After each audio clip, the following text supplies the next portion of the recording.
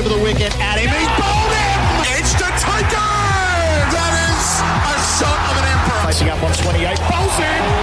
Middle stump out of the ground. Test cricket at its finest. Live from the Caribbean, the Frank Worrell Trophy, Australia and the West Indies on SEN Test Cricket. And a warm welcome to Sabina Park for day 2 of the third test in the Frank Worrell Trophy between the West Indies and Australia. Live from Kingston, Jamaica. Adam White, Brad Sanderson and Bryce McGain in the half-hour build-up to day 2, where the West Indies will resume at 1 for 16, having dismissed Australia on day 1 for 225. Very similar day to yesterday. Bright and sunny, breezy as well, and also hot. Maybe not quite as hot today as it was yesterday, but certainly throughout the course of the day, the cricket was hot after maybe a sedate start, 1 for 50 at lunch, but gee, didn't it take off after that. 11 wickets to fall on day 1. Injuries, there was some sledging, there was some words spoken out on the field, which might just spill into day 2. So many talking points as well as we welcome in the team. Brad Sanderson, welcome to you. Good afternoon, Adam White, and good morning and good evening and good night, wherever you're listening to us. Not just in Australia, but all around the Caribbean. So it's a balmy day again here at the Sabina Park. It's hot. We have to come up the steps, or I prefer the stairs to the elevator, because the elevator is always overcrowded or not working. And it takes a toll. It takes a toll on you as you come up. As I see, speaking of taking the toll, there are 9 people trying to drag this heavy roller on this pitch, and they're barely managing to get it on the actual playing surface. So there's lots of ground staff here. Well, I've noticed, and there's a lot that stand around, don't do anything as well. But they're all wearing their bright blue T-shirts. It is quite remarkable to see some of the things we've seen here in Kingston, Jamaica. And we will find it easier to broadcast today because there was this tinted film across our windows that were also pretty dirty, and it's all been cleaned up. So we thank people here at Sabina Park for making life a lot easier for us going into day 2. They're currently stripping it off in the television commentary box as we speak. We had a very interesting day yesterday. We almost had one of our commentary team arrested.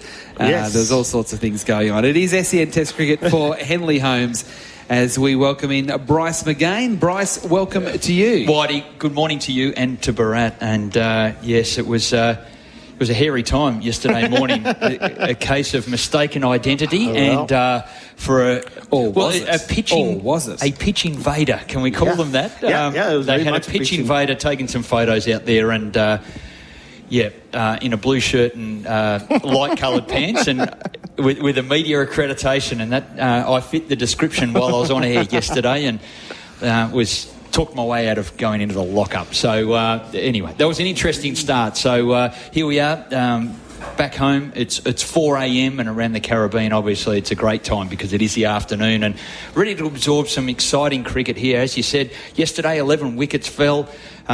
It resumes now, and the reward for both batters in King and Chase was the fact that you get to bat in really good conditions now. The reward of getting through that night section. So it's going to be important, straight up. So just on that, and I think it's an important time to mention this as well, and that is that more good news for the West Indies. John Campbell and also Mikhail Louis are able to bat. So they were sent for scans last night in hospital, as was Elzari Joseph. The 3 of them were... So I'm not very good at maths, but 3 of the 11 were in hospital yesterday while the game was going on. But the good news is they're all cleared to play from day 2. So... And we talked about this, Brett, last night. The fact that the West Indies, with 2 makeshift openers, one of them making their debut, now he did ultimately lose his wicket, but to get through at stumps only 1 down when Australia batted recklessly to give themselves 30 or 40 minutes at the West Indies late on day 1, they've actually set themselves up pretty nicely from here. You would think so. And they've been in good, decent, even strong positions previously in the series as well. And then they've let themselves down, especially with the bat. So they would take it. There was a bit of relief in the camp when Roston Chase and Brandon King walked off with West Indies just 1 wicket down. But I don't think Australia would be too fussed about the fact that they only managed to get one wicket, because it felt like another wicket was coming, especially when Stark was bowling, and even in that last over from Scotty Boland. And because the pink ball did so much or was difficult to bat against even during daytime, I don't think they'll be too worried about, we didn't strike when the iron was hot and maybe West Indies have a chance here. But that's how the West Indies should be thinking about it, like you said. And with Campbell and Louis back, and I don't know where they'll bat, they have all their batters as well. So, Bryce, I'm going to throw this scenario at you. Let's flip it around now. So the West Indies, they do like to bat aggressively, which is, the Australians didn't do that through the first session when it was tough yesterday. But we could be in a scenario, best case scenario for the West Indies, where they're declaring late tonight and having 45 minutes at the Australians with a 75, 80 run lead. The Australians could be potentially 4 for 30 and still 50 runs behind. That's best case scenario for the West Indies, and I understand that. But the Australians have kind of opened the door because of the way they batted in that last session and didn't take full toll when they got the ball in their hands last night. Yeah, the conversation in the team, that's the long-range forecast. To be able to set that up is to start the day. And knowing that if they do lose a wicket, the guys that have handled the bowling pretty well over the series in King and Chase are in now. If they can do that, then you've got an opening bat coming out and another opening bat coming out. So it's an odd situation that they've got some support. The moving ball, they're designed, even on debut with Louis and Campbell, they're there to deny the new ball, but they come in next. It's a bizarre situation. They've got opening bats at 4 and 5, but it may come up to be a big advantage for them. So, Bharat, when we talk about the West Indies, where we've been impressed is that they've been able to keep with Australia for 3/4 of the match. In Kensington, it was 2 days and a bit, and it only went 3 days. And then over in Grenada, they stayed with them for 3 days, but couldn't be a fourth. But their first innings have actually been okay. They've been very much comparable to what the Australians have done. So I'm looking at this optimistically because I want a competitive test match. Oh, yeah. But, easily, the West Indies could easily get out for 100. But if they play well, they are in this. And it sets up a really exciting next 2 or 3 days. I think that's the beauty of pink ball test cricket as well, because it's all about strategy. So it was a strategic decision by Australia to bat for a declaration on the first evening. Is things that you would never have even thought of back in the day. But that's just pink ball test cricket. So they've taken the gamble. They've said, okay, even if we just get 225 runs, we think we can make the most of the night session. Well, they got 1 wicket, but it's not that West Indies scored a lot of runs. They're only 16 runs. So that was the strategic risk that they took.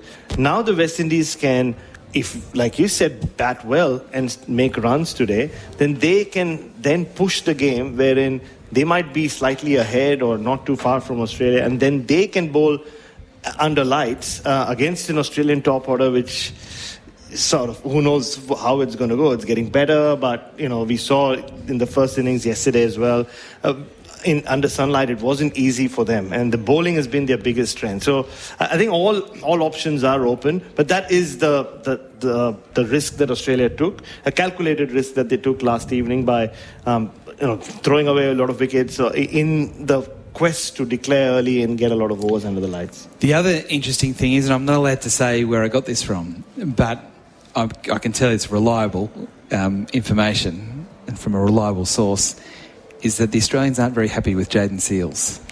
Oh, that was... Jayden Seales, who got fined in the last match for a send-off. He's gone and done it, well, let's say definitely once and probably twice in this game. Jayden said after play, no, I wasn't giving Mitch Stark the send-off. I was talking to a teammate. But I can tell you right now that what Jayden Seales has done, while he has bowled extremely well in this series, he has fired up the Australians. And when he comes out to bat a little bit later, probably today, all I say is, good luck, Jayden.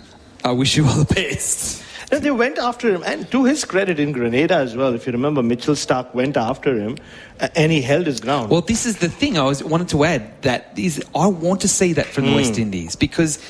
and you know this very well, and you've written a lot about it and talked a lot about it, when India changed their mindset around, rather than just taking it, we're going to be aggressive back. And a lot of that's got to do with Virat Kohli and whatever else.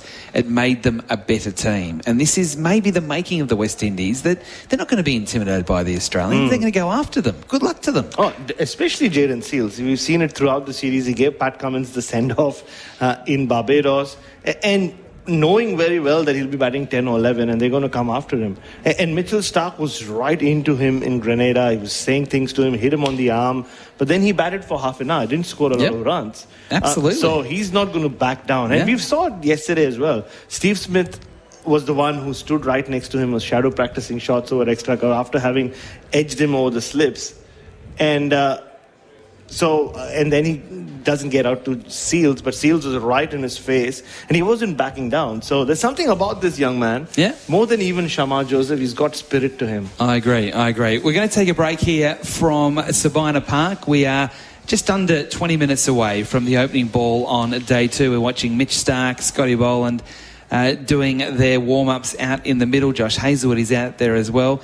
I haven't seen Pat Cummins. Pat Cummins doesn't seem to do anything unless he's actually in the match. We've noticed that over the last couple of weeks. It is SEN Test Cricket. It is for Henley Holmes. Back with more after this.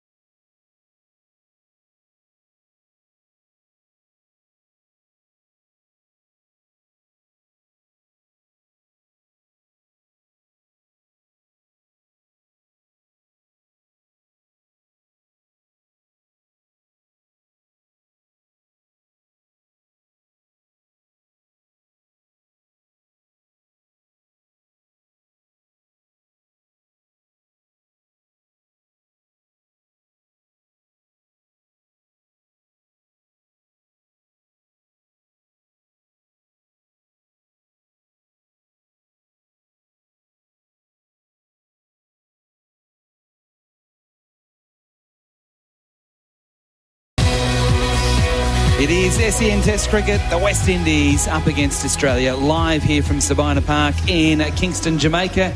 And it is all thanks to Henley Holmes. Adam White and Brad Sanderson with you in the build-up to day 2. What are the things that you would like to do, Brad, between now and when you leave? Oh, wow. Away from... Because I know this is one of your favourite places, and I know you've got a very special friend who is here. Yes. But what would you like to do between now? What are the things you'd like to achieve? Because if the test is finished in 3 days, you've got a little bit of extra time. I do have a couple of days. So I do want to go spend some time with my special friend, Patrick Patterson. So, as you know, I'm also organising a refrigerator for him. This is... I wasn't sure whether you were happy to talk about this on air, because it is quite remarkable, because you're essentially his guardian. Patrick Patterson, the fastest bowler of all time. And he's asked you to get a fridge for him. Yeah. While you're here. Yeah, because he's obviously he's not been doing well for years, as is now well publicised. And I've spoken about it.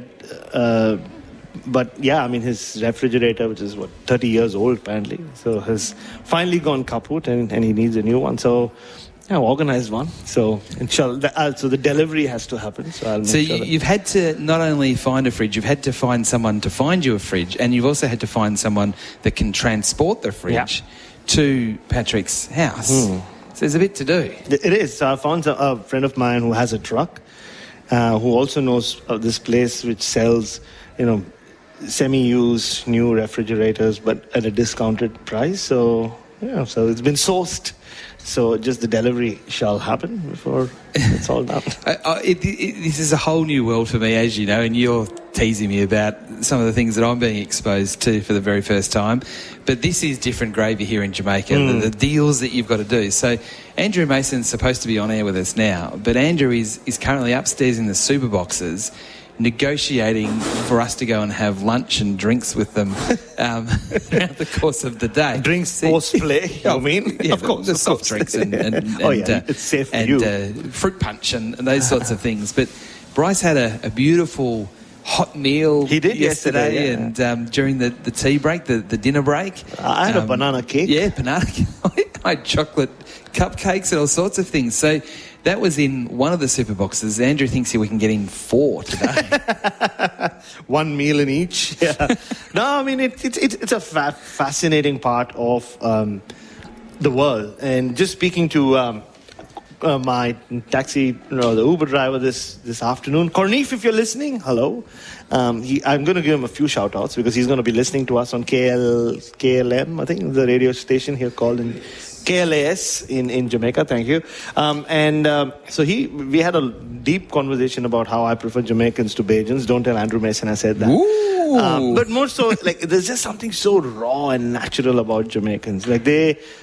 Every Jamaican, any age you look at, they're just so confident in who they are, the way they speak, the way they carry themselves, the way I saw some very interestingly dressed ladies this morning, which I will discuss off air as I was coming up the stairs. But there's just this confidence. We don't really give a whatever I agree. How the world sees us, and which is slightly different in Barbados. It is a more posh, sophisticated play, or they try to carry themselves in a more sophisticated fashion. They still consider themselves pretty anglicized in that say, very close to England. So it is quite. Whereas Jamaica's a bit more American. It is. It's closer to America as well, geographically speaking. Yeah. And Jamaica has its own thing. And I think the identity here, whether it's Bob Marley and the Rasta Revolution that he brought into this country alongside many others, Marcus Garvey, whose picture or photo you'll see on a lot of the banknotes here. So it's great history, deep history in Jamaica. I mentioned yesterday on air about the history of Sabina Park itself, which was named after a woman called Sabina Park. That was an amazing story. Oh, it is really it's an out there story, isn't it? But I think there is a lot of that, and for the longest time, it was the jewel of the English colony in this part of the world, jewel of the Caribbean for the English when they were, ruling most of the islands here. So it is bigger, and Kingston is the big city with a lot of people, but as you travel northwards, it is one of the most spectacular islands you'll ever be or ever visit in the world, whether it's Ocho Rios or Negril or Montego Bay, and there are so many other spots in the north. I've been fortunate to do that in the past. And if you do get the chance, I think you should do it as well. Yeah. There are great golf courses over there. Well, that's sort of got me over the line, the golf courses. But I tend to agree with you, and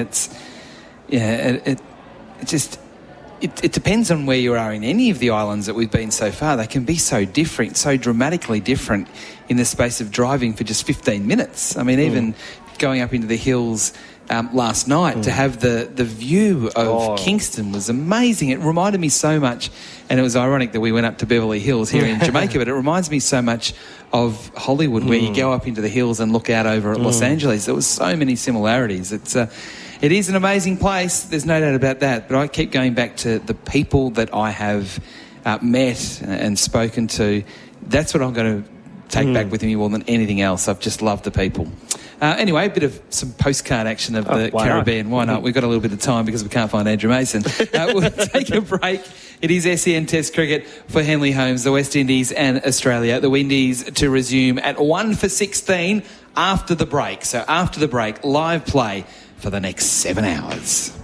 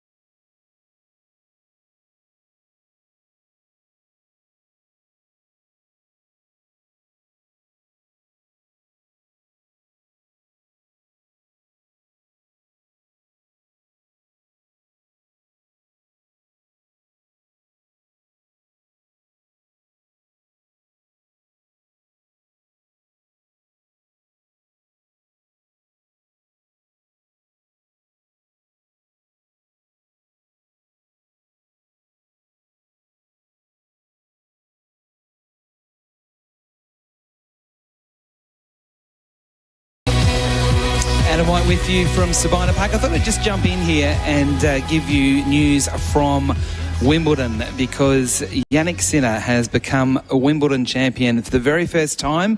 He's come from a set down to beat Carlos Alcaraz. It was Alcaraz winning the first set 6-4 before Sinner's gone 6-4, 6-4, 6-4. So Alcaraz was going for 3 Wimbledon titles in a row, but that has been snapped by Yannick Sinner. So these two clearly the best 2 players now in the world, and it looks like they've got a rivalry for a long time to come yet. So Yannick Sinner, the Wimbledon champion. I also mentioned what is happening over at Lord's. There's a bit of a real London feel to this sports update. So England in their second innings, disappointingly, were dismissed for 192, but then they've come out late on day 4 at Lord's and have India 4 for 58 at stumps. So 4 for 58, that means India need 135 runs with 6 wickets in hand. We'll take a break, come back with live play. Just don't go anywhere, it's only a short break.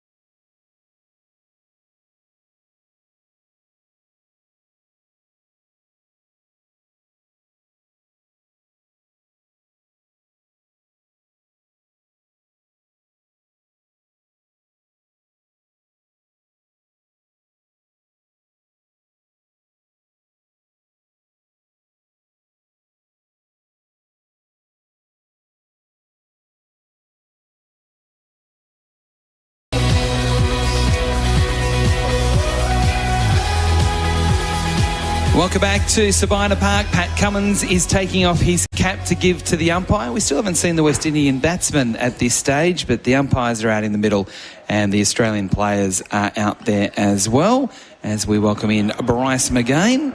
Welcome to you, Bryce. Hi there, Whitey, and look, it is an exciting morning to be here at Sabina Park. That's the cheer for the West Indies batters coming out. It's King and Chase.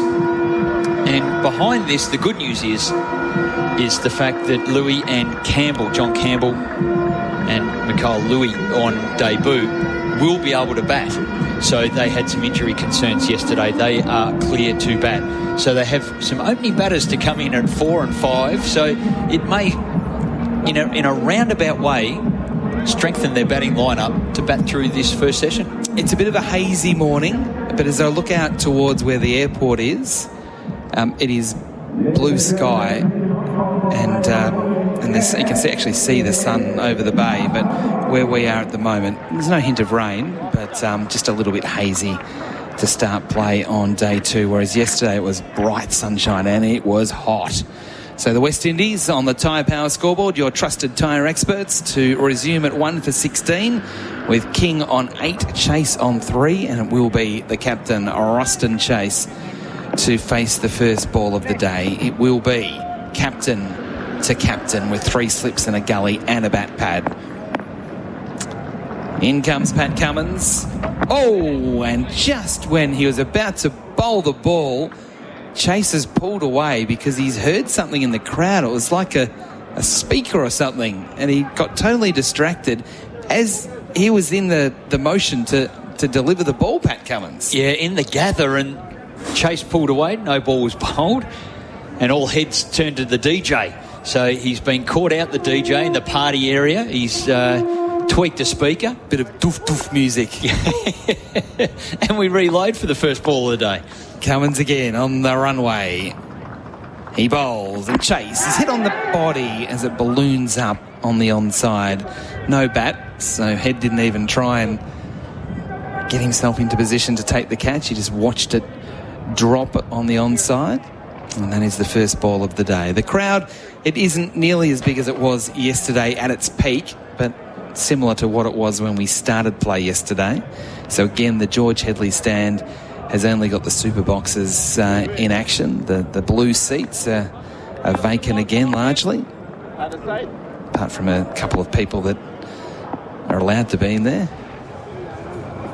Cummins again to Chase, stands tall, defends down the onside of the pitch, finding the middle of the bat. Chase batting outside of his crease. So it is looking to deny that movement. Pat Cummins so dangerous as that ball comes back inside to the right-hander. I've just been told from our, we almost call him a producer for us in this coverage, that the people that are in the George Hadley stand are Jamaican selectors. So Jamaica, you can see them in their yellow shirts of Jamaica. They're allowed in there. Cummins again to Chase, who's pushing forward, just squeezing it out to Constas at point, again finding the middle of the bat. So again, to try and find you the best weather forecast, 32 degrees is the temperature today, 62% humidity.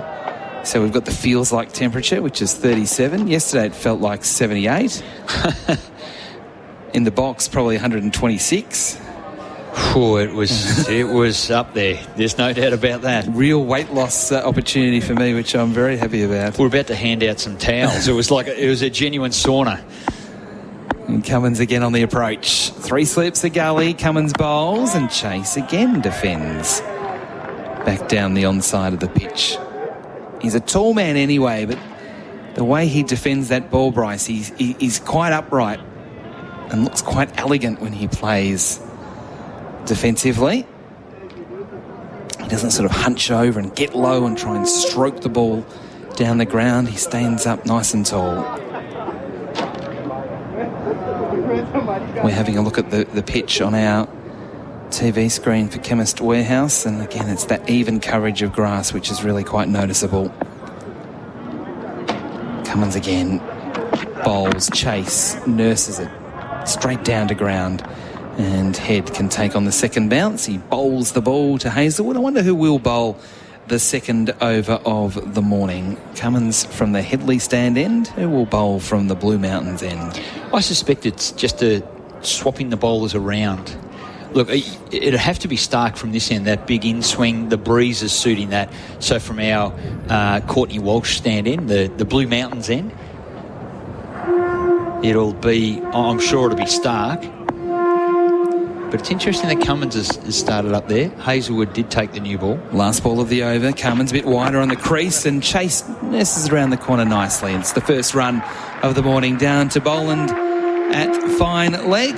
So the first runs of the day go to the captain. So after 1 over here, it is the West Indies 1 for 17 with King on 8, Chase on 4. Cummins 3 overs and no wicket for 4. SEN Test cricket for Henley Holmes. And I was talking about it being a bit hazy to start today. The sun is coming out, which is great news for everyone concerned.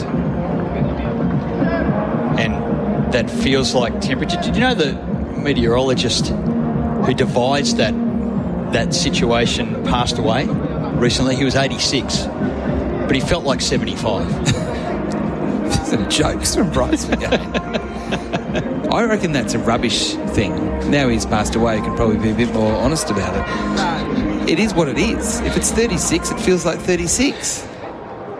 I felt like, as you said, it felt like 46. It was hot yesterday. Humidity has that feel like. Anyway, it is Stark. Let's get to the cricket. Bryce liked that joke. Stark, and he comes bowling here to Chase, who fins and misses. So wafting the bat at that one with the angle across the right-hander, and it goes through to the keeper. Maybe Roston was a little bit distracted after that Bryce joke. He liked it. We started with the scrambled seam, the wobbled seam, if you like. A ball that goes away from the right-hander, and it was last night that Stark was hooping the ball back in, and it was all sorts of challenges for Kevlin Anderson on debut, and he was swinging the ball back between bat and pad and brushing past the off stump. That one he decks away. 3 slips in a gully, but no bat pads, and this time a quicker ball, a more conventional ball from Stark, and it's defended away on the offside by Roston Chase. So 1 for 17 the score on the Tyre Power scoreboard, your trusted tyre experts. It was interesting just having a look at the replay then for Chemist Warehouse. The one that came, just that big sort of off-cutter, almost like a quick off-spinner. Alzari Joseph bowled that really well yesterday, didn't he? And really got quite a lot of purchase off the pitch. Yeah, and the feedback from the players when they were practicing that evening session, where they've obviously built a lot of strategy around that, the Australians, is that the pitch was getting caught up in the seam of the ball. It's so pronounced, is it? Stark again running away from us. Bowls to Chase, who's standing tall again and defending this time up the offside of the pitch. And Steve Smith uses his foot to elevate the ball back into his hands. Very crafty work from Smith. And got 48 in the first innings. Polishing the ball away before giving it back to Stark. Stark's got sweatbands on both wrists. He's also got a towel in his trousers, usually what you'd see from a tennis player. Just shows just how hot and sweaty the players are getting. Halfway through his over, his first of the morning. Stark bowls here, and it's wide and full outside off stump. Chase doesn't chase it. Of course, it's afternoon, not morning. It's hard to get your head around day-night test cricket sometimes. We don't know what day it is, let alone what time it is. We do know that the deficit is 208.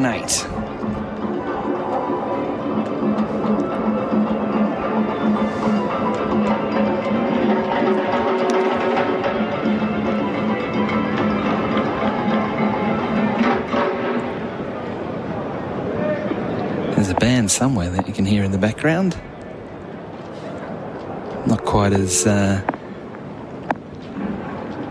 significant as last week. Stark here bowls to Chase, tries to drive, takes the inner portion of the bat, and is knocked down by Stark. Those bands last week were fantastic in Grenada. They were, on either side of the ground. The drums, the dancing. I'm not sure. Great energy. I think this is more DJ type activity as opposed to a proper band that we had last week. Yeah, which you don't normally get in between balls at Test cricket, but this is Jamaica, and there's a rhythm to the cricket, whatever version.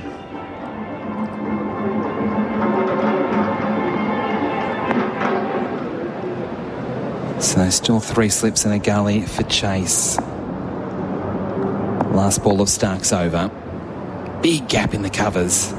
Stark bowls, Chase defends. Again, another one of those off-cutters that Chase picks and pushes back to the bowler. So we're through 2 overs here on day 2 here in Kingston, Jamaica. SEN Test cricket for Henley Holmes. The West Indies 1 for 17.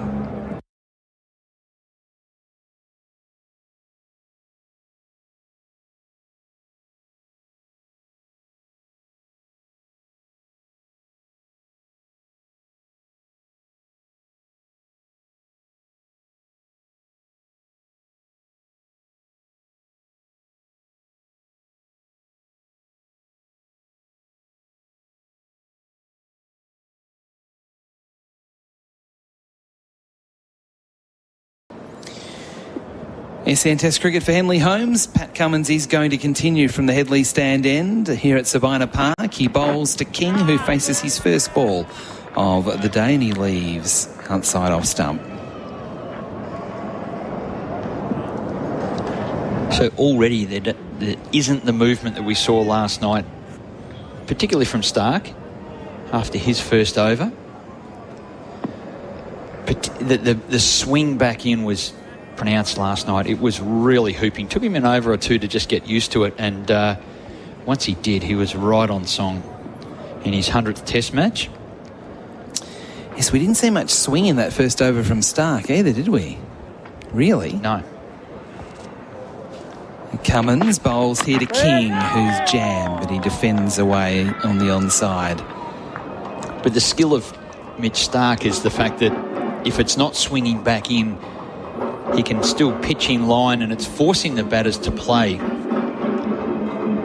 And that wobble seam that he bowls and it decks away or holds its line, it's so difficult to face. So he's not only challenged with the swing on the inside edge of the right-hander's bat, but the outside edge is absolutely getting challenged as well with that angle across. So still not going to be easy, even though the conditions are a little bit different. Bright sunshine here as Cummins bowls to King, who's hit on the pad. Sort of a half-hearted appeal as it balloons away on the offside, but no real interest from Cummins and certainly no interest from the umpire. So just a warm-up of the vocal cords from the cordon in that instance. The ball seaming back in to King, who was well forward on defence, and it was certainly going down the leg side. So Cummins getting his rhythm. He's at the Michael Holding end. I know it's the Headley stand end, but the down lower at the Michael Holding end. Imagine him charging in. Cummins to King, who plays and misses, just pushing forward cautiously. He wasn't really committed to go well forward there. We do see Brandon King like to take a big stride. That time he was sort of half forward, not really sure what it was going to do. Unfortunately for him, it beat the outside edge. It didn't take the outside edge. So there's good bowling here from Pat Cummins. Well, it's reasonably short straight here at Sabina Park. So you can imagine Michael Holding, renowned for the long run-up and how smooth he came in. You can imagine him pushing right back near that sight screen. Just coming off the sight screen, even maybe. Cummins here to King, who drives. Beautiful that's shot. A good shot from Brandon King through the covers. That's 4. He's played that a lot through this series. It's such an attractive looking shot. Right out of the textbook. Cummins over pitching, was a bit floaty, and that time there was the full stride put in by Brandon King, and that was going nowhere but the rope. No need to move. He played the shot and just stood there and admired it. Terrific technique, a good stride, as you said, Whitey. Played the ball late, under his eyes, and away it went. Cummins again, not surprisingly, a bit shorter on the back foot. King defends away on the offside. That is the end of the over. So the West Indies have got through their first 3 comfortably, 1 for 21. The deficit 204. SEN Test Cricket for Henley Holmes.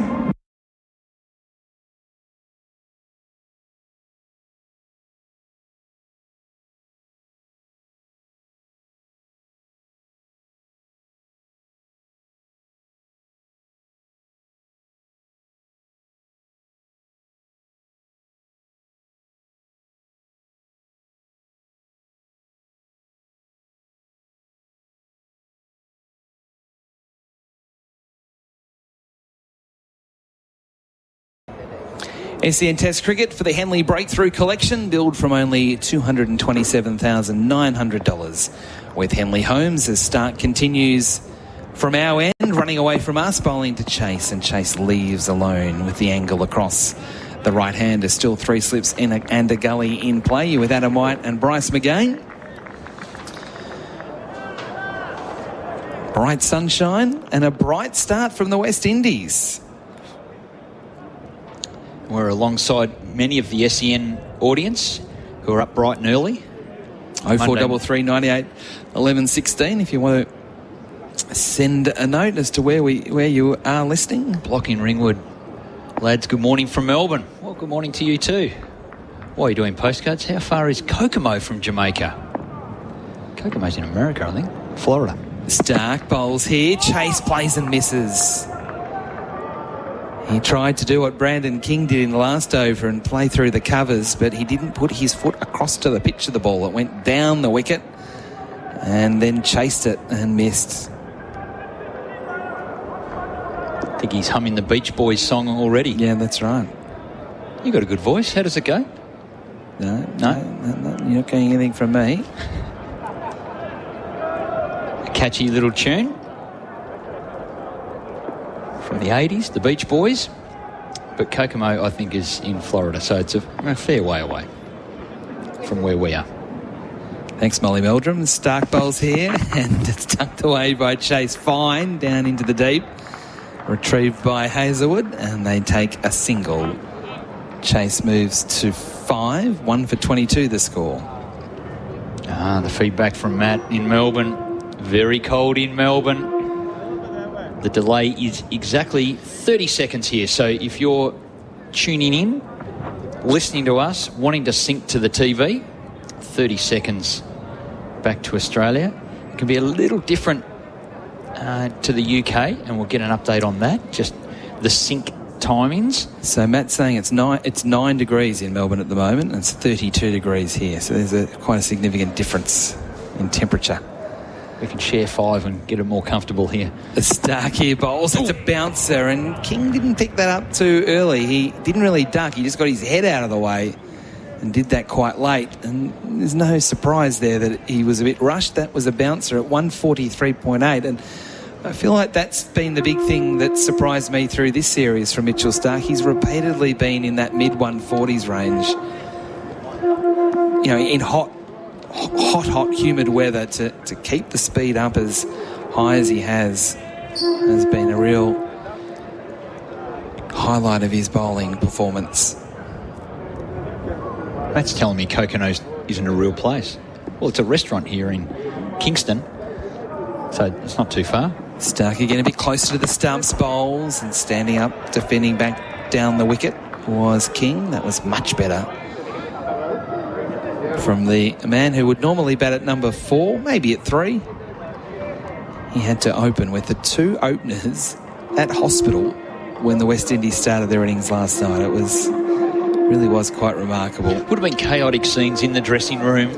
Well, who's doing what? Decisions getting made. Well, do we shuffle it around? Do we send out a night watchman? Warrican had the pads on later, and when they did lose the wicket, there was a pause by Chase whether Warrican was going out or not. Last ball of the over. Stark over the wicket, bowls to King, who leaves. He got into position to play and then decided not to. Again with that angle across from Stark. Over bowled, 1 for 22. King 12, Chase 5. SEN Test Cricket for Henley Holmes.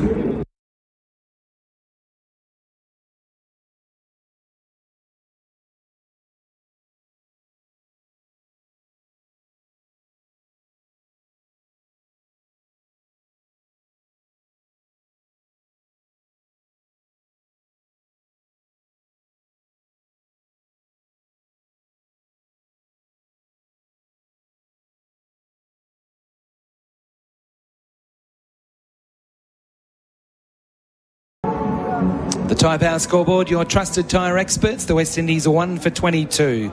Chase on 5, King on 12. Chase to face Pat Cummins in the first ball. Sees Chase firmly defending up to mid-off. Smith, who is at extra cover, had to scuttle along there to collect that ball, because I think we all thought that was just a regulation defensive shot, but it really rocketed off the bat.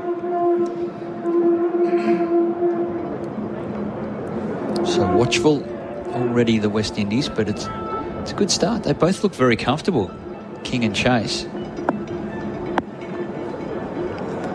Early on yesterday, the ball was seaming around as a little slower the wicket and was seaming around at this stage. Cummins bowls here, edging and through green. They get a single. It was one of those ones where I don't think it carried. We're behind the cordon, so we'll probably need another look. My gut feeling was it didn't quite carry to Green, who went low to his right. That's the first edge we've seen today. Yes, definitely short of Green, who stopped 4 runs as opposed to it being a drop chance, but they did get 1, so he stopped 3, not 4. 1 for 23.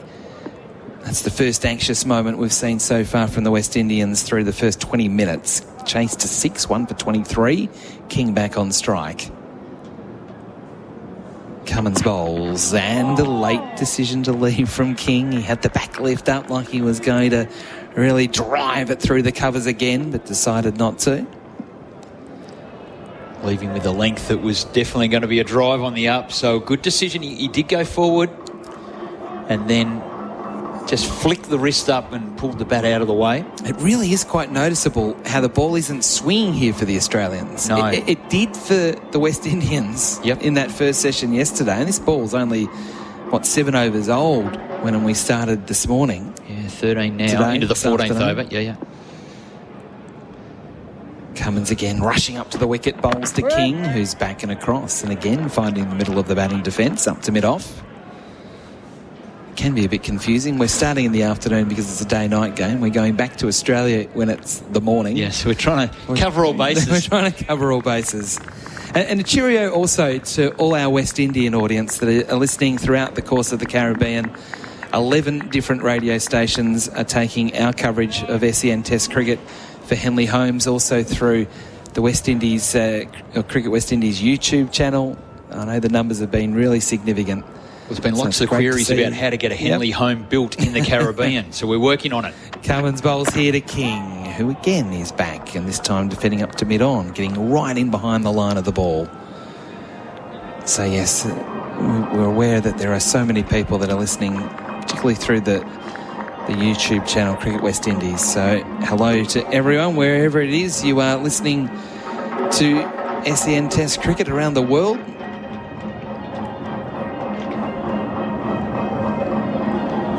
We've absolutely loved our time here in the Caribbean. It's a bit sad that it's coming to an end at the end of this Test match.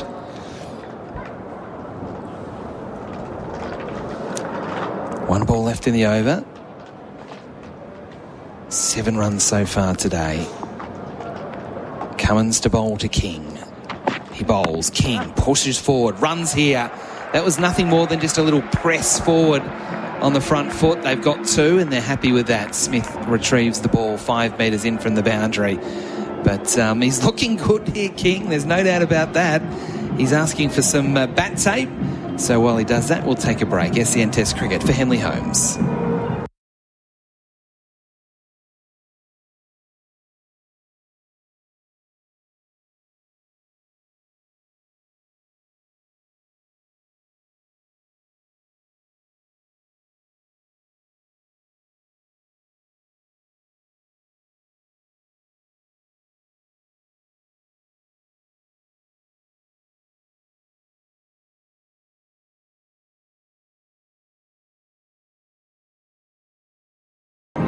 The Thai Power scoreboard sees the West Indies trailing now by 200 on the dot. 1 for 25 through the first 20 or so minutes of play today.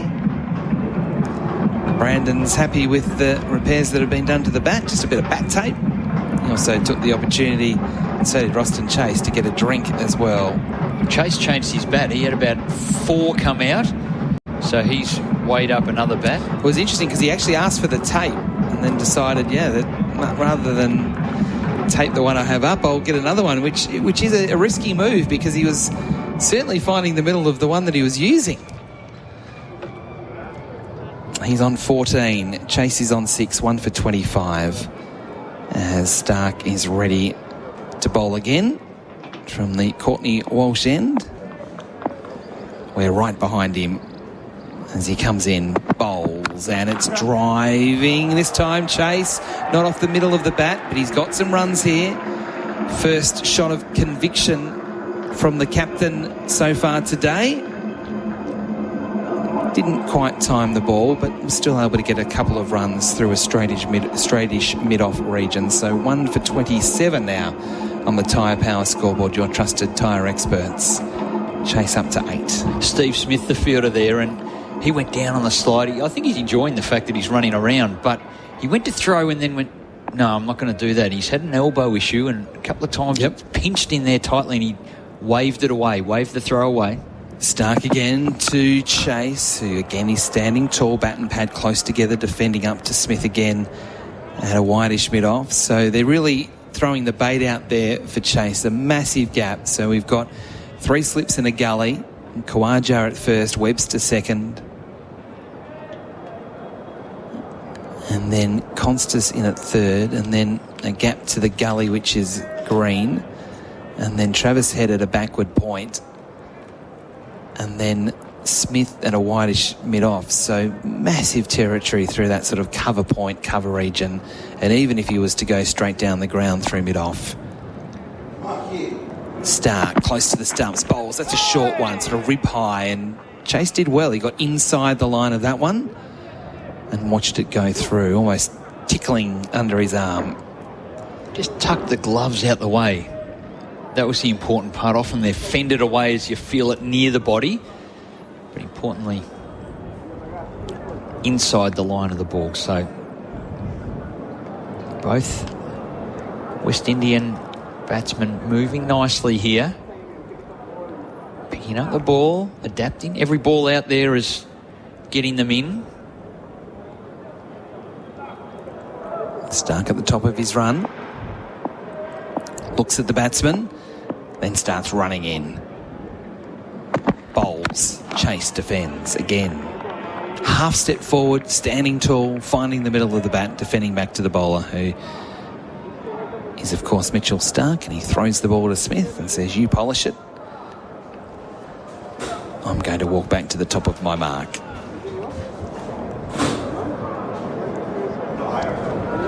Mika, we appreciate you. Hope the test goes as long as possible for us early work starters. Plenty of those.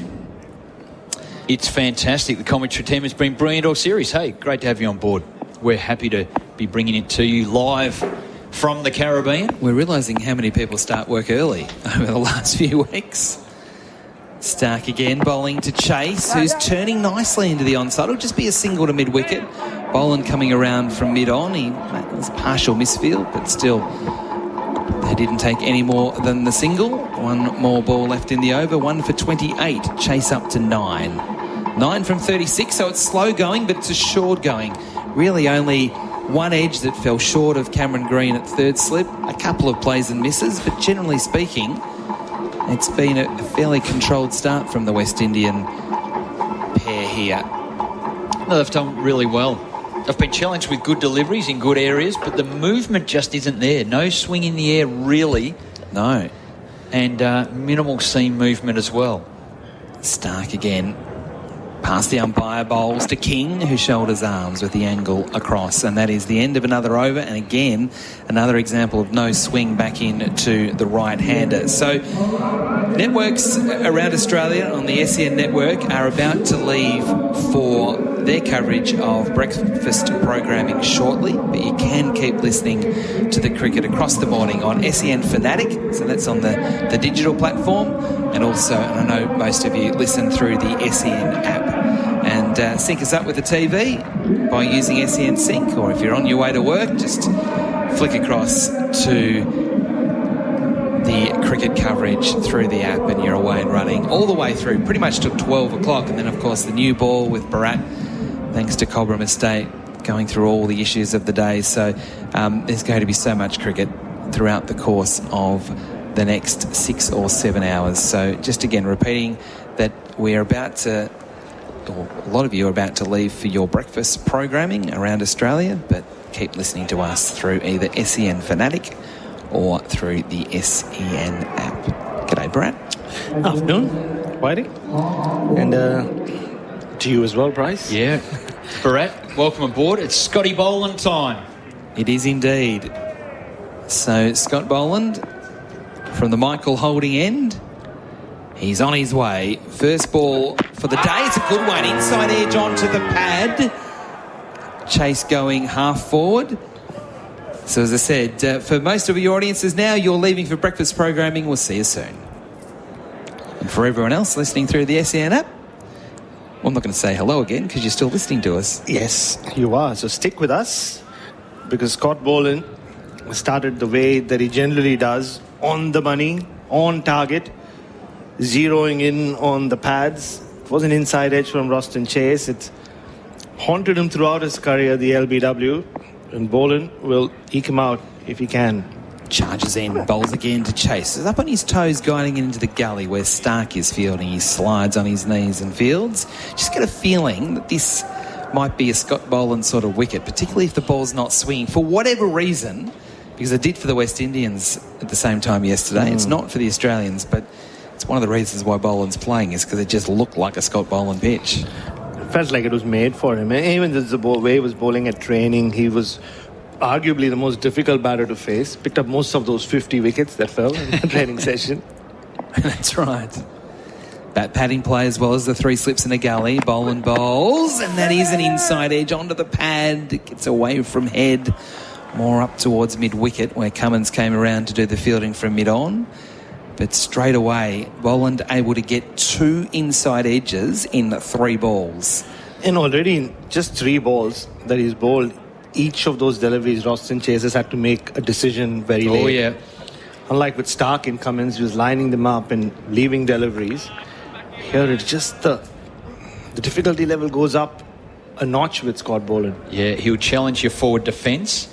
He'll push you back a little bit, and then he challenges your knee roll and forward defence. He's a dangerous bowler. 3 dot balls in a row. He bowls here to Chase, who is defending back to Boland, who fields on his follow-through. We're talking, Brad, about Roston. He's a very tall man, but very tall in the way he defends as well. He doesn't hunch over. He stands up and just strokes the ball. Yeah, which is why he gets into such trouble with the ball coming back in. He doesn't, even when he's driving the ball, he doesn't lean into his drive. No, he doesn't. He sort of wafts. Basically, he just does everything in life in that position. Yeah, that's right. It's a real arm swing. There's no weight transference through the ball. Boland again. Travis Head waiting. Boland bowls. Head. Yeah. He was in the game there, I thought, for a moment. Another inside edge. It just bobbled around a little bit in the air. I'll probably not giving enough credit to Chase, but it wasn't in full control. Just a little warning as well with Scott Boland. Everything's coming in here.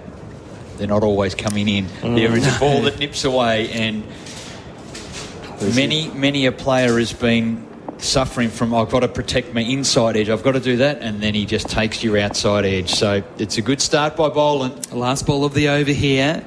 Boland to Chase. That's wide of the off stump. That was the one that went the other way, but was a little bit too wide. End of the over, a maiden there from Scott Boland. The deficit 197. The West Indies 1 for 28. That is on the Ty Bauer scoreboard. We'll take a break, and after this, the great Andrew Mason.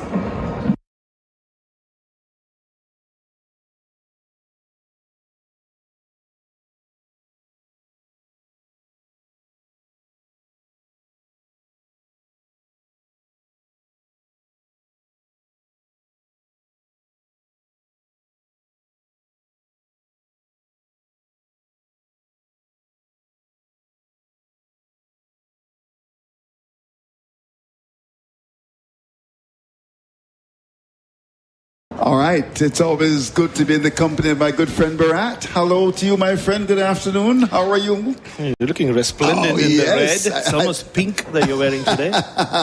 Well, the action continues. Hazelwood is in and bowls to King, and King is forward. Opens the face of the bat and runs it squarely offside down to that backward point area.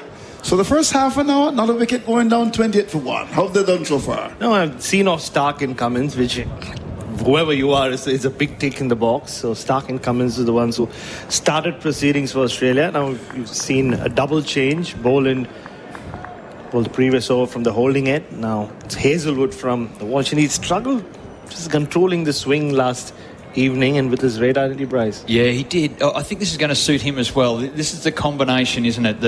The seam and the length. He's in and bowls. Dropped to the pad, big appeal, like before. He's gone. Given like before. The umpire took a long time to give it, but that dreaded figure went up. Will he go upstairs? We shall see. I think he's going to go upstairs. Wow. Yeah, well, he looked in trouble. He just, from the moment the ball made contact with his pad, we'll see on the replay here for Chemist Warehouse on our replay screen, he does not look very confident. No. Brandon King, it was an instinctive sign upstairs. Here we go. Pitches on off. Seemed in a little bit. Yeah, I think he's in trouble. I mean, maybe going down a little bit. You think so? It's just above the knee roll, or maybe hitting the top of the knee roll. Could the umpire's call? He hasn't quite extended out. There's no bat on it. No. Now, as I said, this is Hazelwood. This is what he does well. He will challenge the forward defence, and there's no let up. Boland did it the over before. This is just deck back in. He's got his radar right on song. Here we go. We're following it through. In line, umpire's call. Clipping the top of leg stump. Yes. And he's on his way. Well, so it means that the batsman King has to go. Umpire's call. He's gone 28 for 2. Yeah, we spoke about Scott Boland and the damage he can do at the other end. Hazelwood's so similar to him. It's that It's a length, and Brandon King very upset. Doesn't help that the umpire in question here was umpire Holstock. The West Indies have been very vocal and got into trouble for being very vocal about their thoughts on this particular umpire. Yep. And that wouldn't please them, you would think. So Brandon King, who looked so solid till that point, as the change of bowling has worked for Pat Cummins, it just feels like a Hazelwood or a Scott Boland day. Mitchell Starc strikes a lot with the pink ball early and late in innings, but it's Hazelwood who generally mops up the middle order, as we see opener John Campbell walking out at number 4.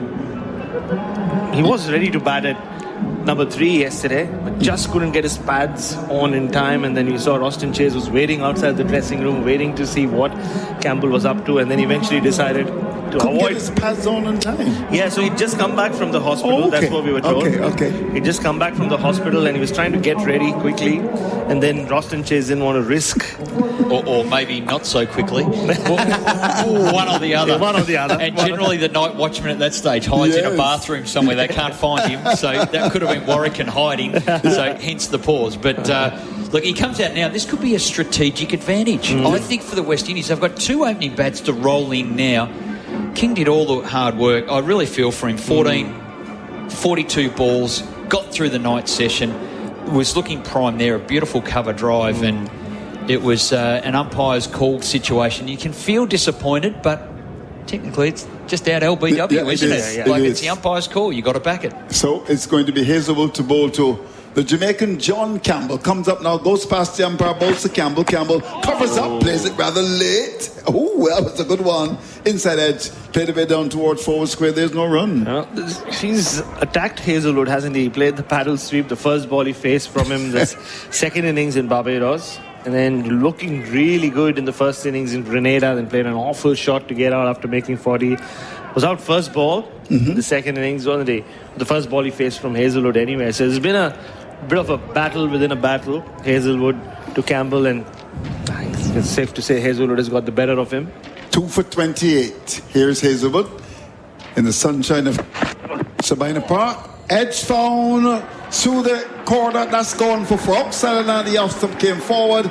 Went between third slip and gully. That's gone down to third man for 4 to get Campbell on the way. 2 for 32. And he opened the phase of the bat.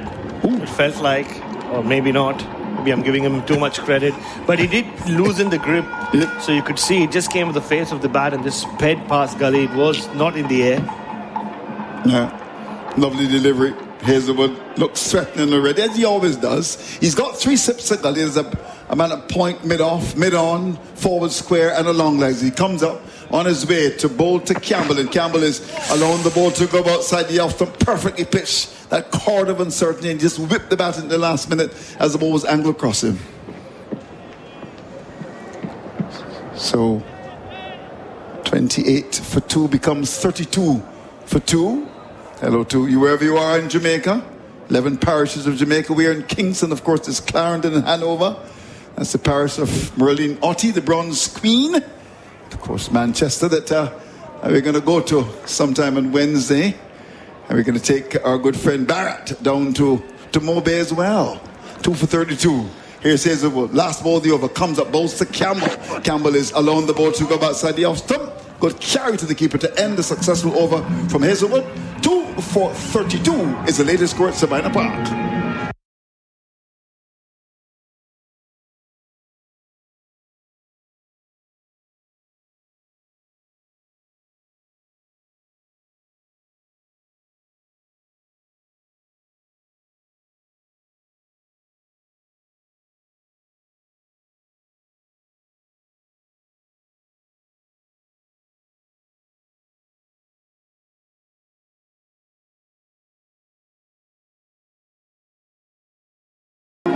All right, so 2 for 32. The West Indies losing Anderson yesterday. Gone bowl by Stark for 3 and King gone this morning. Here's Boland to continue. Comes in to bowl to Chase, and Chase is getting the delivery on the line to legs and whips it into the onside. The field at that forward short leg in a rather retreat position, got his body behind it. Or did he? Let's have a chance to see the monitor there. What happened? I think it just smacked him in the shin guard, and he had no idea where it was going. He thought it was going past him, but it hit the shin guard. Travis Head, the man in there, and I think Chase thought, oh, well, that's gone. He started running and then realised it's gone nowhere. No. So they trail by 193, the West Indies. Bowling again with a big George Headley stand behind him, comes into bowl to Chase, and Chase allows the ball to go outside the off. Not all that far taken by the keeper. And it won't be easy. And yes, there's been so much talk about Boland coming in for Nathan Lyon. The other thing Scott Boland can do, 36 or not, he can bowl long spells. He can be the workhorse like he has been throughout his career for Victoria and county cricket and any other team he's ever played for. So he'll just keep at it over and over, and then they can attack with Cummins and Stark from that end. He's an absolute bull. He just keeps going and going. Here he is, comes up, bowls to Chase, and Chase is wrapped on the pad. A big appeal for leg before the umpire says no, might have been going down the leg side or height. We shall see. Talk to me about that, Bharat. Yeah, it just looked like a height to me. It was an abort, or it wouldn't have mattered. It's a no ball. Oh. So so then we can shut it all down very quickly. It doesn't matter what happened. We will. Forget what happened, everyone. Indeed. I think probably the biggest no ball I've seen Scott Boland bowl. He doesn't bowl too many. It's a big no ball. It's probably just getting inside edge on it. Edge. Getting excited. He comes in again to bowl to Chase, up and bowls to Chase, and Chase is covering across the off stump ball that was short of a length, just pushes out towards cover. There's no run. A test match that is going on, which is rather interesting if we look at that with England and India. 58 for 4. They require 135. Another no ball. So back-to-back no balls. Oh my golly, what's going on there? Got to get it right. Let's see this one. Is that one big as well? Big-ish. Big-ish. Mr. Poppy Crease. Yeah, sometimes, and we know that Seals had the same issue at that end, the Michael Holding end, with the breeze. I think it just is coming in behind them and just pushing them. Well, this is the deflect away beautifully by Chase. That's going to go towards the boundary, and we'll get there just about now. Bits in the pads, and he worked it wide mid on. That's gone for 4 to carry Chase to 13. The West Indies up to 2 for 38. Yeah, that's a shot Roston Chase plays really well. It was angling onto its pads. This is a very wristy flick past or through that mid-wicket region.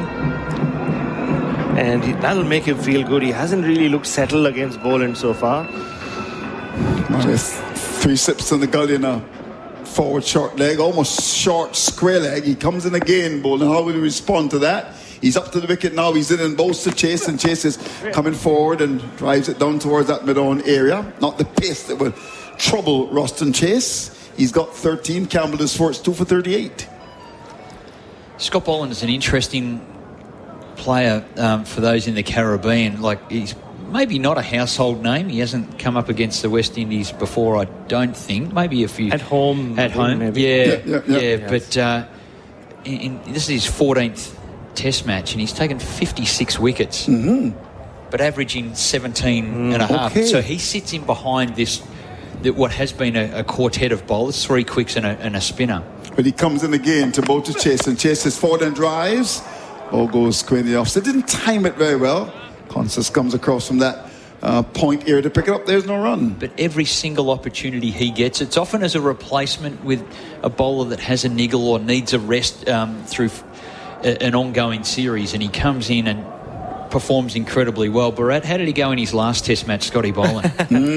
Just a small matter of took 10 wickets. 10 wickets, okay. Player of the match in a series winning Australia winning the Border Gavaskar Trophy for the first time in 10 years. Oh, he comes in again, Boland, up to the wicket, bowls to Chase. Chase is forward and drives up to wide mid off. It doesn't time it very well as the fielder comes across to make the stop. That looks like Smith up there to end the over. 2 for 38 is the latest score at Sabina Park.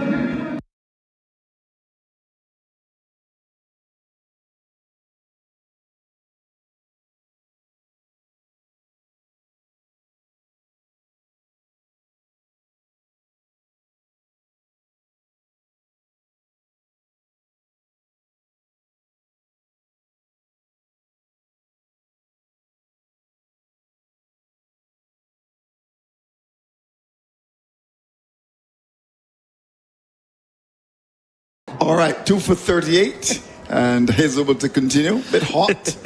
Lovely weather as we look out towards the Norman Mandeville International in the distance. And of course, Port Royal as well. In he comes on his way. Hazelwood bowls to Campbell. Campbell is covering up. Kingston man he is. Pushes down towards mid-on. There's no run. Which part of Kingston, Andrew? My good friend, the producer, our good friend who's been with us. What part of Kingston is he from? He's a St. Oh, okay, so I got it wrong. He told me he's from St. Mary. Oh, he's not from. Okay. So he was born in St. Mary, one of the 11 parishes, of course, St. Mary, Trelawney as well. Hello to all our friends in Trelawney, 2 for 38. So he's a St. Mary man. Settles, he waits, and will face up to Hazelwood, who comes in on his way to bowl to Campbell, and Campbell is forward, outside edge found down to our third man. We'll get runs, we'll get one, we'll get a second. Lovely outswing of the right arm bowler, angle the ball across the left hander, goes down to our third man back for the second. Yeah, just closed the face of the bat a bit too early there. Campbell came off the leading edge, as you see on our replay for Chemist Warehouse. Yep. The wobble seam pitching in line with middle stump, that one moved away. So the conditions are certainly in favour of just that seam now. No swing. The Australians haven't been able to swing the ball this morning, despite prolific swing last night. Here's Hazelwood as he comes in again to Campbell, who's got 6 into this delivery. He's allowed to go outside the off stump, taken by the keeper. That was nicely left alone of the angle. Yeah, it's just been, and which is why it feels like in this phase of play, Boland and Hazelwood are the bowlers that Australia will look to kind of break the back of the West Indian batting lineup, and then you can always go back, or Pat Cummins will come back on, and Mitchell Stark with the pink ball wraps up tails for fun. Yep. It's a good rotation they have, but what we did see yesterday was some spin and bounce, which probably makes Nathan Lyon feel a bit sick. Hazelwood comes up now, bowls to Campbell. Campbell is putting a rather cheeky shot to a short delivery. It didn't time it right, didn't place it very well. Luckily he got away with it, went down towards that forward square, back for the second. That was rather a strange shot he played there to a short ball. Seemed to be indecisive. Let's have a look at that. Well, in fact he did place it well, because he just got it over the square leg fielder. Have a look at that. Travis Head, the man, he was in no control, just came on too quickly to him. He's batting outside of his crease and just was panic for time. It was half a duck, half a swat. With a vertical periscope up sort of shot that just went over square leg. He gets 2 runs and keeps going. 2 for 42. Hazelwood again comes in to bowl to Campbell, and Campbell is edging and did that carry. Well, outside line, the off stump went forward. It went to the fielder at second slip. We'll have a chance to see that. What's your gut feeling there? Just the body reaction or the body language from Josh Hazelwood feels like it did carry. Let's see, Bo Webster. No. Just fell short. Just fell short. Have a look at it again. Yeah, that's short. Just fell short. So, well, he's not settled here, Campbell. He's really not settled. And the outswingers are eating for bait, really. I think Hazelwood's getting frustrated up here. He's going, I should have you. Yeah, he comes in again on his way to bowl to Campbell, and to this one. Campbell is allowed to go back to the off stump the very stylish way. That's stylish to leave alone. He survived. He's got 8, chased 13. 2 for 42 is the latest score at Sabina Park.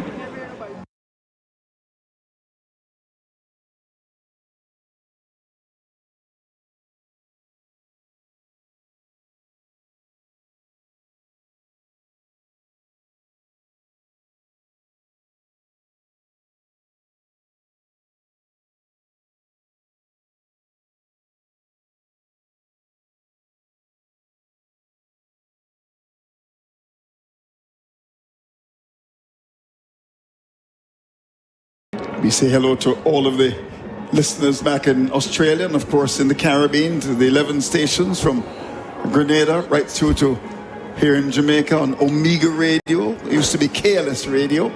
We want to thank you for enjoying the broadcast and listen to a great commentator, Barrett, my good friend. Like your colours again today, Barrett. Thank you, Andrew. Just thought it's a Sunday. Yes, a Sunday. It's a day for prayer. It's a day for prayer, yeah. Did you pray this morning? I pray for you every morning. Oh, you should. I need it. I know you do. But it's a calypso in Barbados called The Mighty Gabby sings, Lord, send an answer for we. A wonderful calypso from The Mighty Gabby. So 2 for 42. Of course, he's the most honourable, one of the great Barbadian calypsonians. Here we go. Bolden. Bolden comes up, he's in, and bowls outside the off stump. The ball goes by to be taken by the keeper. It's a bit wide. Chases hang on in there, really. He's got 13 from 51 balls. Yeah, just like Brandon King was hanging in there. So just taken out Mitchell Stark from gully. He's gone into the cover region, but he's fought hard. This is what you want to see from the West Indies. You saw the Australians yesterday, Khawaja and Constas and Green. Didn't find life easy, and they had to really work for their runs, which they did. Here we go. Scotty Bolden again goes past the umpire. He's up to the wicket and bowls, and a good delivery. That one's cutting back at the batsman. A bounce, and he pulls the bottom hand away, and the ball goes up towards mid-on. The one thing he is doing, Roston Chase, is trying to get that front foot across so that he isn't getting just locked inside his crease as he has been throughout this series, making him a massive LBW candidate and a victim. So you can see that he's trying his furthest to get that forward press, just drag that front foot outside the off-stump line. Bolden again comes in to bowl to Chase, and Chase is on the ball to go outside the off. So no challenges, no difficulty with that. It's a bit wide. Taken by Carey as he skipped across to his right. He's got a chance to bat at number 3, Roston. So, you know, maybe this is what, you never know. These kind of things can work in your favor. Yeah, indeed. He walked out as the captain when the ball seemed to be doing all sorts. Mitchell Stark had just knocked out the debutant Kevlin Anderson, and he showed some grit to survive the 6 or so overs he had to last night, Roston, and he's continued to show some fight this morning or this afternoon. And you wait, Son Bolden, who comes in, and this one is, oh, there's an appeal for Castle wicket gone, caught behind, immediately goes upstairs. Well, outside the off stump, the keeper took it, a big appeal, the umpire gave it, and immediately Roston says, oh no, I'm going upstairs. Oh no, it's a no ball. It's a no ball. Wow. What luck for Roston Chase. He should go out and buy some lotto tickets. Well, oh my golly. A no ball. Have a look at that. Well, that's the third no ball from Scott Boland. So the third no ball from Scott Boland in the last couple of overs. But let's see the replay. Well, I'm not sure about the inside edge either. Roston Chase went up immediately. So he was caught behind. Inside edge onto pad. But then Nitin Menon just got the message from Richard Kettleborough upstairs saying Scott Boland had overstepped the line yet again. Yeah, he's having some challenges there. And this is his third no ball now as he comes in to bowl to Chase. He's up and bowls to Chase, and Chase is right to the pad again. There's the appeal for leg before. That was more of an inquiry. He wasn't sure about that. But Chase is having his challenges here against Boland. Well, this feels like the kind of inquiry Scott Boland poses every time he has a ball in his hand, especially the pink ball. He does it for fun in Australia. This time there was an inside edge, but the ball just not carrying far enough or long enough to Cameron Green at gully. We still haven't seen a proper replay of the previous one. Here we go. So it was front pad. Right. Let's see if it did graze the inside edge after that. So this, anyway, it's a moot point because it was of the no ball. So from the replays are showing that it was probably just bad. Probably just bad, yeah. So we would have gotten away with it regardless. Bolden in bowls, and he's coming onto the front foot. Happy to come forward to that, Chase, and pokes it down towards mid-off. There's no run. Just on the replay screen for Chemist Warehouse, we'll see that again. So it hit his pad, and I think it missed his bat. It did. So the two noises that Nitin Menon heard was front pad and then probably just a bit of thigh pad on the back leg. So those are the two noises. So Roston Chase, if it wasn't a no ball, it would have gone. He did go upstairs. He would have survived. So all's well that ends well. 2 for 43. Boland again comes and bowls to Chase. Chase is forward and drives. Will get a single. May even get a second will. They feel that cover doesn't pick up cleanly. Just reaching for that and driving the ball up towards the extra cover. And then there's a big fall from Smith, who's going to have a big laundry bill this evening as the batsman came back for the second. So with that, Chase goes to 15. 2 for 45 is the latest score at Sabina Park.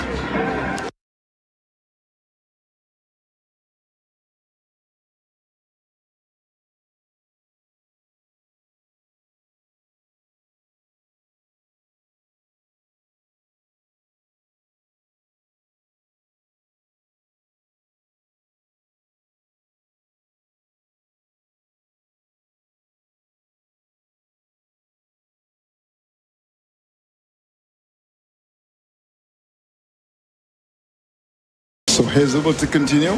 Quite predictably, he's bowled beautifully. He's gotten the wicket of King when he had him leg before for 14. You talked about Roston Chase, but yesterday was a tricky period for him in that he faced 14 balls. He was not out 3 overnight.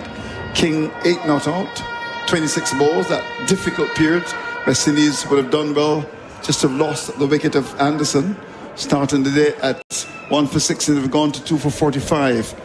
And Hazelwood looking for his second wicket as he comes in to bowl to the left-handed Campbell. He's in and bowls to Campbell, and Campbell gets one outside the off stump, full but a little bit too wide, and the left-hander watches the ball go by to be taken by Carey. Yeah, just before the start of this over, Steve Smith and Pat Cummins just had a word, captain and vice captain, with the umpire. Holstock with the ball. This ball hasn't swung at all this morning or this afternoon, as Bryce McGann has told us a few times. So just trying their luck, but didn't manage to convince Holstock that the ball even needed to be checked, to be put through the ringer. So they have to stick with this ball.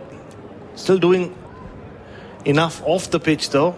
Hazelwood again comes in to bowl to Campbell. Campbell gets a very wide delivery, almost a wide really. That was taken in front of first slip, too wide. Sabina Park, steamy as ever. Kingston Cricket Club. Yep. So different kinds of audiences you get in different parts of Sabina Park. And generally the members are here with their guests, so not quite the MCC at Lords, but still you'll see a lot of people just sit down, and a lot of advice coming the way of the fielders and the bowlers and the batters from the wizened members of the Kingston Cricket Club. Hazelwood again comes in to bowl to Campbell, and Campbell is outside the off stump. That's a peach of a delivery. That touchdown just outside the off stump, the bounce there and the movement beautifully bowled by Hazelwood. Yeah, the Chemist Warehouse replay screen. Save on your prescriptions at Chemist Warehouse. That had John Campbell's wicket written all over it. Somehow, though, he survives. He got his bat not out of the way, but he got it in the way of the ball, but the ball just snaked past that outside edge. So he still survives, and West Indies are still 2 for 45 on the Tyre Power scoreboard, your trusted tyre experts. Here's Hazelwood again. Comes in to bowl to Campbell, and for this one, Campbell is covering up and pushing into the offside. We'll get a single as Smith comes in from that mid-off out towards extra cover. Doesn't pick the ball up cleanly. They always had the run under control. Positive call in from Campbell, with Chase responding. 2 for 46. Good cricket from Roston Chase as well. He realized his batting partner was in all sorts of trouble against Josh Hazelwood. He just had to give him the get out of jail card. The moment Campbell managed to just push that little bit of gap between Smith and Constis in the offside, Roston Chase was the one who called for the single. Not that Roston Chase has looked comfortable at the other end against Scott Boland. Yep. So basically he says, okay, let me try Hazelwood and you try Boland, because neither is working out for us, but we're still in there. So they trail by 170 now the West Indies. 2 for 46. It's going to be Hazelwood to bowl to Chase, the captain. He's faced 57 balls. He's got 15. Here's Hazelwood. He's halfway there, beginning to go past the umpire now. Final leap and bowls. On the back foot goes the West Indies captain and plays it out towards the cover area. There's no run. So the Kingston Cricket Club is where people are generally seated. There is consumption of alcohol, but very controlled and disciplined. Yeah, one would think. It gets a little wilder as you get into the grandstands. Like yesterday, there are musicians. I saw a few dancers come through as well, a few cheer girls. They keep streaming in. It's supposed to be a mound at this ground. Is it going though? No, there's no energy. It's not full of energy, which is the slogan of the West Indies. Here's the delivery. Pitch is pitched up. On the off stump, there's the batsman coming forward, and that's the captain pushing the ball into the offside out towards the cover area. So 2 for 46. Time for drinks.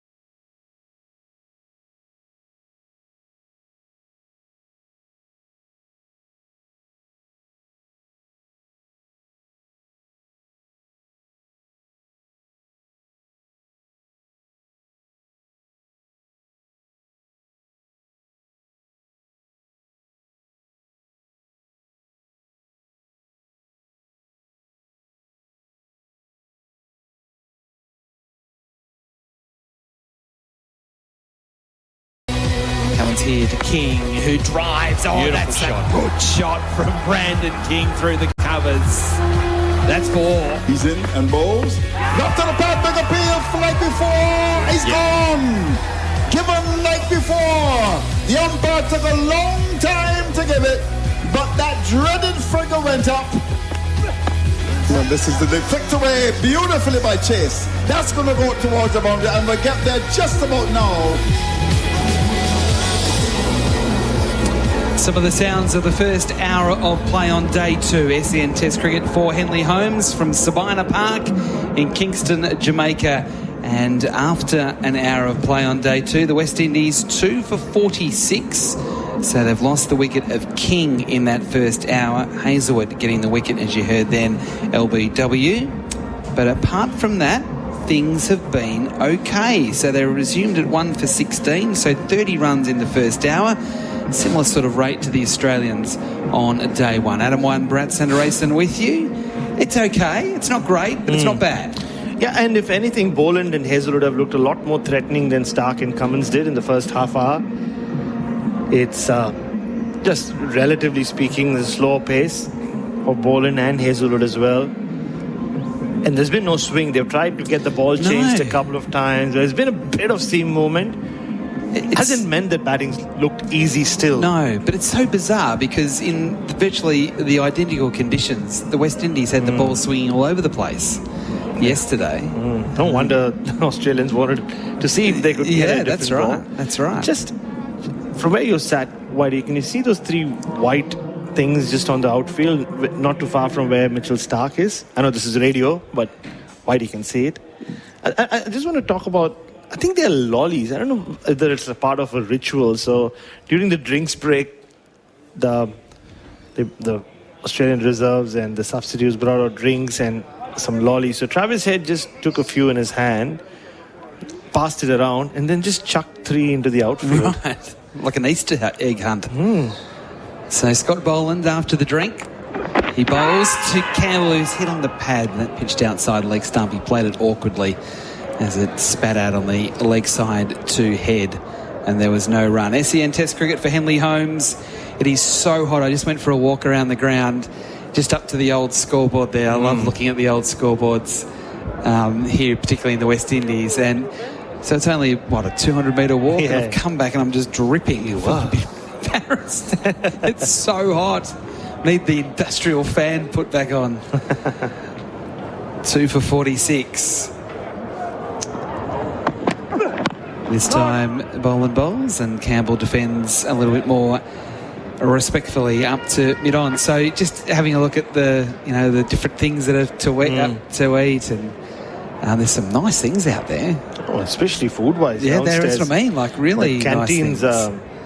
Are buzzing. A lot of fried chicken. It's like you can get almost like a home style sort of lunch with potatoes and coleslaw and chicken. It's all cut up nicely. Like it's really quite appetizing. Boland around the wicket here to Campbell, who is turning it around the corner. Nice shot just behind square leg for a single, but it was well controlled. Puts Campbell into double figures. Chase back on strike now. The West Indies 2 for 47.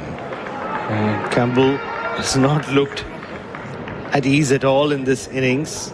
Hazelwood has been all over him. And it's Boland who's troubled Roston Chase. The big appeal in the previous over. Nitin Menon raised his finger. Turned out to be a no ball, but also turned out that he had not got an inside edge. He's given caught behind. So it wouldn't have mattered. So Scott Boland he's bowled well. He's had issues with his front foot and the popping crease. 3 no balls. 1 which nearly cost him a wicket. Now there's a bit of a delay here because the helmet's coming out. Yeah, or a different helmet. No, I'm not sure. Travis Head's putting the helmet off behind the keeper. Oh no! I think no. Alex Carey is coming up to the stumps. Right. That's what is happening. This would be brave. Yeah. Boland bowling the way he is at the moment to come up to the stumps. He's done it a few times now, Alex Carey. Even in Australia, did it a few times when Virat Kohli was batting. Yeah, and he does it for like a couple of balls and then goes back and then goes forward again. It's clearly to try and trap Chase on the crease. But considering the ball's only 21 overs old and it's seaming around, it's a risky operation here for Carey. But he's giving it a go. So as a result, we're down to 2 slips and a gully because the slips go a little bit wider with the keeper up to the stumps. Boland to Chase, and straight away a play and miss. Carey doesn't glove it cleanly, but immediately they get the false shot, the poor decision from Roston Chase. And the way he's tried to... Gee, that seemed a long way looking at the Chemist Warehouse replay. Yep, and the way he's tried to counter Boland has been standing outside his crease and also lunging onto the front foot. But now he's back in the crease. He can't just willy-nilly leave the crease with Alex Carey right up there, and Boland now has this target set for him in front of the stumps. Boland again past the umpire, bowls to Chase, inside portion of the bat, trying to drive. It goes up to mid-on, and even just looking at our replay screen for Chemist Warehouse, save on your prescriptions at Chemist Warehouse, it's a very, very risky from Chase. He's still batting outside his crease. So he's basically, from that point, he cannot miss the ball. No, he can't. Alex Carey has pulled off a stumping of a seamer, Michael Neser at the Adelaide Oval. Surprised you know that. Just wanted to talk about Michael Neser. Exactly. It's been a while. So the last ball of the over here. So a third consecutive ball to Chase from Boland. And pushing forward. He does okay there, Chase. Bat and pad close together. No problems as the ball bobbles up to mid-off. Over bowled, 2 for 47. Campbell 10, Chase 15. That's the Tyre Power scoreboard, your trusted tyre experts.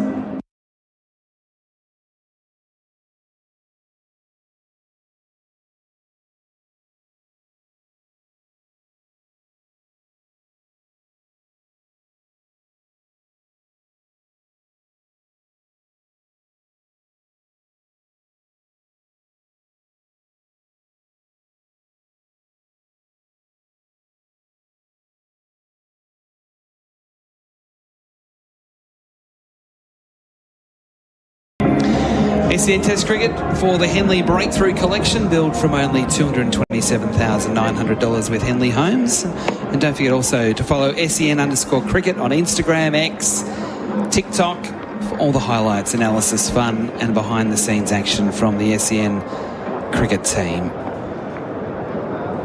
Hazelwood bowling here to Campbell with 3 slips and a gully. Campbell pushes forward. Back to the bowler. It's really noticeable that second and third slips are a lot closer.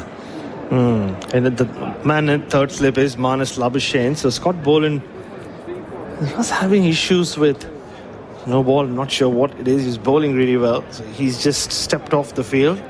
He might have a break because he's bowled 5 overs in this spell. And as I said, it's very hot.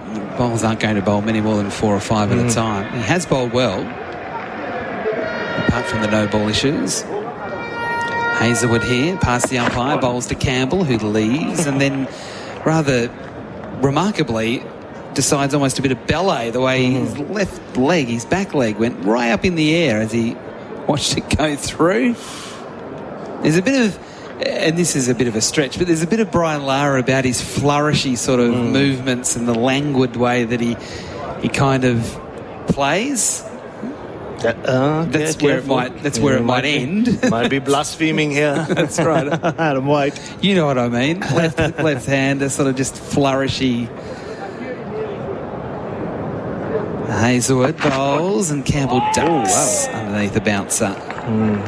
Because he's standing outside his crease, and he's doing that to negate whatever little seam moment Josh Hazelwood is getting right now off this pitch, and he's immediately moving to round the wicket, Hazelwood. The moment it's shot, he's so rushed. Even there, he had to go down very quickly. He almost goes at the ball, doesn't he? It's a classic traits of someone who's played a lot of white ball cricket. Yeah, that's exactly right.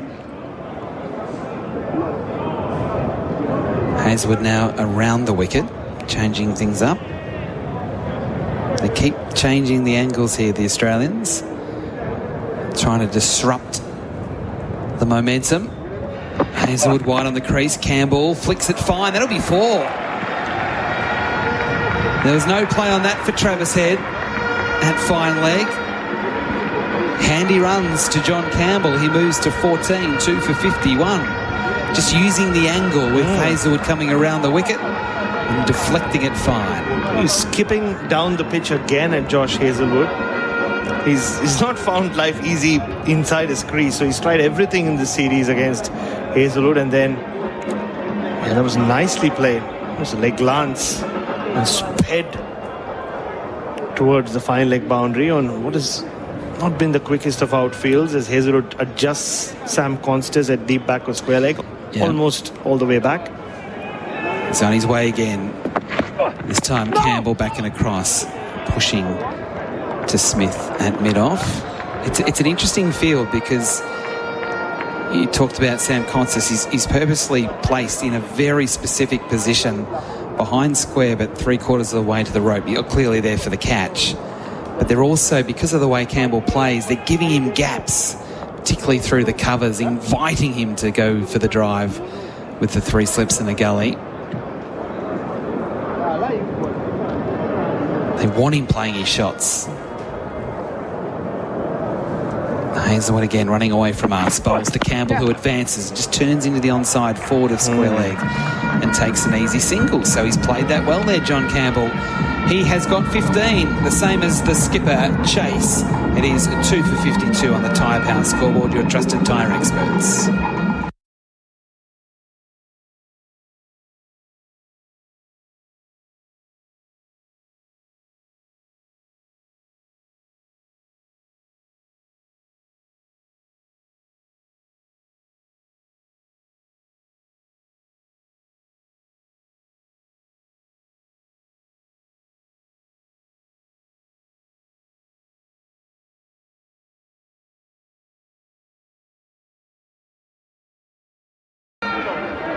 SEN Test cricket for Henley Holmes.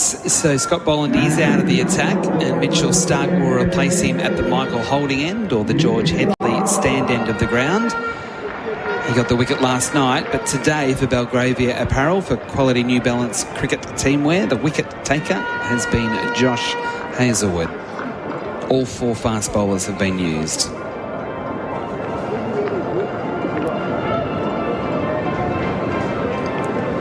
So just some conversations between captain and bowler. Now we're ready to go. 2 slips in the gully, extra man in the covers.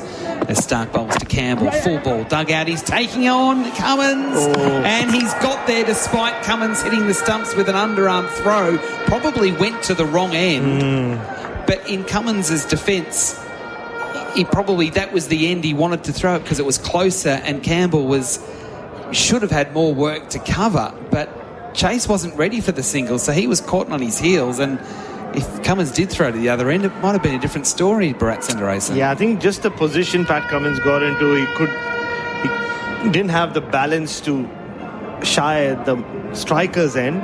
And I think if he had hit the stumps, he had all 3 stumps to aim at. I think Roston Chase could have been in big trouble because he did not respond to the call, Roston. No, he didn't. Then there was a bit of hesitation, and so probably okay, but ironically, that Cummins did hit from side on with the underarm throw. The third umpire is having a look at it. Is the bat grounded? Oh, wow. It is grounded. It is grounded. Because we're ready for the next ball. It was a bit closer than we thought. Stark now to Chase. He's cutting, and Labuschagne gets a bad bounce at a short cover point, and he makes everyone know that we got a bad bounce as well, putting the arm out. That wasn't my fault. They get back for 2. So that was interesting, that third umpire intervention for Imar, for Trusted Tradies Insurance Call 13 Imar, that the bat did sort of bobble up on the grounding. But the next ball's been bowled. I'm not sure why they're looking at the replay now. The play has passed. We have had an extra ball bowled, so we're having another look at the replay. The bat was definitely grounded, and then it came up before it went back down on the rough surface. No, I think Pat Cummins is now having a chat with Nitin Menon, wondering why it was not. They're saying that they didn't appeal, so it can't be given out because there was no appeal. We saw that in the BBL last summer.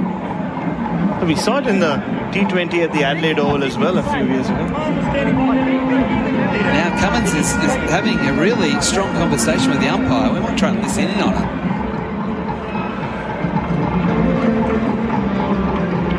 Well, the next ball's been bowled, so it's too late now. You can't retrospectively... No.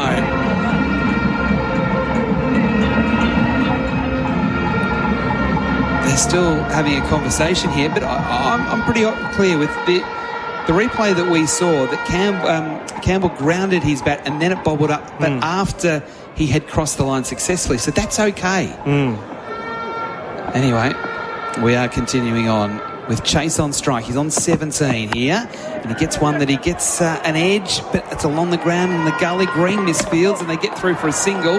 The throw from Constas hits the stumps. It's all happening. It ricochets out on the onside, but no damage done. Yeah, and they get the single. 2 for 56, the score. I think if anyone's at fault, it's the person in charge of the big screen, because it was just an odd time to show it on the big screen after the next ball had been bowled. We're getting yet another. We're getting another replay, but it's all got a bit ragged for everybody out there in the heat at the moment. There's some miscommunication with the batters, wild throws, misfields, arguing between captain and umpire. Yeah, it's the most animated I've seen Pat Cummins in a while with the umpire. Well, I agree with you, Brian. I think it shows that the West Indies are in this game here. It's not going to script for the Australians just at the moment.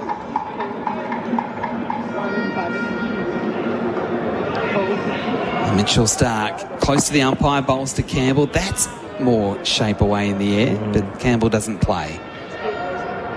And the speed, quite noticeable. That was at 134, so he was at mid to high 140s in his first spell.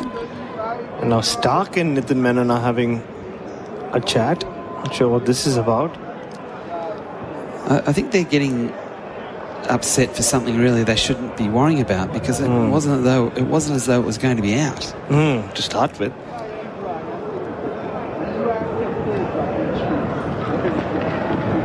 Cummins is happy now at least, and Stark approaches, running towards us. He bowls to Campbell, who drives on the bounce to Labuschagne. As Brat said, Labuschagne on the field because Boland is off. It's been off for a while now, Scott Boland. I think it's similar to what we saw at Grenada, where the bowler, after he finishes his spell, goes off for a period of time and comes back on. I don't like that, but the umpires and the match referee are letting it happen, so yeah, you know, good luck to the Australians for bending the rules a little bit. Last ball of the over. Stark to Campbell, gets one on his hip, turns it around the corner, out into the deep, and gets a single. This is good batting from John Campbell. A little bit more control, and he is manipulating the field nicely. He is up to 17. Chase is 18, 2 for 57 at the end of the over. On the Tyre Power scoreboard, your trusted tyre experts. They're the tradies, mate. That's Simon.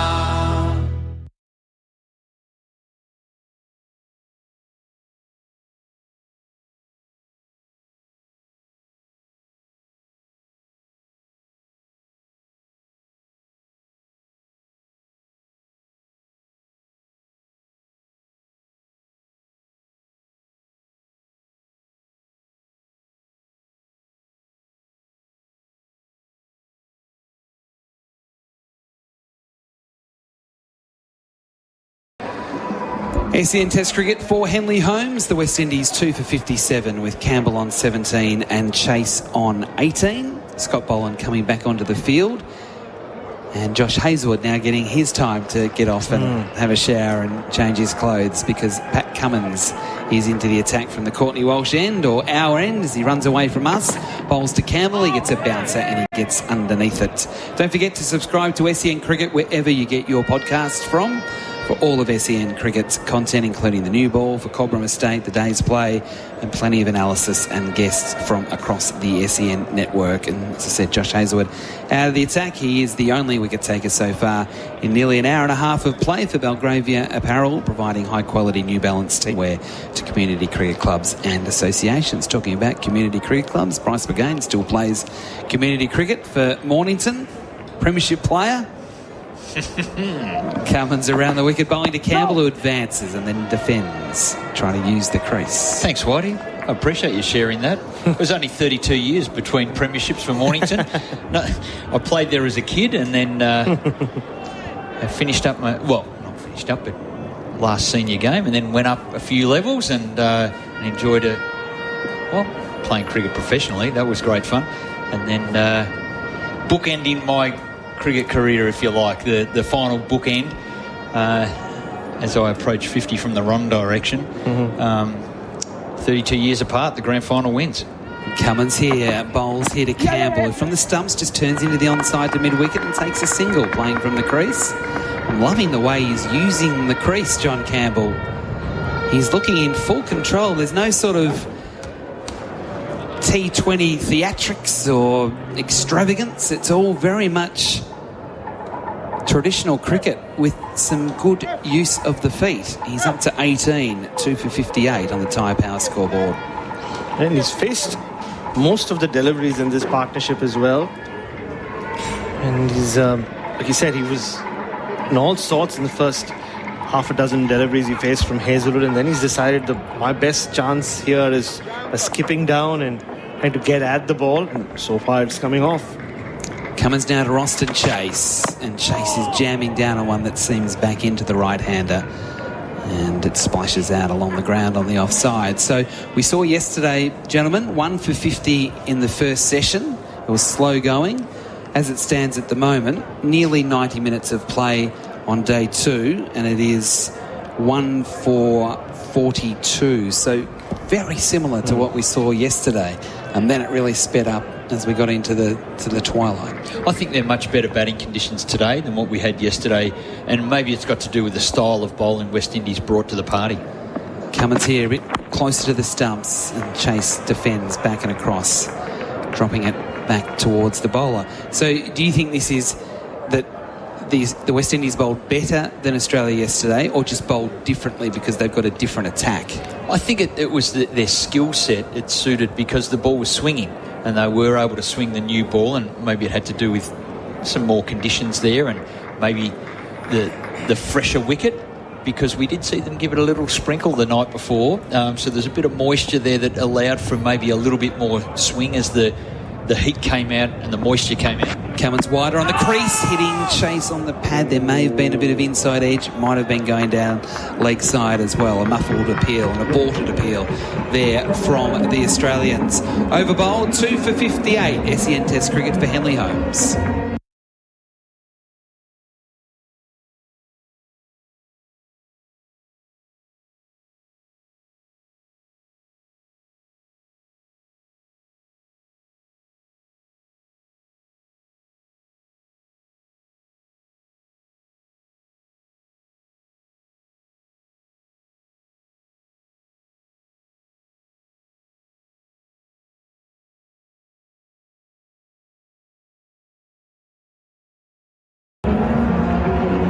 The West Indies 2 for 58, trailing by 167 on the Tyre Power scoreboard, your trusted tyre experts. There's a bit of a delay here with the West Indian batsmen both getting a bit of a towel down and a drink as well. Pat Cummins having a chat to Mitch Stark at the top of his run. It's approaching 6 o'clock on the eastern seaboard back in Australia.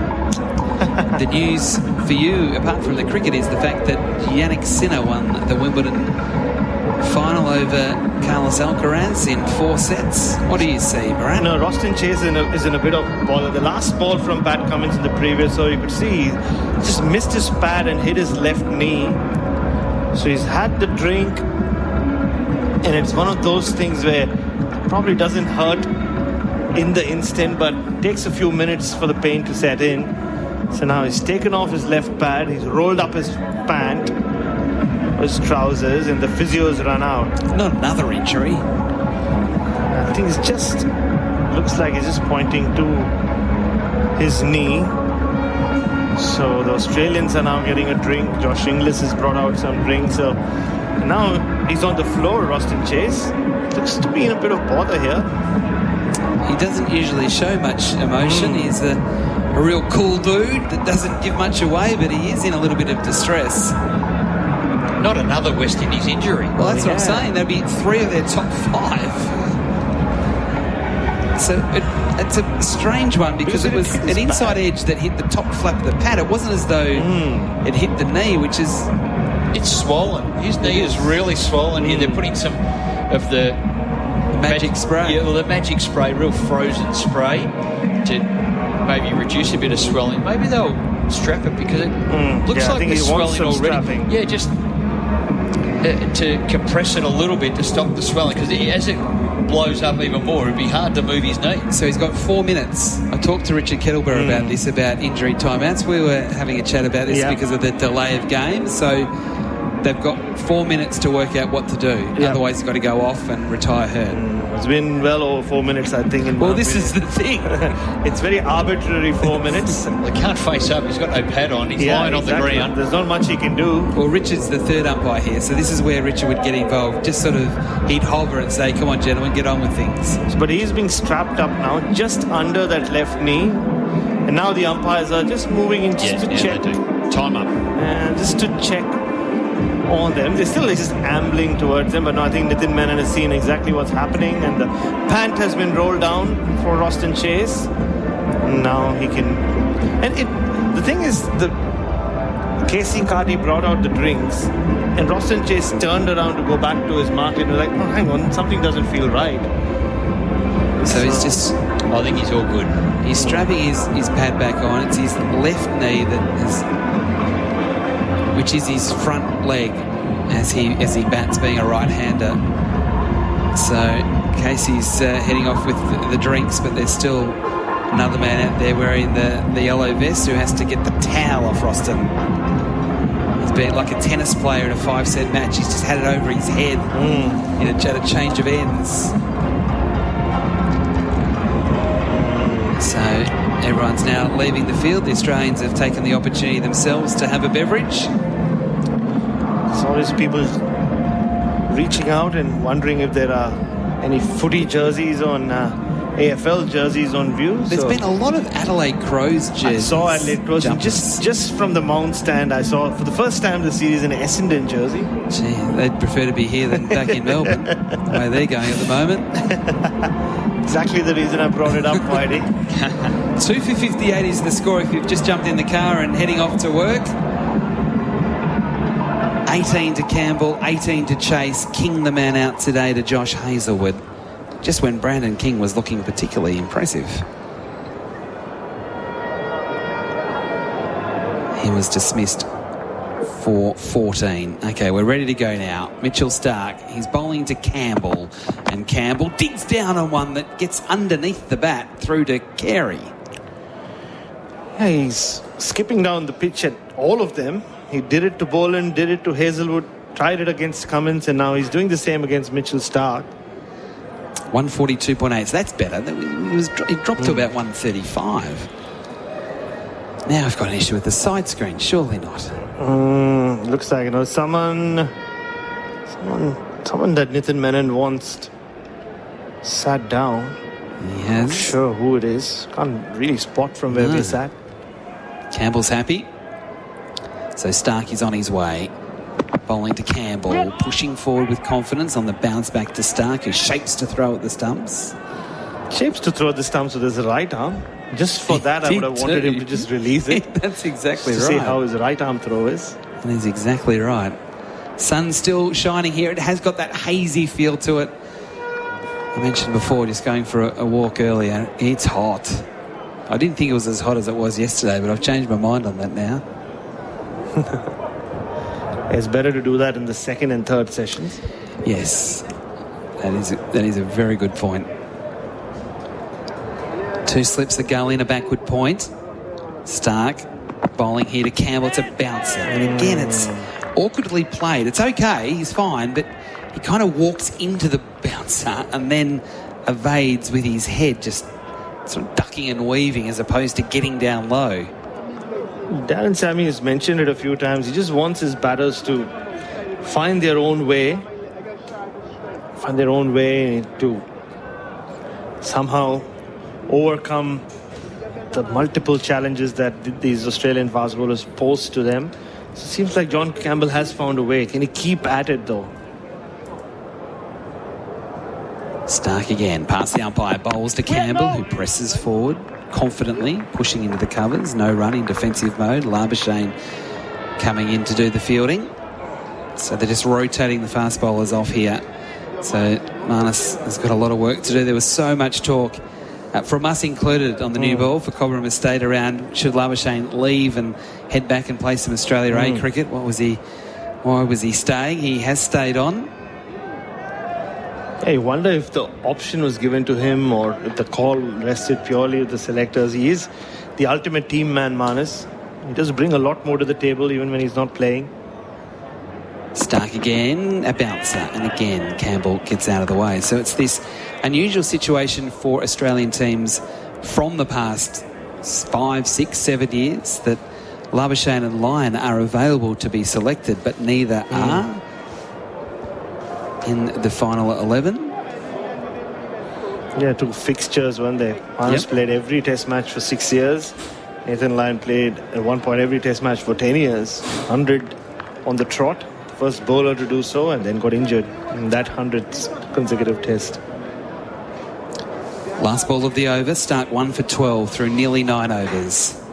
He bowls here to Campbell, who again advances and then lets it go. Hop, skip and a jump down the wicket. It's unusual, but it's working. Into the over, 2 for 58.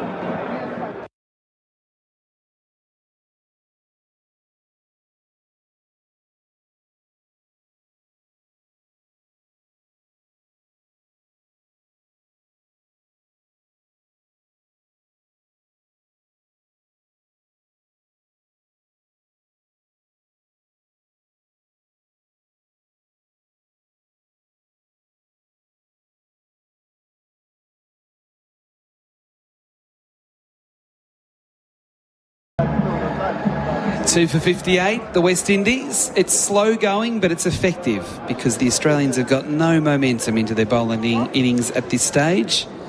And the West Indies are making the Australians work hard in the sun.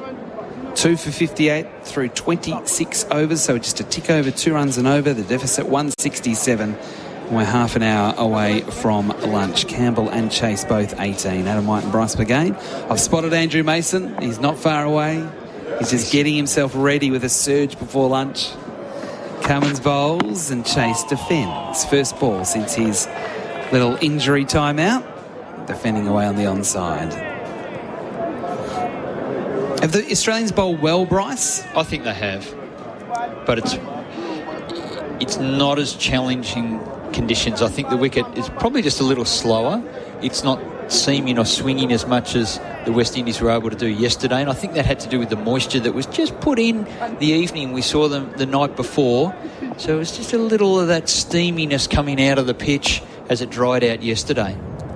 Cummins bowls here to Chase, who decides to come down the wicket and flick and miss. Leg stump. It wasn't far away. I'd like to have a look at the Chemist Warehouse replay. I think there was a bit of bluff from the Australians. Have a look, Bryce. What do you see? Oh, it's a ball width. Is that close enough? Wasn't hitting? I'll go two ball widths. Okay. Especially with the angle. But it was unusual that Chase would sort of come down at Cummins. Why he did. He remains on 18. Cummins bowls. Chase hit on the pad. That's very close. Very, very close. The umpire says no. That just looked out. Pat Cummins, hands on hips, goes to Carey and says, we have to take that upstairs, don't we? Big angle. So he got wide on the crease. Upstairs. Now, he's played this game before, Cummins. Wide on the crease, that's the one that darts in. Look out for the one that'll follow up with it going away. But he was able to find the pads. Now, this has been a real vulnerability for Chase, and is probably heading down. Whitey, what do you think? Oh, I thought that was out, and I reckon we'll have a look at the ball tracker when it comes up. That might be umpire's call. It felt out looking at it, but Carey was adamant that it wasn't. So Chase, who's in a big hole here, survives. Cummins bowls again. Chase edging this time. It is taken by Khawaja. No problems at all. We say it all the time. When Australia needs a wicket, it's Pat Cummins that delivers. Captain to captain. Chase on his way. Out for 18. That ball, short of a length, took off, took the shoulder of the bat. And Khawaja chest high with two hands. Hands up. Never, ever was he dropping that. The West Indies 3 for 58. Chase on his way. 2 wickets for the Australians in this session as we get close to lunch. Well, Pat Cummins, he scrambles your feet. Roston Chase caught on the crease on the one before, and he's already had 3 dismissals that way in this series and was probably looking to protect that. Pat Cummins, again, he's a page ahead, puts him on the back foot with a quicker delivery that takes the outside edge, and the damage is done. Terrific bowling. As you said, when Australia need a wicket, it's often Captain Pat. So the new man to the crease is Louis. Now, it's the perfect time for Andrew Mason to come in because Andrew had breakfast with Louis this morning. And he just said, "You're right, man. You're right, man. You're ready to bat, man." Yeah, man. That was pretty much the most of it.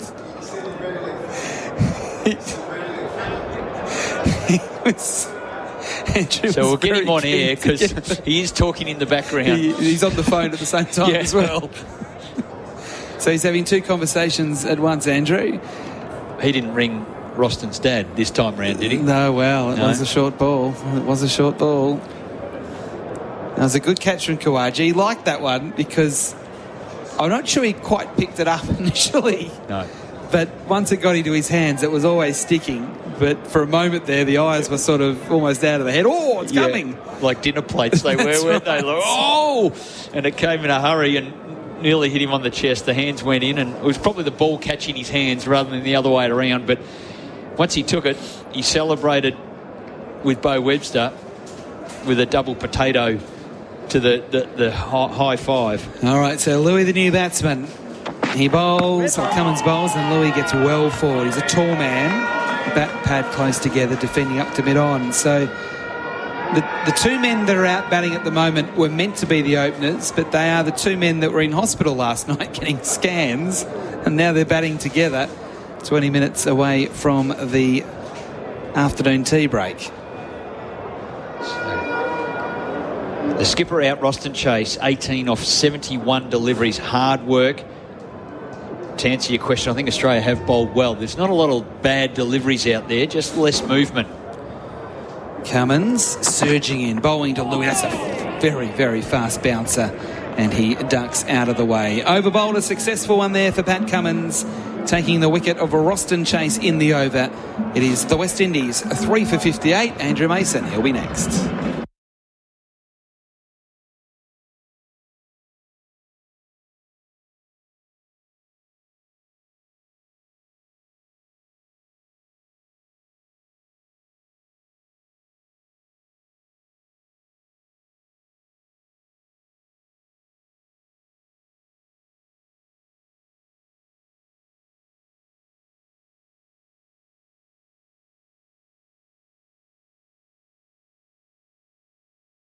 All right, so we've got a situation where it's 58 for 3, and the West Indies losing their captain about 5 minutes ago. Stark begins to move in and bites Sanjay Sabana Park, comes in, bowls to Campbell. Campbell allows the ball to go back side of him, taken by the keeper. It's been patient, but they've picked up 2 wickets. Pricey, well done to them. Indeed. It's had to be patient batting because the bowling has been of high quality. And captain to captain, well, it's Pat Cummins who gets out on top. Yes, he's been brilliant. Last bounce he bowled to Louis was a good one. Comes from St. Kitts and Nevis, age 24. 9 test matches, 358 runs, player with some ability. Stark begins to move in again to bowl to Campbell, the man from St. Mary in Jamaica, and he's allowing the not swinger to go by, taken by the keeper. So the score is kept on 3 for 58. And the West Indies hoping not to lose any more wickets before the break. The Australians are looking for more scalps. 58 for 3. Yeah, it's an important phase now. It could hurriedly go in another direction. But as I said to you last time you were on, Andrew, the strategic part of last night not having the opening bats, they're coming in now to consolidate at 3 for 58. These are the two that are best suited to facing the new ball. Yeah, well, the others have done some work for them. Can they cash in? Stark comes up now, bowls to Campbell. Campbell is getting the ball to the line to the legs and works it into the onside for one. The mid-on has to come across to the left to pick it up. The batsman get the single comfortably. To carry Campbell to 19, Louis hasn't scored as yet. And the West Indies started at 16 for 1. They're 3 for 59. Andrew, do you ever get the feeling that Campbell is itching for a ramp or a scoop shot or something like that? Because, or maybe that's been clipped out of him by the coach at this stage, because he hasn't gone for it. He's certainly using his feet outside the crease and making sure he's playing not just a sitting duck, if you like. He's been quite proactive with his footwork. We haven't seen a scoop to come out just yet. Not as yet. Barbados, there was a couple. Of course, the day is still young. 3 for 59. Stark begins to move in to bowl to Louis, and to this delivery, Louis is covered up and look for his first run, and we're happy to get his first run as well as he works the ball down to long leg off the hip. So the man from St. Kitts and Nevis is off the mark. He's got one. As we head towards the break, it's 3 for 60.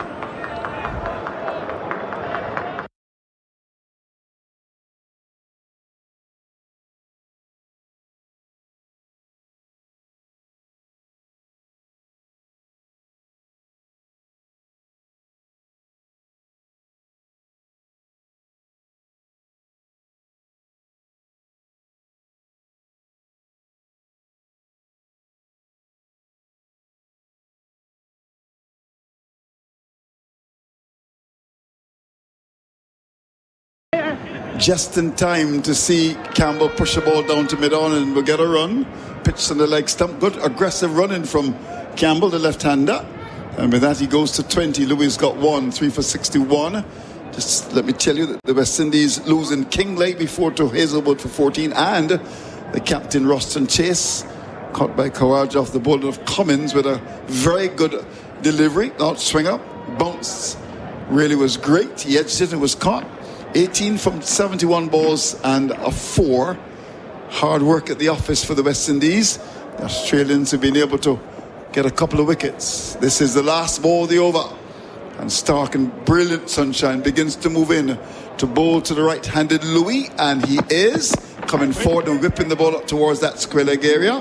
Coming right across the stumps, goes out towards the wicket area for the captain to come across to pick up. To end the over, Campbell has got 20, Louis won. It's 3 for 61, the latest score at Sabina Park.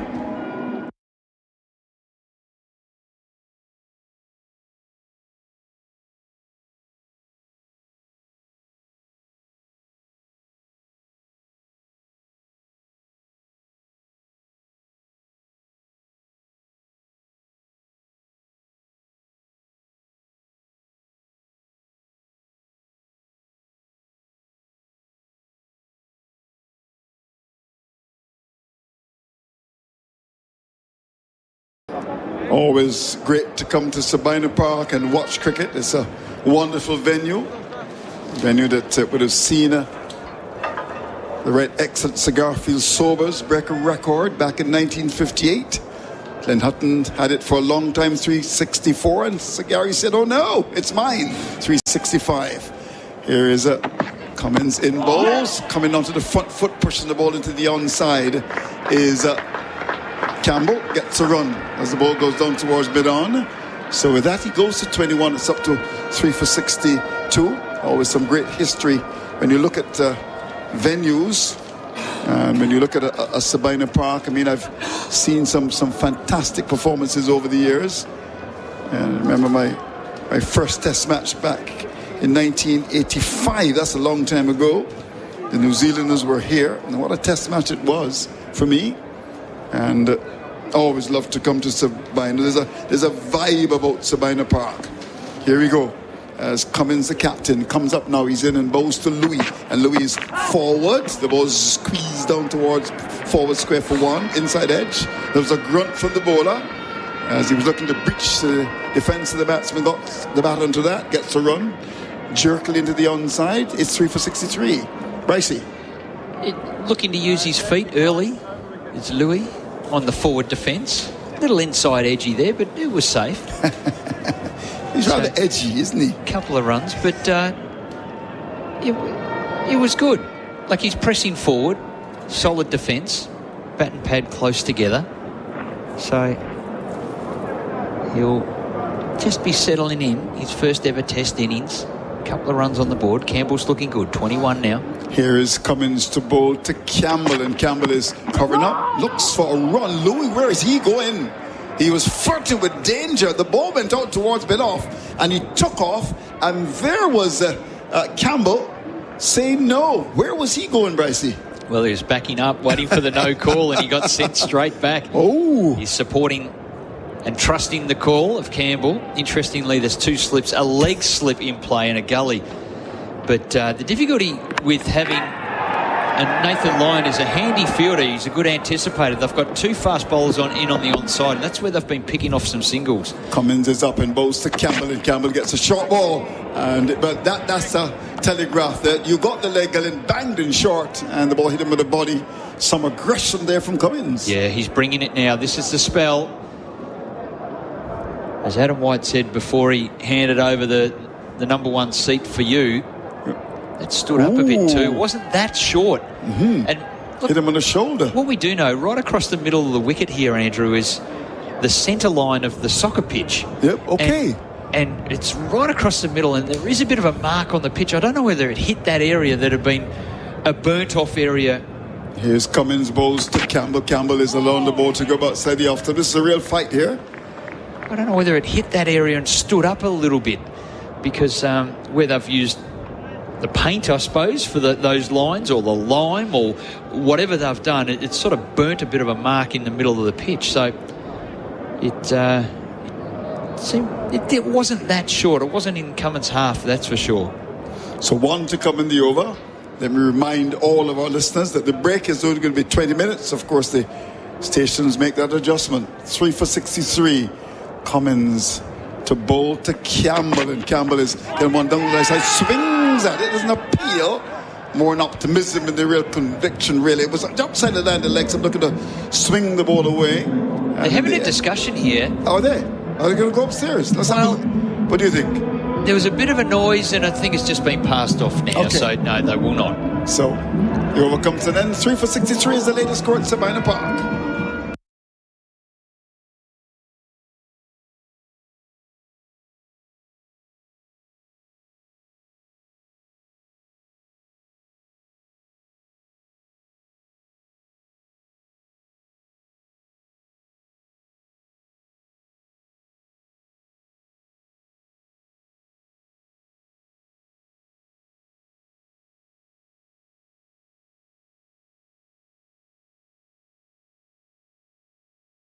All right, so when you talk about Jamaica, you talk about the great George Headley. Of course, Lawrence Yagoro, who made that brilliant 302 in Barbados. I think he's the ground at the Kingston Cricket Club. Michael Holden, Courtney Walsh. I mean, some fantastic cricketers. Oh, what great cricketers coming from this fantastic country. In fact, they've met 11 times here at Sabina Park. We're talking about Australia and the West Indies. Australia winning 5, the West Indies 3, and 3 drawn. 3 for 63. Bowling is back, comes up now, bows to Louis, and Louis allows the ball to go outside the after taken by the keeper. 3 for 63 as we head toward the break. Big positive step forward. It's a positive leave, that one. Letting it go. Good footwork. He looks sharp. Yep. Early on, he's not intimidated, just taking his time now to do a bit of gardening. Looks calm, relaxed. Not tense, not belting the bat on the ground, just a nice casual tap. settles into his stance. He's got a leg stump guard. He has indeed. Boland comes up now, bowls to Louis. Louis is allowing it to go back side the off stump again. There's 3 steps waiting. Came across the line, just whipped the bat inside the line. He's got to it, 3 for 63.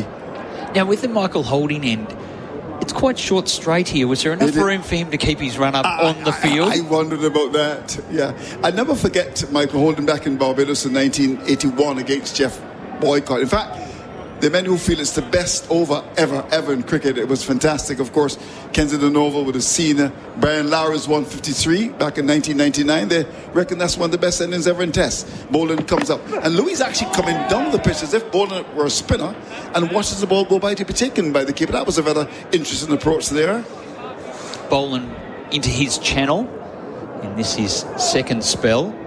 First spell, 5 overs, 2 maidens, none for 10. And he's into it now. We head towards the break. Not long now. 7 minutes. Yep. West Indies hoping to get through those 7 minutes without losing the wicket. The Australians are looking for more. Boland, hard working, comes up now, bowls to Louis. And Louis is getting a one outside the line of the off stump. And that ball came back at him and played it rather jerkily down towards gully. There is no run. He's got to it. 3 for 63. We saw him at breakfast this morning, yes, and we asked him if he's okay. He said, yeah, I can bat.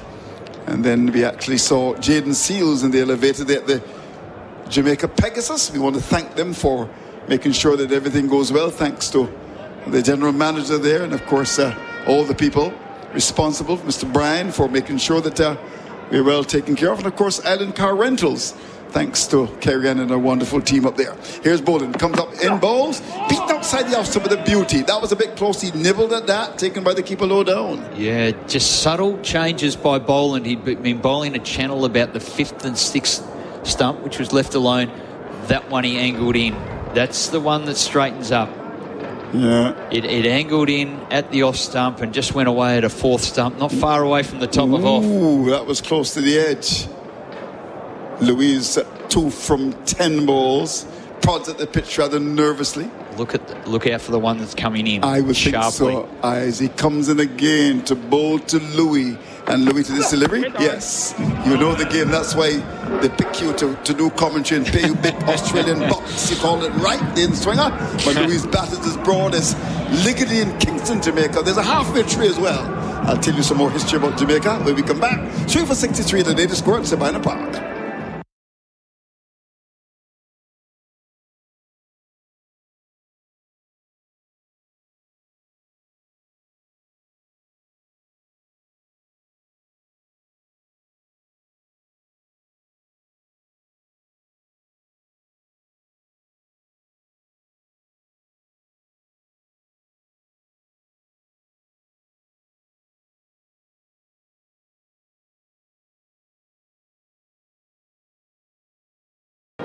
Well, it's a situation where we could squeeze maybe another over after this. Let's look at our time. I make it about 5 minutes to go. Cummins starts his run, comes in to bowl to Campbell, and Campbell is off the back foot to one short. This pushes into the onside down towards that mid-on area. This is your first time in Jamaica. Of course, you would have gone to Barbados, then up to the Spice Isle. Of course, it's an island in the Caribbean Sea south of Cuba. Mostly mountains, and of course August 6th, so the independence is coming up back in 1962. There's also general elections slated for Jamaica sometime this year, and I doubt the Jamaicans will make a choice. 3 for 63. Here's Cummins, he's in bowls, and there's the batsman making a choice to come forward, and he's a Jamaican, pushes down towards mid-on. That's Campbell. There's no run. Maybe he'll vote in the next election. There are 14 parishes here. We are in Kingston, which is the capital. In fact, Kingston and St Andrew were amalgamated in 1923 into the present single corporate body known as Kingston and St Andrew Corporation. Blue Mountains, of course. You got a Montego Bay. We're going to go there. Ocho Rios, Port Antonio. And you got to visit the Hope Gardens in Kingston before you leave. It's the largest botanical gardens in the West Indies, opened back in 1881. Here's a delivery, which is on the line of leg 7. I'm sure that Campbell has gone to the Hope Gardens. And he pushes down towards middle. And the ball goes through the fielder. And the head out to the ball without the legs to get there. It goes for 4. 4 overthrows. And they're loving it here at Kingston, Jamaica. The return came in, it breached the slip cord, went behind them, and the West Indies benefit by another 4. Wow. That's one of the great feelings. You go for a quick single. Yep. It was... Look at that. It was Hazelwood picking it up at mid-on, and that's where they're picking them off. And Nathan Lyon often allows the extra... Well, he's quite mobile in the field, good anticipator. Not that he fields at mid-on too much, but Campbell, they've got 2 fast bowlers trying to field in the ring, if you like, and that's where they're getting picked off. Campbell knows that. Hazelwood picked it up and went to throw sidearm and put it wayward, and Carey missed it. Well, Louis getting one down the leg side, comes right across this time. He tends to play across the ball, Louis, and the ball goes down the leg side, taken by the keeper. So Campbell, the Jamaican, of course, Jamaica in the national anthem says, "Jamaica land we love, stir response to duty's call." Remember when Courtney Walsh got the record, and that was played at this ground. I had an opportunity to see Courtney Walsh break the record. In fact, in terms of people who've done well at this ground, Courtney Walsh leads the way with some 40 wickets at Sabina Park. Here is Cummins. He's in and bowls. Ball on the line of the off stump, and Louis comes forward. Elbows well cocked, pushes the middle, and there's no run. Hey, talking about great fast bowlers, a text has come through, and I'm interested in this. Patrick Ewing, do you know who he is? He's a basketballer in the NBA, former basketballer, many, probably 20 years ago, probably even longer. I think he more. grew up in Jamaica he did. and played cricket as a youngster. Yeah, indeed. Could he have become You never know. a great fast bowler? Any records if he was any good? Yeah, but I'm going to check that. But of course, Michael Holden, of course, was a good sprinter, but then he elected to do fast bowling, and we know that the rest is history.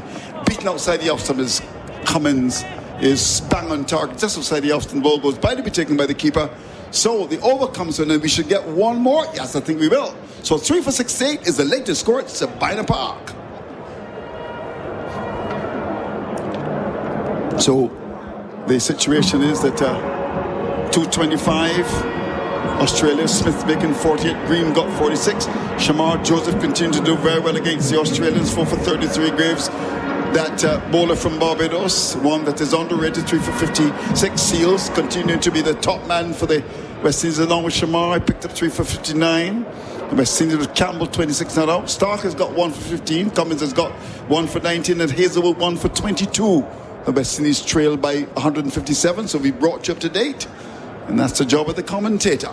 Here is Bolden with the last over before the break. He's in and bowls and coming onto the front foot and just steering the ball square in the offside, actually as if he were a spinner, get it in front of the crease, then just guiding it square in the offside. Why are they doing that? Well, he's slipping down the pitch.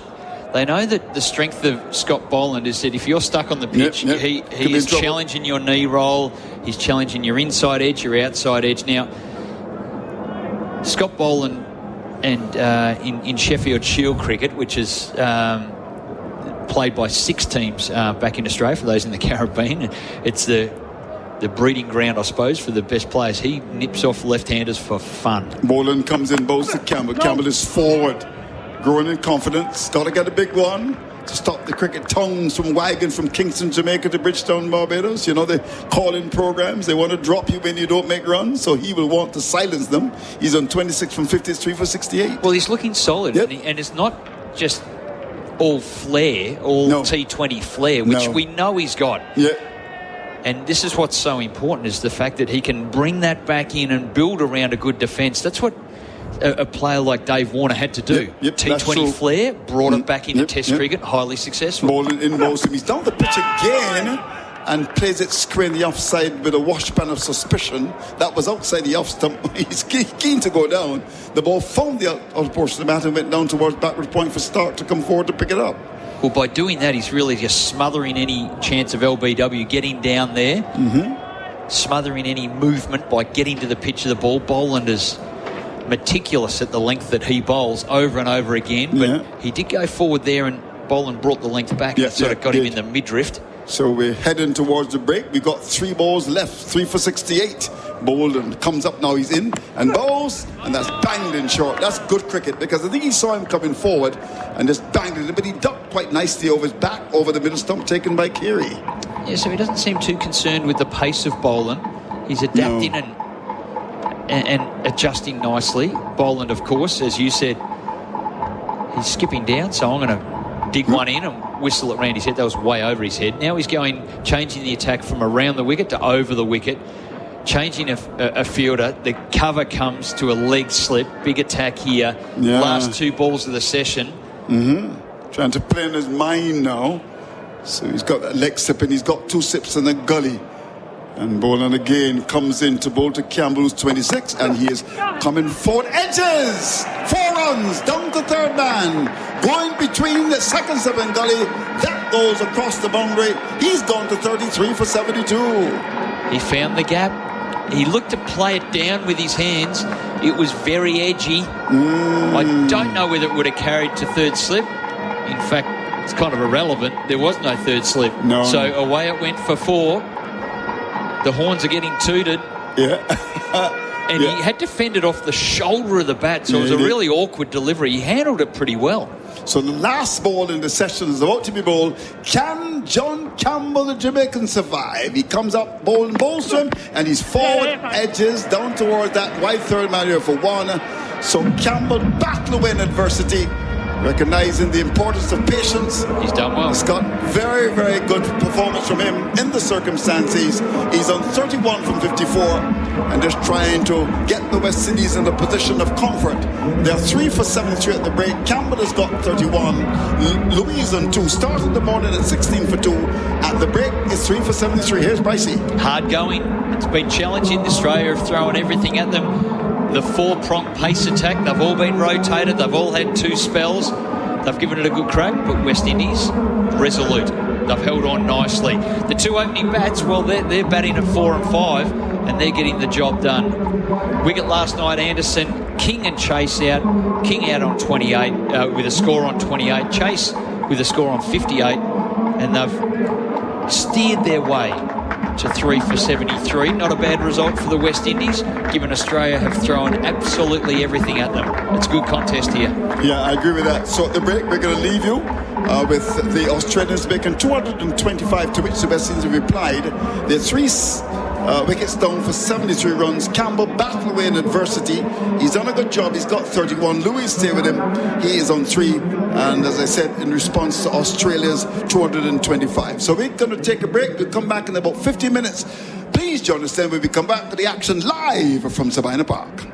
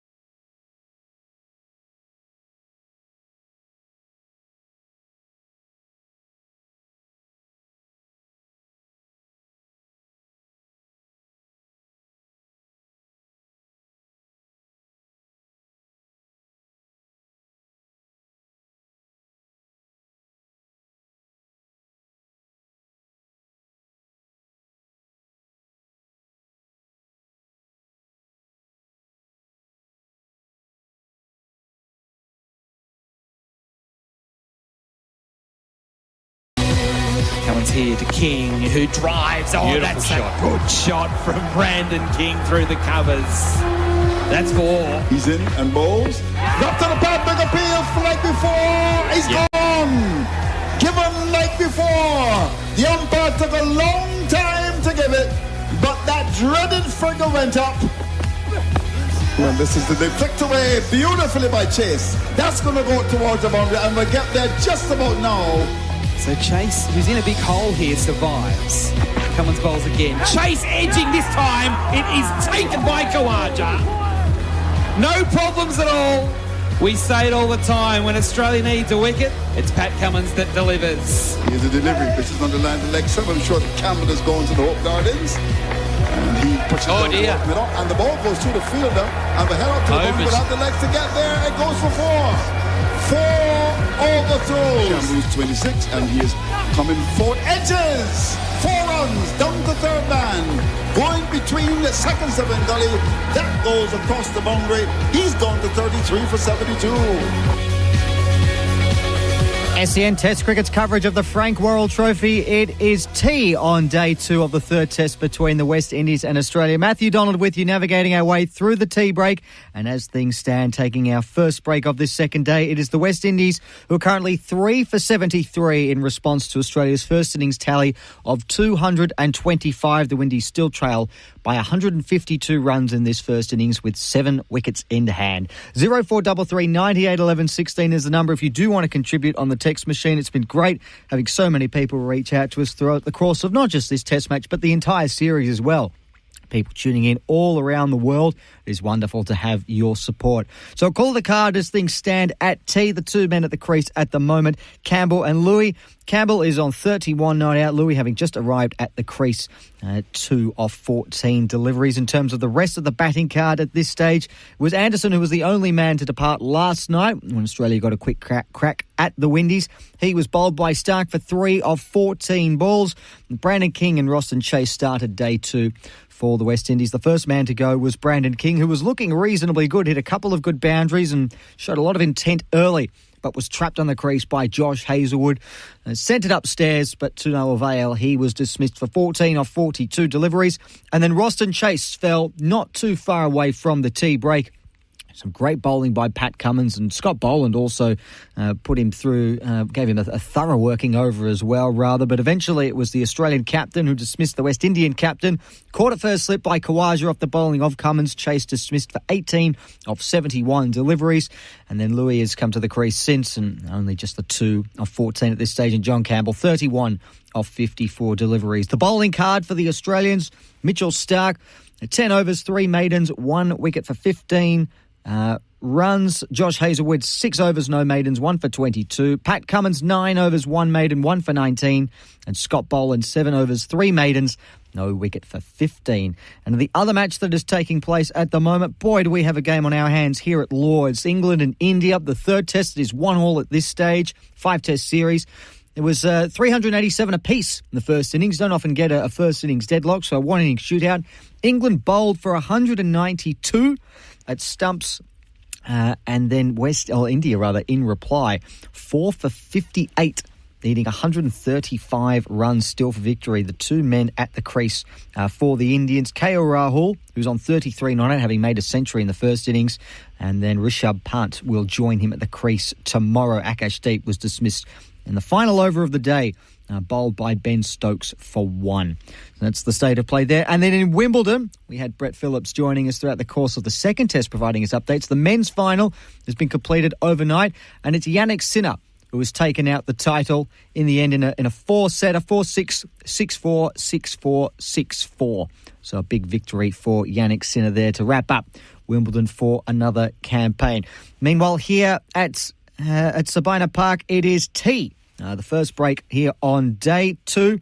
The West Indies 3 for 73, trailing Australia by 152 runs with 7 wickets in hand. Now, for those who are listening around the world, and really appreciate the support, thank you for that. If you do want to listen on Fanatic, on the SEN app, there are 3 options. The free-to-air option is the one that you'll want to select if you want to follow the cricket. So on the SEN app, you'll select SEN Fanatic, And then underneath that, sync that to the free-to-air TV option, and that should give you unrestricted access to the commentary broadcast throughout the course of this third test at Sabina Park. We will take a quick break as we wrap up the tea break, and we'll go straight back to the commentary team, the West Indies, to resume at 3 for 73 on SEN Test Cricket's coverage of the Frank Worrell Trophy. They still trail by 152 runs with 7 wickets remaining in their first innings.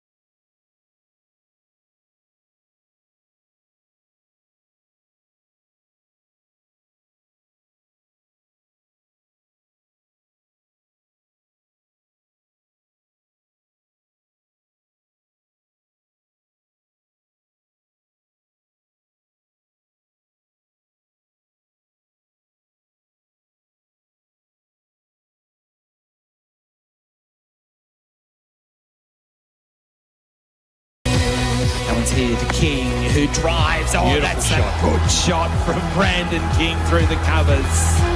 That's 4. He's in and bowls. Drop to the pad, big appeal, like before. He's gone. Given like before. The umpire took a long time to give it, but that dreaded figure went up. Well, this is the flicked away beautifully by Chase. That's going to go towards the boundary, and we'll get there just about now. So Chase, who's in a big hole here, survives. Cummins bowls again. Chase edging this time. It is taken by Kawaja. No problems at all. We say it all the time. When Australia needs a wicket, it's Pat Cummins that delivers. Here's the delivery. This is on the line to leg 7. Short Campbell is going to the Hope Gardens. He puts it down dear. the and the ball goes through the fielder and the head up to the ball without the legs to get there. It goes for 4. 4 overthrows. Campbell is 26 and he is coming 4 edges. 4 runs down the third man. Going between the second 7 gully. That goes across the boundary. He's gone to 33 for 72. All the action of the first session on day 2 at Sabina Park, where the West Indies at the tea break 3 for 73 after dismissing Australia late yesterday for 225. So the deficit 152 with still 7 wickets in hand.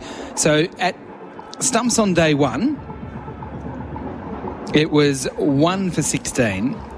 Just a little bit of a pause there. 1 for 16. And then they've got it to 3 for 73. So that is, by my maths, 2 for 57 or 56, something like that. I need a calculator. So what's the total now? 73 from 16. I said they were 12, 61. 57? 61. Oh, 16, right, sorry, Yeah. 57. 57, yeah. So it was 1 for 50 for Australia, 2 for 57 for the West Indies in the corresponding session from yesterday. Adam White and Bharat Sandaraisen with you. It is SEN Test Cricket for Henley Holmes. We're not far away from the resumption of play. I'm looking for the umpires. I'm seeing Alex Carey with his pads on and his gloves on, so we're not too far away from action. It is the shorter break for the first break and then the longer break for the second break.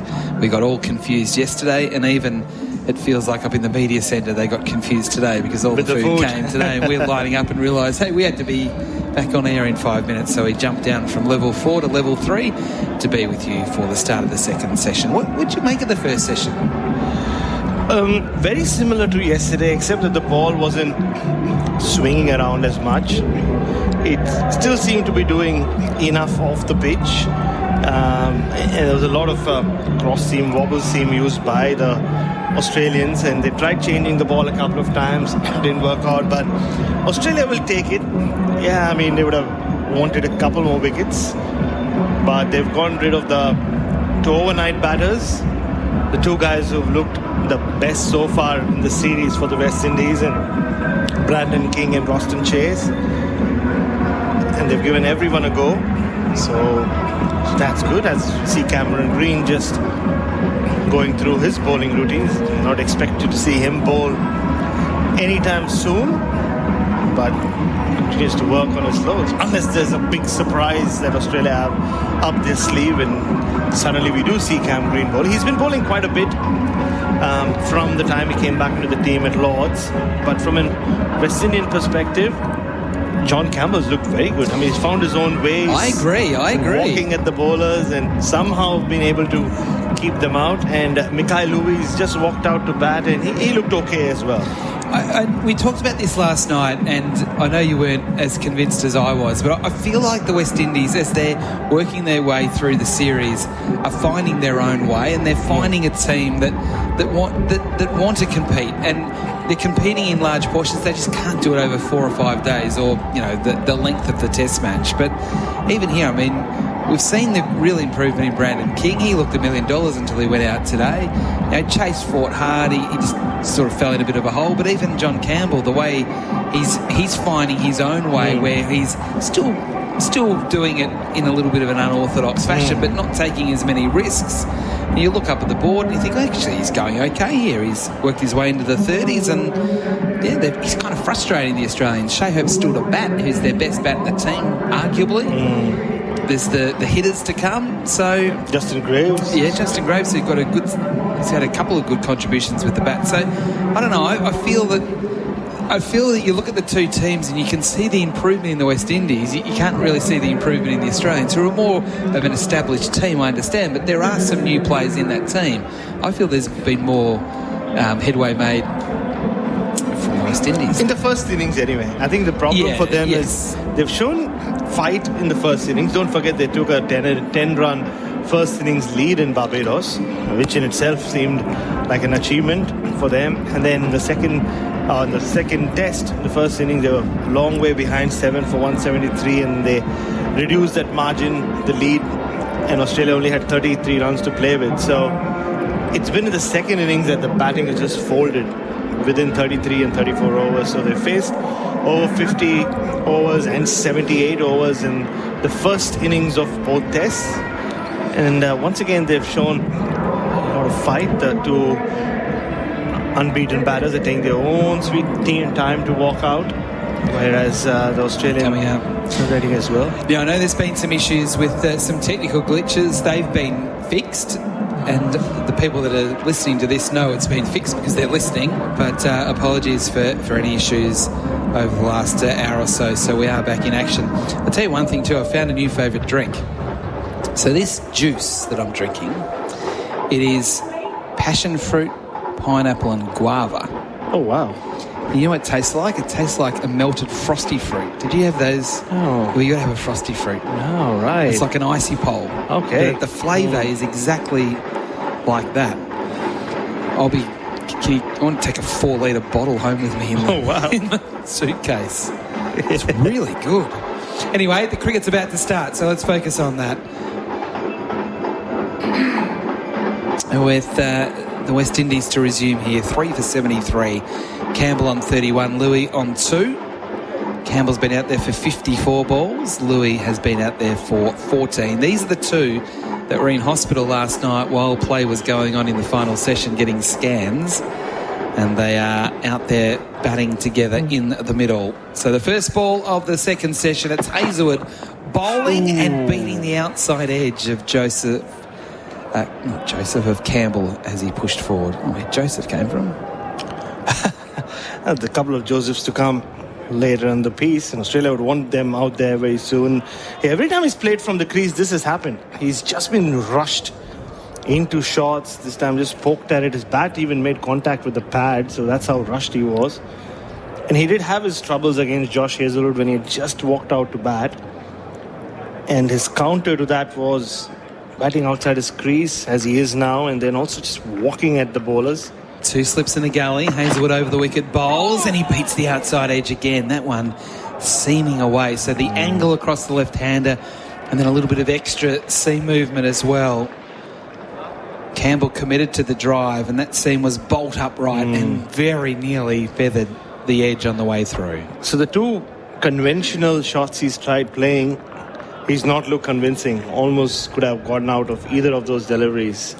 So I'll be surprised if he doesn't do what he did so well in that first session, which is use his feet. You don't say that often when you're talking about facing fast bowling. Hazelwood again bowls, and this time it's a leave from Campbell. It's really noticeable too how much closer Bo Webster's gone in second slip. He's well in front of the wicketkeeper, which shows two things. One is that he's got good reflexes, but secondly as well that maybe there's not the pace in the pitch we were hoping that would continue past that opening day. Yeah, it did look the most even of the surfaces we've got so far in this series, and you thought the bounce and the pace will just stay consistent, at least for the first 2 or 3 days. Gully also a lot closer. Hazelwood bowling, and it's off the thigh pad, and Bullen's away on the offside to point.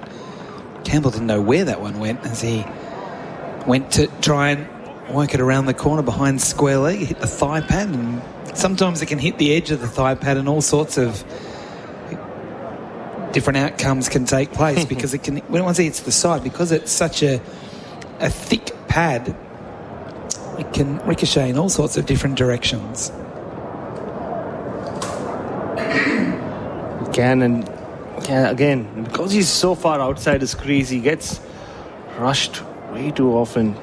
Hazelwood bowls here a bouncer and he gets underneath. Is that maybe a reason why the slips have come forward, because he's so far out of his crease that when he edges it, it might not carry to a traditional slip position? That makes sense, because it's got to go further. Yeah, and one of them did fall just in front of Bo Webster. It was Hazelwood, the bowler, in the previous session, where he got a genuine outside edge of Campbell's bat, but fell half an inch in front of Bo Webster.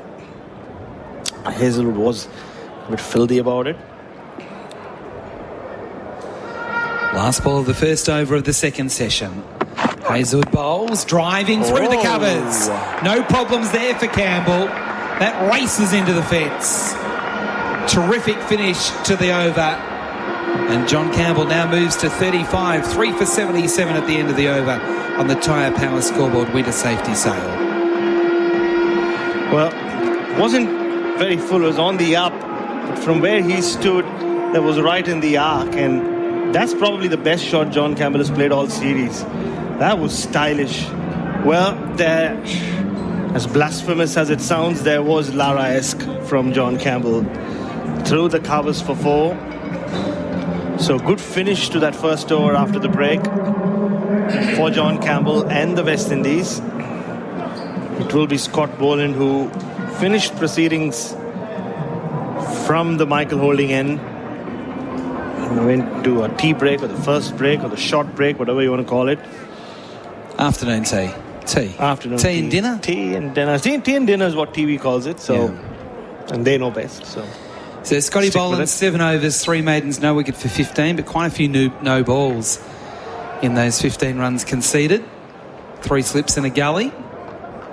As Boland starts off from the Headley stand end, he beats the outside edge of Louis, who just lunged forward, didn't go at the ball.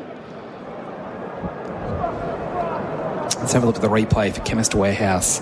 Oh, that classic Boland dismissal. Yeah. So draws in with the angle coming in over the wicket, hitting the seam and then just moving away. That's what's given batsmen around Sheffield Shield cricket for the last decade or so nightmares. Not just them, Virat Kohli.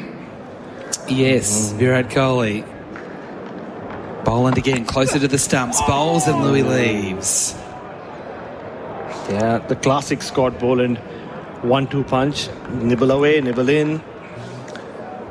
He's always asking questions. I wonder, he's a dad, isn't he? I wonder what kind of parent he would be. He wouldn't get away with anything. He's just always asking questions. Well, he doesn't say much though, so he just looks. Only in the backyard, then you mean? If he has a ball in his hand. He just looks. He would just give the stare and things would be in order very quickly. Boland again. Louis pushes forward. That time he actually made it. It was a trigger movement where he went back and across and then forward before Boland had released the ball. So that is a dangerous operation against someone like Boland, who can quickly jag the ball back in and hit the front pad. But if you are outside the line, I guess you're okay. So he's trying to take a leaf from John Campbell's book, just skipping at the bowler. It's not really charging at them. Just take a couple of steps. John Campbell being bothered by a fly or a mosquito at the non-strikers end meanwhile. The breeze continues here as Boland to Louis, who on the bounce drives up to Smith at extra cover. That breeze is it coming from a similar direction to yesterday? It's probably, if anything, just shifted slightly, and Boland's kind of bowling with it. It's almost going to a backward point, maybe to a gully, whereas yesterday it was right across the ground. The flags of Jamaica, Australia and the West Indies certainly fluttering aggressively on top of the flagpoles, on top of the video screen. And Boland again gets close to the stumps, and Louis in defence, rushed, taps it away on the onside. Fielding done by Cummins, no run at mid-wicket. Big innings, big day for Mikael Louis. Made his debut in England last year. Got himself an 80, didn't he? But he's really not got a score on either side of it. Lost his place in the side, to the extent West Indies, under their new leadership of Darren Sammy, went back and brought John Campbell, who hadn't played Test cricket for 3 years. So he's got his chance here in place of Craig Brathwaite. You want to make the most of it. Boland here, Louis leaves comfortably, confidently. And that is the end of the over. So 2 overs gone since the break. 4 runs, lots of dot balls as well. The West Indies 3 for 77 on the Tyre Power scoreboard.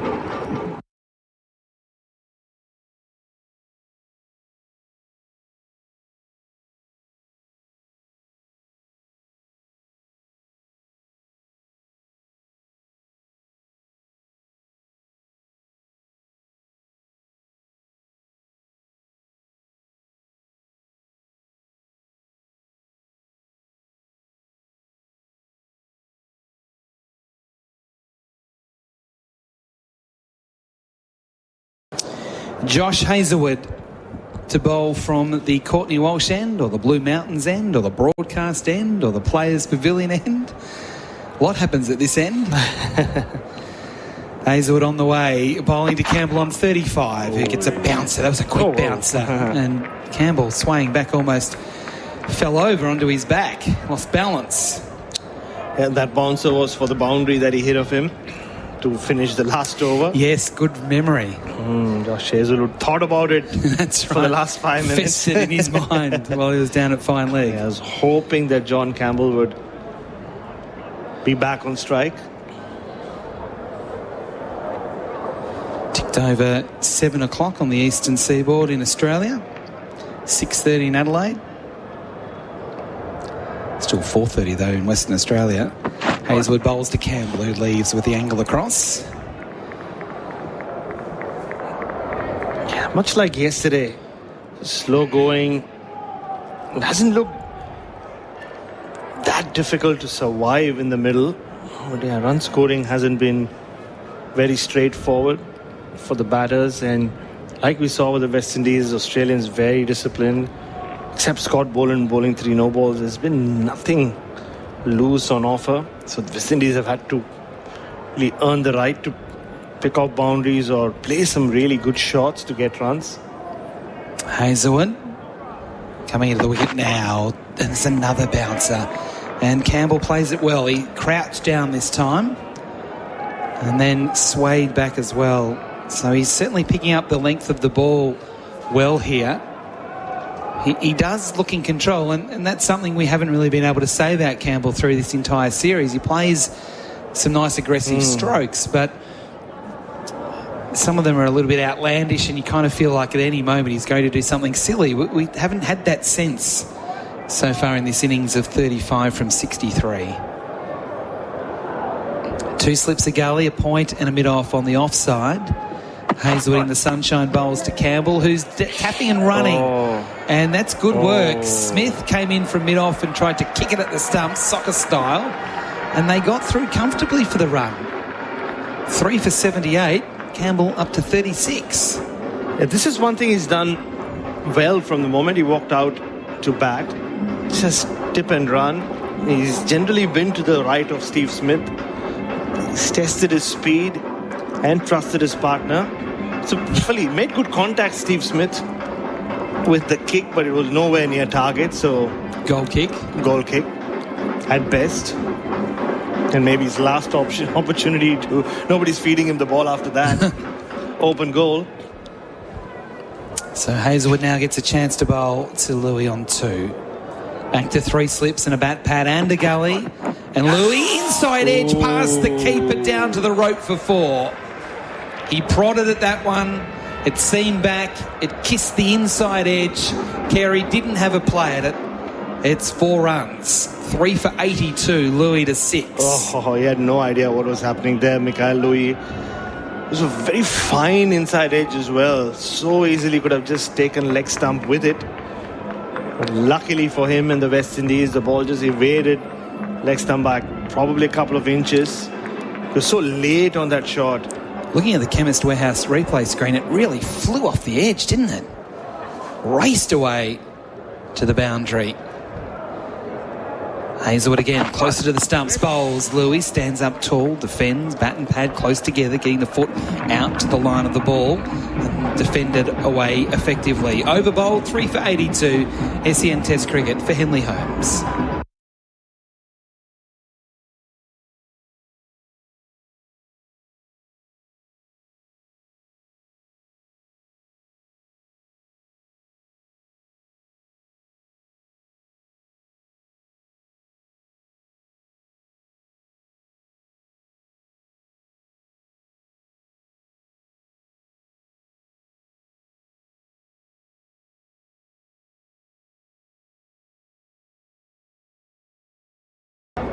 SEN Test Cricket for the Henley Breakthrough Collection, billed from only $227,900.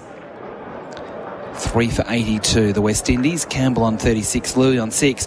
Hazelwood's a bit frazzled at the moment. It's not really going his way. That last ball, 144, which is not what Josh would normally do, bowl at that sort of speed. Boland, a new over. Bowls to Campbell, not offering a shot, hitting on the pad, and has been given. He didn't offer a shot, John Campbell. Scott Boland has been given the wicket, but will they go upstairs and contest what has just taken place? They will. Yeah, just rarely do you see a batter not review those kinds of LBW decisions. He was very close to the off stump. Scott Boland always at you. It was from the angle, though. The issue is he didn't play a shot, so it doesn't have to hit in line. It just has to hit the stumps. The looks on the West Indian dressing room, the balcony, they don't look very confident, and we'll see why. He was so close to off stump. Oh, he's in trouble there. Oh, he's in trouble there. Hit just outside off stump, so almost a 4.5, as they say. So we've just had our first look at the Chemist Warehouse replay screen. We've gone upstairs for IMAR, for Trusted Tradies Insurance, call 13 IMAR. That first one, so it's hit the roll, hitting him outside the line. That's okay because he didn't play a shot. He does come a long way forward, so has it gone over the top? We're about to find out. Ready, set, go. Out. Scott Boland in the wickets. First game here in the Caribbean, and he takes a wicket. He has 1 for 15.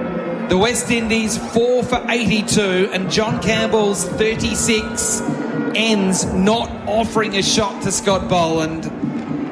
There were 3 reds, and that means you need to walk off. Well, John Campbell had done so many things right in this innings. He used his feet, he'd found a way, but that's the challenge against Scott Boland. He just keeps making you make decisions, ball after ball after ball after ball. And often, you're just one error away from becoming Scott Boland's victim, as John Campbell was there. He left really well, but it was a pretty ordinary leave when a right arm is bowling around the wicket and Scott Boland is generally at the stumps. A bit too close to off stump, let the ball hit his pads, and that was cannoning into off stump. So, once again, a West Indian batter gets a start and gets out. And we're down to Shea Hope batting at number 6. So the wickets have certainly been shared for Belgravia Apparel, for Quality New Balance cricket team, where they're all getting in on the act. And look, it didn't take a lot of the stumps, but it took enough of the stumps. Darren Sammy up in the Players' Pavilion threw his head back in frustration. But as my uncle used to tell me when I used to play junior cricket, you've got a bat, so you've got to use it. And at the end of the day, John Campbell did not use his bat. Yeah, if you refuse to use your bat or choose not to, you might lose your opportunity to use it. That's right. Like was the case there for John Campbell. It's such a shame. There's another player that for the West Indies that had got himself into a strong position but hasn't been able to go on with it. So, Shea Hope, one of the best one-day players in the world, he's got to do something here in Test cricket. Boland to Hope, gets one on the fingers that just goes past Carey, down leg side, down to the rope for 4. Oh, wow. It is happening here at Sabina Park. Well, it's taken Scott Boland 8 overs. It's very rarely do you say that, to get amongst the wickets, but now that he's got one, he's a hungry boy. That came off the glove. Shea Hope took his top hand off, or the bottom hand off, I should say. He's got a big smile on his face. He was nowhere near Alex Carey. He put in the big dive towards his left, but just flew past him. Wouldn't have been a smile if it went into his Carey's gloves. Boland again to Hope, misses. Pushing at that one seeming away. So all of a sudden, things are starting to happen here for the Australians at the start of this second session. It's 4 for 86. And it's that man, Scott Boland. He just feel like he's always just one wicket away from running through teams. When he bowls in Australia, doesn't have to wait too long to do that. Here, he's been made to work hard. There was that wicket that was given out, but then it turned out to be a no ball with Roston Chase on strike. Now just feel like the level has picked up. Boland again to Hope, and he spars at that one and misses again. The bounce, the seam movement, he's troubling the West Indies here. Yeah, but that's also very ordinary batting from Shai Hope. Someone with his experience just hung his bat out to dry. He was well wide of off stump, good bowling, but yeah, not very clever batting. 4 for 86. Still 2 balls left in this Scott Boland over. It started with a wicket. Boland on the way. Hope this time plays late and just drops it away in defensive mode on the onside. And Cummins comes in to do the fielding. Really not doing the fielding, he's picking up the ball coming in from mid-on. So one jag's been in and the other 2 leave him, and then another one jags in. This is Scott Boland hour. If you're waking up in Australia, you should be up by now. What are you doing? It's 7:15 in Sydney and Melbourne, 6:45 in Adelaide. Turn on your radios because Scott Boland is turning it on. 3 slips of gully in the bat pad, last ball of the over. Boland to Hope, who's back down the ground for 4. That almost went back to Boland on the full. He couldn't get down to it. It came off the middle of the bat, and Shai Hope gets 2 boundaries to start his innings in his first over, but both times very nearly going to hand. 4 for 90, the Windies. We've got Hope on 8, we've got Louis on 6. SEN Test Cricket for Henley Holmes.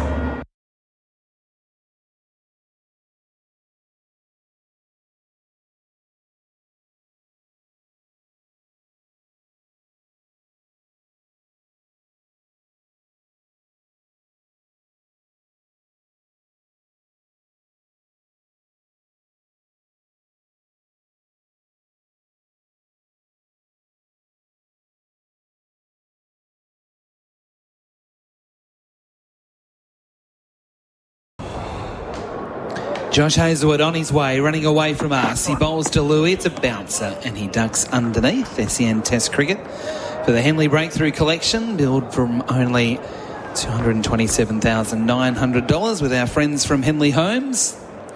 The West Indies 4 for 90 with Hope on 8, Louis on 6. With Campbell, the man out in the last over, not offering a shot to Scott Boland, given out LBW and not being able to overturn it upstairs. The 3 Reds. Louis waits. Crouch, the tall man, waiting for Hazlewood, who bowls, and Louis defends. Almost Steve Smith style, the way he uses his bat like a lightsaber. Like almost closing the boot of the car. Yeah. That's what it feels like. It's the motion. Chopping wood, almost. There's quite a healthy crowd here today that's come in. It wasn't too many here. Well, there weren't too many here at the start, but it certainly built up. And that night session last night had a terrific atmosphere with so many in the one grandstand, the big grandstand.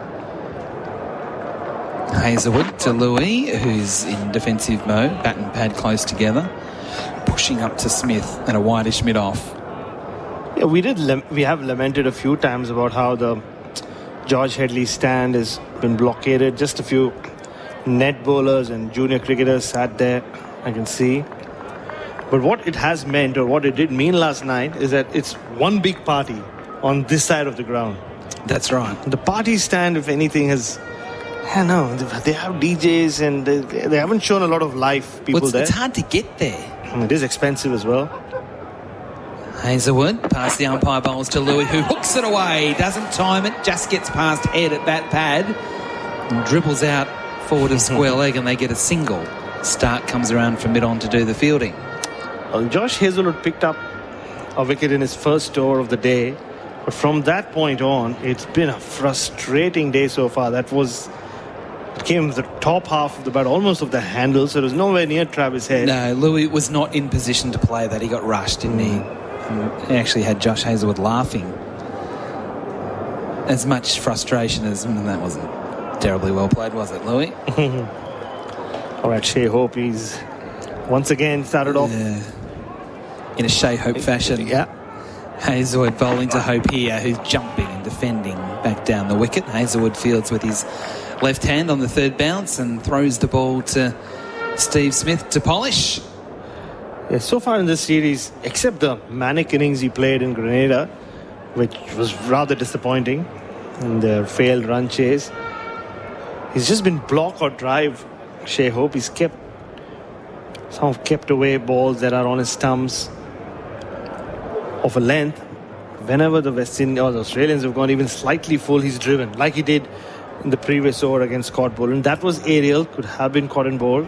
3 slips in play, a gully and a bat pad, the catches. Hazelwood past the umpire, bowls to Hope, who's defending away into backward point off the back foot, and that completes the over. 1 run coming from it off the bat of Louis. So Louis is 7, Hope is 8. The West Indies 4 for 91.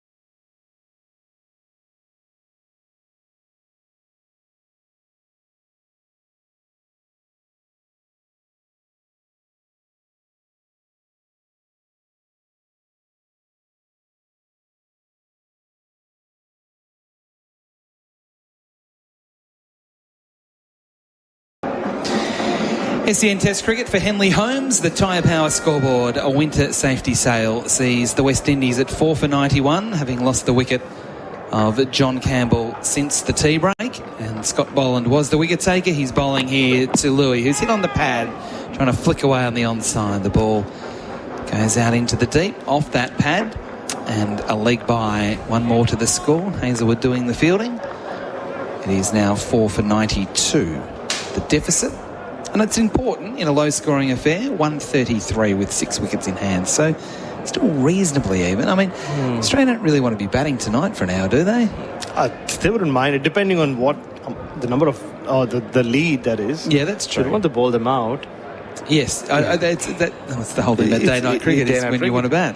Constas doesn't want to be batting tonight. I don't think Aussie does either. Boland bowls here to Hope, who confidently came forward, defending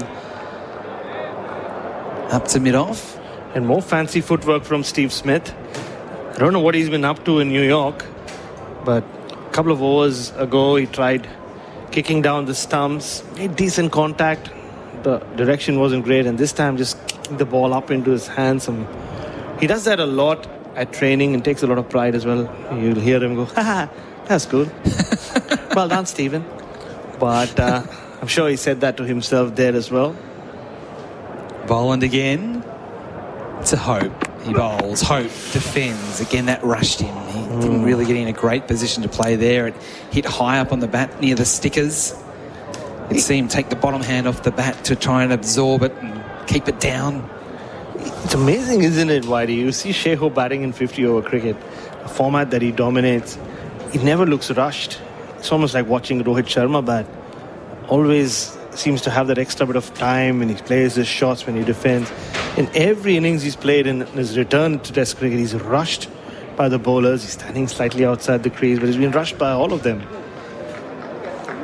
Boland again to Hope, who's defending from the stumps, squared up a fraction, pushing again up to Smith. It's almost like there's only 3 players playing the game at the moment. Boland, Hope and Steve Smith. That's another no ball from Boland.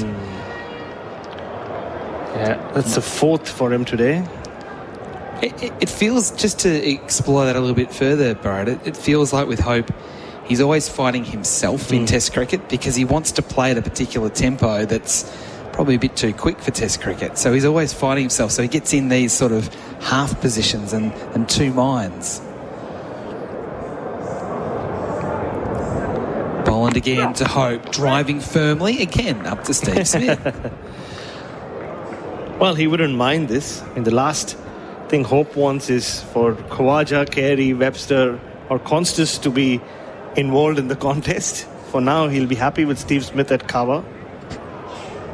But yeah, it's just it's interesting to watch what different formats do to batters. And no, just Travis Head's just moving away from short leg. For a second, I thought whether Alex Carey was planning to come back up to the stumps. Don't think. The rhythm that Scott Boland is in, we saw in the previous over, the ball flew past Carey off the glove of Hope. So head's gone from bat pad out into the deep at square leg. Boland on the approach past the umpire to Hope, edging and just short of Khawaja, and it breaks through his hands off the bounce. They've got one, they'll be able to come back for two. Constas going and retrieving the ball in the deep, but that was a thick edge and it did feel off the bat it was going to carry. It didn't, but again Boland drawing the edge. Yeah, fell well short of Khawaja, but this is the classic Scott Boland game plan. He's kept him honest, kept him in his crease. Balls kept coming in, and finally the one that straightens and the edge is found, but didn't have enough pace for it to carry all the way to first slip, but wasn't too far away. That's why the slips are starting to get a bit closer. Boland now again to Hope. This is a firm drive up to Steve Smith again. So a good over from Boland, drawing the edge. But Hope survives. He is on 10. Louis is on 7. The West Indies 4 for 95 on the Tyre Power scoreboard.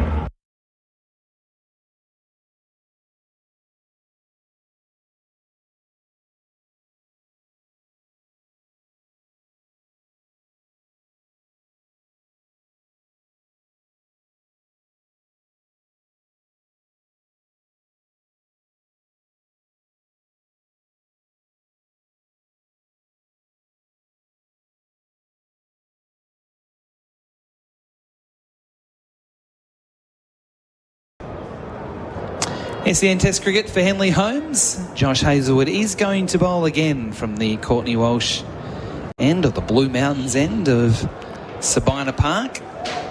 Louis on strike on 7. 4 for 95 the score.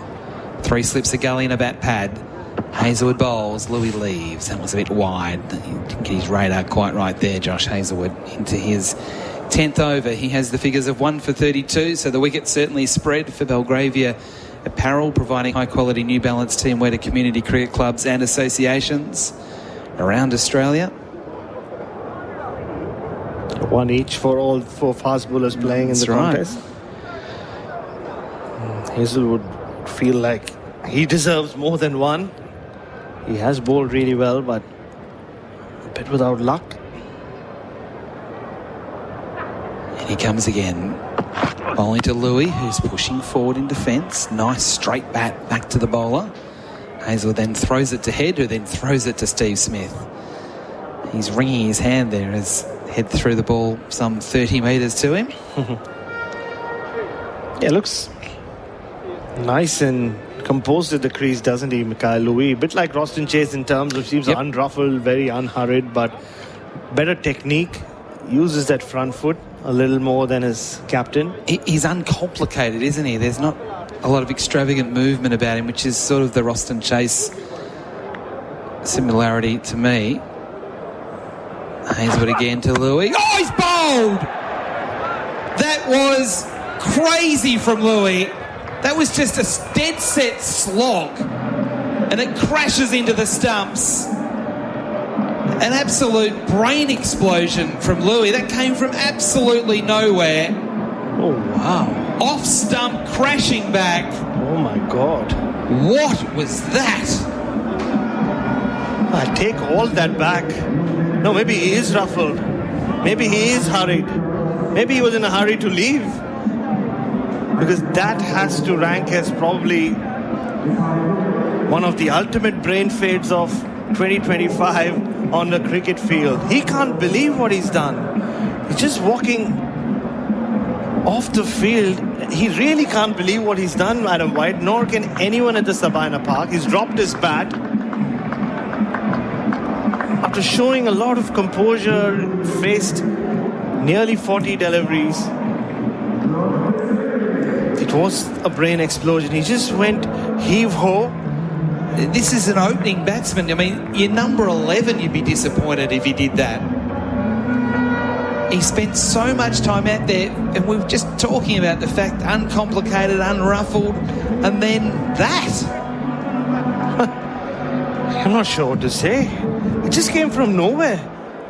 It really did come from nowhere. So, just to describe this shot, he just planted his front foot. The head was nowhere. His eyes were looking somewhere up into the heavens, and he just swung at it wildly.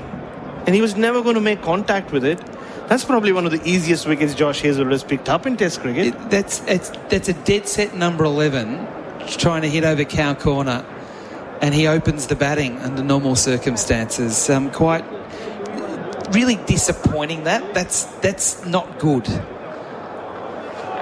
And Travis Head is having a bit of a chat with Justin Graves now, who's just walked on to bat. I think they seem to be talking about the dismissal as well.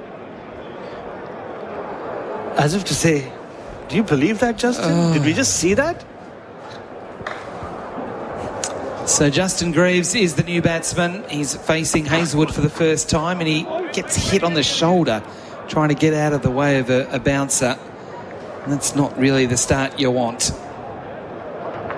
So after all the positivity we were talking about the West Indies during that tea break, they've lost two. Well, they've lost their two openers, even though they came in a bit lower down with two disappointing dismissals. Campbell not offering a shot out LBW to Boland, and then just a dirty slog from Louis, which leaves the West Indies now 5 for 95.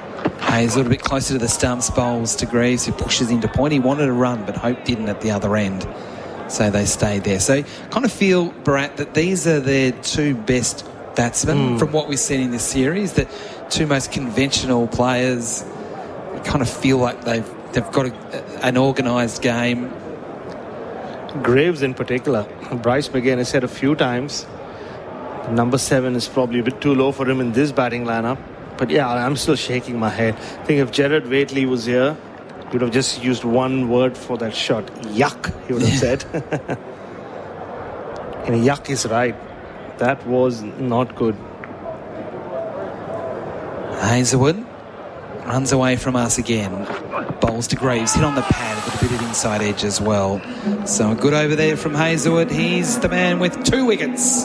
The only one with multiple wickets in the Australian lineup. It is 5 for 95. SEN Test cricket for Henley Holmes.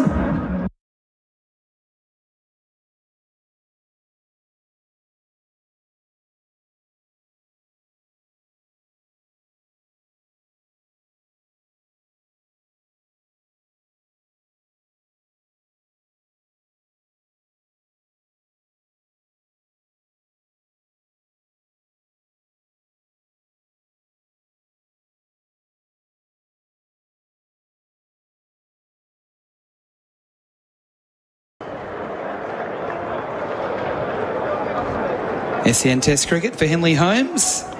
And we're going to have a change. Mo Webster to come on and bowl for the first time to replace Scott Boland. He's had a good series with the ball, Mo Webster. With 3 wickets. 2 in Barbados. Got a vital wicket in Grenada in the first innings. And Pat Cummins has turned to him quite well. He bowled the 10th over in Grenada. And he's been successful, throughout the series when the ball has been given to him. He's bowling here to Hope, who just blades it into gully, and they'll take a single. Green was able to stop it, but it kind of got away from him, knocking it in front of himself. And good presence of mind from Greaves to call Hope through from the non-striker's end. So, Hope to 11. Interesting move with Hope and then Greaves, the new man at the crease, that they go to the part-timer. Yeah, I think they'd look at him more than as a part-timer. Clearly, like I said, he gave him the 10th over in the last test, the first innings as well. So here with the pink ball, there's a little bit of nip off the pitch. You back Mo Webster to make the most of it. This time Greaves, bat and pad close together defending. Like Justin Graves, Webster's been able to just nip away with the wickets.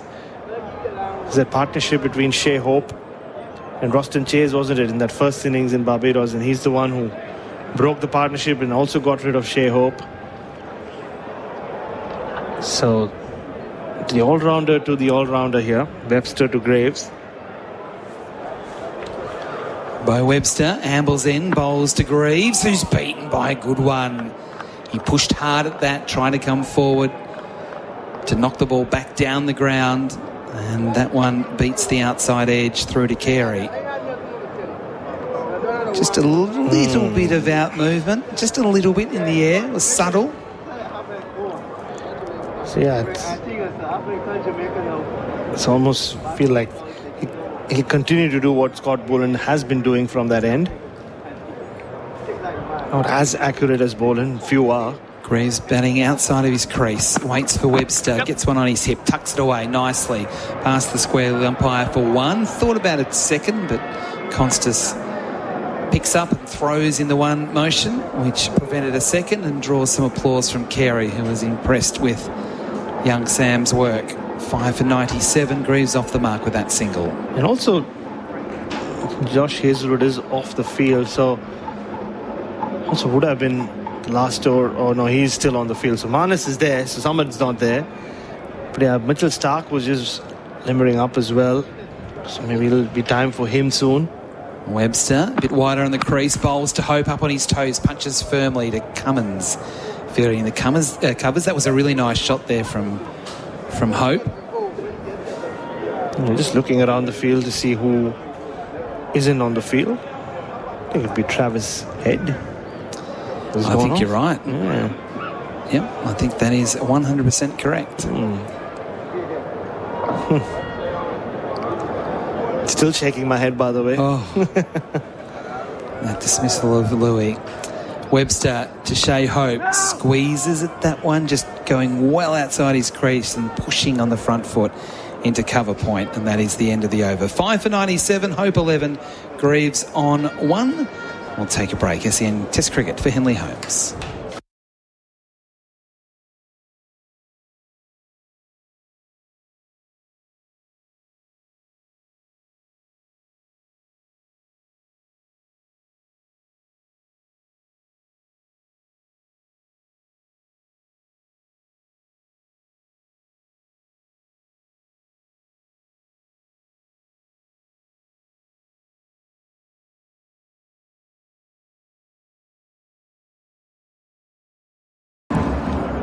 On the Tyre Power scoreboard, winter safety sale, the score 5 for 97, and Bharat's eagle eye was right. Mitchell Starc into the attack here from the Courtney Walsh end. Travis Head back on the field. It was interesting to see Travis just have a chat to Pat Cummins as he walked past. Clearly a message coming from upstairs from the coaching group. The West Indies losing 2 wickets since the tea break. Hope 11, Greaves on 1. Bryce McGain back in the box with us. G'day, Bryce. Hi, Whitey. G'day, Bharat. And, it was a terrific spell by Scott Boland. 2 slips in a gully. Starc bowling to Greaves, who is edging and has been put down. Carey diving in front of Khawaja at first slip has put it down. And they've come back for 2 as the ball went through the cordon after bursting through Carey's gloves. It would have gone straight to Khawaja, but often the keeper will go. And Carey did go. He just didn't hold on. The first ball of a new spell from Starc. Mitchell Starc, generally not the most emotive. He just kicked the ground. He was very disappointed playing in his 100th test. He's seen catches go down before. Yeah, and it just felt like it kept swinging away from Alex Carey, so he didn't make his own life easy at all. Starc again to Greaves, who drives firmly down the ground for 4. That'll make Starc even more angry. Greaves put down on the previous delivery, and this time he crushes the ball down the ground for 4. Perfectly balanced, perfectly executed, perfectly placed. And it brings up the 100 for the West Indies. 5 for 103. Greaves to 7. Well, he almost paid for the mistake he made in the previous ball. That was a loose drive. This time he cashed in on the half volley. Lovely shot. Starc again bowls to Greaves, who leaves this time. So, Bryce McGain, Carey's catch or Khawaja's catch? We just had a look at the Chemist Warehouse replay screen. It was going to Khawaja, but Carey on the move. It was Starc with that wide angle delivery, the big drive. Ooh. And it was heading straight to Khawaja as he took the catch previously of Chase. Well, if Khawaja didn't put his hands up, it probably would have hit him in the face. That's the sort of the height it was. But Kerry had the gloves high to his right. Stark again to Greaves, who is driving down the ground again. This one might not quite get there. It's a tight run. Smith does just haul it in. They've got to. They come back for 3 and they get there.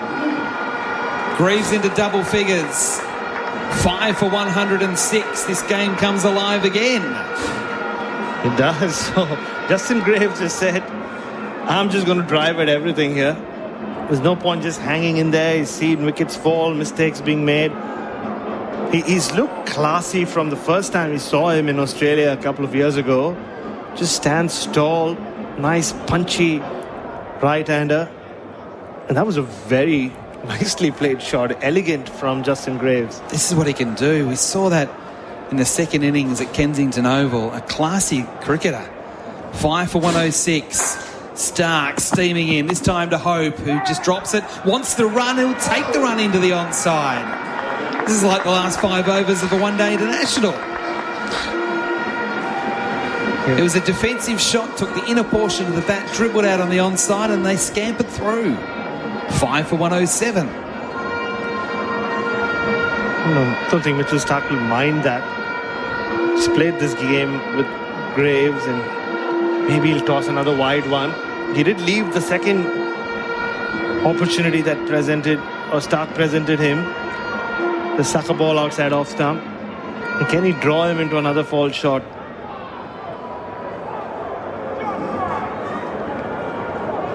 Mitchell Stark, last ball of the over, an eventful over. He bowls to Greaves, who's up tall, playing from the crease defensively, up to mid-off. End of the over. You're going to hear from Andrew Mason shortly. 5 for 107, the West Indies, and that is on the Tyre Power scoreboard.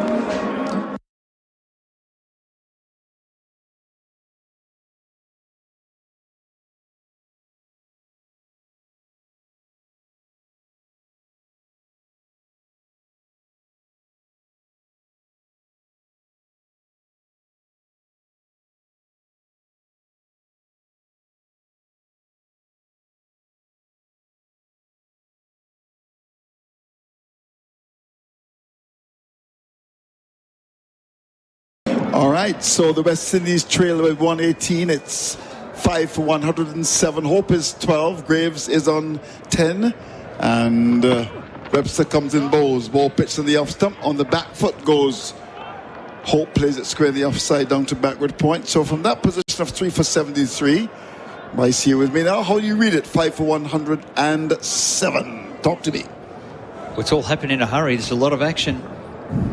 Louis will be disappointed with the way that he went out. Really felt the pressure. 7 off 30 deliveries, or 7 off 29 on his 30th delivery. Just blew up as he went for a big shot. Webster comes in and bowls. The ball which is cutting back sharply at Hope, and he pulls the bottom hand away, gets it out towards the wicket. Will get a single to go to 12, and the score's up to 5 for 108 and brings Greaves into strike. And then this partnership, it's all been happening, if you like. Greaves has been driving strongly, nicked one, got dropped, hit the next one for 4. And they're picking off singles. They look busy, and you need to do that against Australia because they'll just lock you down an end. So they're picking singles off the extra fast bowler in the circle often, but also picking off Travis Head. In he comes and bowls outside land the off stump. That's Webster. Coming forward is Graves, beaten comprehensively. The ball goes by to be taken by the keeper. So 41 overs and 3 balls gone. Started the day at 1 for 16. It's now 5 for 108. So it's a good battle at the moment. Australia are on top, of course, 5 for 108. But these two have come out with all the intent. Bo Webster, the 5th bowler for Australia. The 5th fast bowler, if you like. He comes in to bowl to Graves, and to this delivery, Graves is getting another good delivery outside the off stump. That channel, the cordovan certainly roped it. The ball goes by to be taken by the keeper. Well, Webster's a handy bowler, isn't he? Oh, absolutely. And the reason he's playing it because he can nip the ball back in. So it's a line that is angling in at off stump, but then straightening away His danger delivery, of course, is the one that will challenge the inside edge, but he's just gone past the outside edge of Graves a couple of times now. He's looked good. He comes in Webster and bowls to Graves, and Graves gets the in-swinger, comes across, the ball finds the outside edge, goes down to Green at gully. There's no run. They're so good in terms of the outswinger and the in-swinger. Good bowling again by Webster. Very good bowling. Graves adjusting, but still taking an outside edge on that particular delivery. So 5-108, one to come in the over. Webster comes in again to bowl to Graves, and Graves is forward and drives to cover. A lovely shot. That's a beautiful shot. It goes for 4. Wow. You leave your ackee and saltfish in Jamaica on a Sunday afternoon and watch that. Beautifully played to cover. That's gone for 4 to carry the West Indies to 5-112. This is the latest score at Sabina Park.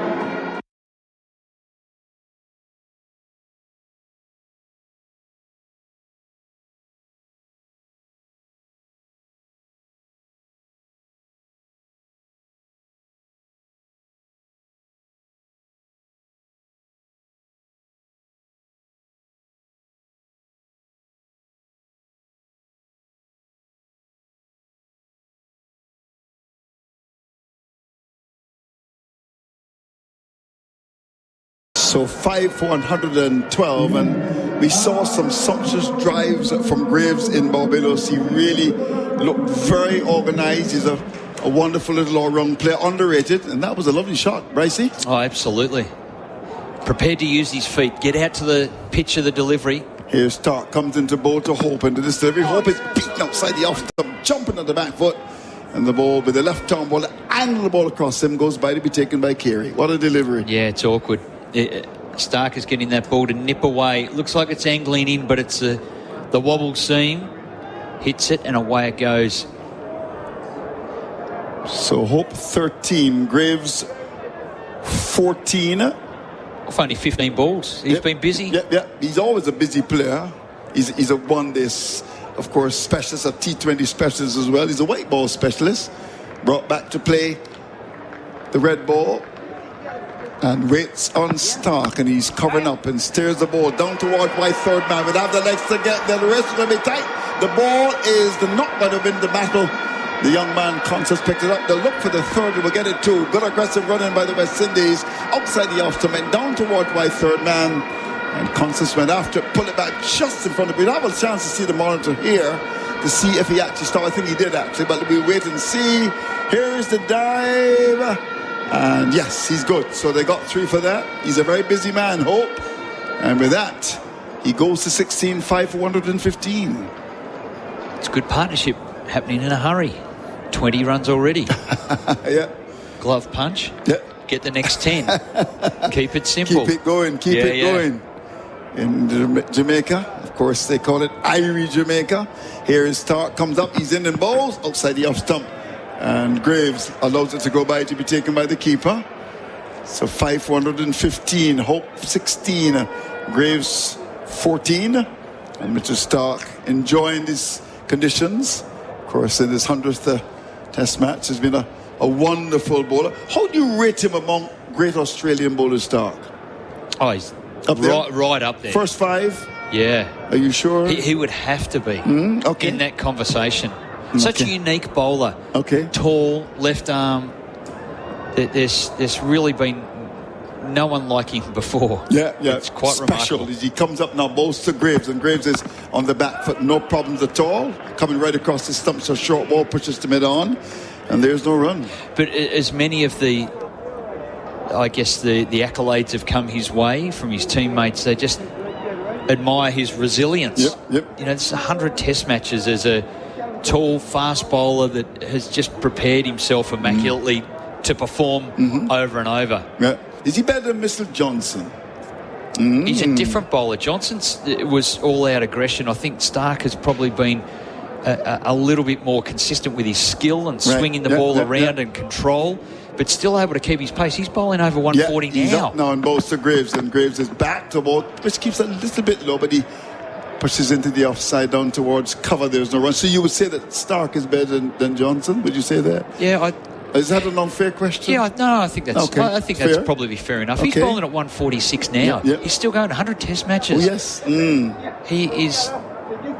He was questioned by Shane Warne early on in his Test career of how durable he was, Right. and maybe saying, "Oh, he's just running out of steam." But no, I think it barbed him a bit, and didn't like the comment, did he? Well, no, he didn't. No, but it. And he responded to it. He did. It set this pathway of a career of resilience. He's in both to Graves, and Graves is turning the ball away. There's an appeal for leg before you came across them. Look for the second. The return is about to come in to get back for that second run. The fielder, the leg by signal by the umpire, went down towards that position of mid-wicket. They took one, they took a second. There was a big appeal, and in the end, a situation where they were able to get 2 leg buys. So action of the law at Sabina Park. Hope is on 16, Graves is on 14, 517. That's the latest score at Sabina Park. Time for drinks.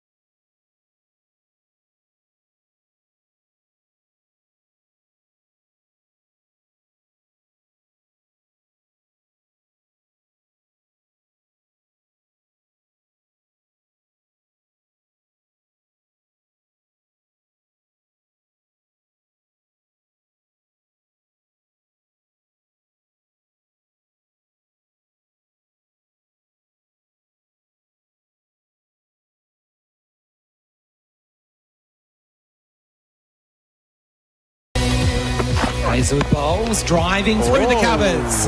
No problems there for Campbell. That races into the fence. Boland, a new over. Bowls to Campbell, not offering a shot, hitting on the pad, and has been given. He didn't offer a shot, John Campbell. Scott Boland in the wickets. Hazelwood again to Louis. Oh, he's bowled! That was crazy from Louis. That was just a dead set slog. And it crashes into the stumps. Comes in again to bowl to Graves, and Graves is forward and drives to cover. A lovely shot. That's a beautiful shot. It goes for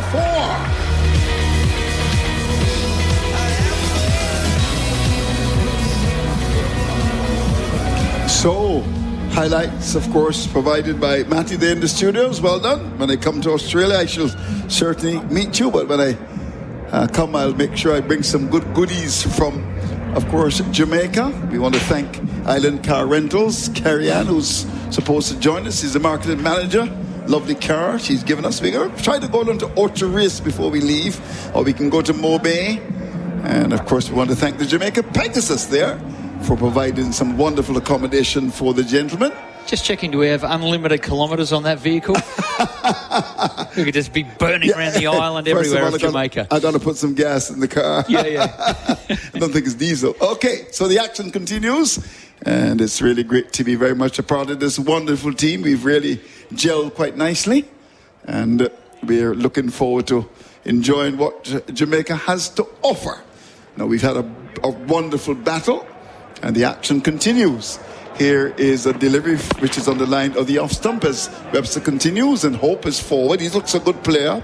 Right in the line, strokes the ball up towards that mid-off area. There's no run. So quickly then, today, starting at 16 for 1, or the Australians would say 1 for 16. King, leg before to Hazelwood, 14. Chase, well, he was caught by Kawaj off Cummins for 8 and a lifting delivery. Campbell playing no shot leg before to Boland for 36, and Louis playing an awful shot. A good old cow swipe, as we say in Baton or Caribbean parlance, bowled by Hazelwood for 7. Here's Webster in bowls, and there's a ball pitched up on the leg stump, whipped away up towards that mid-on area. By Hope, he's kept in 16-5 for 117. Yeah, Webster into his third over now. He's got none for 7. Has beaten the outside edge a few times, getting the ball to move late and away. And his danger delivery is that one that darts back the off-cutter back towards the stumps. He's a good bowler to have him in your side, very handy. And has gotten some important wickets in this series. He comes in to bowl to Hope, and Hope is forward and drives up towards that mid-off area. Always looks a good picture up to mid-off. Smith comes across to make the stop. There's no run. It's been proactive, these two together. The running between wickets has been, it's often used word busy. They've been scampering. They're quick between the wickets. It is so much like a white ball game. Yeah, it is. Yeah. Well, they play a lot of white ball cricket. Of course, Hope does. He's 16 from 24. Graves has got 14 from 19. Webster comes in, bowls to Hope. Hope covers up to an in-swinger, guides it down to Gully. There's no run from. Good delivery, just bang on top of that off stump. But I thought, handled it quite well. Hope. And the West Indies stay at 5 for 117. Yeah, the key to that was playing it late, waiting for the ball to come to him. Webster's an awkward bowler because he is so tall, over 200 centimetres. What's that in feet and inches? You tend to use feet and inches a bit more in the Caribbean, don't you? Yeah, he would be about 6 feet, I'd say 5 inches, and I'd say that. Yes, he's in bowls. Hope is forward and drives. They'll get a single as the bowler doesn't pick it up, goes behind him. And of course the ball went behind him on the track, so Hope's called. He just called Graves 2 for the run as the ball just burst out of the fingers of Webster. The feel at mid-off came across that Smith, but they got the run. Good cricket there to get one to carry it to 518. It was. They're taking advantage of every opportunity to sneak those little singles. Smith was off to chase it, and because of Bo Webster got his fingers on it and just dulled it down, it was a sneaky single. Webster again, one to come in the over. Up and bowls to Graves, and Graves is beaten outside the off stump. Perfect delivery, just outside the off stump. He nibbled at that, and the ball went by to be taken by the keeper to end the over. Hope has got 17, Graves 14. 5 for 118 is the latest score at Sabina Park.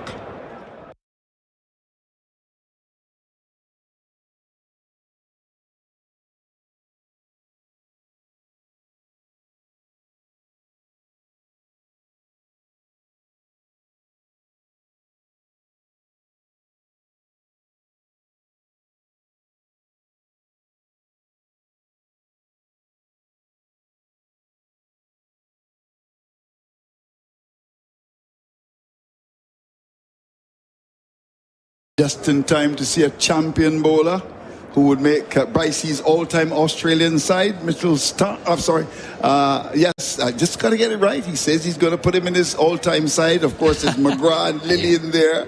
Here's Stark, comes up now, in bowls to Hope into this delivery. Hope is edging down towards that position of second slip, meaty edge there.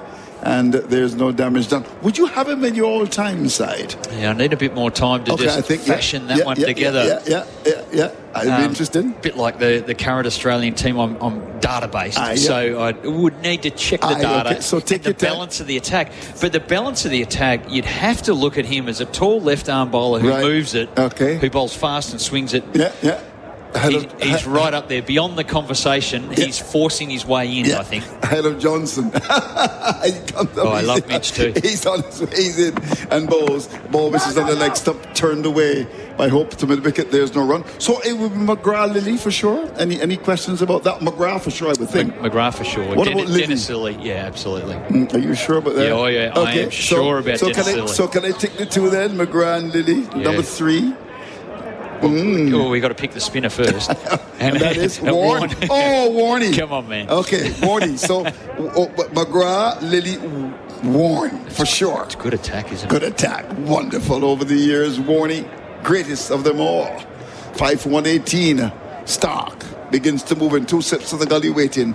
On his way to bowl to Hope, who's got 17 in bows to Hope. Hope is forward. Opens the fence to the back. 4 runs. Down to wide, third man. Well done to Hope. And he's got them jumping at Sabina Park. 5 for 122. A real one-day shot. He waited again. It was full. It was that Yorker length, and he just opened the face and used Stark's pace against him. Gap between Gully, who's pretty fine, probably on a 4th slip line. So it may force a little change here. Big gap between Point. Point is still up. Yep. So Stark is just checking with the skipper. What do we want to do? It's odd because at cover is where Pat Cummins is. But the adjustment is, hey, you know what? We're going to put the deep square in. Enough of that full stuff. Yeah. Bit of chin music, I think, is coming. The boxer comes along here. As he comes up now, Stark in bows to Hope. Hope is forward. Pitched up on the off stump, just waiting for him. Don't expect him to get that telegraph with the short ball, so he pitches it up. But he's got 2 left in the over, and something tells me that he may produce a short ball. We know that Hope is a bit of a compulsive hooker. He's on 21. It's 5 for 122. Yeah. It's, you would suspect with a few balls up his sleeve, having the 2 out, it's going to come. Yeah, I think so. He would be steaming. Not only through the weather here, but the fact that he's been first ball away for 4. This may be the one. We shall see. Here's Stark, comes up now, in both open. There's this delivery. It pitched up on the line, the off stump, just guiding the ball square in the offside down to backward point. That was on the off stump. So the trap has been set. There's a backward square. No, there's a square leg. Is he backward? Yeah, deep backward. I'd say, he's backward. And that bouncer hasn't come along as yet. And there's Hope just having a look at him. I mean, that's all part of the psychology. This game is so wonderful. Hope just walked down the square leg and just made sure that he saw where the fielder is. Down by the Kingston Cricket Club on the far side of the ground. Travis Head 122. Yeah, Travis Head is down there. The last ball of the over. Will the bouncer come along?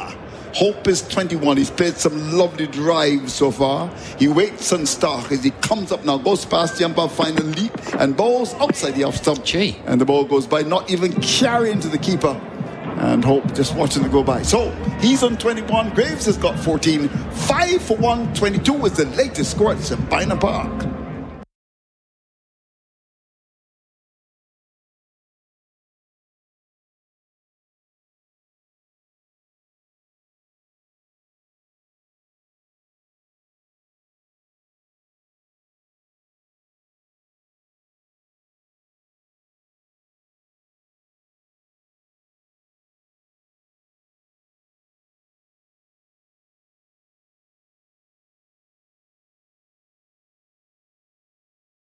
There's always the debate as to where Hope should bat in the West Indies side. There's some who feel he should maybe bat at 4 and bring Imlach in.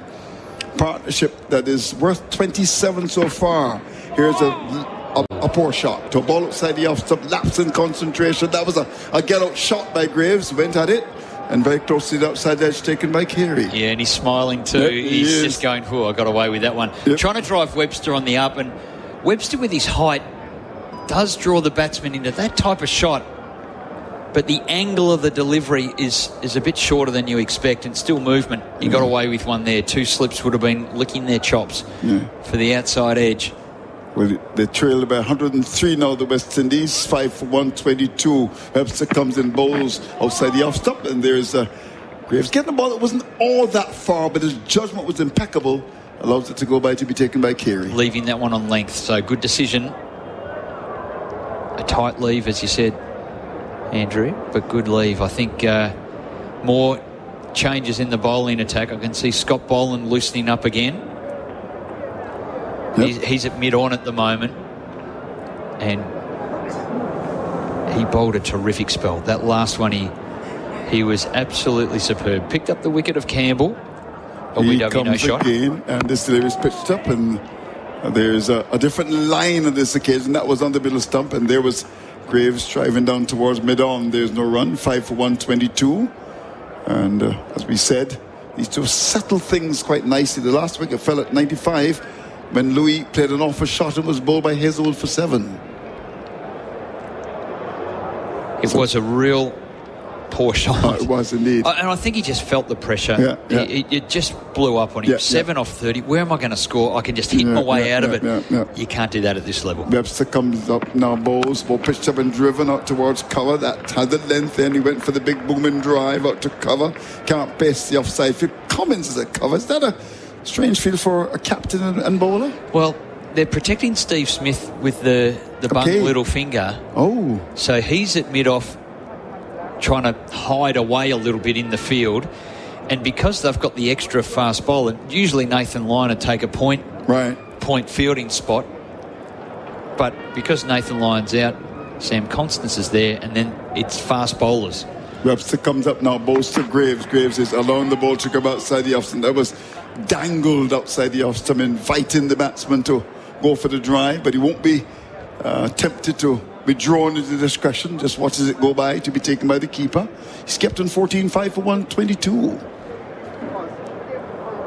It's been a quick partnership up to the drinks break in this middle session. So from lunch to drinks, 44 runs in 11 overs. So that's not bad. And it's been back-ended by these two. As soon as they've got to the crease, they've got busy. They're running between the wickets, prepared to drive and play some shots. Yeah, they've done well. Just tightening up a little now, though. Here is Webster, comes up now, bowls to Graves. Graves again. Doesn't have to play at that. It's a bit wideish, fullish, but it was outside the off stump, and he says, no, I wouldn't go after it. And he survives. He's got 14. Hope is 21. 46 overs gone. And the West Indies 5 for 122, which is the latest score at Sabina Park.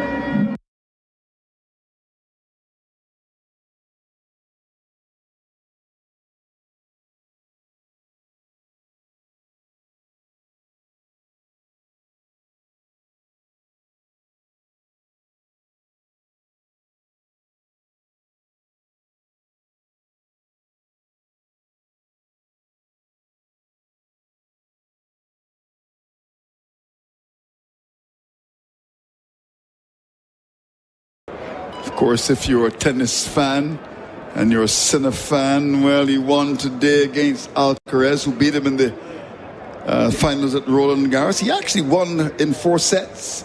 And congratulations to the number 1 man in the world. Number 1 played number 2. 6-4, 6-4, 6-4, then 6-4 to Sinner. Well done to the Italian, beating Alcaraz of Spain. Of course, Spain producing the great Nadal. 5 for 122. Australia producing the retired Barty, who might come out of retirement and win the next US Open. Now, Bolden is back as he starts to move in on his way to bowl to Hope. He's in, and bowls and Hope is getting one full outside the off stump, and he just watches it go by to be taken by the keeper. It's 5 for 122. What time is it now in your part of the world? You're a Melbourne man, huh? Yes. Melbourne. What part? So just after 8 a.m. Okay. So Monday morning. Monday morning. So people preparing for work, if not already in the office. Many people in Melbourne will be stuck in traffic. I can tell you that right now. Yeah. So to all those out there, all the SEN listeners, listening through the app, good morning to you, and sorry about the traffic. It's permanent. Boland comes up now. He's in bowls outside the off stump, and there's the edge. I think he's dropped him. We shall see. That was a loose shot by Hope. It goes behind the keeper. They'll get a second. Was that a chance? I think it was. We shall see. Talk to me, Brycey. I think it's an inside edge. It had Carey wrong-footed. Boland with his hands to his head after it. On the drive. Inside edge. It's definitely there. Carried through. Burst through the fingers. Carey's put down a second. Oh, yes, he has. Oh, yes. Inside edge. He was wrong-footed. You think he should have caught that? You think so? Have a look at it again. We'll see it, of course, in the monitor. Here we go. That's the big edge there inside. Yep. And it just died on him a little bit. I think it sort of swung and died down as the seam still wobbled as it went through to him, and he just couldn't get underneath it. He's taken some ripping catches in this series so far. A couple off Nathan Lyon have been incredible, and he's put down 2 in this session. In fact, this is the 7th catch the Australians have put down. The West Indies are leading the way with 12. That's interesting. Here we go. Boland again comes into Hope, and Hope is forward and is bowled. What a delivery. Hope departs. Boland gets his man, and the West Indies in trouble at 6 for 124. And Alex Carey gives Scott Boland one big hug. Takes the wicket and goes, thank goodness it didn't make him pay. But he has just clipped the top of the stumps. And that's Scott Boland. He does that for fun. That is a tough length to be driving. He tried it. The ball's nipped back between bat and pad. Clipped the top of the bails right on the top of middle stump. And Shy Hope is back in the pavilion. He's been undone by a Boland classic. Yeah. Well, dropped the ball before. Boland produced one that cut back. And there was a gap between bat and pad as he played that. Hope, and he's gone. So the West Indies are now down to the bowlers. And I don't think they've done anything to solve the problem. In that, in my view, there's no need to play war can. If you've got enough bowlers in your side. And interestingly enough, the Australians did not go with a spinner. And they didn't pick Lyon because of a lack of form. It's just the circumstances with the pink ball, particularly under the lights. They've decided, quite rightly in my view, to go with the extra fast bowler. And with Warkan in the side now, it means that you're 6 wickets down, you're really down to the balls. I mean, Joseph can bat. Yep. But one would have thought, in my view, that there was no need to play Wark and bring Imlach into the stride and strengthen your batting. That is a problem. Yeah, it has been. Getting enough runs has been a real problem. Not so much the wickets, the bowling's been good. Yep. But it's a gem of a delivery. He never, ever lets you off the hook, Scott Boland. No. It's so challenging. He'll challenge your forward defence. He'll bowl at the length, which is the top of the stumps. It's so difficult to drive. You can't play it off the back foot. Hope tried to drive it, beat the inside edge, and the job is done. Scott Boland, he looks primed, and they can keep throwing him the ball as they balance the overs. He's into his 11th over. He's now got 2 for 26. But he's going to bowl now to Alzari Joseph. And in he comes on his way, goes past the umpire, bowls to Joseph. Joseph is forward, one of the offs, and plays it rather capably down to that squares cover area. There's no run. I don't know if you're a Chelsea man, but Chelsea actually beat PSG in the Club World Cup 3-0. Congratulations to Chelsea. Are you a Chelsea man? No, I am not. Yeah, but we have a chance to monitor what good bowling by Boland. Outstanding delivery. One that jagged back and hitting the top of the middle stump. So we're down to the tail now. It's 6 for 124. Boland again starts his run, goes past the umpire, bowls to Alzari Joseph, who's coming right across the stump, so didn't swing and just pushes into the onside down to forward short leg. There's no run. They're just a little bit rattled at the ground here. They've still got Stark up on the scoreboard as he's bowling. There is a difference between Stark and Boland. Big difference too. Yeah. Yeah. No difference in the wicket-taking capability, though. No. So 6 for 124. 1 to come in the over. The West Indies are hoping that the tail can wag lustily here at Sabina Park as we head towards another break. Here's Boland again. He's hard working, comes up, bowls to Joseph. Joseph back, will get his first one, turns the ball away into the onside. We'll get too comfortably down towards square leg. Feinberg has to come across to pick it up. That start, the return comes in. And Alzari Joseph, the man from Antigua, gets 2 to get off the mark. And with that, Graves is 14. And the West Indies now up to 6 for 124, which is the latest score at Sabina Park.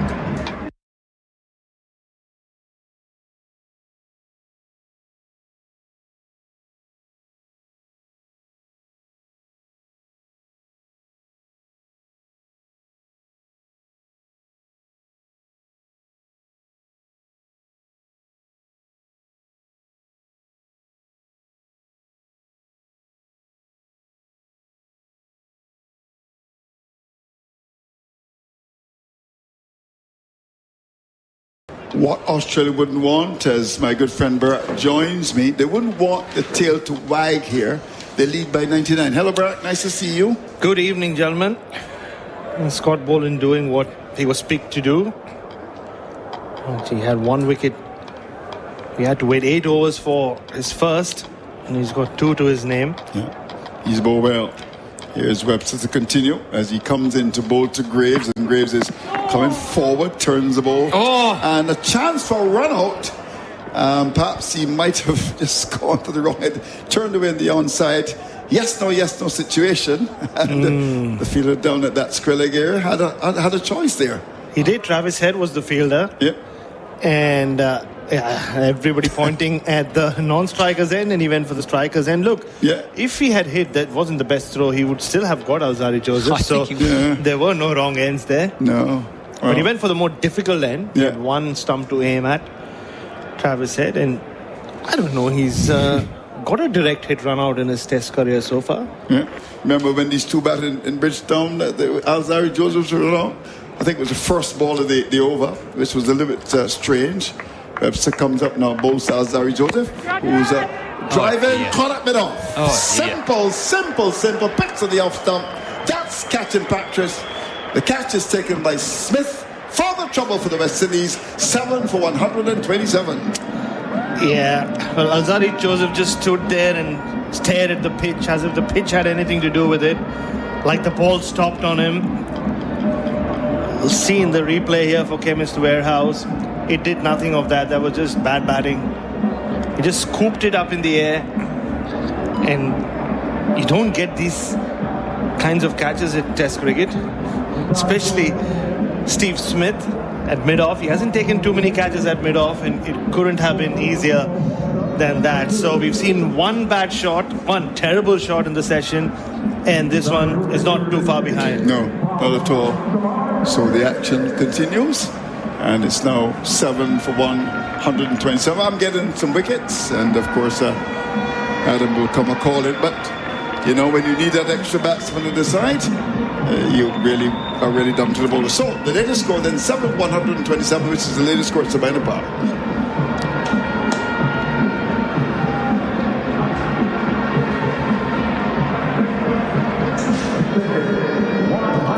Shamar Joseph's the batter, walking in. Average is 17 with the bat.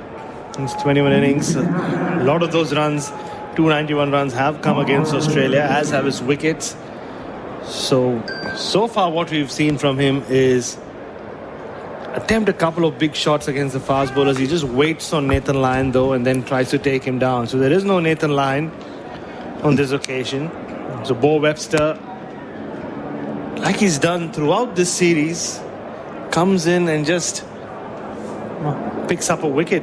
And this one was a gift from Alzarri Joseph.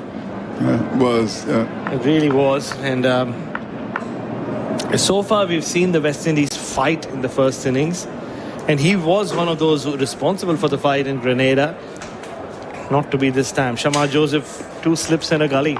Here's Webster as he comes in to bowl to Shamar Joseph in bowls, and he's forward and drives through it off. What a way to get off the mark. That's going for 4. That was delicious. Bits of the off stump and driven through it off for 4.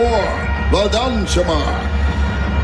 Well, very reminiscent of the first ball he ever faced in Test cricket. That one went to the right of mid-off for 4. That was off Josh Hazlewood at the Adelaide Oval. It was a crunchy drive though, this one, in the slot from Bo Webster. So there's no Nathan Lyon. Maybe Shamar will target the medium pace of Bo Webster here. Here's Webster, comes up now on his way to bowl to Shamar Joseph. He's in and bowls him. He allows the ball to go outside the off stump. He's an exciting cricketer. Remember the 44 in Barbados? Yeah, but Alzarri Joseph batting at number 8. Number 8, you're in the tail, but there is some responsibility that comes with 8. Yeah. You have Justin Graves batting at the other end, and he has already got a live, but he's an established batter, a specialist batter, and your job is to give him support. Yeah, that was very... If you're Darren Sammy, you're either having a stern word with him or just looking away. Webster comes up now, bowls to Shamar Joseph, who's coming right across the stumps. Will get the single as the return comes in from the field. A bit off here. That's Smith. It's chaos. That was interesting. It was a tight single, but they got home in the end to carry the score to 7 for 132, and Joseph has got 5 from 3. I think Graves would have been surprised by the call from Joseph there. It was his call. Last night we had to wait till the lights to come on for chaos to be upon us. But this can't be declaration batting. Maybe it is, Bryce. You never know. Yeah. So 7 for 132. Graves 15 from 27. And Webster looks for his second because he comes up now to bowl to Graves, and Graves is forward and whips the ball up towards that wide mid-on area for a single. Stark has some work to do moving to his left to pick it up. Caught Siam and threatens to throw. The over comes to an end. Graves has got 16. Shamar Joe is 5.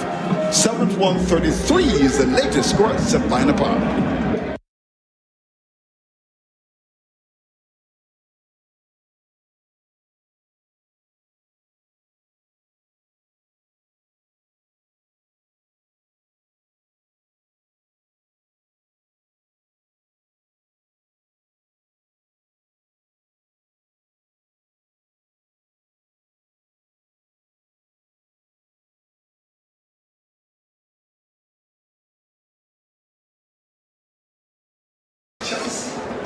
SEN Test cricket for Henley Holmes. The West Indies 7 for 133. That is on the Tyre Power scoreboard. Winter safety sail with Shamar Joseph on 5, Justin Greaves on 16. Adam White, Bharat Sundaresan and Bryce Begang with you in the lead up to the dinner break, which is half an hour away.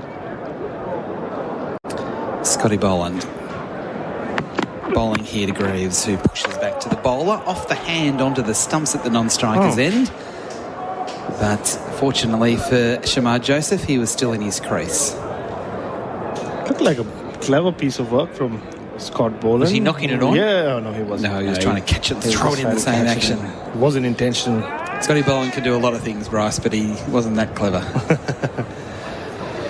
Well, what he can do is wrap up this West Indian innings very quickly. We've seen him do that so often in Australia. He's got an opportunity for some more good figures. He's bowling to Greaves, inside edge onto the pad. And it stays in the flap of the pad, and then once it emerged, it almost dropped back onto the stumps. Travis Head was interested in maybe trying to catch it as well, because there was an inside edge for it to get lodged into the flap of the pad. But as we found out at Lord's, the laws are once it's lodged, it's lodged. Yeah, David Bedingham was made to panic during that World Test Championship final when Alex Carey came running in. Ask Alex about it. Something about you and something about you Greaves and Lord. thought exactly the same. Yeah. He was panicking. 7 for 133. Boland to Greaves. Cuts. Oh, that's a good shot. Off the front foot. Forward of point. It's a big chase for Constance. He will get there inside the field of play. And they will come back and they will run 3, or is it run out? Oh, I think that's out. I think so too. They think it is out. Graves running to the non-striker's end may be run out, going for a third run. That was outstanding work in the deep to chase it, but then to throw to the appropriate end. We're having a look at the replay, and he is gone. Wow. Oof. And it is Greaves that is out, which is not the man the West Indies wanted to have walking off. Confirmation gone. So Greaves will get 2 runs, run out on the third, 8 for 135. Bharat and Bryce, explain what took place. Justin Greaves is just walking off, just punching himself on the helmet repeatedly. He was? He can't believe what he's done. And when you actually look at the replay there of how far out he was, and it wasn't a direct hit, so Constance had a long way to get the ball in, and Boland had enough time to take the bails off, and he was barely in the frame. Yeah, it was a terrific throw. It was right next to the bails, though, so credit to him. Whitey, you mentioned that. Constance chased it out, and the outfield here, the grass is slow. The more the ball has contact with it, it really does slow up. So they thought it was probably a comfortable 3, if not 4. But some terrific fielding, picking up, throwing in the one motion right next to the bails, and they were whipped off, and he was maybe half a metre short. Oh, it's just such a shame for the game, because Graves was batting so well. It was a terrific shot off the front foot. He wanted the third, and it was just the perfect throw from Constance. And we're looking at the replay for Chemist Warehouse. The throw, it really couldn't have been any better. Could not have been better. On the full, right next to the bails. And it was to the longest part of the ground as well. So they're all laughing, the Australians. But really, they should just be celebrating a great bit of fielding. Because in a way, Grez was right to think there was a third there on the throw. I think the decision came late, though. You could see he thought of the third run when he was completing the second run. Yep. So it's taken a while, but we're ready to go again. Shamar Joseph is on strike. He is on 5. Boland around the wicket to the left-hander who slashes and misses. It's just it's so frustrating for the game because it was so beautifully balanced only half an hour ago. No, it took one brain fade from Mikhail Louis, then a terrible shot from Alzari Joseph, and now a run out. Full credit to Sam Constis, but yeah, what more can you say about the West Indies? We're looking at the replay for Chemist Warehouse. He was pumping the air. He was so excited. Boland past the umpire, bowls to Shamar Joseph, tries to heave it away on the onside off the pad, maybe a bit of bat as well. Bobbles out about 15 metres from the batsman and they get through. It is a single, so it was the inside edge onto the pad. That's why they're not going to go upstairs. They had a talk about it. No, leg by. We wait for the signal. They've changed now. Oh, there you go. The umpire didn't signal anything initially. Yeah, he doesn't need waited to. A little longer, though. He needs to wait, and then once the confirmation was wiped, he then signals what he thinks. You don't want the lead into the... Yeah, well, that's interesting, that, isn't it? Yeah. No, but with 6 seconds left, generally they wait till the 15 seconds are gone. But he signaled leg by till 6 seconds are gone. If Pat Cummins really wanted to... Well, maybe they're trusting that. Yeah. No, maybe, we're off it. No, we're not doing it. They go, okay, leg by. Oh, we've got 6 seconds, let's go. That'd been fun. Boland here to bowl to Warwicken.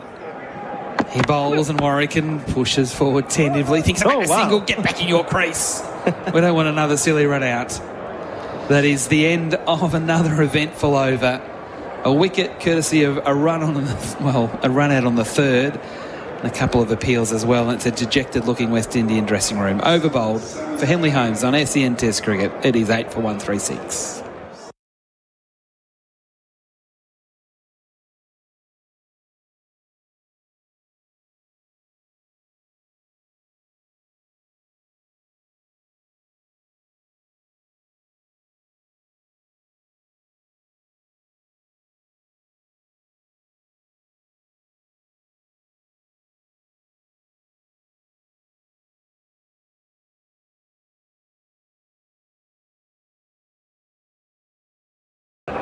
On the Tyre Power scoreboard, winner safety sale, the Australians have the West Indies now 8 for 136 and they're into the tail.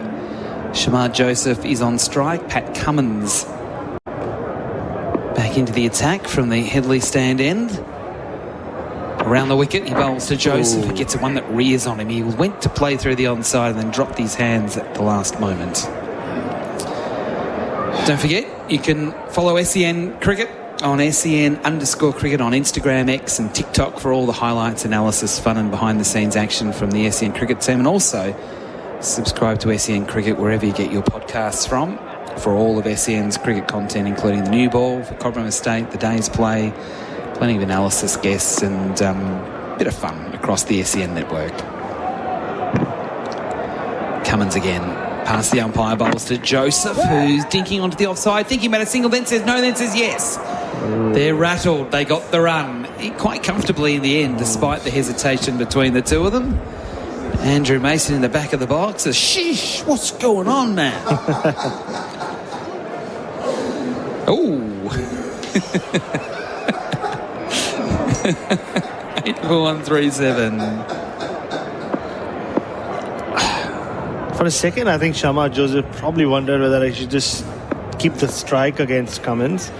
Warwicken, who came out to bat at 8, ahead of Alzari in Kensington and Barbados, and pushed down to 10. And he was going to be the night watchman last night. He's on strike here for Cummins. 3 slips a gully and a shortish backward point at a bat pad. Warwicken plays comfortably in defensive mode, playing from the crease and just nursing it into the onside on the bounce to head. The one thing Manas Labuschagne couldn't do when he was part of the team, he's managed to do as a substitute, to spend a lot of time in the slip cordon. He does spend a lot of time substituting or fielding for somebody who's off the field.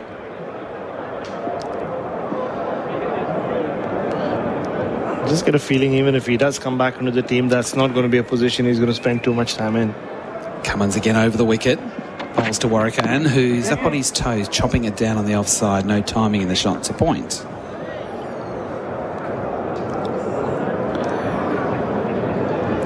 A bit like yesterday, but yeah, just TV showing some of the West Indian fans, the ones who were around when they dominated the world. You can see faces now that we've become accustomed to in the last 25 odd years. Whenever they start to believe, they just get shattered, don't they? Every time. How will they trust in relationships, you wonder?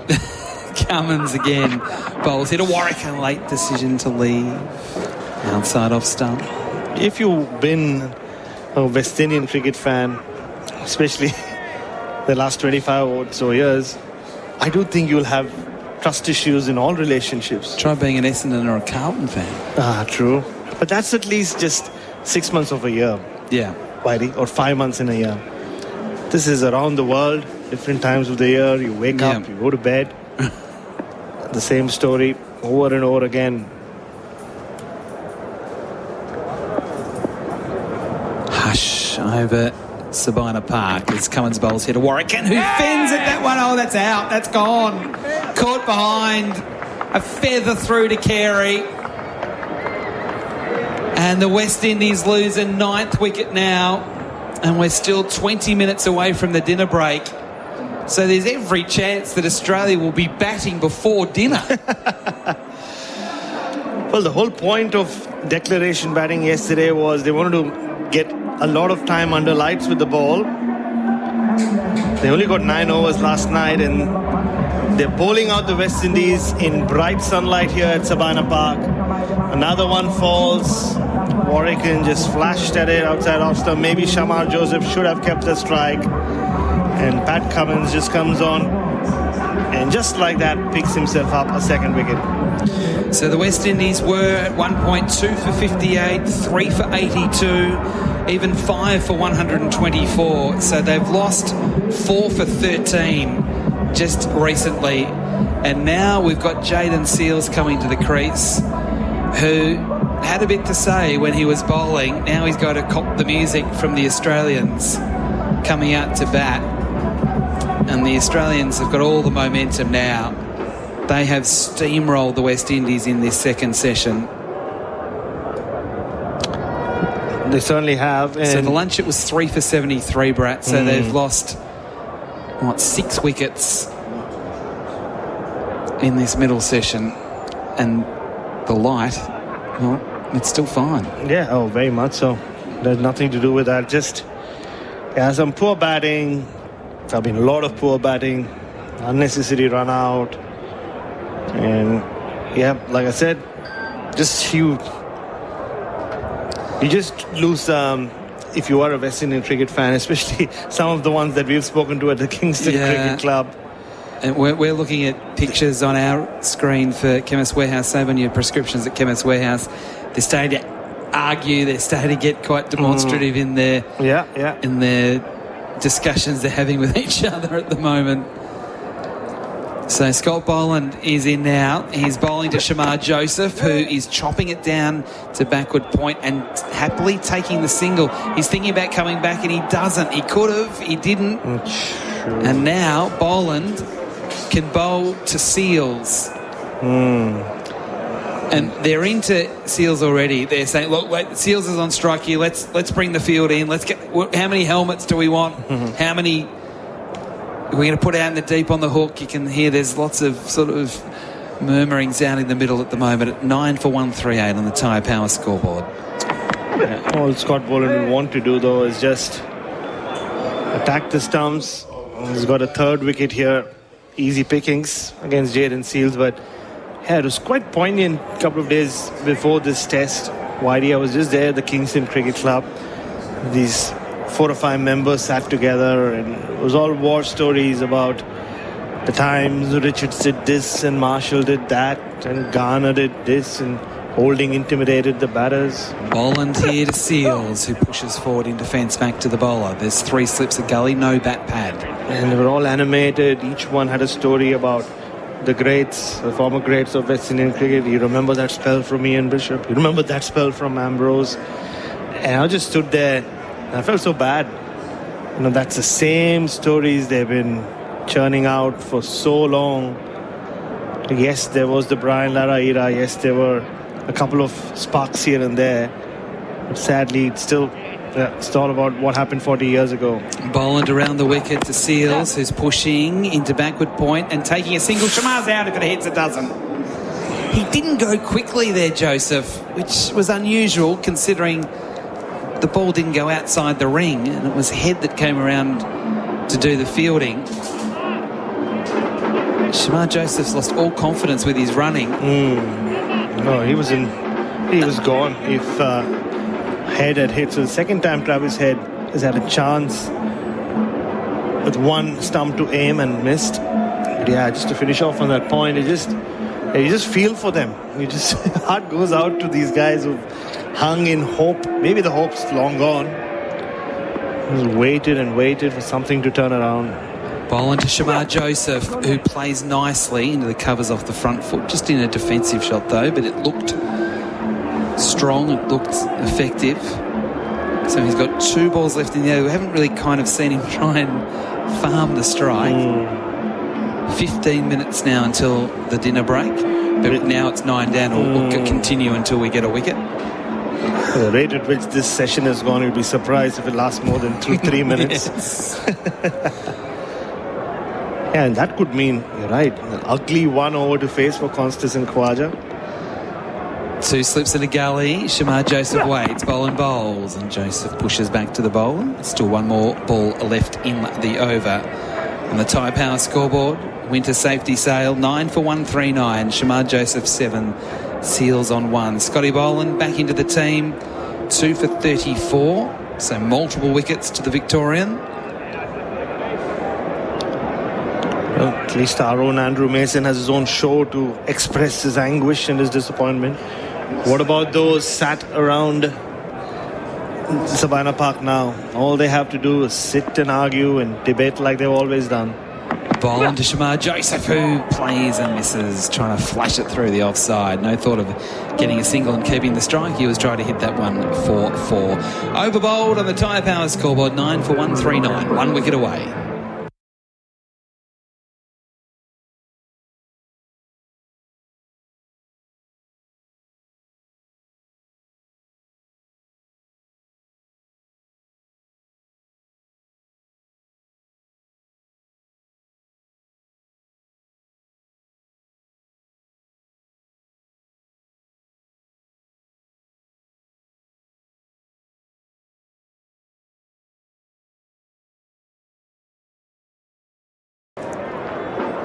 ACN Test cricket for Henley Holmes.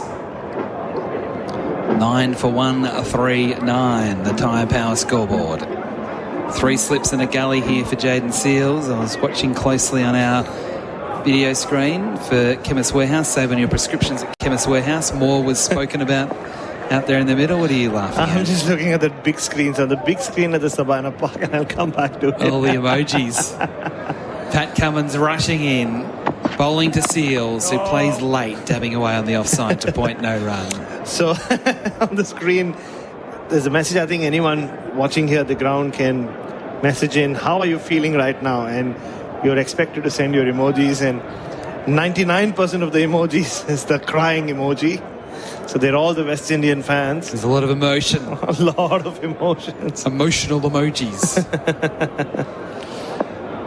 Ay, ay, ay. Cummins from the Michael Holding end to Seals around the wicket. Seals off the hip, plays it okay. He gets a single. Down to Boland in the deep. And fine leg, 1 more to the score. So on the Thai Power scoreboard, they get to 140 for 9. Joseph 7, Seals 2. So far in this series, and we've said it a few times, after the first innings, the 2 teams have largely been inseparable. 10-run lead for West Indies in Barbados, 33-run lead for Australia and Grenada. But for the first time so far in this series, unless Shamar Joseph comes off again as Manas Labuschagne drops back to a deep third. Oh, they're all coming out now. So Bo Webster has jumped out of the slipcourt. Cam Green has jumped out of the slipcourt as well, or no? They're just swapping positions. And as that's been going on, the lights have been turned on here at Sabina Park. Oh, today they've all come on together. No, there's still... Oh, there's one which hasn't come. One hasn't quite worked yet. 2 slips and field spread as Joseph heaves it away on the onside. No timing in the shot. It goes down to long on, dribbling across the turf, and they get a single. So again, Shamar Joseph's not interested in kind of trying to keep the strike, which he did do, particularly in that first test at Kensington Oval. 141 for the loss of 9 wickets. There's quite a bit of rain around, which is more up on the hills. It's not getting to us here at Sabina Park, and probably won't. It just shows the humidity in the air, and it's really quite steamy. Muggy. Stifling, this heat and the humidity. It does get cool as we get to around 8 p.m, 9 p.m. Relatively cool. But yeah, Australia might end up with a sizable lead for the first time in this series. Cummins has some footwear issues. He's just making some changes. I've got a question for you after this ball, which I know you know the answer to. Around the wicket, Cummins to Seals. Down leg side, he tries to catch up with it. It was a short one. He misses. How do you get into the Kingston Cricket Club? Do you have to go in through the back? Oh. Because there's a door in the back. Or do you... I generally just walk through the front gate. So there is a security guard on that gate. Yeah. You just say, do you know who I am? Just say, no, you just go, Wagwan. And he goes, Nagwan, bruh. And then he just walk in. Oh, simple. Okay. Can you say Wagwan? Wagwan? Not really. He's just making sounds. That's what you're doing. Oh, really? I'm saying Wagwan. What's going on in Jamaican patois? Seals has 2 balls to face here. Cummins bowls the first one. Seals chips it away on the onside. Hazlewood didn't know where it went. He has to chase it forward a square leg, and they can come back for 2. He had no idea where that went, and to be perfectly honest, I'm not sure I had much idea either. With the gets to this time of the night with the pink ball, it's hard to see, particularly when it goes square of the wicket, which is what that one did there. 9 for 143. So yeah, you just read them, give the down to up nod, not the up to down. In Barbados, you do the up to nod, up to down nod. In Jamaica, you go from down to up. Okay. There you go. Last ball of the over, Cummins around the wicket to Seals, who pushes into point, doesn't score a run, over bowled. They last another over and they get 4 runs. 9 for 143.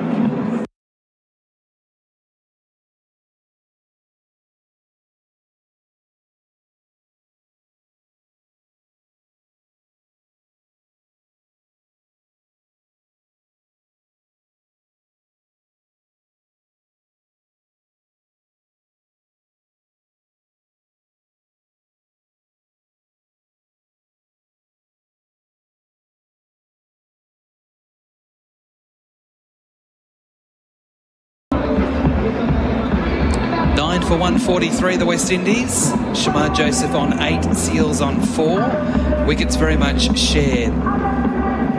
Boland has a couple, Cummins has a couple, Hazlewood has a couple, and then 1 each to Stark and Webster, and a run out.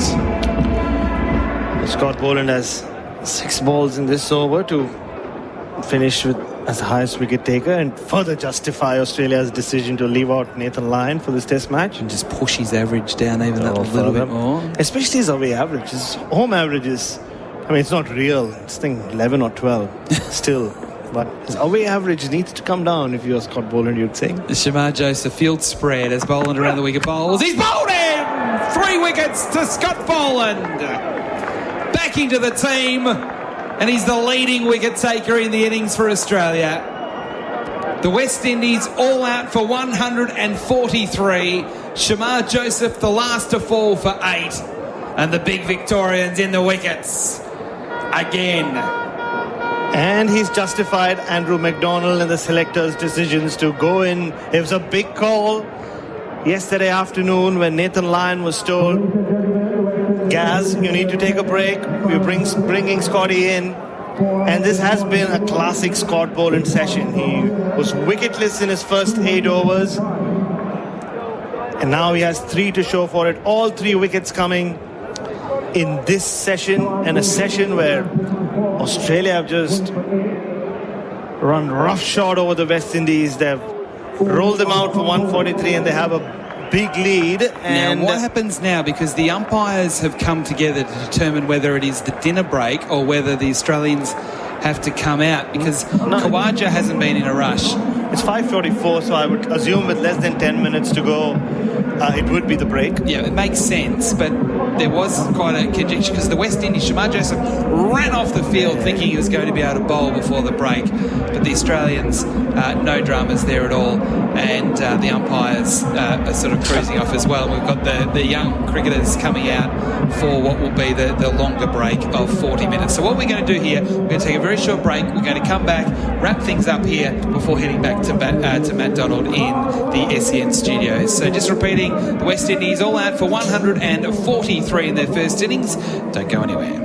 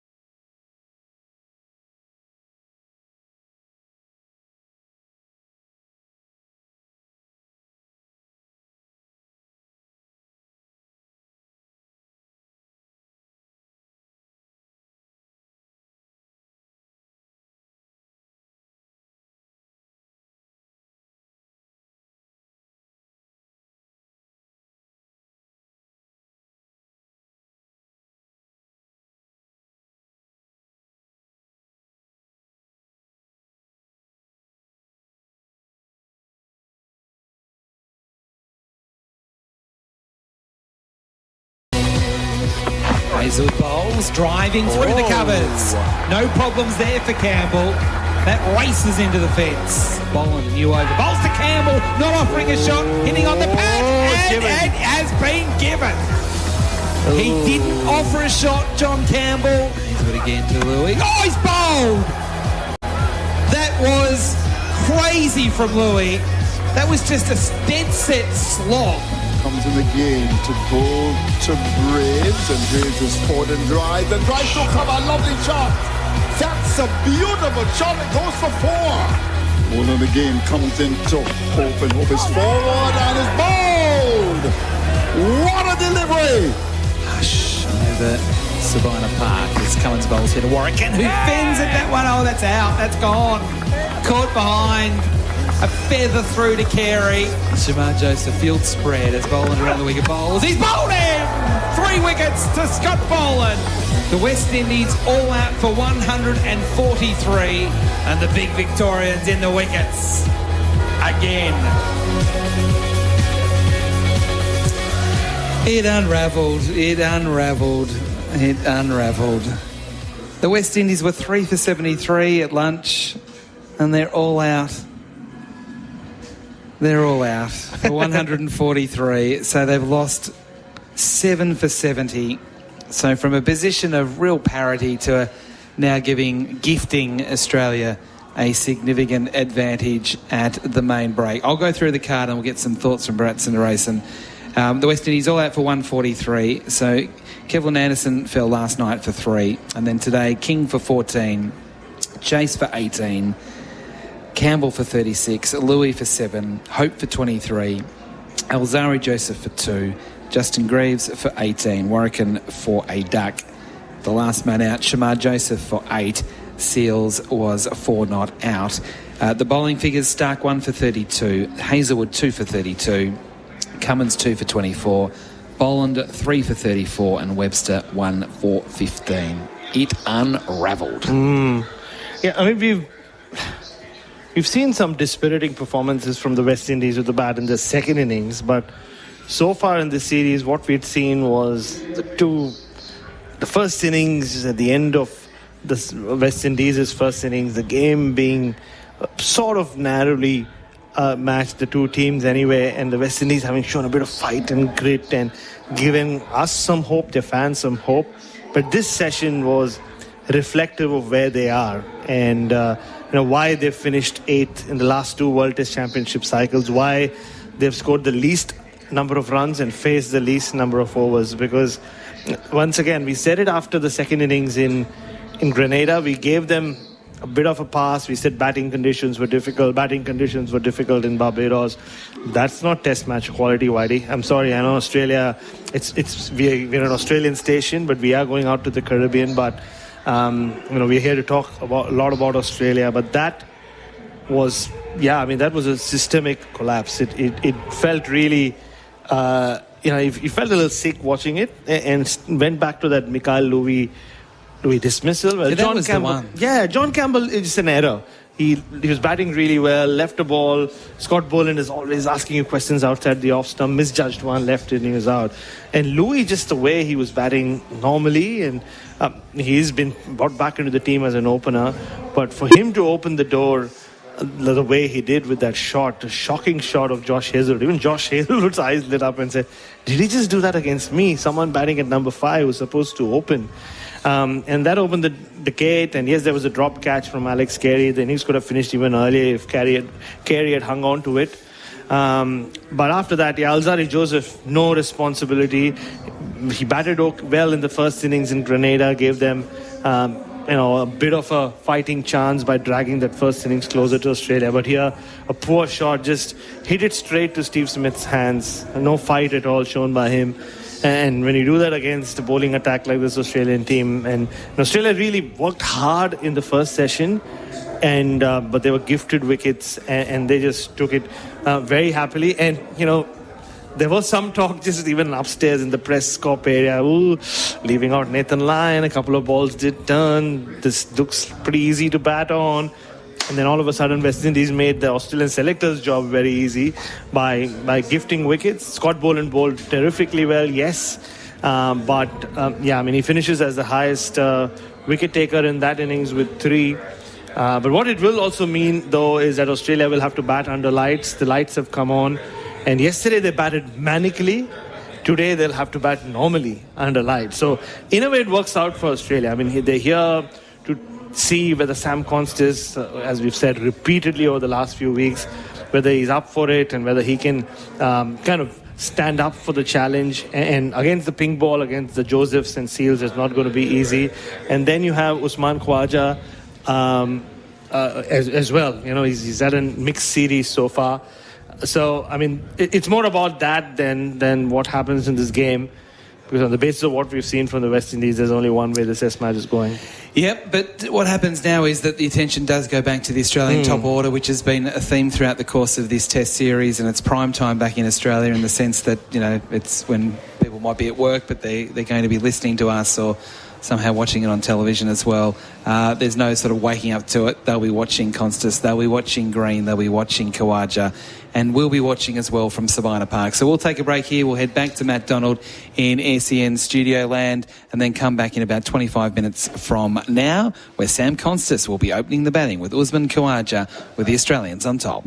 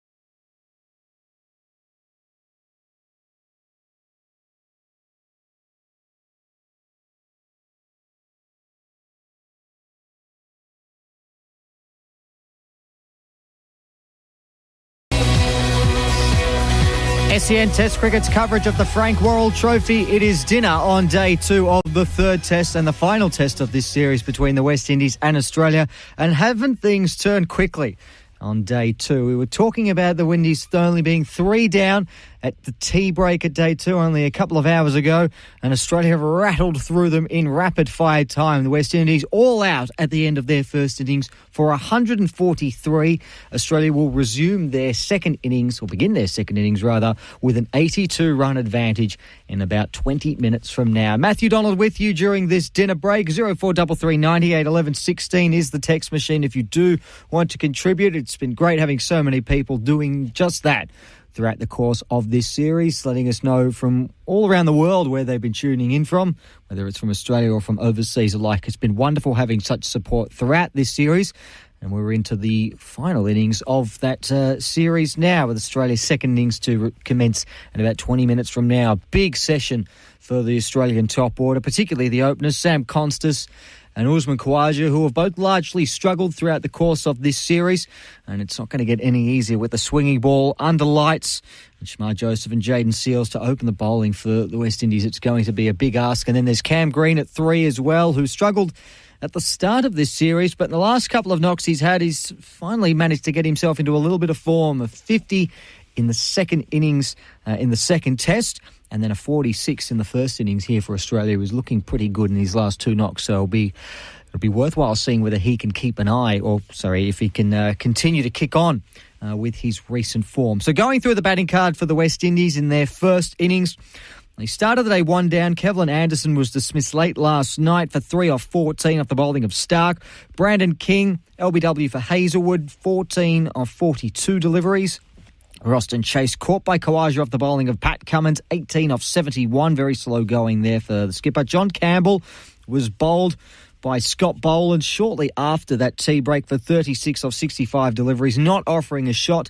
Louis was bowled by Josh Hazelwood in a shot that can only be best described as complete system breakdown there from Louis. Just went for the cow corner slog, sort of thing you might see at park cricket. He went for 7.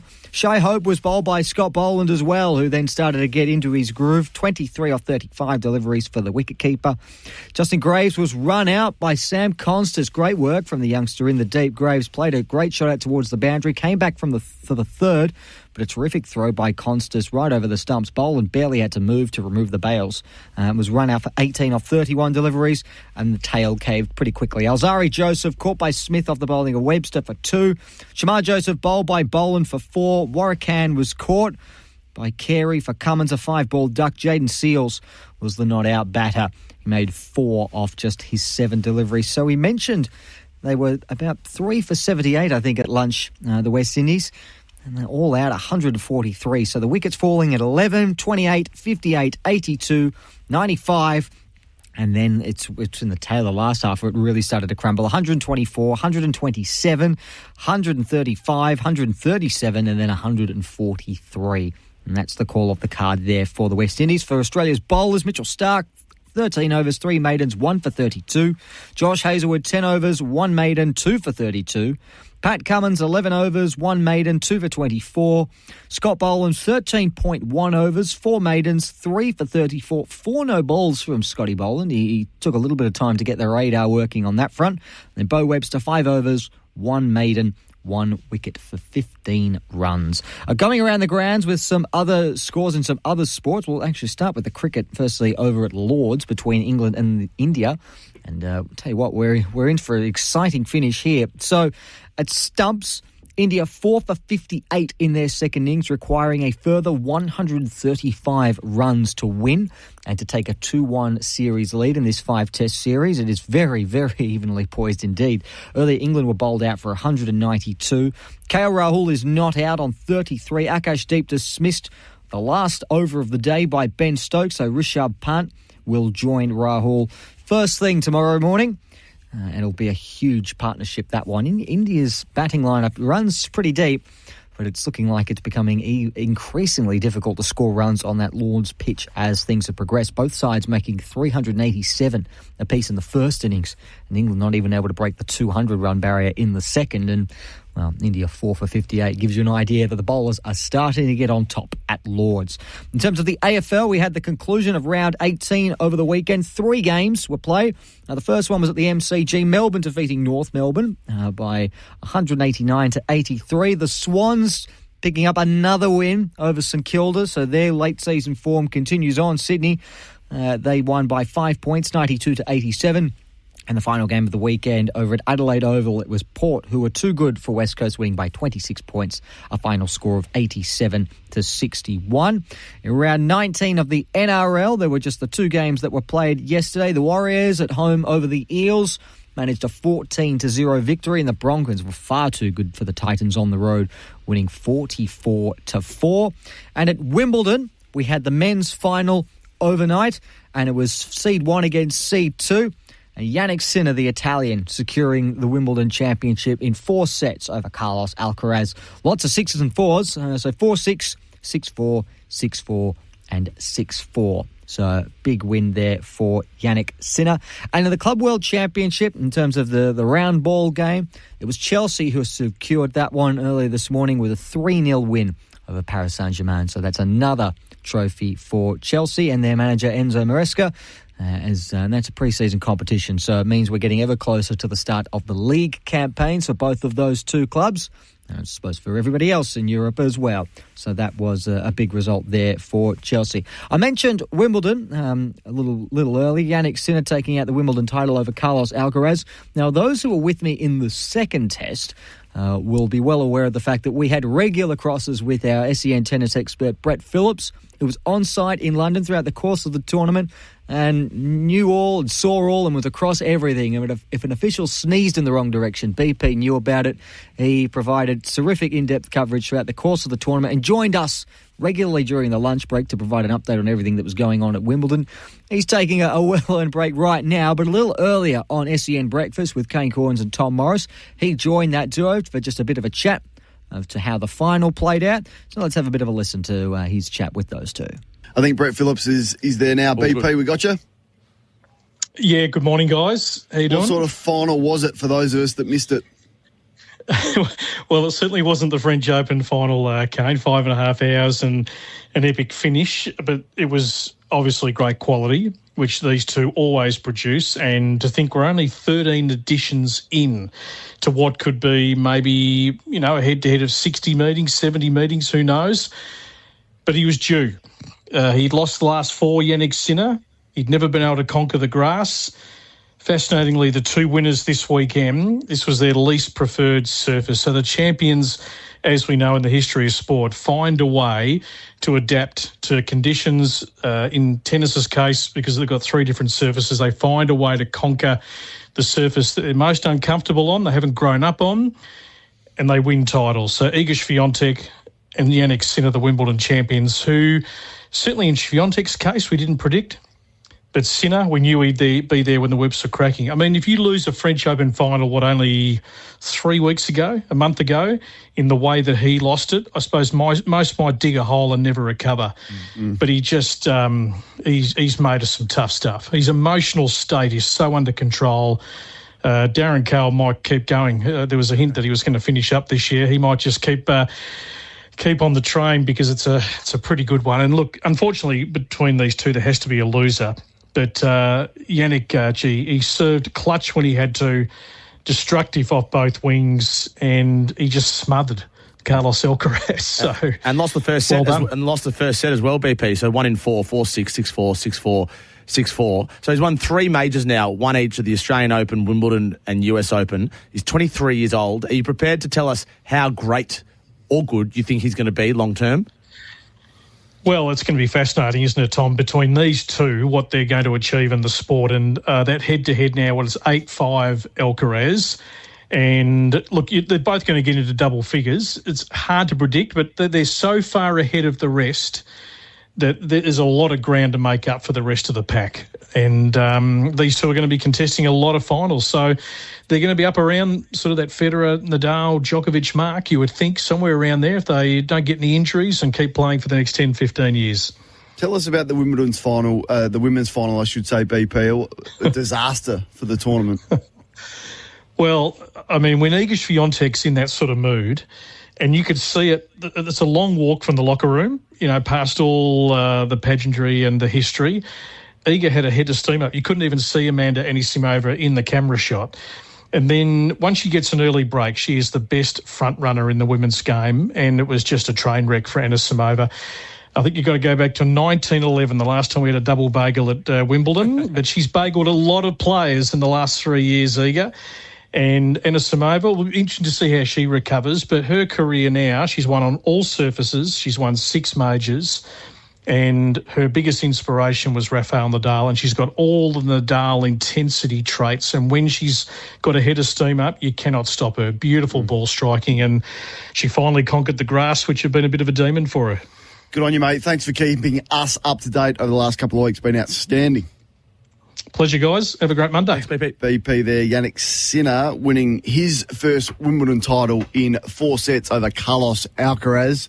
So that was Brett Phillips, our SEN tennis expert, who was with Kane Corns and Tom Morris a little earlier this morning on SEN Breakfast, providing us with a comprehensive wrap of the Wimbledon final. Of course, the men's final took place overnight, and it was Yannick Sinner won his first Wimbledon crown, the number 1 seed, defeating the number 2 seed, the Spaniard Carlos Alcaraz, in 4 sets, 4-6, 6-4, 6-4, 6-4. And it was Iga Swiatek who was too good the night previous against the American Amanda Anisimova, who won 6-love, 6-love. And I'll tell you what, terrific performances from both winners, and it always is a wonderful tournament, Wimbledon. Looking forward, and they alluded to it earlier in their chat, BP, with Tom Morris and Kane Corns, the rivalry, the potential rivalry between Yannick Sinner and Carlos Alcaraz, the number 1 and 2 seed in the world. And we've been spoilt for well over a decade with a fearsome trio of Novak Djokovic, Roger Federer and Rafael Nadal. Is this the new rivalry, the next generation that tennis is going to treat us with? I mean, if it lives up to even half the billing that those three have treated us to for the last decade or so, we could be in for quite a ride. But for Yannick Sinner, his first Wimbledon crown, and that wraps up Wimbledon for 2025. It is dinner here on day 2. SEN Test Cricket's coverage of the Frank Worrell Trophy between the West Indies and Australia. And the news is that the Windies have been bowled out. They lost 7 wickets in a chaotic second session that featured some terrific bowling and some extraordinary decision-making with bat in hand. That means that the Windies trail Australia by 82 runs at the end of the first innings. So Australia will take that lead into the second innings as the final session begins under lights with the swinging pink ball, which poses a challenge in of itself to both Australian openers Sam Constance and Usman Khawaja, who have largely struggled at times throughout the course of this series. And against the opening bowling attack of Shamar Joseph, Jaden Seals is going to be a real challenge for them. But this is also a big opportunity for those two who have struggled of late to find runs. Will they be able to do so here? Keep the texts coming through. Let us all know where you are tuning in from. 0433 98 11 16 is the number to text through. Let us know where in the world that you're listening from. It's just breaking into the early hours of the morning, or past the early hours of the morning now in Australia. So a lot more people, I suspect, will be up and about. And it's going to be a really fascinating final session here on day 2 at Sabina Park, Australia, holding an 82-run lead as things stand. The openers will be facing tough conditions, but a big opportunity for them to push out a huge lead and give the West Indies something significant to chase down in the final session. Or the final series, game of the series. We are going to take our final break here during this dinner break on SEN Test Cricket. We're going to head straight back to Sabina Park. Your commentary team are going to talk you through all of the action in the final session. How will Australia's openers go? Khawaja and Constance. How will they deal against the swinging pink ball and the lethal West Indian bowling attack? We are about to find out on SEN Test Cricket. Don't go anywhere.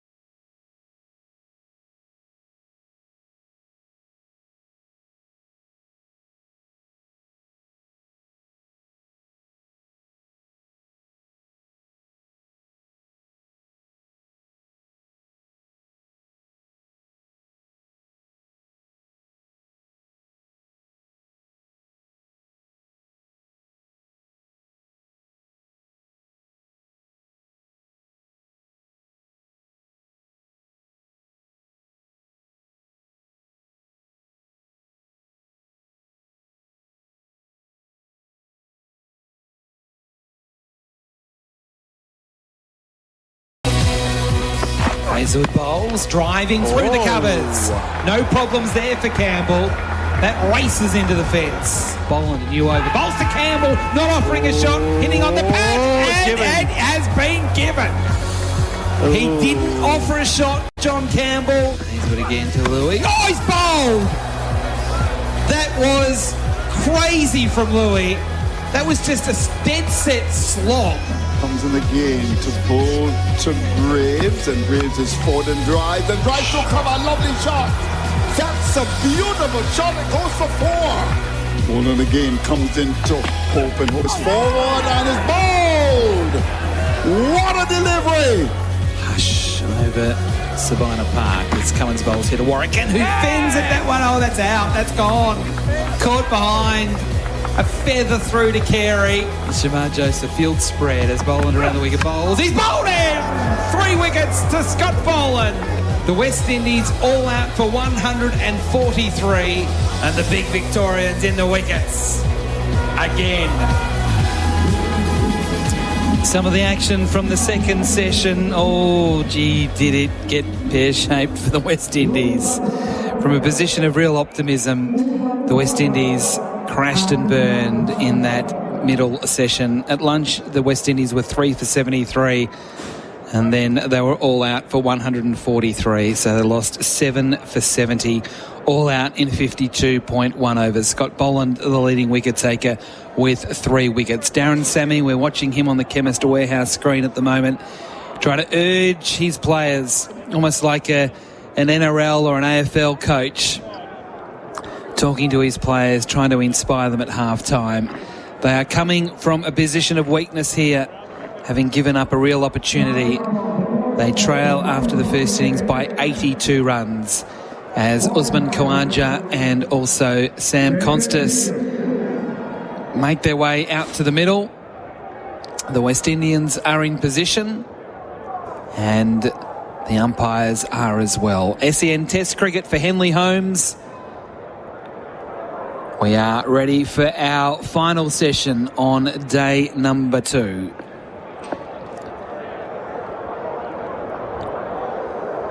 Three slips and a gully in place. And also a backward point with Khawaja on strike. First ball of Australia's second innings. Seals bowls and Khawaja leaves. And straight away, Seals getting the ball to swing back into the left-hander. So an encouraging start, but they're going to have to turn things around very, very quickly if they are to get themselves back into the match. The ball glowing, the pink ball glowing as we get into this twilight or dusk period. The light's not fully in effect, but they're certainly starting to have an impact on things. Seals again. Rushing in past the umpire bowls to Khawaja, who's back and across, defending back to the bowler. No run.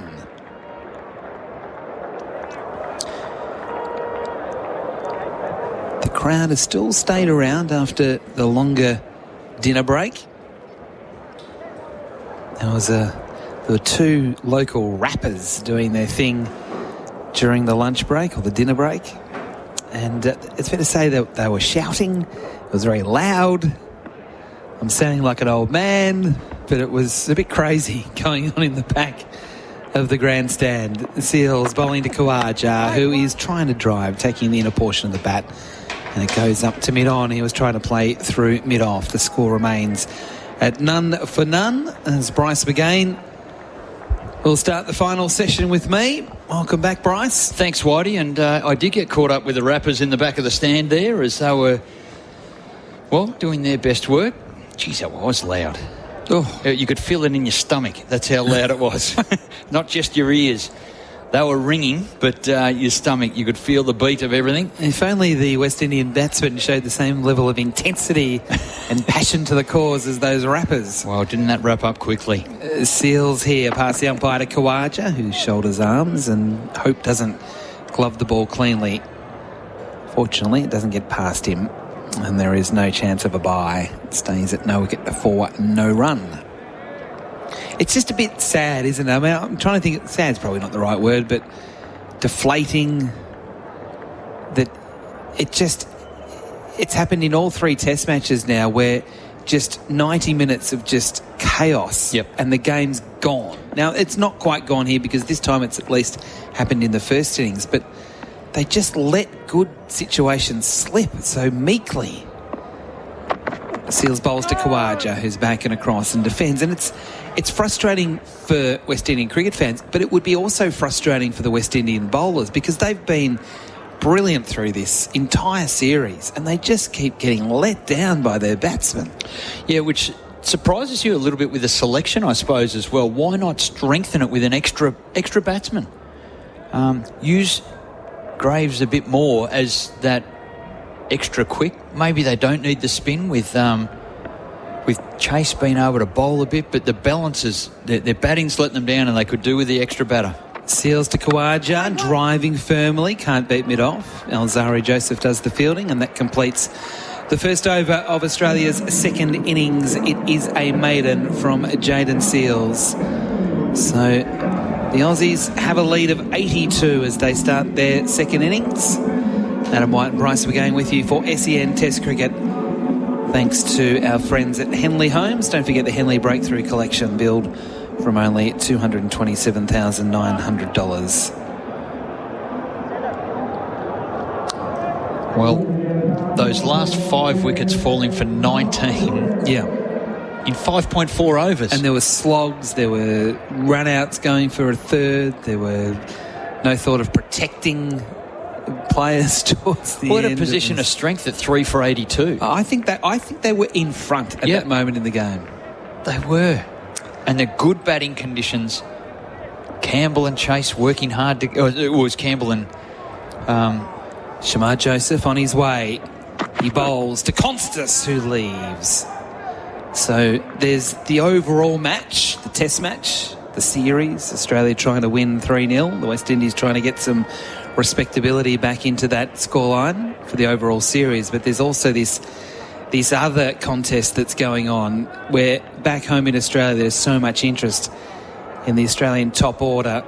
This job interview that Sam Constas has opening the batting, Cameron Green batting at 3, Osman Khawaja, has he still got it in him?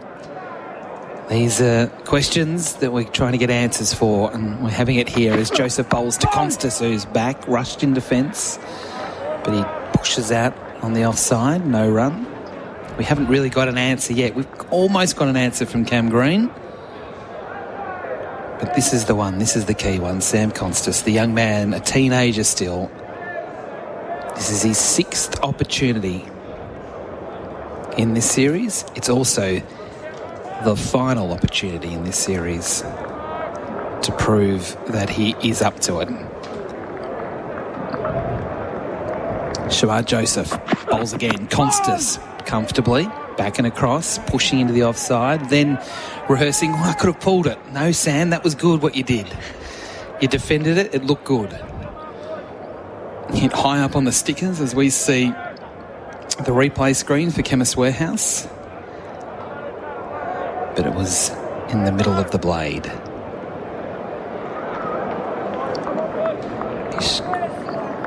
He scores so far 3 and 5 in the first test, 25 and a duck in the second. Shamar Joseph past the umpire, bowls to Constas, down leg side, can't keep up with it.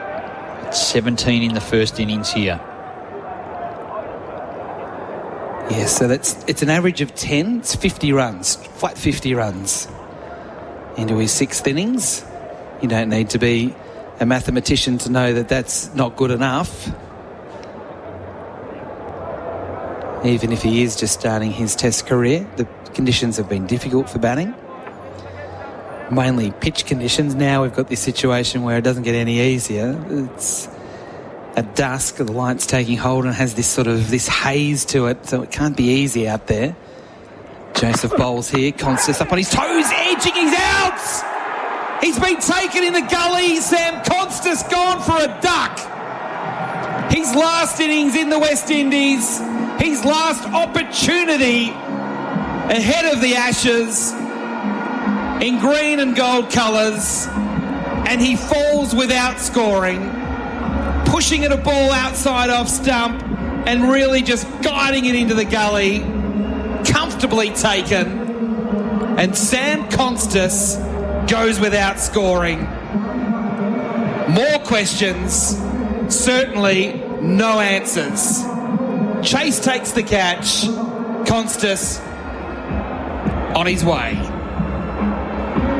Well, the young man who was out there, these are the toughest conditions in Test cricket. Pink ball under lights in an environment that is pretty hostile with a very good bowling attack, and he succumbs. It was an open face. It was nearly glided away rather than an outside edge, and it carried comfortably to the gully. A simple catch was made, and he is on his way. Cameron Green comes to the wicket, and the West Indies fight back on the back of their bowling attack. Well, it's hard to put into words. I say more questions and certainly no answers, but maybe we have the answer. Maybe it isn't Sam Constas. He's had 6 opportunities here in the West Indies.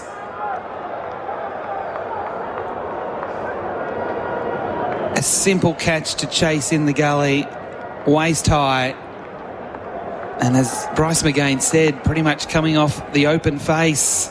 Cameron Green now facing his first ball. Joseph bowls, that's right on line, and it's defended by Green back down the onside of the pitch. A successful over there to the West Indies. 1 for none Australia, with Constas out for a duck. SEN Test cricket for Henley Holmes.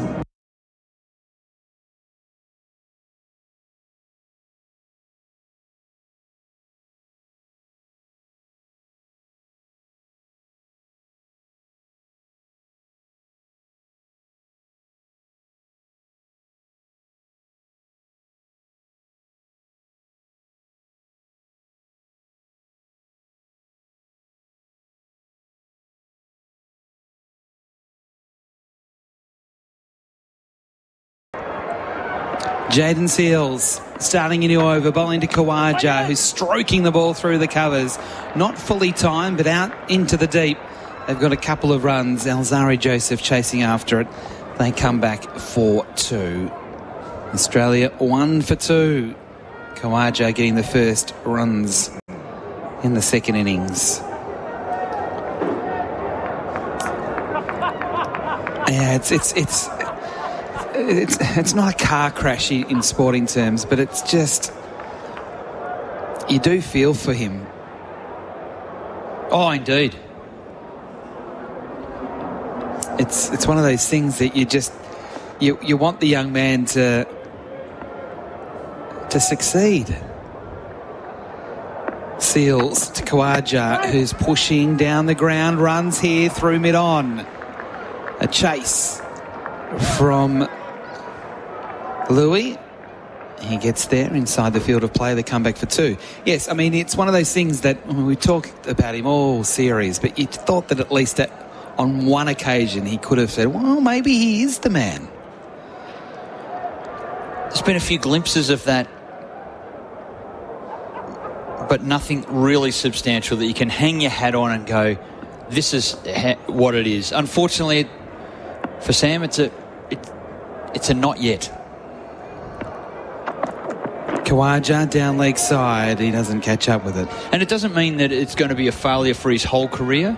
It's not a failure, it's just a not yet. Now, the question remains, why is he in this position if he's not ready just yet? But they've seen enough in him, albeit a couple of back-to-back hundreds at the beginning of last Sheffield Shield season on a pretty placid New South Wales Cricket Centre wicket, that showed enough for the selectors to go, no, he could be the future. But not yet. It's not yet. Seals around the wicket, bowling to Khawaja. And Khawaja strokes the ball back to the bowler, who then throws it at the stumps and hits the stumps, but Khawaja in his crease.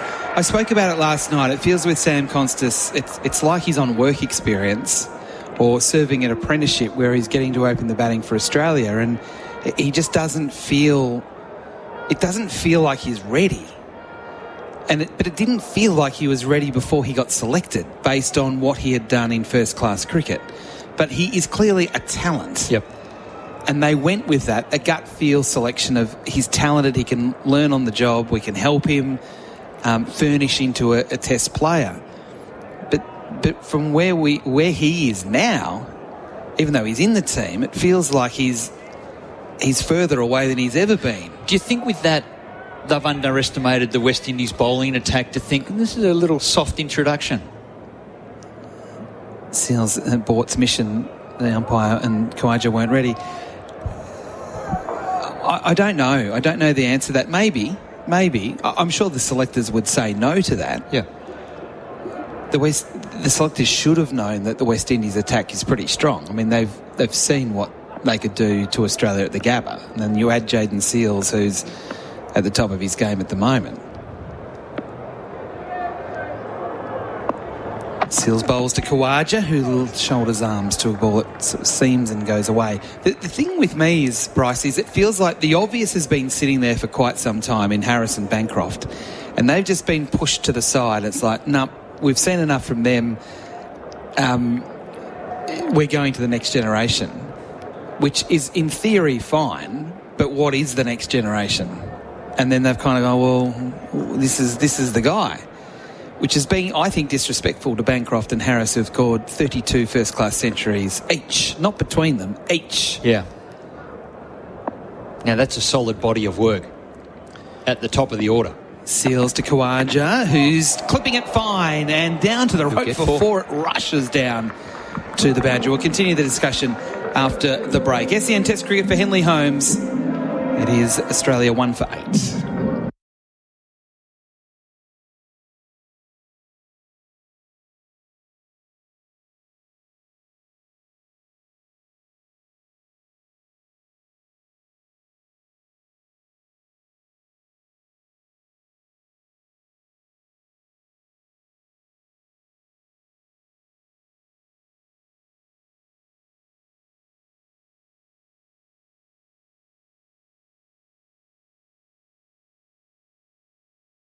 Shamar Joseph rushing in past the umpire to start a new over. He bowls to Green, who leaves. The lead is 90 for Australia. They have lost the wicket of Sam Constas. We'll talk about Sam, obviously, in the new ball for Cobram Estate at the end of play with Bharat, but it's 50 runs from 6 innings now. That's it. It's done. We were told to be patient. We were told to take a wider lens on things. It's a pretty good sample size now, considering that Nathan McSweeney was dropped after 3 matches, opening the batting in the Border Gavaskar Trophy. Green here gets a good one that beats the outside edge as he pushed forward at it. And McSweeney's numbers were better than Constas. And the Indians had a bowler by the name of Jasprit Bumrah in the attack.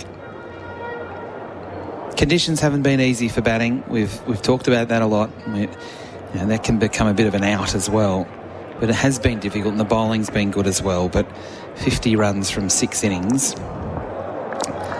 The numbers are the numbers. And Shamar Joseph bowling to Green, who's getting one that hits him on the hand, and it just bobbles out on the onside behind square leg, and they get a single. In fact, it's not off the glove, it's off the thigh pad. It's a leg byes. 1 for 9 on the Tyre Power scoreboard, your trusted tyre experts. And that feedback is coming thick and fast on the text machine. It's come through. Sam Constance, a roaring success. What was his average? About 15? A little lower. You do the sum. 6 innings, 50 runs on this tour. He cannot play in the opening Ashes Test. One would think. That's Chris from Frankston. They're the views that are coming through, as I said, thick and fast. 0433 98 11 16. Shamar Joseph around the wicket to Khawaja, who pushes forward tentatively back to the bowler off the front foot in defence. Solid though. Hi guys, Constance, should we persist? There was much persistence with Warner and Watson when they were way out of form. That's from Alex. So there was persistence. they've shown patience in the past, the Australian selectors. Joseph again bowling to Khawaja. He's hit on the pad going back and across. Got hit outside the line. He got so far across with Joseph coming around the wicket. Not even a consideration to go upstairs. No powwow, no get together, no gathering. What we do know now is, and we'll stop this conversation now because we've got two others at the crease. But it just now means that position now is open. It might be Constas, but he hasn't locked it away for the Ashes. Joseph bowls to Khawaja, who leaves. And the only way it can still be his is if he makes a lot of runs in Shield cricket to start the season. And all of a sudden now he's in a pack of 4 or 5 that are wanting to do the same. Over bowl 1 for 9, and that's on the Tyre Power scoreboard.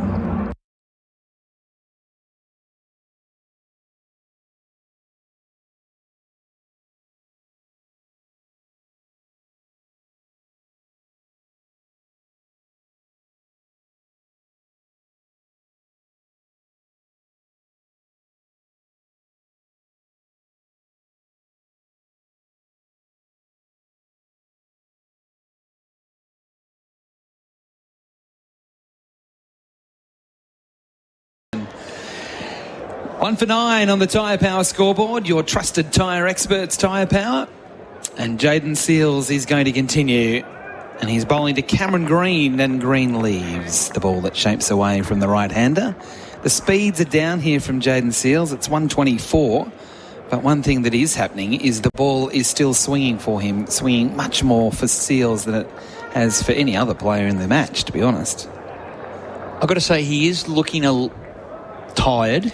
He's looking tired, but he hasn't lost his main weapon of moving the ball. Often when swing bowlers get tired, they lean over more and the ball stops swinging. He hasn't lost that. They might close off and try and use their body more or drop the arm even lower. He's not doing that. Seales bowls to Green, full face of the bat, pushing up to mid-on. Again, a good ball from Seales, testing the defence of Green. If Green doesn't hit that, it's a simple thing, but if Green doesn't hit that, it either hits the stumps or hits him on the pads in line. So certainly testing Green early here. We know that Green's a nervous starter.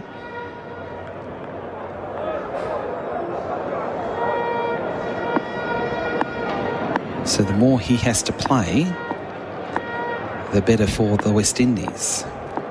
He's yet to score. 3 slips in a gully.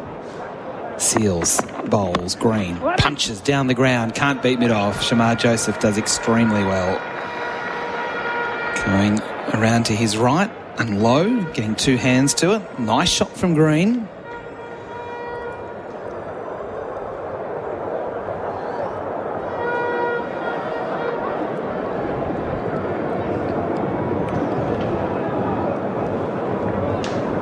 Still a hush around Kingston Cricket Club. It's not that sort of carnival atmosphere we had last night. This is where the game can slip away completely from the West Indies. Green here clipping away nicely through square leg, runs. It probably won't quite get to the rope. It's a long chase out to the long part of the ground. They've got 2 and they'll come back for 3. Khawaja had to rush at the end. That was so similar to the Justin Greaves situation where he was run out going for the 3rd. Khawaja was kind of just cruising back for the 3rd run like Greaves was and had to hustle. He got there, but not without a bit of a shock. 1 for 12, Australia.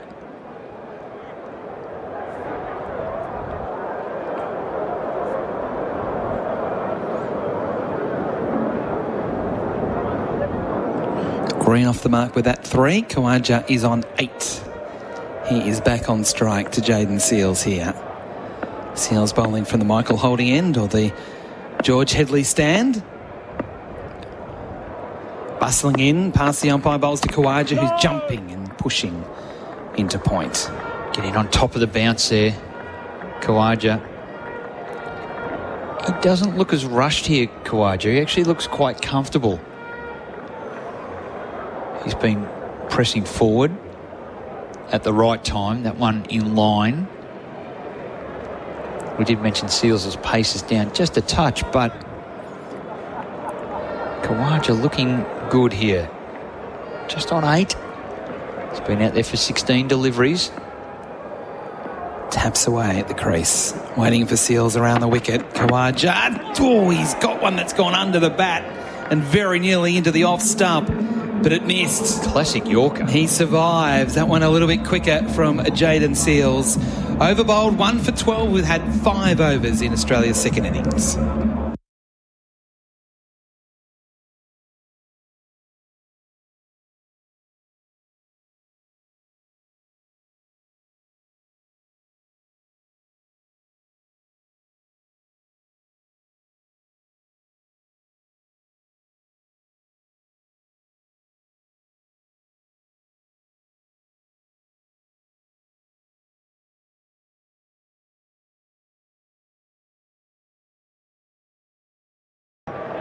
Shamar Joseph on the runway, bowling to Green, who is pushing backward of point and getting a single between Gully and that backward point position. Warrican going back and doing the fielding. Can't prevent the run. 142 kilometres an hour there from Shamar Joseph. So the speed still over 140. Australia 1 for 13 on the Tyre Power scoreboard. Khawaja 8, Green 4. Constas out without scoring.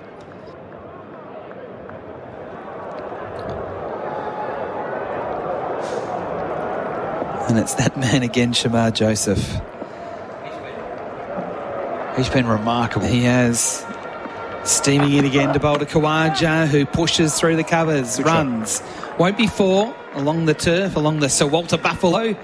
He gets a couple of runs out into the deep. That can be like Velcro, stopping the ball if you don't time it right out of the middle. They even roll the grass here to try and just push the leaf down. It's, I got a big shock when I came here to see that. It's like a big sponge.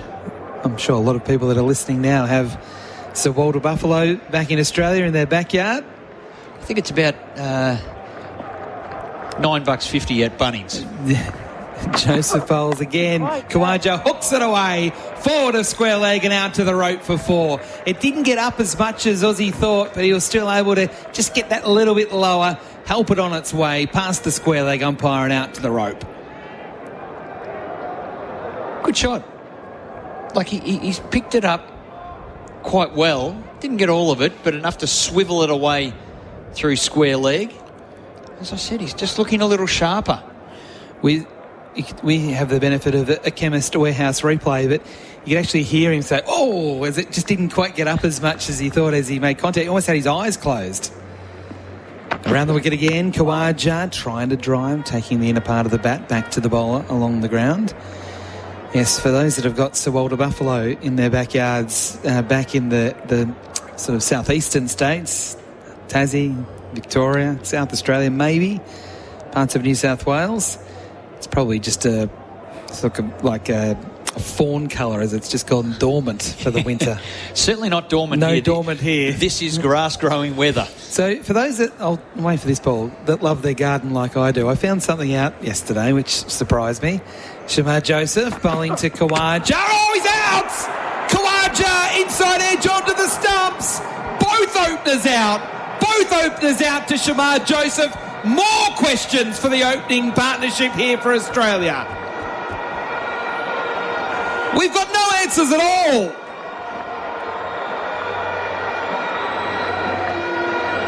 Just when Khawaja was looking good, he's tried to push through the offside, thick inside edge, crashing into the stumps. And this horror show for Australia's top order continues here in the Caribbean and ends here in the Caribbean. No more opportunities, no more chances. We now wait until the Ashes before we see the Australian top order do their thing. Who it'll be, we do not know. 2 for 19. Khawaja out for 14. Just dragging that one on. He went for the drive. Big, thick inside edge. Shamar Joseph, he continues on here. I think he's got 20 wickets for the series now. The leading wicket taker. He's a one-man demolition team. Well supported, though, with Seals and Azari. But Shamar Joseph just keeps going and taking wickets. And he's sent both openers packing, and Australia in a really precarious position now. Steve Smith, the new man to the crease. And sorry, Steve, we need you to save us again. The West Indies are pumped up. The crowd's getting involved now as well. 2 for 19, the Australians on the Tyre Power scoreboard. This is electric cricket, SEN Test cricket for Henley Holmes. 1 ball left in the over. Shamar Joseph at the top of his mark. He's waiting for Smith. He's ready. So is Shamar. He's on his way. Past the umpire, bowls to Smith, who flicks it away immediately off his pads behind square leg. He gets a single down to the man in the deep, and he is away. Whew, take a breath. 2 for 20. Green 1. Green 4. Smith 1. Lead of 102.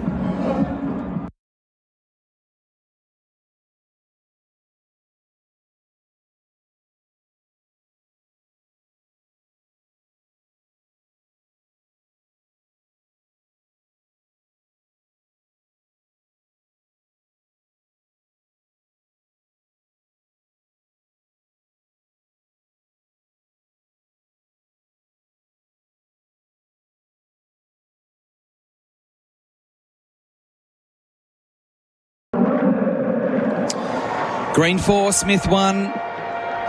The batsman out, Constas without scoring, Khawaja for 14.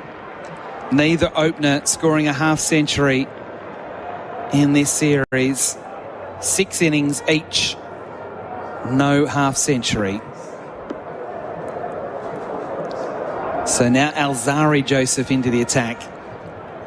He's bowling to Steve Smith, and Smith is very nearly bowled.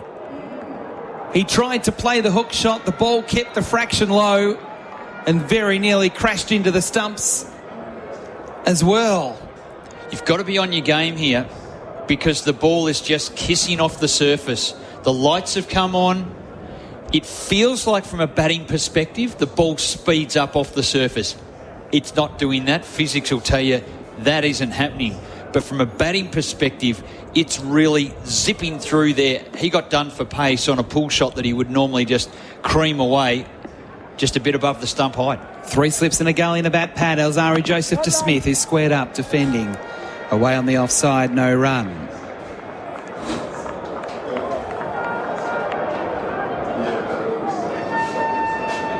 The lead 102.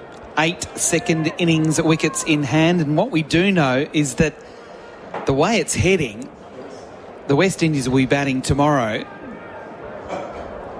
but they'll be batting in the daylight hours. So if it is we're getting way ahead of ourselves here, but if it is a chase of 180 and they're batting in the daylight hours, maybe it swings back the other way again. Still Australia on top. Alzari Joseph bowling to Smith, who's edging and dropped! Oh, dear. Dropped! Greaves has put him down at first slip. It was a tough chance. Low to his left, through his hands, down to the rope, 4 runs. You do not drop Steve Smith. They've just dropped Steve Smith.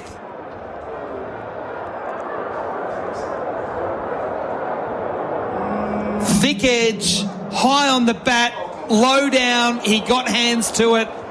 He couldn't hold on. It would have been a great catch because it was dropping sharply, but he did get 2 hands to it. You can't afford to give him an opportunity. He gets a life. Dropped on 1. He's on 5 now as it went away for 4. Oh, this game is lit up, Whitey. Alzari Joseph again to Smith. Smith, oh, what was that? That sailed through at head high, somehow missing the bat, somehow missing the gloves, somehow missing the helmet through to the keeper. Oh. Well, he's inspired Azari Joseph into the attack. He is letting rip from the Michael Holding end. and it's like it's Michael Holding coming in. What a delivery. Oh, that was vicious. In the end, Smith took his eye off it. Whoa! And it sailed past the grill of his helmet as he flung his head back.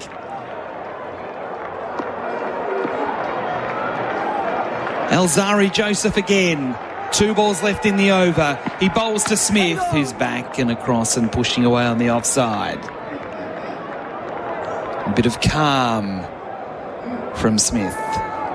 Well, not really. I bet his heart rate's pushing 200. He looked calm. I'm not saying he was calm. No. He looked calm.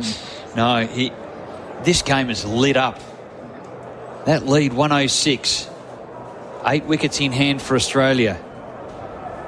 On an evening session where last night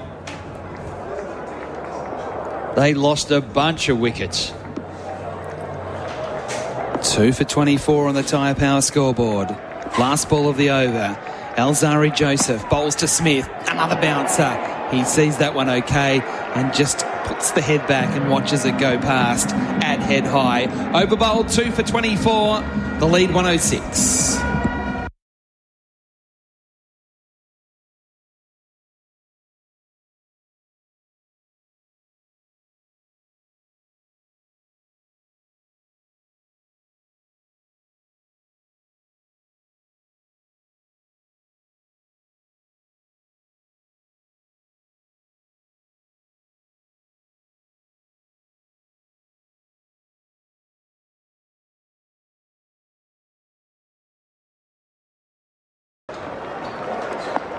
SEN Test cricket for Henley Holmes. Shamar Joseph again from the Courtney Walsh end. Bowling to Cameron Green. Rushing in past the umpire. Bowls to Green, who's playing defensively on the onside to a ball at about waist high, just getting it to forward square leg. Bharat Sundaresan has come in to join myself and Bryce. What a moment, Bharat. Andrew Mason will come over and join you guys after this over. Bit going on. It is all going on. Well, the beauty of ping ball test cricket, and after the end of each day's play, you and I, Adam White, record the new ball.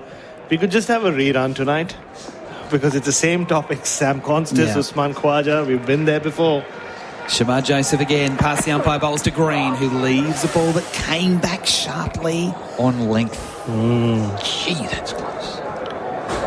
Well, we saw only 9 overs from the Australians last night. Stark, Cummins, Hazelwood, Boland all had a go. None of them had it talking like Shamar Joseph, Jayden Seales and Alzari Joseph have got it to talk this evening. This is terrific bowling. They've been revved up. So whatever the coach has said, they've gone out there with a real purpose. They were disappointing, in inverted commas, understatement with the bat. They're making up now. Shamar Joseph bowls Green back, pushing away on the onside, getting right back in his crease to a ball that wasn't that short, but he found the middle of his bat in defence. Just probably said this is the last time in this series, and who knows when you'll get to play against Australia again on home soil. Make a hero of yourself. Well, Darren Sammy was really urging his players as they went onto the field. It was like a coach in AFL or NRL terms. Shamar Joseph bowls here to Green, who gets one. There's a come off the glove on the way through to the keeper. It hasn't. He went back to a ball that, again, he probably should have gone forward to. Got himself into an awkward position. There was an appeal. Would need to see the Chemist Warehouse replay to see exactly what happened. What do you see, Bharat? Well, came back sharply, just hit probably his thigh pad. Yeah, got the back leg and went over the stumps. A ball that darted back. And it's causing all sorts of havoc here. This is fast seam. So it's hitting the pitch. It's really kissing through and moving. The crowd are right behind the West Indies here. They're sensing something dramatic. Shamar again to Green, who's clipping onto the onside to forward square leg. Almost slipped over in the process. Campbell doing the fielding at forward square leg. No run. He's not looking settled at all, Cam Green. He's being rushed. He was rushed by Shamar Joseph in the first innings as well. That was during daytime. Yep. He looked okay against everyone else, getting into position, getting his head in line, off stump. The head wasn't falling over, but Shamar, just the skiddiness, just rushes him. It feels like he's off rhythm every time he's facing Shamar Joseph's extra pace. The slow hand clap from the locals here at Sabina Park. Shamar Joseph, wider on the crease, balls to Green, who edges through the corner and down to the rope for 4. Past third slip. Was it catchable? We'll need to have another look at it. I kind of think it might have been. Over bowled, 2 for 28, Green to 8. Andrew Mason will join you on the other side of the break. SEN Test cricket for Henley Holmes. It did go on the bounce.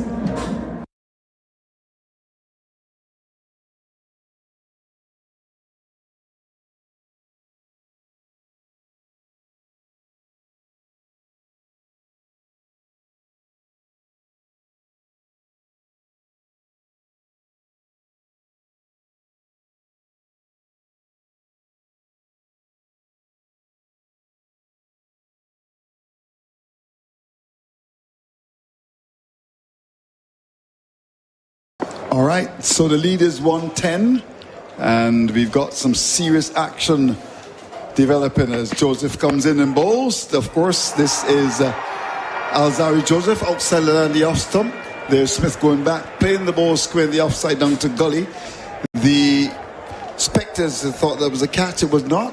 Hello, gentlemen. Nice to see you. First of all, Bharat. Nice to see you, Andrew Mason. Well, this is what, when you grow up hearing about West Indies cricket, especially when it was at its pomp, this is what you were told.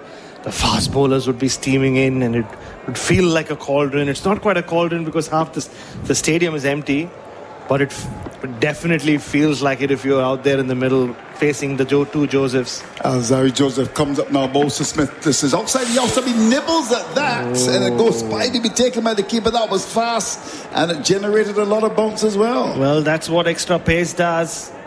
Even if you are the best in the world, it makes you do things that you generally wouldn't. And Steve Smith was a bit filthy with himself, not so much for attempting the shot, but he wanted to go more down to up and try to hit it over the slip region. Eventually just ended up playing a hoik.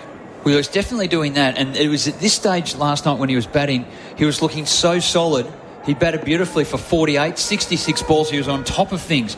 And then he just started batting like this. It was nearly like, well, the ball's zipping on too much. I've got to go super hard. This is the difference. Is outside the off-stump ball by Alzari. Short, and he just watches the ball go by to be taken by the keeper. And how often have you seen Steve Smith going out the way he did last night, throwing the kitchen sink at a drive, off balance, gets the outside edge. Incredible catch at slip, mind you, because it flew. But you just rarely see Steve Smith trying to hit it 110, 120% of his capacity. Yep. Through the kitchen sink at it. What Australia need now is someone just to be there and bat some time for a little while. Can't afford to be as risky or reckless as what they were last night. This is really, really challenging. And the West Indies, they're feeling some real momentum shift now. Here's Alzari Joseph as he comes up now to bowl to Smith. In bowls to Smith, another short delivery. He ducks and the ball goes just outside the off-stump, taken by the keeper. And Roston Chase has just left his position at Gully. I think the adrenaline. Yeah, he's just bowling too short at the moment. I think Roston Chase just reminding him of there's so much happening in the air. He's not a big swing bowler, Alzari, but he can seam it around. And there has been movement off the pitch as well. It's like, okay, maybe, you pushed him back. Don't forget what else you can do with this ball. I agree with that assessment. I think he just being slightly carried away here.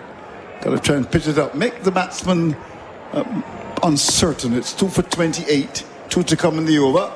And Alzari Joseph steams in on his way to bowl to Smith into this delivery outside the off stump. I think he would have taken the advice of Roston Chase. That was Fuller.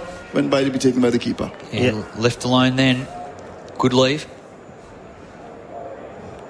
So 2 wickets going down. Constance, of course, the conversation will continue about him. Gone for duck, and Khawaja bowled by Shamar Joseph for 14. So it's 2 for 28. Alzarri Joseph has come into the attack. He's bowled with a great deal of aggression. He's got 3 sips in the gully. There's a backward point. There's a mid-off whitish, forward short leg. And there's a man for the hook down at backward square and a long leg. He's just about ready to turn. And with that sprawling George Headley stand behind him, starts his run. Straight approach, elbows pumping. Goes past the umpire, now bowls to Smith. Smith is bowled! What a delivery from Alzarri Joseph! And he's caught the big snapper under the lights at Sabina Park. That's a big wicket. It's 3 wickets down for 28. It's all on now. Steve Smith playing on in the end. He seemed unsettled from the moment he walked out to bat. Alzarri Joseph pushed him back, and just played away from his body. No footwork. And the stump is cannoned into leg stump. Steve Smith looks up at the big screen and goes, what did I do there? What was that? Well, he has all the rest of the evening to think about it because Australia 3 for 28. Which is the latest score at Sabina Park.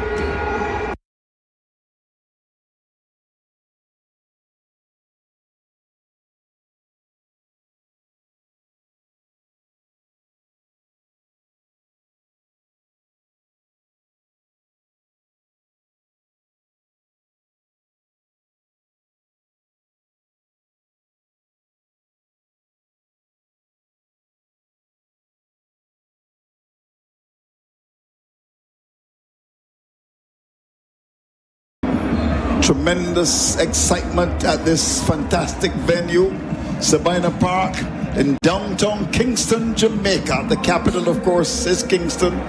And what a battle. So effectively 110 for 3, with Australia losing 3 wickets and some pressure coming from the West Indies bowlers.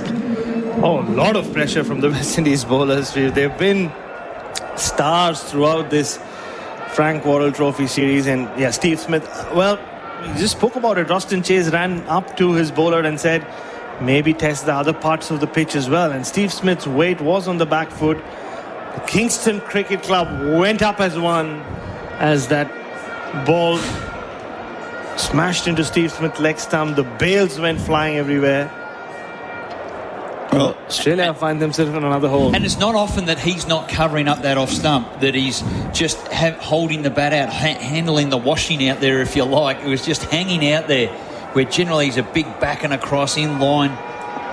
But he was surprised in the ball skidding through here at pace. Shamar Joseph comes up now, bowls to Green. Green is speeding outside the off stump with a perfect delivery, pitching and leaving and bouncing, taken by the keeper. Yeah, and he looked... I generally don't use this word with Steve Smith. He looked a little rattled. Yep. He looked uncomfortable last evening, batting under lights against the pink ball, after having looked completely at ease in the afternoon session or late evening session. And today he just walked out there. Yes, 2 wickets had fallen, but he'd seen 2 wickets fall before he walked out to bat, and he just didn't seem like himself. And Alzarri did rattle him. Yeah, I agree with that assessment big time, Bharat. He was rattled. Shamar Joseph comes up now, bowls to Green, and to this delivery, he allows it to go by, to be taken by the keeper. I think your assessment was spot on. Look rattled. I think that's what, in the end, influenced him to maybe go by. He wasn't covered at all, and that's what aggression can do for you. Rattled, and then Alzarri Joseph got the big snapper. 3 for 28. And what a game we've got here, Bharat. Yeah, he's gone fishing throughout the series and picked up a few big red snappers. No, great. Not the first cousin of the snapper. what we had at Dexter's. That's right, we did. That was the first cousin. Yeah, I think we might have had 2 at Dexter's. As Shamar Joseph comes up, he's in and bowls. What another good delivery. Just outside the off stump, leaving the batsman with pace and bounce. The ball flies into the gloves of Hope. Wow. This is like, it almost is going like a fast leg break. Just jagging away from Cameron Green. In the end, he played it well. He dropped his hands. So, this is just magical bowling from Shamar Joseph and Alzarri Joseph. He's so good to have someone like him in the West Indies side. What a find. Turns now, fit and ready as he starts to move in. To bowl to Green, who's got 80s in and bowls to Green. Green is forward. to one on the off stump. So after bowling out, swings that one, comes back at him, but he plays it rather well out towards cover. There's no run. A lot of tension in that Australian dressing room right now. Yeah, they were gone in during that break, very happy with the match situation where they were, got themselves a big lead of 82 in what has been a low-scoring contest already. They're still in front, but with Travis Head already out there and the ball doing so much, West Indies do have an opening here. Here's Shamar Joseph looking for another wicket. Comes in to bowl to Green, and Green is getting one of the legs and plays it into the onside. Takes a step out of his crease, looking for a run, but decides to go back to base. I think that was all about nerves, really, as he came across the line. And the score's kept in 3 for 28. So Green is on 8. Head hasn't scored as yet, and we've had the wickets going down. Constance continuing to fail. A duck, Kawaja 14, and Smith bowled by Alzari Joseph for 5. Tremendous excitement at Sabina Park when Smith departed, because they know that he's such an important cog in Australia's wheel. Here's Shamar Joseph, the one to come in the over. He's up to the wicket now. He's in, bowls to Green. Green is back to a ball short. Plays the ball away, square in the offside down to backward point to end the over of tremendous probe. At the end of it, Head hasn't scored as yet. Green is on 8. 3 for 28 is the latest score at Sabina Park.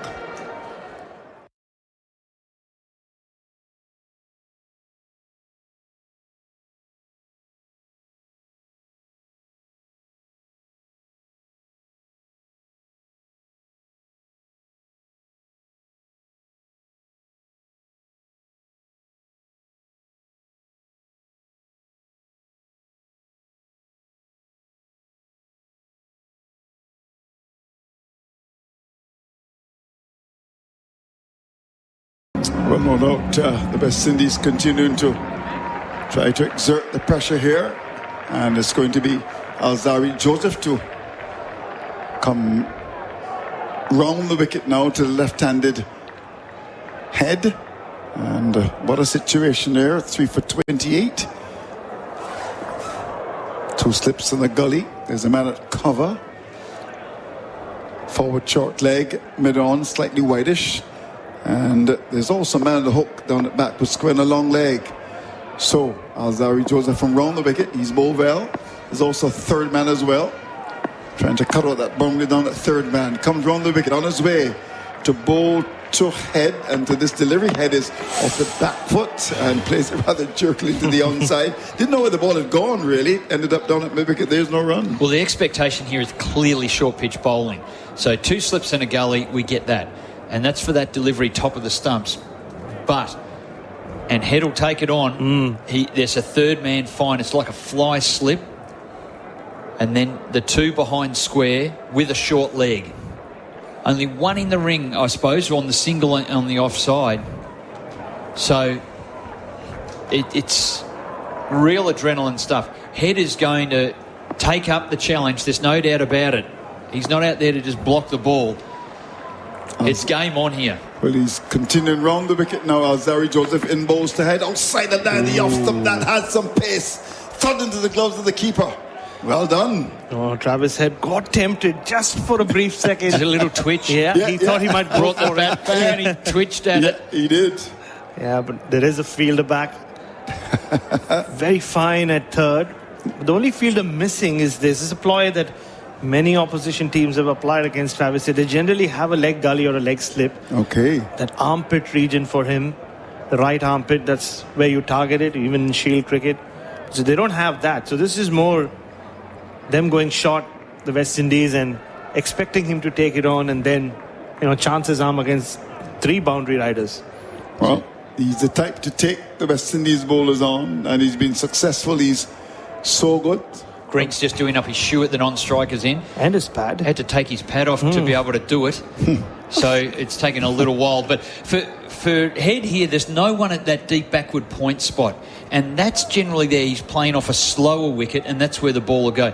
A lot of people behind the wicket here, which means that there is real pace now in this evening session. The pitch has quickened up like you would not believe. Zari Joseph comes up bowls, and there's the batsman going on to the front foot and drives out towards cover. And it goes out to cover. There's no run. It's 3 for 28. The weight wasn't forward. No. The weight was back, but the hands made it go forward. Yeah. His eyes kind of lit up when he saw the length. So his hands just followed it. And he'd be disappointed. He hit it straight to the fielder. Yeah. He didn't have to move. He must have been looking for another short delivery and was surprised by the length generated there by Zari Joseph, who goes round the wicket. He's looking for more success. Bowling to the dangerous Travis Head, who hasn't scored as yet. 3 for 28. And Joseph round the wicket. Lots of energy. Comes in again to bowl to Head into this delivery. Head is off the back foot, stares at square in the offside. Down to backward point for one. We'll get a single. And we'll come back for the second comfortably. It was outside the off stump. And you were talking about that position. There is no backward point at the moment, which has become a fixture with these teams. He gets to get off the mark. It's now 3 for 30. And immediately Chase, who's in that fine gully position, just says to his third man, no, you just head around there. So let's get back and protect that. We're lucky to get away with it. That's Louis out there. So he's at deep backward point now rather than that fine fly slip third man position. And now Zari Joseph will go over the wicket, looking to angle the ball across the left-hander. As he comes in again on his way to bowl to Head to this delivery. Head is allowed to go up outside the off stump, angled across him and taken by the keeper. Would carry to the keeper as well. Yeah, bit too high though, that bounce. Like the adrenaline's pumping, and he has bowled this spell very short. The wicket he got off Smith was not short, it was up. So maybe he's just trying to scramble the feet a little bit and force them back. He's probably enjoying the fact that Sabina Park is back to its fast and pacey best. But was always one of the best pitches in the Caribbean, of course. You had Sabina Park, but a nice shine on it, and Kensington Oval. Kensington Oval is no longer the pitch it was in Sabina Park. Well, I remember as a kid wetting the concrete at a neighbour's house, paving, and saying this is Sabina Park, and you could see it glistening in the afternoon sun as the tennis ball skidded off the water. As Zari Joseph comes up now, both ahead. Head is coming rather jerkily forward and pushes up towards cover. Not quite sure what Zari Joseph will do when the over comes to an end. 3 for 30 is the latest score at Sabina Park.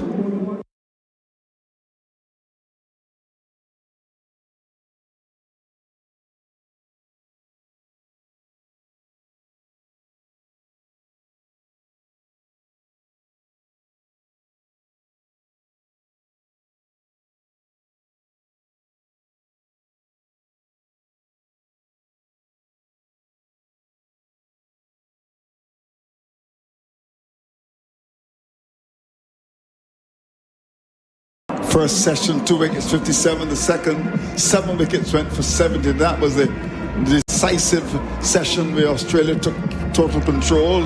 And with this pink ball, a lead of 82 is a big one. There's no question about that. In a game that could very well be low scoring. The lead overall by 112. And it's going to be Shamar Joseph to continue. What a bowler he has been so far. As he starts his run, comes into bowl to Green, who's got 8. He's in and bowls to Green. Green is turning the ball away for a single up towards that wide mid-on area. As the fielder from that mid-on area, Anderson comes across to his right to pick it up. So he gets one to carry the score to 3 for 31. Finally gets off strike against Shamar Joseph. 2 consecutive maidens he just faced. We're just getting some effects from TV there. The wickets being shown on the replay screen for Chemist Warehouse. It has been quite the performance from the West Indian fast bowlers this evening. Darren Sammy revved them up, and they have delivered for their coach. Yeah. And when you see the replay of the Smith, you're right, he was half caught really. I think he was expecting the short delivery. Well done to Zari Joseph. Now Shamar Joseph goes round the wicket on the back foot. There's an appeal for leg before. As he went on the back foot, the umpire says no. Was there some matter to that? But he seemed very keen. Shamar Joseph, I don't think they're going to go upstairs. 3 for 31. Yeah, loud appeal from Sharma, but a stifled one from the slip cordon. Roston Chase never looked very interested. It was around the wicket. It was a similar one against Alex Carey yesterday. Hit him too high and the angle as well. So that would have missed. Leg stump, both on height and on angle. So good call from umpire Nathan Menon, you'd think. Yeah, very good call indeed. Here's Shamar Joseph from the wicket again to bowl to Head, who's on 2. He's in and bowls him. Outside the off stump, and he flares it down to third man. That's gone for 4. Well, in true Travis Head fashion, wasn't that much of width on it. Around the wicket, the angle closing in on him as well. But all he needs is a sliver of width, and he intentionally just hit it over the slip cordon. That's what he was trying to do, and got enough bat on it. And we've seen him do it thousands of times, it feels like, in the last few years. So just to take some pressure off. The West Indies are all over Australia at the moment. Shamar Joseph comes in again to both head into this delivery. Turned away in the onside, a different length, different line on the leg stump. Works it down towards square leg for Warkan to pick it up. There's no run. So the DRS would have been a terrible DRS if they'd gone for it. Not that Roston Chase was interested. So Shamar Joseph, 2 balls left in his 6th over in this spell, but just the adrenaline with which he's going, I'd be surprised if he's taken out of the attack. Maybe give him one more, especially if he can knock out Travis Head. Yep. But he's got 2. He's faced as many as 9 balls. Green has got 9 from 22. He comes round the wicket again. He's in and bowls, and he's on the back foot to a ball on that leg. So just works into the onside, just turning the wrist and impact. Goes down towards Warkan, who comes from forward square to pick it up. There's no run. Well, I spoke a lot about the crowd, especially the members of the Kingston Cricket Club, how crestfallen they looked after the West Indian collapse. 7 wickets in that session, but they're all on the edge of their seats. They're living and breathing every delivery that's bowled by both Josephs. So this is a bit like they're reliving the memories of yore. Here is it. Shamar Joseph comes up now, both side to this delivery, pitched up, and he plays it through mid-on, will get runs. Field it mid-on, just got his hand to it, that's Louis, and they'll get a second as he just came across his right, got his fingers to it. And Travis Head hasn't. The second run was him backtracking from the non-striker's end to. He finished the second run as the over comes to an end.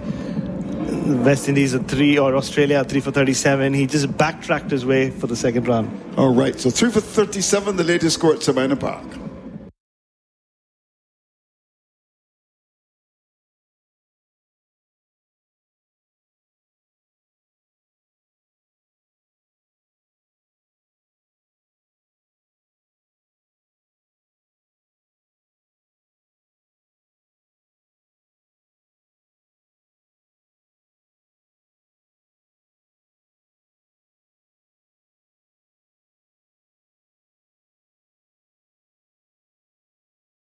So 3 for 37 with a change in bowling. Looks like Jaden Seals will come into the attack, replacing Justin Graves. Oh, it's Justin Graves, yeah. Well, so it looks like Justin Graves will come in. In fact, Jaden Seals went up there, and it looks as if he was going to bowl, but he's done pretty well in the 9 matches. He's picked up 14 wickets, best of 3 for 56. Which was yesterday. Yeah, good support ball he is as he comes up with his medium pace on his way to bowl to Green, and Green is getting one down the leg side. Well taken by the keeper. Hope's work in this test match, pretty brilliant. With the gloves, not so much with the bat. But yeah, and that's the thing. You cannot afford to relax against Graves, and that's why he's been so effective in this series. We saw that yesterday. Sam Constas had just just seen off Seals in the 2 Josephs, and in comes Graves. First ball, he gets him out. So even though the pace and fire and brimstone that has been Alzari Joseph has been given a rest, Justin Graves is not going to take the lid off. So the pressure will still be on Cameron Green and Travis Head. Yeah. I just feel like Cameron Green just needs a boundary or something to just break free at this moment. Good. He's got 9 and waits on Graves, who comes in and bowls to him, and he's allowed to go about outside the off stump. Difference in pace there. The keeper took the ball down by his bootlaces. He did already, and for the last 20 or so minutes, he's been taking everything over his shoulder. Yep. So it's just question of how does Australia get out of this? They're still well in front in this game, 119 ahead. They'll take that. They have 7 wickets left. They just need one partnership, you think, and the whole mood of the game will change. Here's Graves, comes in, bows to Green. Green is covering up. Ball that's on the line of the off stump. Pushes down towards mid-on. There's no run. And even if it means just a 35-40 run partnership, Yep. just give themselves some breathing space. The West Indies is sticking with them. It's been the bowlers who kept the West Indies alive over and over again over the last few weeks, and this one final time they're doing it again. They're delivering the goods for their captain and coach.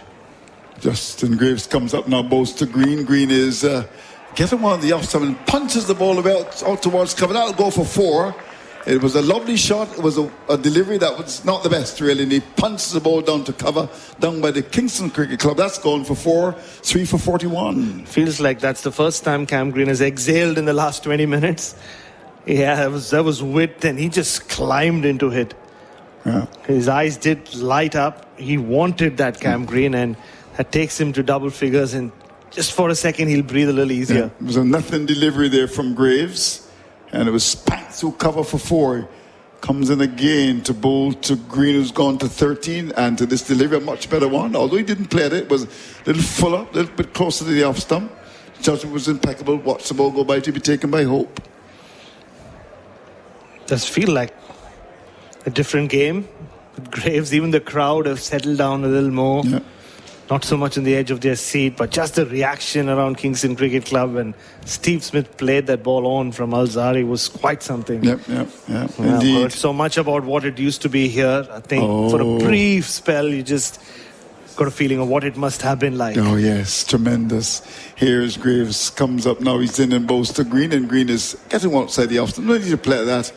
Ball goes by to be taken by the keeper. To end the over from Graves, that they did it. 3 for 41 is the latest score at Sabina Park.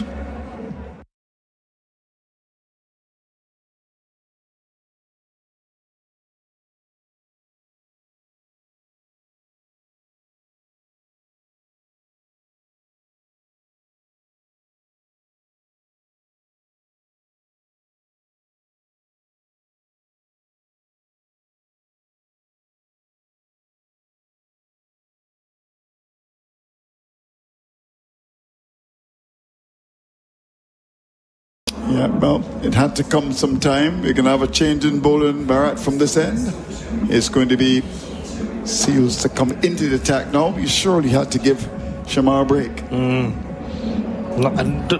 Shamar stood there right next to him. I think he wants the ball. If left to him, he would just bowl all through the night. He's just in that kind of rhythm. But Jaden Seals has one thing we've seen from him. He's fired up every time the ball is in his hand. He doesn't need any. And to get him going, so Darren Sammy tried his best to get all of them going. He has felt like he's had a point to prove to the Australians. There's a lot of hype around him when he came down under in 2022. Didn't do too well in Perth and then got injured and missed the second test. So 3 years on, he's a much better bowler and he's proving it to them. Well, he comes up now. This is Jaden Seals. Round the wicket, in bowls to head. Head is off the back foot. Almost chops the ball into his stumps. He looks to kick it away as well. That was one that was dangerous. Look to cut it. He's just struggling with his timing. He struggled with his timing for an agonizing 40 minutes yesterday before being caught brilliantly by Anderson Phillip. He chopped on in the second innings in Grenada on a very different surface, which was low and not easy to bat on. But he just feels like he's lost his timing after that Grenada test. Just needs one to come off the middle of the bat through that point region. Seals again comes up now on his way to both head. In both head. Head is forward. One of the line of that off stump just plays with a great deal of care up towards that mid-off area. There's no run. They just took a shot of the crowd here. And this is a good crowd. This is a good crowd, given what we've seen in Barbados and what we saw, of course, in Grenada. The Jamaicans have come out. They certainly have. They kept their word. So whoever you spoke to here, they've all said, well, we've been waiting for this for a while. This is the first time in 10 years that a non-subcontinental team has played a test match here. 2015, when Australia last played. 10 years ago, you're right. Last non-Asian team to play here. Here is Seals comes up now, bowls to head. Head allows one to go about side the off stump. So a bit of calm after the dismissal of Smith. He's kept on 8 from 14. Green is on make that 13 from 28, 3 for 41. And the significance of that is, as one of the premier venues for Test cricket in the Caribbean, historically this is where all the big teams played. England, Australia. This is where, like Bryce McGain said, everybody grew up hearing about what it was like at Sabina Park, watching that sleet-like pitch where you could see your reflection. That's not been the case for the last 10 years. Seals comes up now, bowls to head, and he is coming onto the front foot. That's a delivery that's on the line of that leg. Some pushes down towards mid-on. There's no right. You're right. You want to come to Sabina Park. We've seen some great battles there. And, of course, Kensington Oval in Barbados. Big venues. But at least the England play quite a bit at the Kensington Oval. So even England haven't played at Sabina Park since 2009. Yeah, that's a long time. So, they've had India come here a couple of times, but it's mainly been Bangladesh and Sri Lanka. So, speaking to some of the locals as well, they've been waiting for a big test, and here they have one. Seals comes up now, bowls to head, and head is forward and drives. Throw it off. Lovely shot. Will get to the boundary. Yes, it does. Pitched up and a lovely drive through the mid-off head. That's gone for 4 to carry the score to 3 for 45. Yeah, that was very full from Seals. He just went searching. And Travis Head, in that very familiar way, just punches it down the ground. It doesn't always look like he's timed it, but he generates enough force with those quick hands. So just some boundaries coming for Australia in the last couple of overs. This pressure cooker situation that they found themselves in 10-15 minutes ago. Just releasing some of it. Last wicket fell at 28. Seals comes up now, bowls to head. Head is gets a delivery that leaves him beaten comprehensive with a real beauty. Well bowled indeed by Jaden Seal, who gets his cap and walks away. 3 for 45 is the latest score at Sabina Park.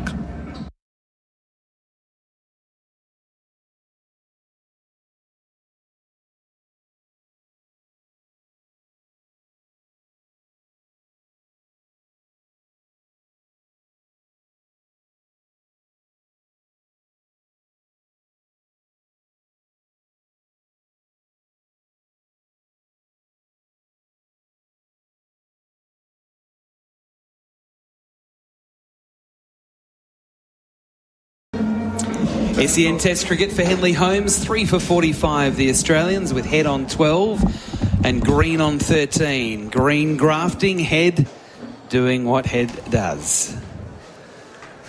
New over starts and Green defends away on the side of the pitch. Graves continuing. Adam White and Brett Sanderson with you. Had to look around just to make sure you were next to me there, Baz. Just helping out with the technological side of our broadcast. I'm not the best at it. What are we going to do in a few days' time? We've sort of been housemates and partners in crime for a long time. Well, you're going back to your beautiful family back in Melbourne. I have a few days in Peru before I head home. Chris bowls to Green, who pushes up to mid-off. There was some oohs and ahs. Going to visit Paddington's family on the way home. I guess so. Well, don't ask me why I'm going to Peru. It was not planned. But it just turns out that I am. So what we have discovered is when you go to the Caribbean, it's a very hard place to get to from Australia. And you have to go all sorts of different ways, and it takes a while, and there's stopovers, and there's all sorts of things that you have to do to get here, but it's worth coming. Greaves to Green, who drives again firmly into the covers. Oh, there's a problem here.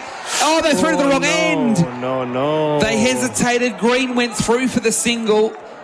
Green and Head were at the same end, essentially, and they fired at the non-strikers end because it was a shorter throw. If they threw at the other end, all they had to do was throw to the keeper and Head was run out. Explain what happens here, Bharat. All the West Indians are just waiting for the replay on the big screen. Roston Chase, the captain. Jomel Warrican was the fielder at mid-off. He had all the time in the world. Travis Head was right, almost they were next to each other at the non-strikers end. And Head had given up. But Warrican just went for the end closest to him. He might still have had Green in trouble, but that could be a huge miss. It could be. The lead 128. Head back on strike. He's on 12. Waits for Graves around the wicket. He bowls and Head leaves. It's a tight leave. But again, you can kind of leave on length on this pitch because it has been quite dependable. Just feels like that high intensity in the first half an hour has just gone down. You know what that was like? That was like calling a BBL game. It had that real electricity and something was going to happen every ball, and it was and the storylines were coming thick and fast. The ball was coming thick and fast. Surely was. Graves again bowls to Head, who leaves. That was very wide and comfortable one for Head to let go. And because things have just calmed down, I feel obliged to answer this question from John. Bharat, what do you think of John Cena's heel turn so far? I guess the question is from John Cena himself. He obviously listens to SEN Test Cricket for Henley Holmes. For Henley Holmes. Don't forget, with Henley Holmes, the Breakthrough Collection, billed from only $227,900. John Cena will take that. Well, I'll come back to it in the next over, John Cena. Last ball of the over. Graves bowls to Head, who's pushing firmly into the covers. There is no run. Over bowled, 3 for 46 on the Tyre Power scoreboard. Your trusted tyre experts. Head 12, Green 14.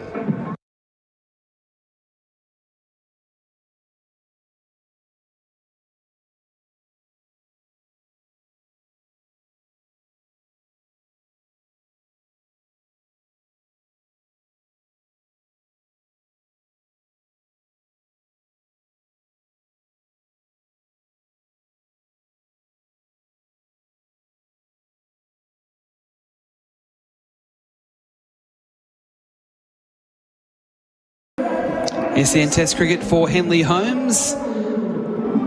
Jaden Seals is going to bowl from the Courtney Walsh end, or the Blue Mountains end. We're right behind him here as he waits to start a new over, bowling to Cameron Green. Shamar Joseph again. He's the man for Belgravia Apparel for quality New Balance cricket team wear. He's got 2 of the 3 wickets to fall. Seals, 2 slips in a gully. He bowls to Green, who lunges forward and pushes up to mid-on. Did take the inner portion of the bat. He was probably trying to play more up towards mid-off, but he's making a real conscious effort here, Green, to get a big stride in as much as possible. I'm loving the fact, Bharat, that he's prepared to grind. He grinded hard in Grenada. He did the same in the first innings. Here, batting over 100 balls. He's fighting hard in that number 3 spot. Yeah, he really is. And after those cheap early dismissals in the first 3 innings, at number 3, 2 at Lords and 1 in Bridgetown, he's fought hard in every inning since. Seals again a bit wider on the crease, bowls to Green, and he lets it go. So just on John Cena, John wants to know if the heel turn, you have no idea what I'm talking about. This is gibberish to you, Adam White. Wants to know if the heel turn was rushed or not. Well, considering this is John Cena's last year, he announced that he'll retire at the end of the year. I guess he's having a farewell tour. He is having a farewell tour, but as a bad guy for the first time after 25 years of being the good guy. You're just looking at me blankly. He's like Luke Skywalker when he was. Yeah. He tried to be seduced, but they couldn't. That's a good point. They couldn't get him across to the dark side. No, this time he has gone to the dark side. All right, cool. He'll come back. Seals bowls to Green, and Green plays back to a ball he should have played forward to. It was okay. He found the bat. Went out on the offside into the cover region, but really it wasn't in full control. All right. In a more cricketing context, you know how much you rave about Alex Carey and how nice a guy is, because I do that as well. Yeah. Imagine if Alex Carey just became, smug and rude and arrogant and just walked around like, he deserves the attention that he's getting. You'd just be disappointed. That's exactly what has happened with John Cena. Yeah. John Cena, it Alex hurt your Carey. heart. He has broken a few hearts, Cena, the last few months. Seals bowls to Green, tucks it away on the onside to forward square leg. No run, no power in the shot. So again, this is just a further illustration of Green, who's just, he's not so much fighting himself, but he's fighting hard against the conditions that are presented and doing a much better job than some of his teammates. And he needed that boundary a couple of overs ago where Graves just gave him some width and he launched himself into it. And from that point on, it's Shamar Joseph. Against everybody else, he started looking a lot more comfortable, settled. His technique seems sound. Seals to Green, pushing forward, wanting a single. Oh, no, Green's out here. He has to be out. He's not out. No. Should have been run out. Horrendous throw. All he had to do was throw to the keeper, and he tried to fire it at the stumps and threw a wide, and Green was able to scramble back. I don't know what Cameron Green was thinking trying to take the single. Travis Head's no run there. And they were both again at the same end. Oh, what was he doing, Cameron Green? He just hit it straight to the fielder. Oh, my God. Young Kevlin Anderson on debut. You have messed that up. In fairness, too, Shea Hope had to be better to get to the stumps. Yes. He really had to get to the stumps, Shea Hope, and then it was just a dolly throw and it's gone. But Hope decided that rather than go to the stumps, he was going to back up. You've got the gloves on, Shea. Get to the stumps. Oh, just ordinary cricket. Firstly, Cam Green's call. That's the stuff you see on the European Cricket League. Yes. Straight up from there. Kevlin Anderson is not having the best of test debuts. No. It's a dot ball. It's now the last ball of the over, and Cameron Green shoulders arms, and we can all take a breath. We'll have another look at the replay for Chemist Warehouse. Save on prescriptions at Chemist Warehouse after the break. In fact, it is going to be a drinks break here at Sabina Park, so that gives us a chance to go through the score for Tyre Power.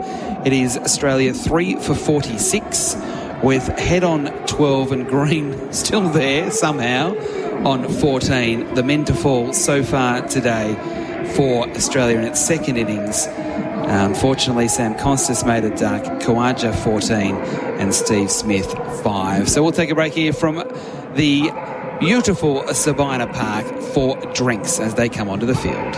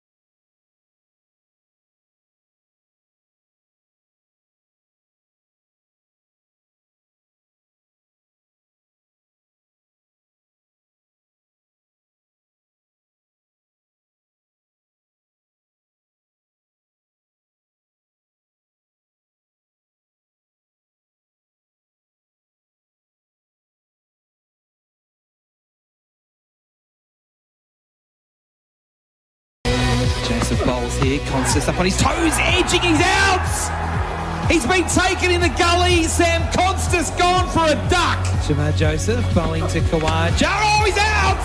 Khawaja Archer, inside edge onto the stumps.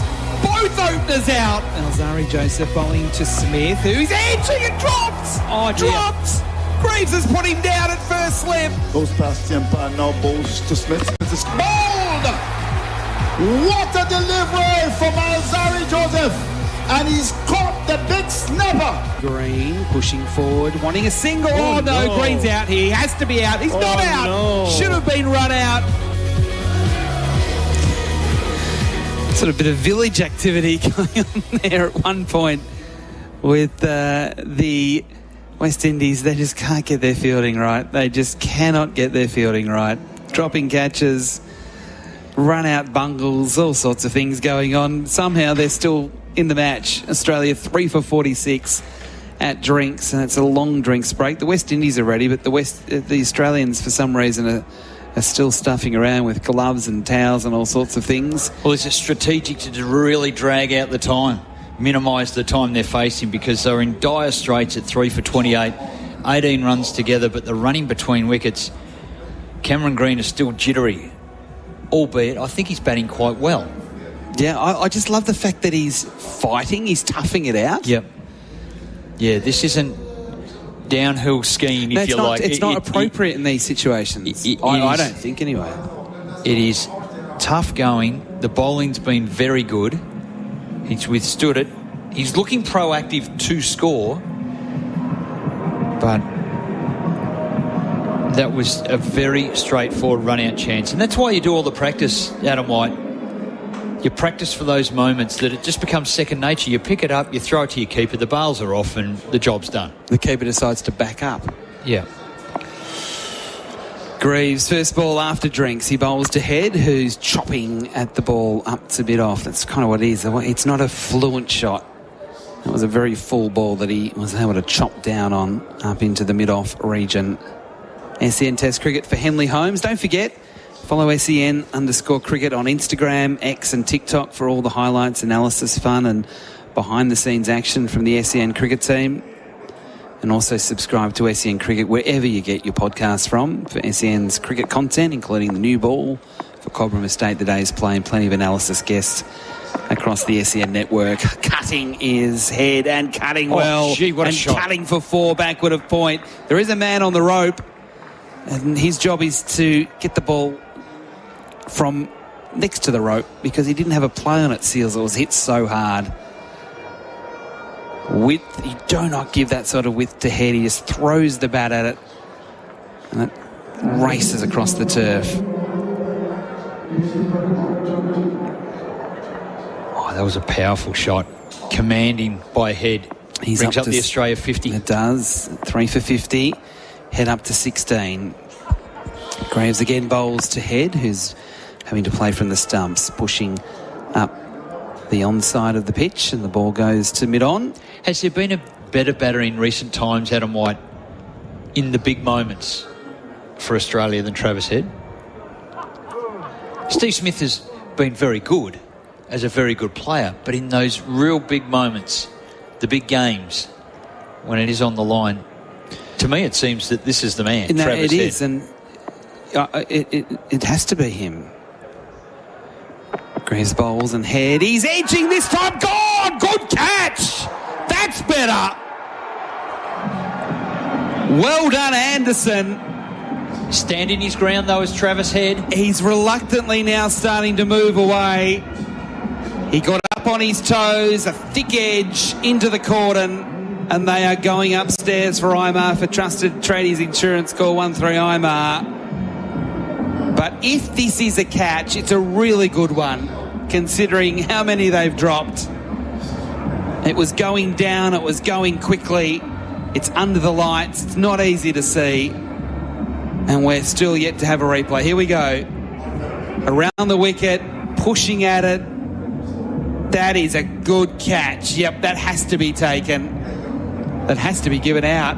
That's well done by Anderson. He's had a tough time of it. Low to his right, 2 hands underneath the ball. Travis Head's happy to go off. We're just waiting for confirmation here. Umpire Richard Kettleborough in the box. Just wants to get a different angle. There was We've only seen long one camera replay angle, So they'll get in a bit closer now. Bo Webster's already halfway to the wicket. So I think it's pretty straightforward. I can't tell you how pleased I am for Kevlin Anderson that he's caught that confirmation now and he's out, because he's had a real rough time of it. And we've just talking about how important Travis Head is. Yeah. And he's just snaffled him. So Head out for 16, 4 for 50. Oh. Australia, and Head's furious with himself as we see pictures of him walking up the stairs into the change rooms. So there's still over an hour of play today left. And we've still got 3 days available. I won't be needing those. Well, Australia are a long way from safe waters here. Yes, the lead only 132. Graves bowls here to Webster, who just smokes it through the offside off the back foot, through the covers. 4 runs. What was that? That's on the up. It's on the up. He's played it off the front foot, but the weight was back a bit. Let's have another look at this. The weight was back foot drive, crunch. He's been watching all the carnage before. He walks out there, 4 for 50. Cop that. First ball out to the rope for 4, 136 the lead. There was lots of movements from the arms, not so much from the feet, but the head stayed still. And it was a good shot. Graves again to Webster. This time drives off the front foot, out into the deep through cover point. There's a man out there in the deep, Warwican, which means it is only one, and that is the end of a successful over there from Justin Graves. So, okay, we take a breath again. The Australians, 4 for 55 on the Tyre Power scoreboard, your trusted tyre experts.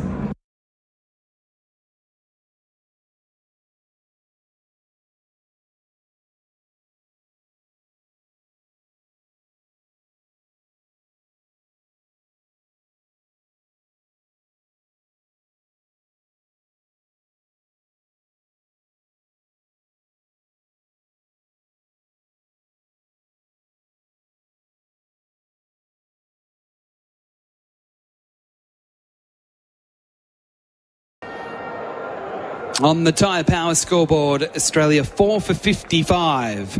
Green on 14, Webster on 5. This is cricket in fast forward, as has been the case for most of the series. Seals continuing here, bowling to Webster, who tries to get forward, playing pretty much from the crease, pushing into the covers. There is no run.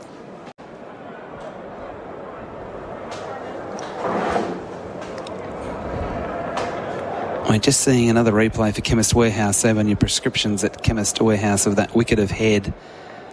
He kind of just poked at it, didn't he, with the angle back into the left-hander. Usually, he either hits it hard or he doesn't hit it at all. That was not something you see from him usually, and he was screaming at himself as he walked into the change rooms. Seals to Webster. He's beaten. Pushing at that one, caught on the crease, the swing away from the right-hander, through to Hope. Yep, and I am taking the feedback off the text machine as well. Yes, it was a commentator's curse. I was just saying he is the man for the big moments, and very next ball, he finds his way back in the pavilion. He has been so good for Australia. Maybe they rely on him too much. Are they sharing the load? It's Cameron Green and Webster now. The centre half forward and centre half back, if you like, from an Australian perspective. 4 for 55. Seals past the umpire, bowls to Webster, who's up on his toes. Pushing back to the bowler. Not really getting either forward or back, but he sort of, from a hunched position, gets up nice and tall and plays from the crease. It's kind of the way he goes about it when playing off the back foot, if that makes sense. Whereas when he gets on the front foot, he really commits and takes a good stride forward. He missed out in the first innings. He also missed out in the second innings in Grenada. So after having that really good run to start his Test career, What a great opportunities for him here. We've got the two all-rounders out there together. Seals closer to the stumps, bowls to Webster. This time he does press forward, pushes up to mid-off, and there's no run. So here in Kingston, Jamaica, it's 5-8, so it's very much dark now, so the light's full effect. It goes from sort of dusk to dark really quite quickly. Yep. Back on the eastern seaboard in Australia, it's about coming. 5 to 11 in the morning. Yeah, it is unforgivable. I know it is. I don't mean to do it. There's plenty of feedback for me. Well, Bryce, you know, you've got to learn. We've got to point out how good Head's been. And the West Indies, it's a big wicket. Seals again to Webster, who's clipping away through mid-wicket. Good shot. Come on, he says to Cameron Green. I want 2. And they come back for 2 with Alzari Joseph retrieving the ball from in the deep at mid-wicket. So Webster quickly to 7 from just 7 balls, 4 for 57 on the Tyre Power scoreboard. Your trusted tyre experts, Adam White and Bryce McGowan with you. 1 ball left in the over.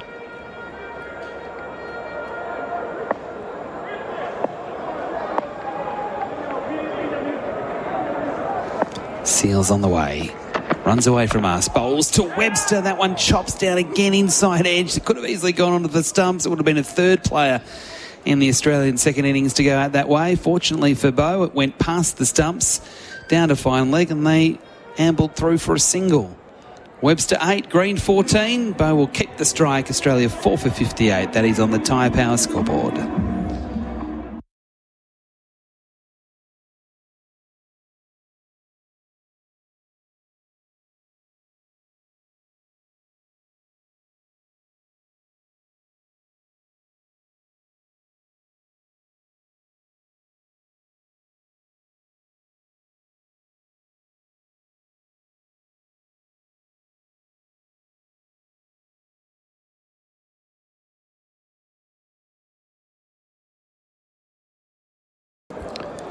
So far in this third session, 18 overs, 4 for 58. In the second session, it was 20 overs, 7 for 70. So that's 11 wickets already to fall after the afternoon tea break. It's running a very similar course to what happened yesterday. Webster up on his toes, facing a new ball, this time from Alzari Joseph from the Headley stand end, or the Michael Holding stand end here at Sabina Park. Finding the middle of the bat in defence. Alex Carey next in. He's up on the change room balcony. It's doing some stretches. He'd like to be batting tomorrow, Alex Carey, at about 1:30 in the afternoon, not at 8 o'clock at night.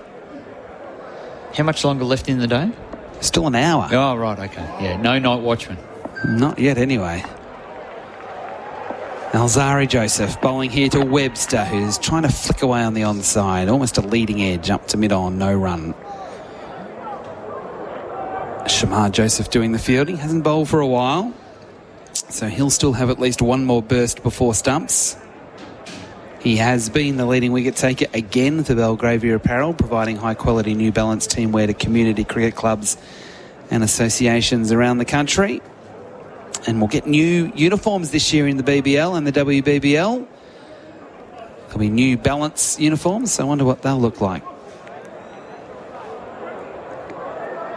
There's some great one-day New Balance gear that's going around in Australian domestic cricket at the moment. Alzari Joseph bowls to Webster, who's tucking away off his thigh pad forward of square leg. There is the man in the deep, so will only be a single. But still one more to the score. So just going back to that over, Bryce, of Alzari Joseph to Steve Smith. Alzari fired up. His second ball of the over was 147 kilometres an hour, and it was a short one. And the one that got him out was 143. So all 6 balls in that fast over were above 140. Yep. And coming from a height as well. He was lethal. Yeah, it was really high quality bowling. He's bowling again here. He bowls to Green, and Green guides it through gully. A little bit of risk in the shot, but he controlled it. And he'll get 2 runs. It won't quite get to the fence. Warrican doing the fielding. 2 more to the score. We couldn't help but be inspired. Every time he walks back to his mark, he looks at either side of the side screen. It's the Michael Holding end. So if you're going to be inspired, you look at that and what would Michael Holding do? He'd put everything into the big push for the West Indies. And he certainly did that. Boy, it was an amazing over. And this is a guy that was in hospital yesterday having scans. Yep. So we weren't sure we were going to see him again for the match. What a recovery. He's into only his 4th over here, 1 for 9. And he comes past the umpire, bowls to Green. Oh, he gets a nasty one, Green. Somehow keeps it down. You can hear that. Whee! Green, not sure about that. And from you too, I think. Well, it was one of those ones that just off a length sort of kicked up. And that's what he can get with his height. He gets the extra bounce. And Green did well to keep that down. I'm not even sure entirely how he did keep it down. We're getting a replay now. Yeah, that one sort of shoulder of the bat. Seeing the replay on the Chemist Warehouse screen. Save on your prescriptions at Chemist Warehouse. 1 ball left in the over. Alzari, in he comes to Cameron Green, and Green pushes forward, runs through the covers. Nice shot. Won't be 4, but again, just pushing, not going too hard at it. Almost purposefully trying to hit a 2 rather than trying to bludgeon the ball through the covers and open up the possibility of an edge. It's good batting craft from Cameron Green. He's up to 18, Webster 9, 4 for 63. That is the Tyre Power scoreboard. Your trusted tyre experts, SEN Test Cricket for Henley Holmes, Bharat Sundaresan. He's in next.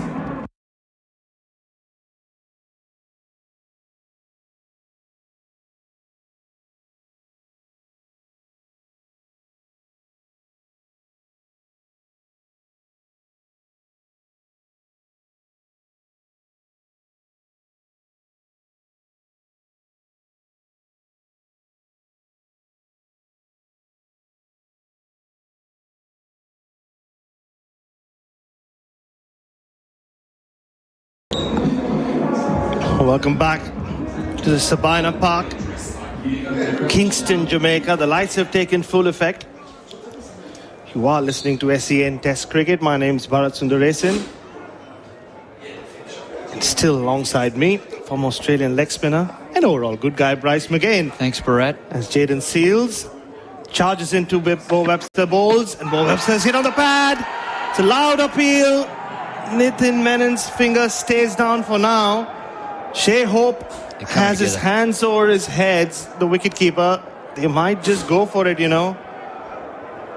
Roston Chase is not convinced. You don't want to leave it, you don't want to leave that on the shelf. It's an important wicket of Bo Webster. They're not convinced. There was a lot of, I'm unsure, but we can't let it go and have the coach come to us later on and go, why didn't you refer it? And it has happened before in Test cricket. So the big shout, perfect seamed presentation. It darts back in height. So it's above the knee roll of the big man. And it's hit him on a straight, stiff front leg as a deck back. There's no bat anywhere near it. We'll go straight to the ball tracking here. Richard Kettleborough just zipping through this process like the professional he is. Deck's back in. It's moving a long way. Umpire's call. And it is a genuine, just a flick of the bail. It wouldn't even hit a stump. So it's the bail in the groove, and pretty sound decision, I think. A good decision from Nitin Menon. Held his ground, and you could see the projection showing the ball would have just hit the top bail, or the top part of the bail. Bo Webster just... Sigh of relief. A massive sigh of relief. So, and Bo Webster, for a tall man, is generally bent in his stance. Here we go. Seals again. From over the wicket bowls. And this time drives nicely through the covers for 4. That is pure class. Stop it. Bo Webster just climbed into that one. And that just sped across this outfield. That felt like a statement from the big Tasmanian. Well, he leant into that one. So you said he's more often than not the bent front leg.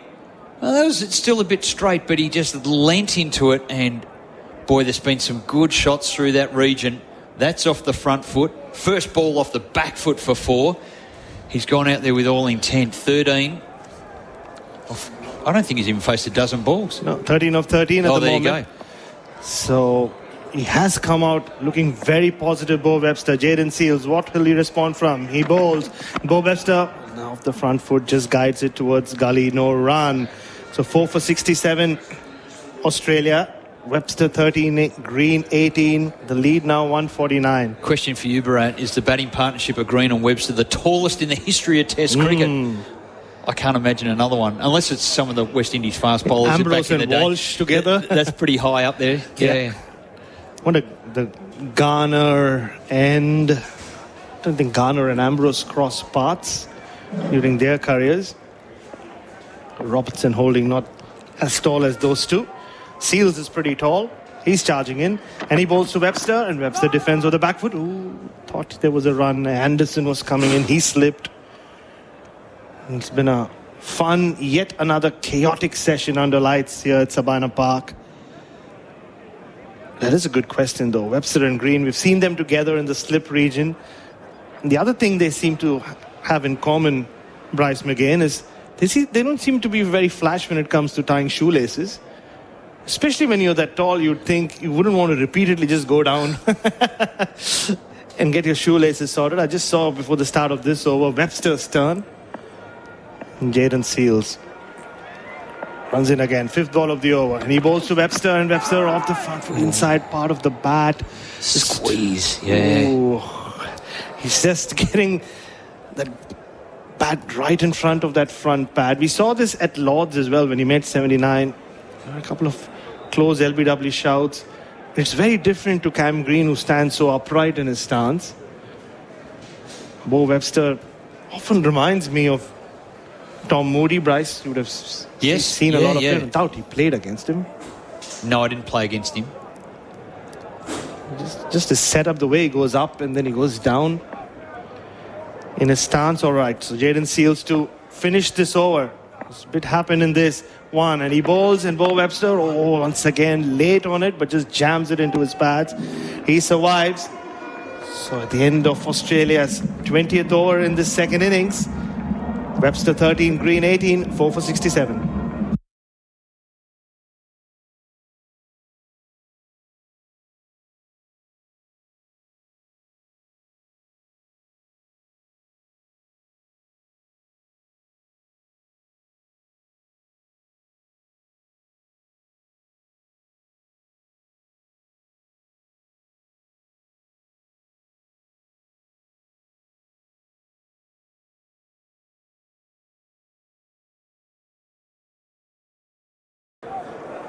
Australia kicked off their second innings. They seem to have all the aces in this contest.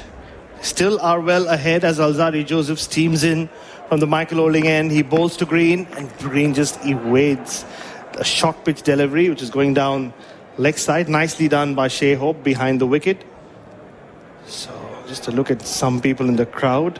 Looks like they've gone hard on a Sunday afternoon, Bryce McGain. They're looking a little weary, but you don't want to sleep through this. It is that exciting at the moment. The lead at the moment has just ticked along, 149. So how many can West Indies get chasing? Once again, it's set up for a West Indies chase. A limbering run-up from Alzari Joseph. He runs in bowls to Cam Green, and this time he just glides it off his pads onto fine leg where Jaden Seals does the fielding. So Cam Green just getting a bit of rhythm in his innings. He's now moved on to 19. Faced 42 balls. Australia 4 for 68. This is a 150 run lead now. So they lead by 150. Just the way this game is gone. Even 60, 70 runs from here, Australia would think that they are well ahead and in command of this contest, especially the way we've seen the West Indies collapse in their second innings so far in this series. Alzarri Joseph, he's been fired up. Just a false start. He goes again. The yellow watch shining under the lights here at Sabina Park.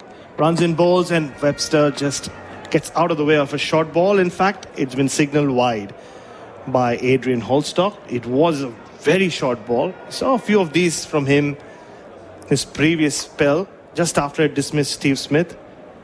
And it has to be a really short ball for it to fly over Bo Webster's head. 200 metres. 200 metres? 200 centimetres tall. I always get those mixed up. Yeah.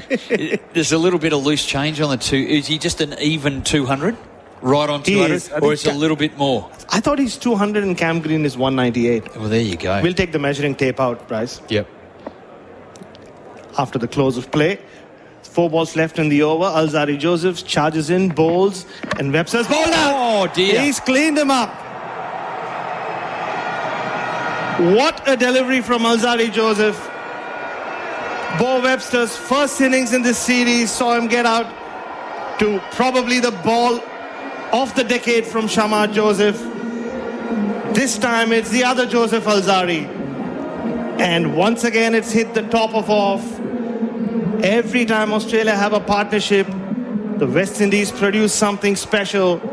Bo Webster came in with positive intent, raced away to 13. Now he leaves Sabina Park with 13. 5 for 69 Australia, 151 the lead. The wickets keep tumbling, and Australia bringing their middle order saviour. It's going to be Alex Carey joining Cameron Green out there. And Webster gets another cracking delivery at the top of off stump. He just got caught on the crease, felt for the ball, it beat the outside edge, and that's terrific bowling.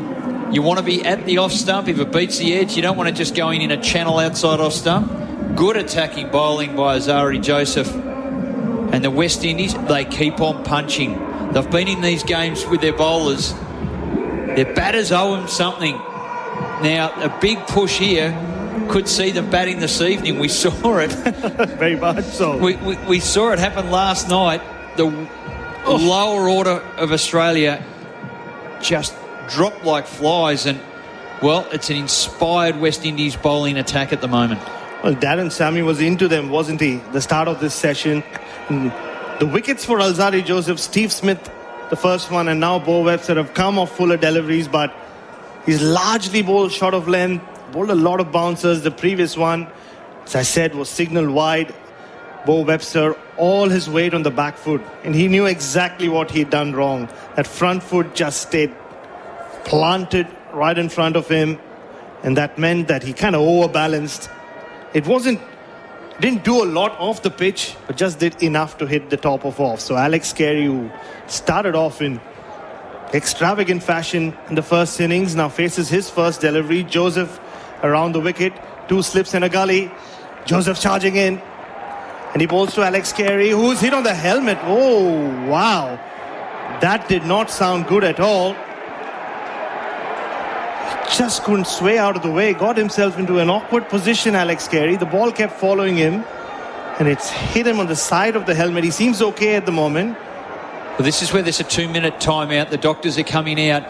The crowd is in an absolute frenzy here at Sabina Park.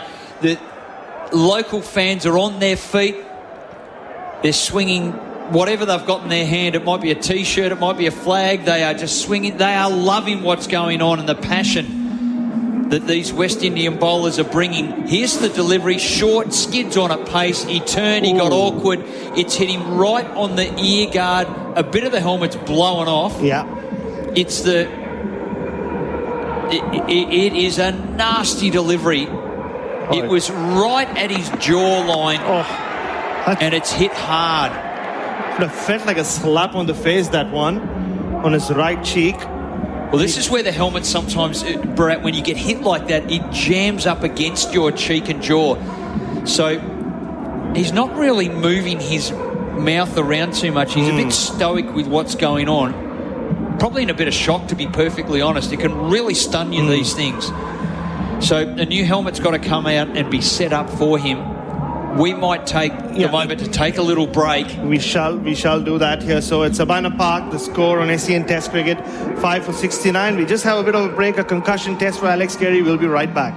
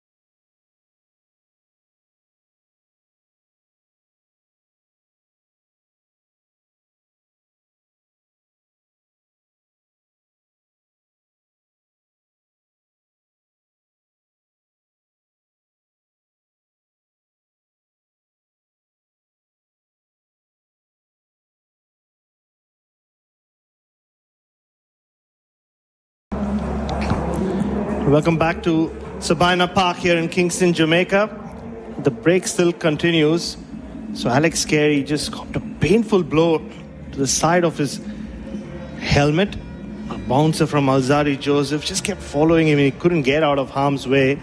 So right now in the middle, Bryce McGain, it feels like his helmet has gone to one of those car workshops. There's Manas Labuschagne, there's Nick Jones, the physio, and the doctor's not too far. They're all working on a new helmet because the first helmet that got hit, that'll need to go into the workshop for later. Well, that's gone. That goes in the bin.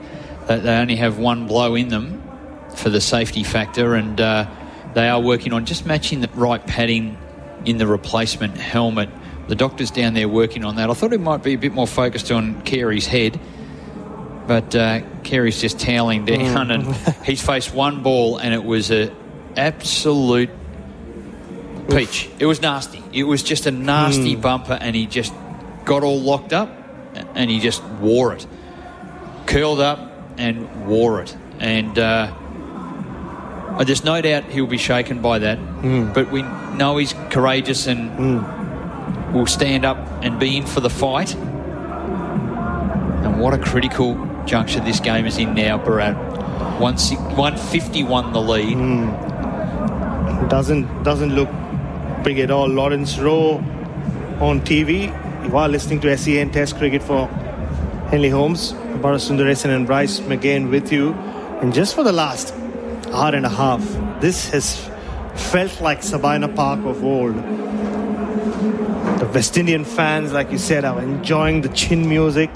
You can see and hear them snapping their fingers in glee every time one of their fast bowlers is charged down and centre bouncer down. But what they've also done is shown a lot of skill in getting their wickets.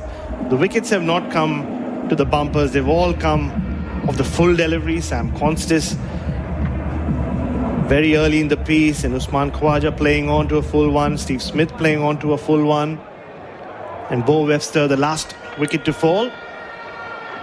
Alzari Joseph, who has been fired up. He bowled only 7 overs in the first innings after being sent to hospital to get some scans. Discomfort is all we were told.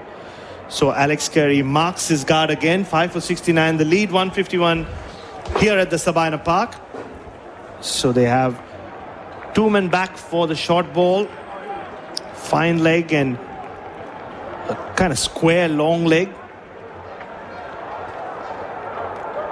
Backward point, another man just going into the offside. So Alex Carey will just have to get his bearings right again. He is a tough man, as we know, and he is ready. Here comes Alzarri Joseph again. Round the wicket, and he bowls to Carey, who leaves it alone. So, just for a brief second, all things back to normal, and he just practices a cover drive. Well, it can really rattle you up. A delivery like that, first up, on the button, hit the helmet, and the time it takes to repair and set up a new helmet and just recover, it can really rattle you. He looked composed on that leave, though, looked sharp. So there is plenty of tension in the air here. It certainly is. Joseph responsible for it. He bowls the final ball of the over, charges down Alex Carey. Oh! What a catch! What a catch that is. Another one bites the dust. Alzarri Joseph is running through Australia here. Alex Carey, like he did in the first innings, came charging down the pitch at the fast bowler. This time he got the edge. And that went sharply to Brandon King at first slip. Fingers pointing upwards. He hangs on to it. Australia are falling down like 9 pins. 6 for 69. The lead still just 151 in 21 overs. Well, you can't deny Carey. He's done it before in skipping down the wicket. But I think that knock on the head has rattled him a bit. He came down. He went for it. It wasn't the length. He went through with the shot. He wasn't necessarily to the pitch of the ball. Outside edge that flew to first slip. King has held on. Somehow it flew. And Alzarri Joseph, this is an inspired spell by the West Indian quick. Oh. Extraordinary cricket here at Sabina Park, Bharat. It really is all happening as Pat Cummins walks into the cauldron of Sabina Park. This does feel like the Sabina Park of old. This is pace like fire, fire and brimstone, a fire in Babylon, as they say. Shamar Joseph kicked things off, and then Alzarri Joseph has taken over, and Alex Carey didn't get to the pitch of it. It was a bit of a wild swing in the end, and a sharp catch. So many have gone down in the slip cordon, and Alzarri is feeling it. Well, he's gone bang bang for the over. 2 wickets in the 1 over. It was the 21st over. Webster out. He got bowled. And then Carey coming down the wicket off the last ball, outside edge. King, what a catch. And Australia in disarray at 6 for 69, Bharat. Well, West Indies are right back into this contest. Jaden Seals, Cam Green, lone man standing. From the Courtney Walsh end, over the wicket bowls, full ball. Green drives nicely down the ground. That'll be that's 4. Superb. That was very full. But you needed something. Australia needed something. That dressing room needed something. Seals is filthy with himself. Admonishes himself for just missing his length a little bit. But Cam Green, who's seen all the carnage play out at the other end, calm, this time leant into the drive and punched it past mid-off for 4. 6 for 73 now. Australia. Green moves on to 23. With that boundary, the lead still just 155. Well, what a glorious straight drive. Just leant into that. It was picture perfect. Jaden Seals again over the wicket, past the umpire, bowls this time through backward square leg. He will come back for 2. And there was 2 always in that one. Mikhail Louis running around from fine leg. Gets the ball back in. So Cam Green to 25. 6 for 75 Australia. The lead 157. And he's the man now. What an opportunity he has to guide Australia through this next phase. It's not going to be easy. Shamar Joseph will be back very soon. Pat Cummins, who knows how he's going to bat after what he did yesterday and also in Barbados. This crowd is alive. Sabina Park is alive. This test match is alive. And so is Jaden Seals. Here he comes over the wicket. And he bowls to Green, who leaves it alone. Just looking at around this ground, they're dancing. They're waving the flag, the West Indian flag, the Jamaican flag, whatever they can get their hand on. What about the Kingston Cricket Club? They are on their feet. Oh. They were heaving every wicket that's gone down. The excitement coming out of that old school pavilion. It is a real hum here at Sabina Park. It's magnetic. The Mount stand is picked up as well. Maybe tomorrow we'll have people in the Headley stand as well. Why not? Believe West Indies, believe Jamaica. Maybe there is a final twist left in the series. Seals runs in over the wicket, bowls, and Green leaves alone yet again. So Australia started the second innings ahead by 82 runs. There was only an hour and a half ago. It feels like it was 5 hours ago. There's so much packed into that time. We're at this, Bharat. Good morning, fellas. Don't know what the hullabaloo is with the Aussie Test team. They're on holidays in the Caribbean, playing a bit of social cricket. That's Andy D in Brisbane. Ooh. Not sure. Andy, they're in the cauldron right now, I can assure you. These are probably the most difficult batting conditions we've seen for a while across the Test series. Seals has made the most of them. He bowls now to Green, who edges through the slip quadrant, and that'll fly away for four more. Went down to ground. So it's turning into a bit of an expensive over. 10 runs already from the Seals over. This one came off the edge, but Green, as we see on the replay screen for Chemist Warehouse, had no idea about it. He played around that ball and just caught his outside edge and went for 4. So 6 for 79, the lead 161. They're all valuable runs now, Bharat.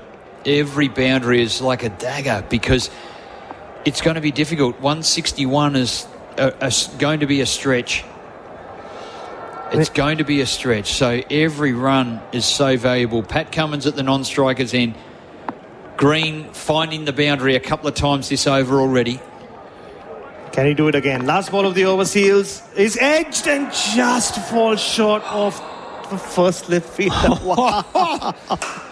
Oh, what a finish that was. This is edge of the seat stuff. Australia, wake up, tune in, because it's all happening here at Sabina Park and we are loving it.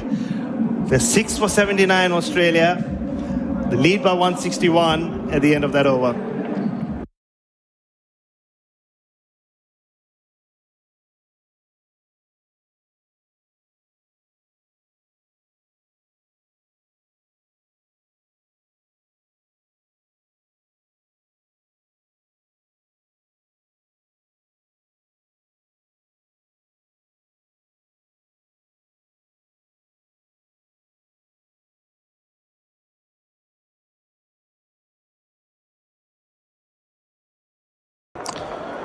Welcome back to Sabina Park. And would you know it, Cam Green is doing his shoelaces again. And because he's such a big man and he has to go down all the way, every time he does his shoelaces, he has to take his pads off. This is a bit school cricket. Well, surely there's an umpire, a dad, that can do them up for him. He just stands there and gets them done up. That's what happens in underage cricket back home. I'm sure it happens across the Caribbean as well. This is not underage cricket, though. This is Test cricket at its best, with Alzari Joseph charging in from the Michael Holding end. He bowls to Pat Cummins, who ducks under a bouncer that kept following him. We saw Alex Carey being welcomed with a bouncer. This one was equally good. Just getting his head out of the way, Pat Cummins. It's just the last ball of that previous over. Just felt agonizingly short of Brandon King at first slip. They're sending a helmet out. It's getting fiery here. 2 slips and a gully. A third man is in play as well. That's a fly slip. Fine leg, deep backward square, and a short leg. And Pat Cummins has played some important roles in these low-scoring games. A couple of 20s have been incredibly valuable. They'll need that, Australia. Joseph will try to make sure that doesn't happen. He bowls to Cummins, who gets out of the harm's way. Loud appeal. No, pretty stifled one. The only thing he could have got to it was glove, but getting his hands out of harm's way. So, and no love lost here between these two teams, especially the fast bowlers, it feels like. Seals has fired up the Aussies. Seeing the replay there, it was far away, far enough from his gloves. But the plan is simple: shot, and then he slips in that full one. That's how he's got rid of both Steve Smith and Bo Webster this evening. And Pat Cummins will know that. But he'll still sit with his weight on his back foot. This is fun. This is a lot of fun. Alzarri Joseph over the wicket. He bowls to Pat Cummins, who again just gets it towards short leg, but did it well in the end, Pat Cummins. Well, he's getting a long way across. So the line of these balls is off stump. He's getting right inside the line of the short pitch. That one had just ballooned up a little bit to short leg. Oh, well, there you go. Just a replay going up on our screen for Chemist Warehouse. Of the couple of balls before, the one that went down leg side. Yes, Pat Cummins did get some glove on it. And there's no referral. It's gone up and... Alzarri Joseph, there's a few wry smiles of, we should have referred it, but... Not from the bowler. Not from Alzarri. He was the only one interested in that one. He'll be even more fired up as he runs in and bowls to Pat Cummins, who is a sharp bouncer. It's a high one, but a sharp one. So that's the second bouncer of the over. Yes, it is. So 2 off out of the first 4 balls have been deemed as bouncers. So he can't bowl anymore. But he can still go short. That was a short one. So, wow, have West Indies missed a trick or what? Well, Alzarri went for it, and on naked eye, it looked like it was closer to his shirt, maybe his chest guard, and they let it go, but it definitely brushed his glove. So a missed opportunity for the West Indies to have Cummins out on 0. Okay, where does this one go? Joseph bowls to Cummins. It is full off the pads, does it nicely, so gets it down to fine leg for a single Pat Cummins. Jaden seals the fielder, gets it back in. So 6 for 80 as Pat Cummins gets off the mark. The lead now 162. You just get a feeling from now on, they look at whatever they get in 10 runs at a time. You'd think, Bryce, get it to 170 and 180. Get it as close to 200 as possible. West Indies, especially if they can knock Cam Green out now, really expose Stark in the tail to Shamar Joseph. 3 for 14, Alzarri Joseph. He's got 1 ball at Green. Green will try to get a single, you'd think, just to keep the strike at the other end. Here he comes, runs in and bowls to Cam Green, who just fends off a short ball. He just said, this is a confusion. Run out here. Can they get the right end? They don't. My goodness. They mess it up again, the West Indies. What is going on here at Sabina Park? Another run-out opportunity, completely fumbled. Roston Chase doesn't know where to look. We'll come back to that one in the next over with Adam White. Australia 6 for 80. It continues to keep happening here at Sabina Park.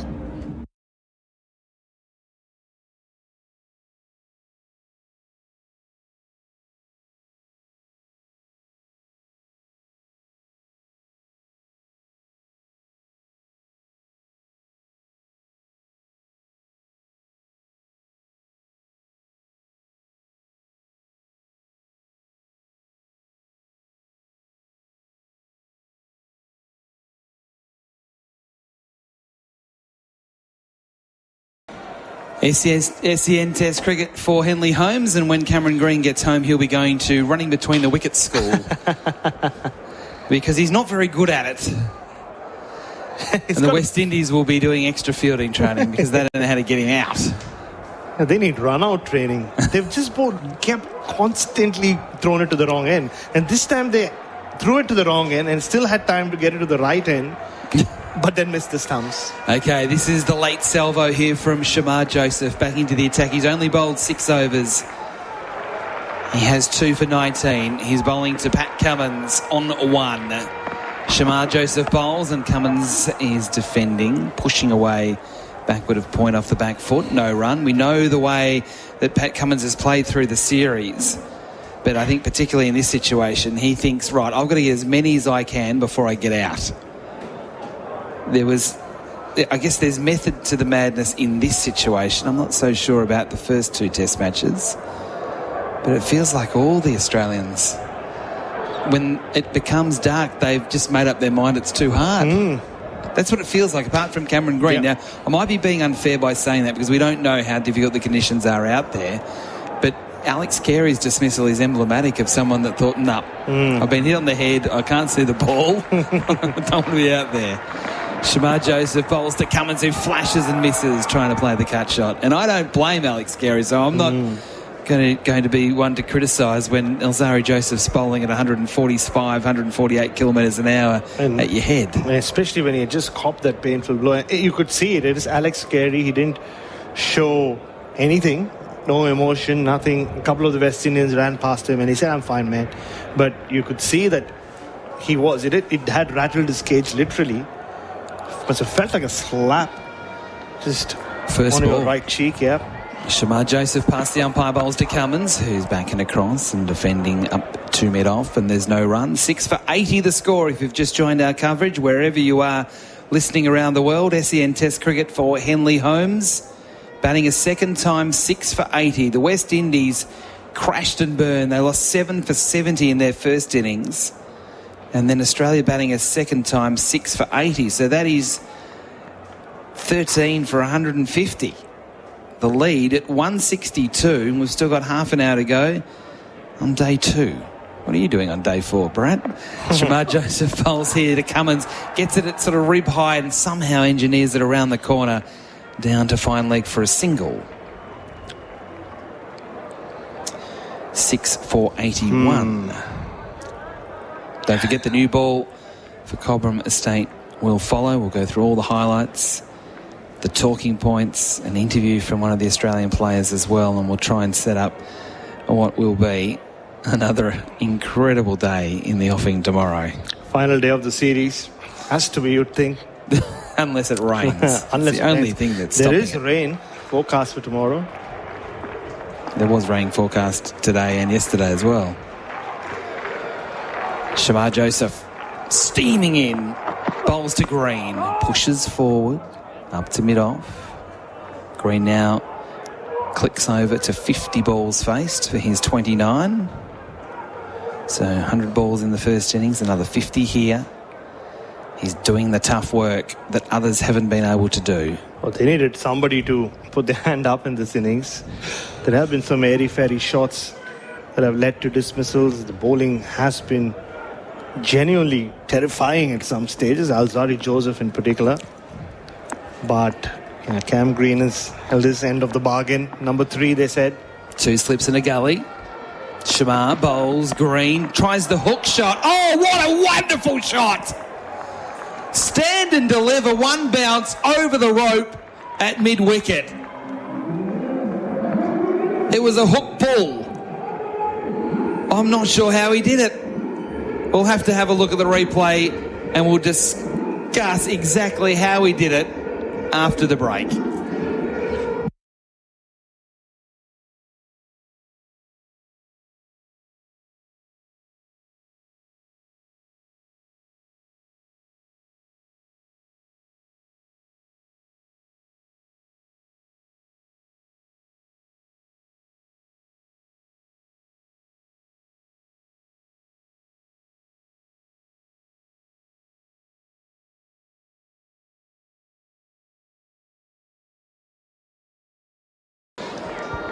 The lead is 167. Cameron Green up to 33 with that audacious boundary to end the last over. I'll get Barat to explain what he did after this ball from Elzari Joseph.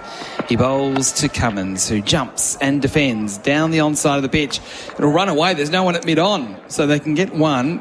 Cummins there could have been 2, but Cummins, no. I don't want to face the bowling tonight. Cameron, it's your job. I don't know whether he's more worried about the bowling or Cam Green's calling.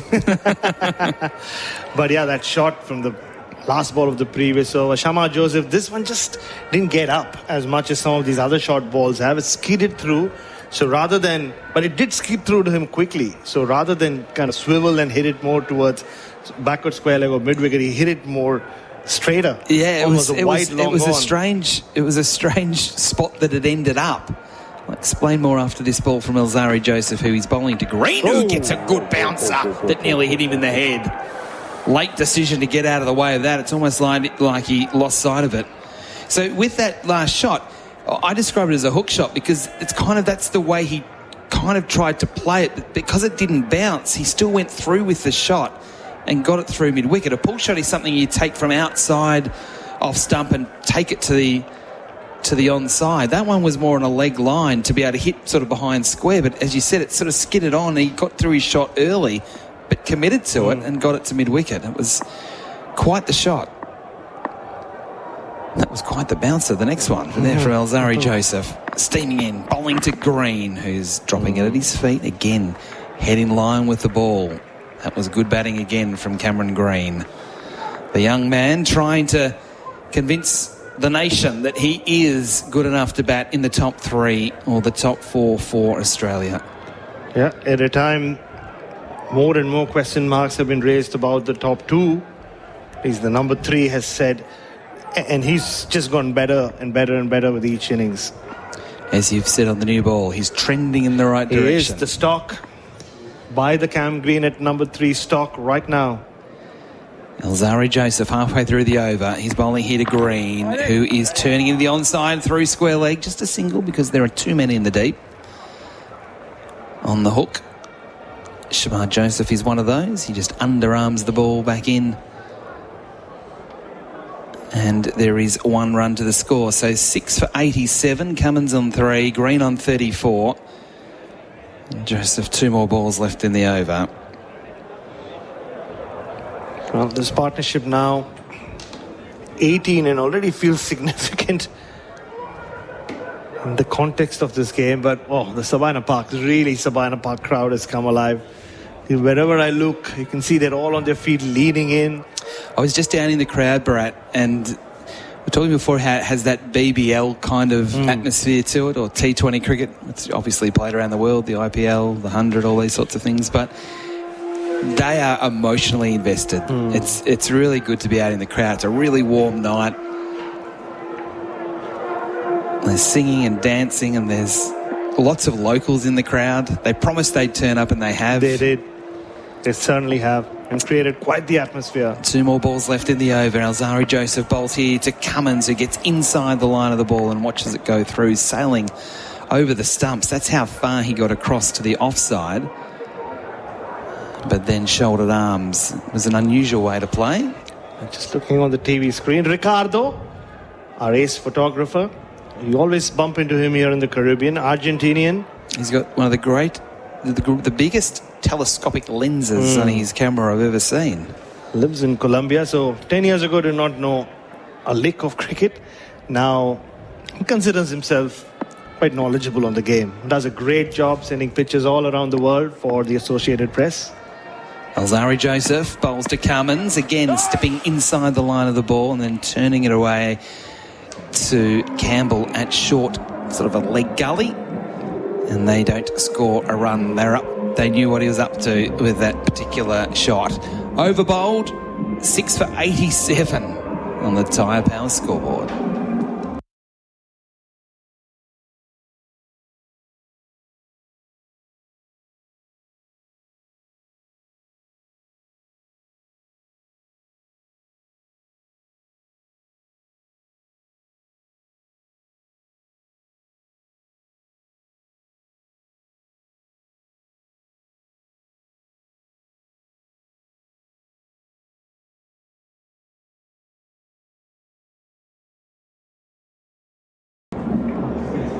Australia 6 for 87 batting a second time. Yes, that is correct. 6 for 87 with Cameron Green on 34, Pat Cummins on 3. We have 16 minutes until stumps. The Australians wasting a lot of time there getting drinks and a change of equipment. I want to talk about this because this is clearly wasting time and it shouldn't happen. But we've had some conversations, we won't say with who, over the last week or so about this delay of tactics, the delay of game tactics. And the umpires have got nothing they can really do because they can't stop someone from having a drink just in case on the absolute unlikely event 1 in 1,000 that someone collapses because they're dehydrated.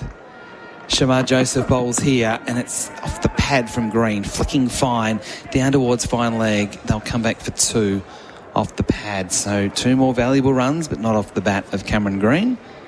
So I can understand what the umpires are saying. So we don't want the responsibility to say to someone, you can't have a drink.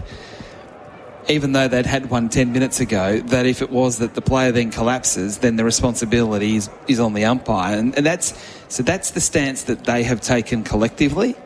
And while they don't like it, there's not really much they can do about it, which is one of the key reasons why we're having these overrate issues, because they're coming on every 10 minutes.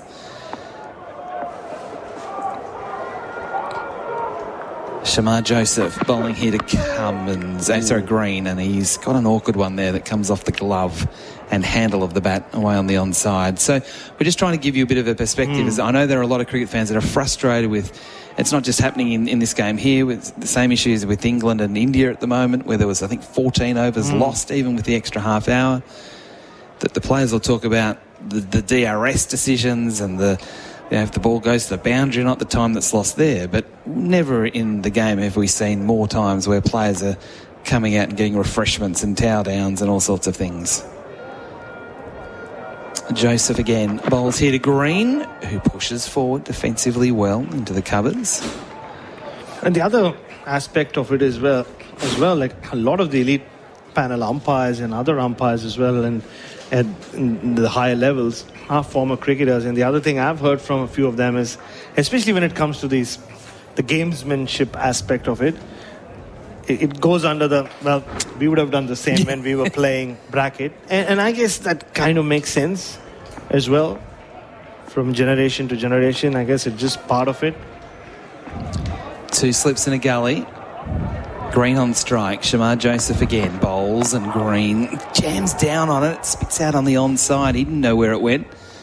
It just trickles away behind the square leg umpire, and they get a single. And then the other thing, which again you don't really get a great perspective of watching on television when they go to a break, or even just the chatter between overs, is just how long it takes for the players to get into position to bowl the next over. Yeah, all that contributes. And, the Ben Stokes argument or the baseball argument is, aren't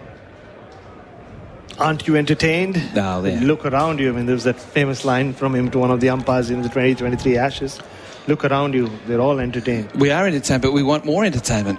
We deserve more entertainment. We deserve 90 overs. Shamar Joseph bowls here to Cummins, hit on the pad. It's not a strong, confident appeal. And they almost cheekily say, probably shouldn't have appealed for that one. But anyway, Andrew Mason has returned. That was down the leg side. I saw it. I thought you were going to say you were down the leg side. You're upstairs. So it's 90 for 6. The guys upstairs think Australia have got enough. Can you imagine that? What do you think? Give me a minute. Oh, Andrew Mason for the first time in this series sitting on the fence. Tongue-tied for the first time. Oh, no. It's going to be tough. The Australians are fine cricketers, good bowlers. Shamar Joseph bowling here. Oh, that's a full ball that I don't know how it's been dug out, because Cummins stayed the leg side to the ball and jammed it out on the offside. And a dot ball to finish the over. 172 the lead, 6 for 90 Australia. Cummins 3, Green 35. We have 12 minutes left in the day.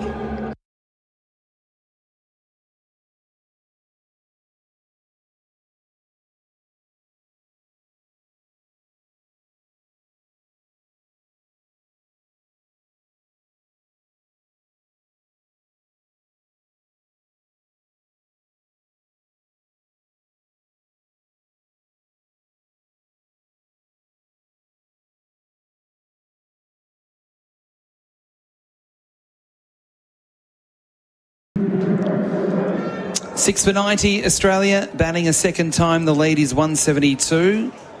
Green is 35, Cummins is 3. So there's going to be a change at the Michael Holding end, or the Headley stand end. Alzari Joseph, that fiery spell is over, and Justin Greaves will finish things off from the far end as we look at it. He's bowling to Green. Green's bowls. Green drives stylishly through the covers, and that will be 4. A bit of a loosener from Greaves, and Cameron Green says, thank you, I'll take that, and draws applause from Pat Cummins, who slapped his bat a few times and said to his young teammate, well done. And so you should. That was brilliant. That was brilliant. But beautiful. It felt like you go to the nets and this is not even a throwdown when someone just lobs you a loopy half volley and says, oh, just practice your drives. So easy pickings for Cam Green, and he'll take that. I think they might go after Graves, Graves bowls again, and Green drives again. That time more square, so out to the man in the deep and just a single. But that does put Cameron Green into the 40s. 40 from 60 balls. Cummins is 6 for 95 on the Tyre Power scoreboard. Yeah, it is trending, like I said, 51, 40 odd in the first innings, almost 48. And now in the 40s 46 again. in the 46 first and now innings. 40. So Cam Green 50 in the. I'm doing well on the second stock. innings. Oh, we're both all in on him. Especially after it's been a bit dicey for the last couple of months. No, but Cam Green at number 3, that's the stock. Yeah. Not the general Cam Green stock. Cummins here defends the next ball into the offside.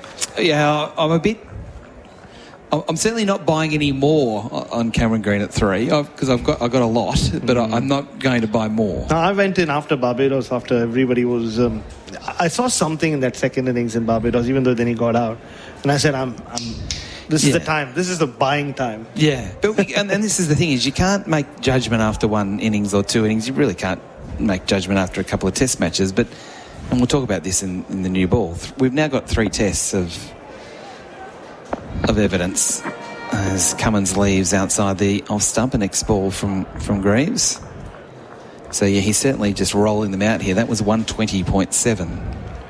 Yeah, with 8 minutes left as well, so I think Australia might just bat till stumps, so they won't, whatever happens from here, they won't have a go at the West Indies tonight. So now it'll be a question of runs. No longer strategic batting. Just get over the line and come back tomorrow and try to add 40 more runs, 50 more runs. Stark still to come. Cummins place and misses. That was a good ball. Much better from Greaves. 1 ball left to go here. This knock from Cam Green is an important one. Put the bad ball away, but I'm very impressed with his overall approach to adversity. I rate this knock very highly, and I think he must be very happy because he's had a tough time against Alzari. This is the most aggressive time I've ever seen Alzari Joseph in Test cricket. Most aggressive. Had a couple of deliveries at 146, 147. Yeah. Very aggressive indeed, yes. Graves here, last ball of the over, bowls to Cummins, who digs it out on the onside up to mid-on. And Seals will do the fielding. So that is it. We've got no more ads to play, so commercial free all the way up until stumps. And don't forget, after stumps, the new ball for Cobram Estate with Barat and myself. I think Bryce and Bra are about to head downstairs for the interview. Not quite yet. I don't think we're getting an interview tonight. It's that kind of a hectic day, so in all likelihood, no interviews. I think Scott Boland would have been our interview. I can check actually. Maybe just continue. Okay, you do. Yeah, he's gone. All hands on deck here in the Caribbean, so we'll have to do some producing and some broadcasting at the same time. The lead is 177. The West Indies bowled out earlier today for 143. After Australia made 225, batting a second time, the Aussies 6 for 95. And Shamar Joseph will bowl again. There's been another delay, change of gloves, drink. We've got 6 minutes left, so it'll be 2 overs. Joseph on the runway, running away from us, bowls to Green, who bunts into the onside and takes a single. Trickles out towards the square leg umpire. Not afraid to expose Cummins. I think both batsmen are pretty keen to be down the other end. I think you're right. But let me just take the opportunity to really give the Jamaican public a thumbs up. You know, the West Indies would have come here having lost 2 test matches. You would think that maybe just a few will turn up. There's been a lot of energy and good crowds for the first 2 days, and I expect tomorrow to have another good crowd. I know there's been a lot of promotion. Jamaica take a bow. We've done very well. Shamar Joseph starts his run in. Bowling to Cummins. Cummins is back and across. Full face of the bat. Defending away on the onside. Up to Alzari Joseph, who collects. Interesting nowadays how they position the forward short leg fielder. Now in the old time days you would call it hip pocket right in your pocket. Just have a look at the field at that. He's almost like a short square leg. Yeah, so he's 2.5 pitches away. Yes. Yep. It's strange, isn't it? I mean, you normally have them a little closer for the bouncer to take the catch. He's pretty deep. Cummins taps away at the crease. Shamar Joseph approaches. He bowls. Cummins defends from the crease. Back to the bowler. Yes, it's almost like he's there for the clip. Yep. As opposed to the one that hits the glove and drops, because if it was that, he probably wouldn't get there. Mind you, would you field that close?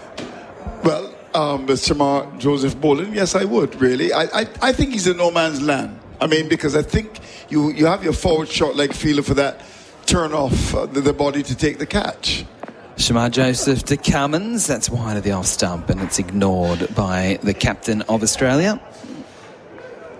So Joseph now look at Joseph running back, thinking, yes. oh, we could get... He wants full another of energy, over. Full of energy. He's ambitious to think that we can get through 2 more balls here, another over, and then another over. I'll tell you this, he's one of the fittest cricketers that I've seen in West Indies cricket for a long time. Very fit. Can bowl all day.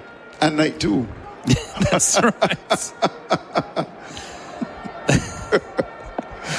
2 more balls left in the over. Joseph bowls a short one down leg side. Cummins gets his hands and the bat out of the way as it goes through it rib high. We might have to button you off in a minute, Andrew Mason. 6 for 96. But aren't we playing under the lights? We are playing under the lights. That's a classic, isn't it? As you would say to me, you're a naughty boy. Barack seems to find it very funny. Shamar Joseph. 1 ball left in the over. Oh my golly. Steaming in late in this day. He bowls to Cummins and he goes straight through him. Wow. That was a good ball to end, and that will probably be it for him for the night. We haven't seen anything from Warwican during the course of this innings. And there's no need for Warwican. Well, I mean, there's only been 28 overs. No need for Warwican, really. Yeah. Shamar Joseph has a big smile on his face. He's enjoying his cricket. He likes playing against Australia. We know that much. 2 for 26 through 9 overs. So 1 over left in the day. The lead is 178. Australia have 4 second innings wickets in hand. It did look like they were going to be all out after the dismissal of Alex Carey, who charged Alzari Joseph and edged it straight to first slip. In fact, I was just upstairs, and gentlemen, you'll be quite keen to know that there is a group upstairs actually listening to you on the West Indies YouTube channel. They're very impressed with the commentaries they get on one of these boxes. So they've turned the volume for the TV down, and they're checking you on the West Indies YouTube channel. 116,000 people listening at one stage. There was. Thanks you, Adam. There was. And, of course, my good friend. The voice of the Caribbean, Andrew Mason. With some muscular radio. You're naughty. Under the lights. Under the lights. Oh, my golly. Radio can be fun, eh? There's someone in the box that likes action under the lights too. Yeah. 6 for 96. I think they're also naughty too. So Alzari Joseph will have the last over. Back into the attack to bowl some speed at Cameron Green. He bowls, and Green up on his toes, defending comfortably back to the bowler. This is excellent from Green. If he can get here to stumps tonight, unbeaten, that's another big green tick to his name. Yeah, I've been impressed with him. I mean, he's had challenges. The pitches are not, I mean, this has been a good pitch when you're batting on the lights in Barbados and in Grenada, not the best. But to me, this has really been his really best knock. And he's come at a time when things were not happening for the Australians. This is a top knock by Green. Alzari Joseph at the top of his run. He has 3 for 16 into his 8th over. Joseph bowls. Green gets an awkward one. Where does it go? Up in the air and then drops safely into the gully. He tried to turn on the onside. It took the shoulder of the bat. It dollied up in front of gully. Green had no idea where it went, and I'll be 100% honest with you, I didn't know either initially. It's so hard to see the ball. There's been a lot of criticism, I know that Barrett will write about Alzarri Joseph, because there are many who feel that he really should be the frontline man now. But this spell from him has been good. He's been aggressive. And, you expect that kind of thing from an Alzarri Joseph. He's not been getting a lot of wickets, but this has been a good spell. Very aggressive. Very aggressive. He bowls again here to Green. Oh, that's a good bouncer, and it just missed Green's helmet on the way through. So, but doesn't this show, though? Yeah. This is why West Indian cricket fans and the media get frustrated at Alzarri Joseph, because this is what he's capable of doing. He is, yes. Why don't you do this more? Yeah. You wonder about the effort. And, of course, we've grown, of course, in the halcyon days of West Indies cricket to see, Andy Roberts, Michael Holden, Malcolm Marshall, Colin Croft bowl consistently aggressive for quite a long time. And I'm sure that someone spoke to me. He's now got a personal bowling coach in Vincent Benjamin there in Antigua, and I'm sure he's going to be very happy with the work. He's really been very good, very impressed with him. 10 out of 10. Halfway through the last over of the day, Alzarri Joseph on his way, bowling to Cameron Green, who is playing backward of point and getting a single. Huge relief for Cameron. He gets down the other end, and now hopefully, for his sake, he can watch Pat Cummins play out the last two balls. He actually gave Cameron Green a thumbs up. Well done. You've done your job, mate. Good job. Well done. Well played. I'll protect you for the last two. Another intriguing day of cricket. Good crowd gathered. Very much involved in the cricket as well. West Indies not doing well with the bat, coming back with the ball. So we're looking forward to it. I can't wait for day 3. Wow. No, I can't. Not going to sleep tonight. It'll be 2 nights in a row. 6 for 97. Make that 3. Lovely. 42 to Green, 3 to Cummins. 3 sips down a gully. Oh dear. Leg gully as well. That book's going to be good, Andrew. Yeah, I think it's going to be a bestseller. 4 slips and a leg gully and a bat pad. Alzarri Joseph on his way. He bowls to Cummins, who is fending away on the offside. He's got runs. He's got 1. He'll come back for 2. So Green will be there tomorrow. Pat Cummins has 1 more ball to face. And you got to give him credit, because, after the last wicket fell, the West Indies would have been looking for another wicket or 2. Definitely. That didn't happen.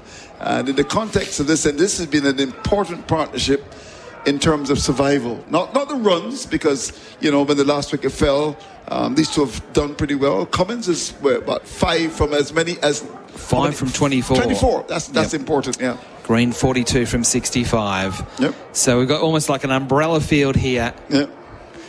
Put the silly point in. Come on, put the silly point in. Okay, last ball of the day. 6 for 99, the lead 181. Alzarri Joseph, in he comes, past the umpire, bowls to Cummins, bobs up just short of bat pad. No. Just short. No. And Cummins survives. He survives. 6 for 99, Cummins on 5, Green on 42.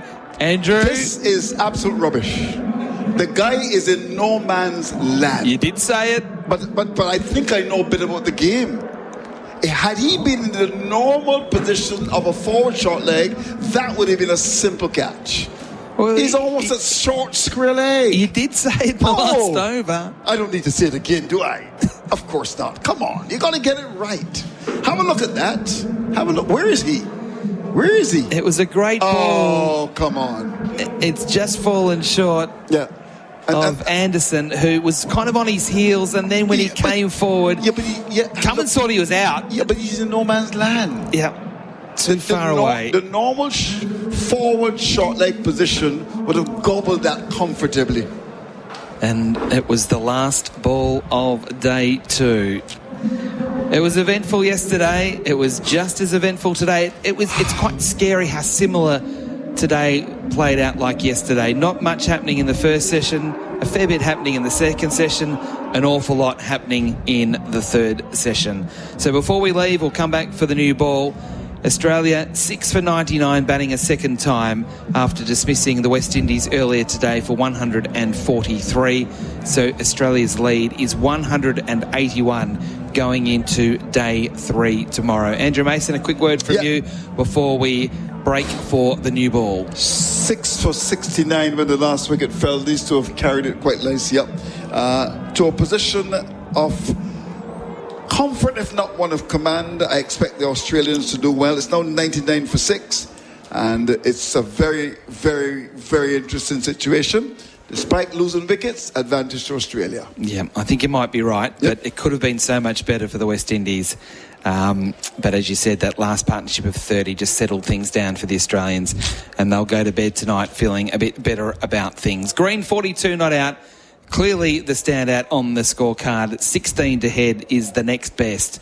It just shows how good Cameron Green has been in difficult conditions, batting at number 3. So what happens next? The new ball with Bharat Sundaresan will go through all the highlights, the scorecard, and all the issues of the day, and we'll be back local time. It'll be 1 o'clock in the afternoon, so that's 4 o'clock in the morning back on the Australian Eastern Seaboard, and then a half-hour pre-game into the first ball at 4:30 Eastern Time, 1:30 local time. We hope you can join us then.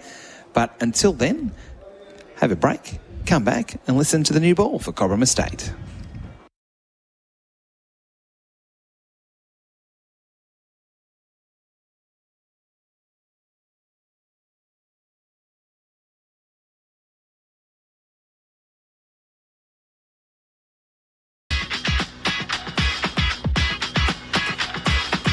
Cobram Estate, Australia's most awarded extra virgin olive oil. Grown, harvested and first cold pressed in northern Victoria on SEN Cricket. This is the new ball.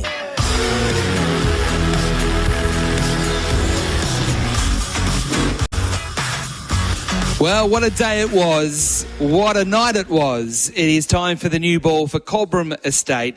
It is the West Indies and Australia in Kingston, Jamaica at Sabina Park, where we saw some crazy cricket played today. No question about that. The West Indies batting a first time were dismissed for 143 after losing 7 for 70. And then Australia batting a second time under lights, finishing day 2 at 6 for 99. They were 6 for 69, but a 30-run unbeaten stand between Pat Cummins and Cameron Green. Not sure whether they've guided them to safety, but perhaps guiding them to comfort. Before we get through with some of the issues of the day with Bharat Sundaresan, let's reflect back on a day where so much happened. Cummins here to King, who drives. Oh, Beautiful that's shot. a good shot from Brandon King through the covers. That's 4. He's in and bowls. Up to the pad, big appeal, like before. He's gone. Given like before. The umpire took a long time to give it, but that dreaded figure went up. Well, this is the deflect away beautifully by Chase. That's going to go towards the boundary, and we'll get there just about now. So Chase, who's in a big hole here, survives. Cummins bowls again. Chase edging this time. It is taken by Khawaja. No problems at all.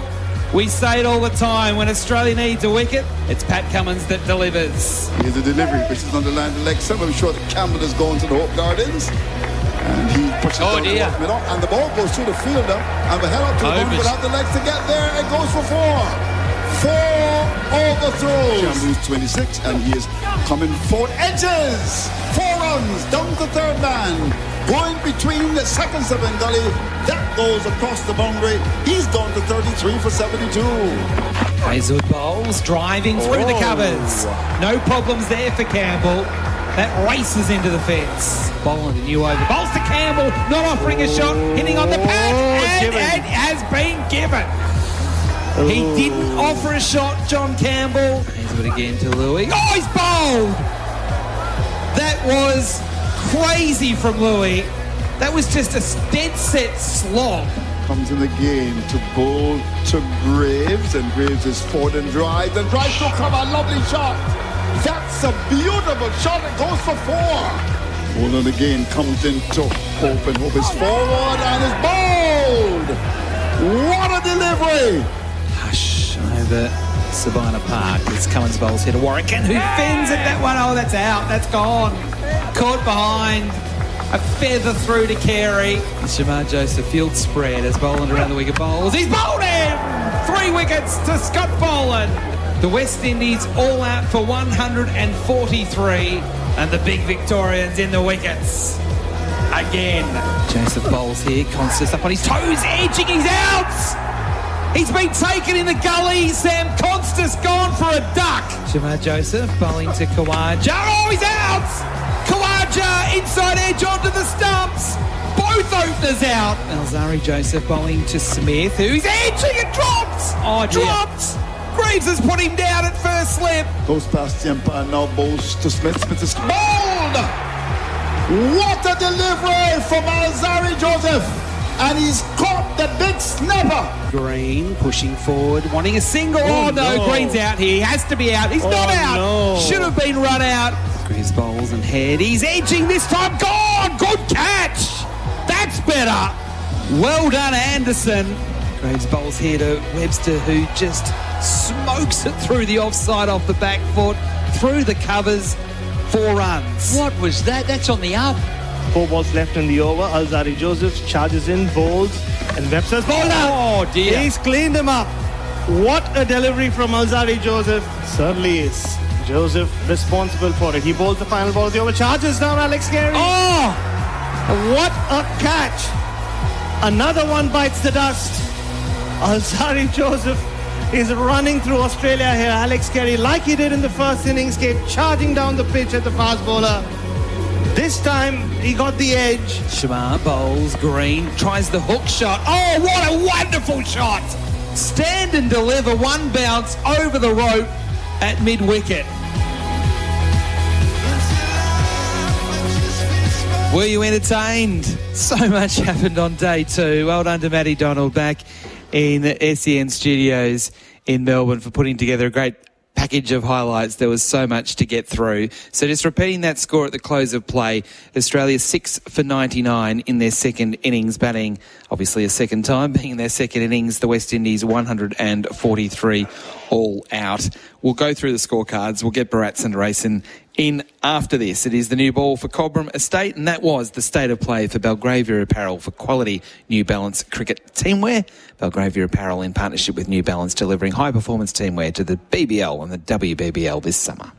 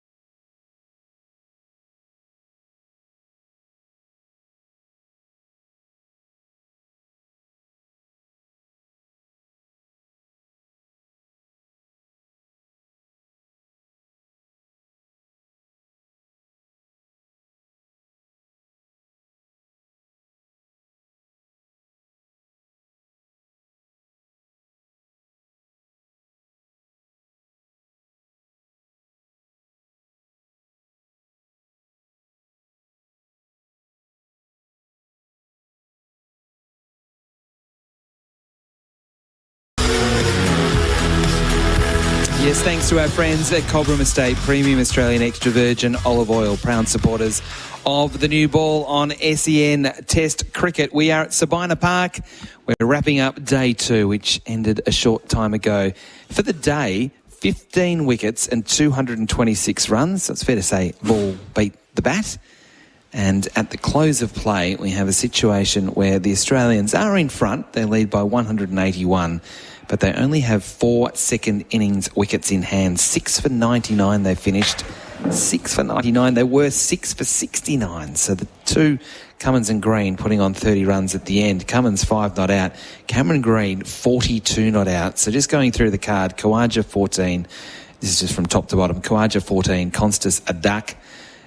Green, as I mentioned, 42 not out. Smith 5, Head 16, Webster 13, Carey a duck, and Cummins 5 not out. 3 wickets to Alzari Joseph. Gee, he bowled well. He bowled quickly and he was fiery. 3 for 19. Shamar Joseph 2 for 26, and Greaves 1 for 19. We're at Centre Racing. Before we go through all the issues of the day, as you officially join us again, just your overall thoughts on what you saw.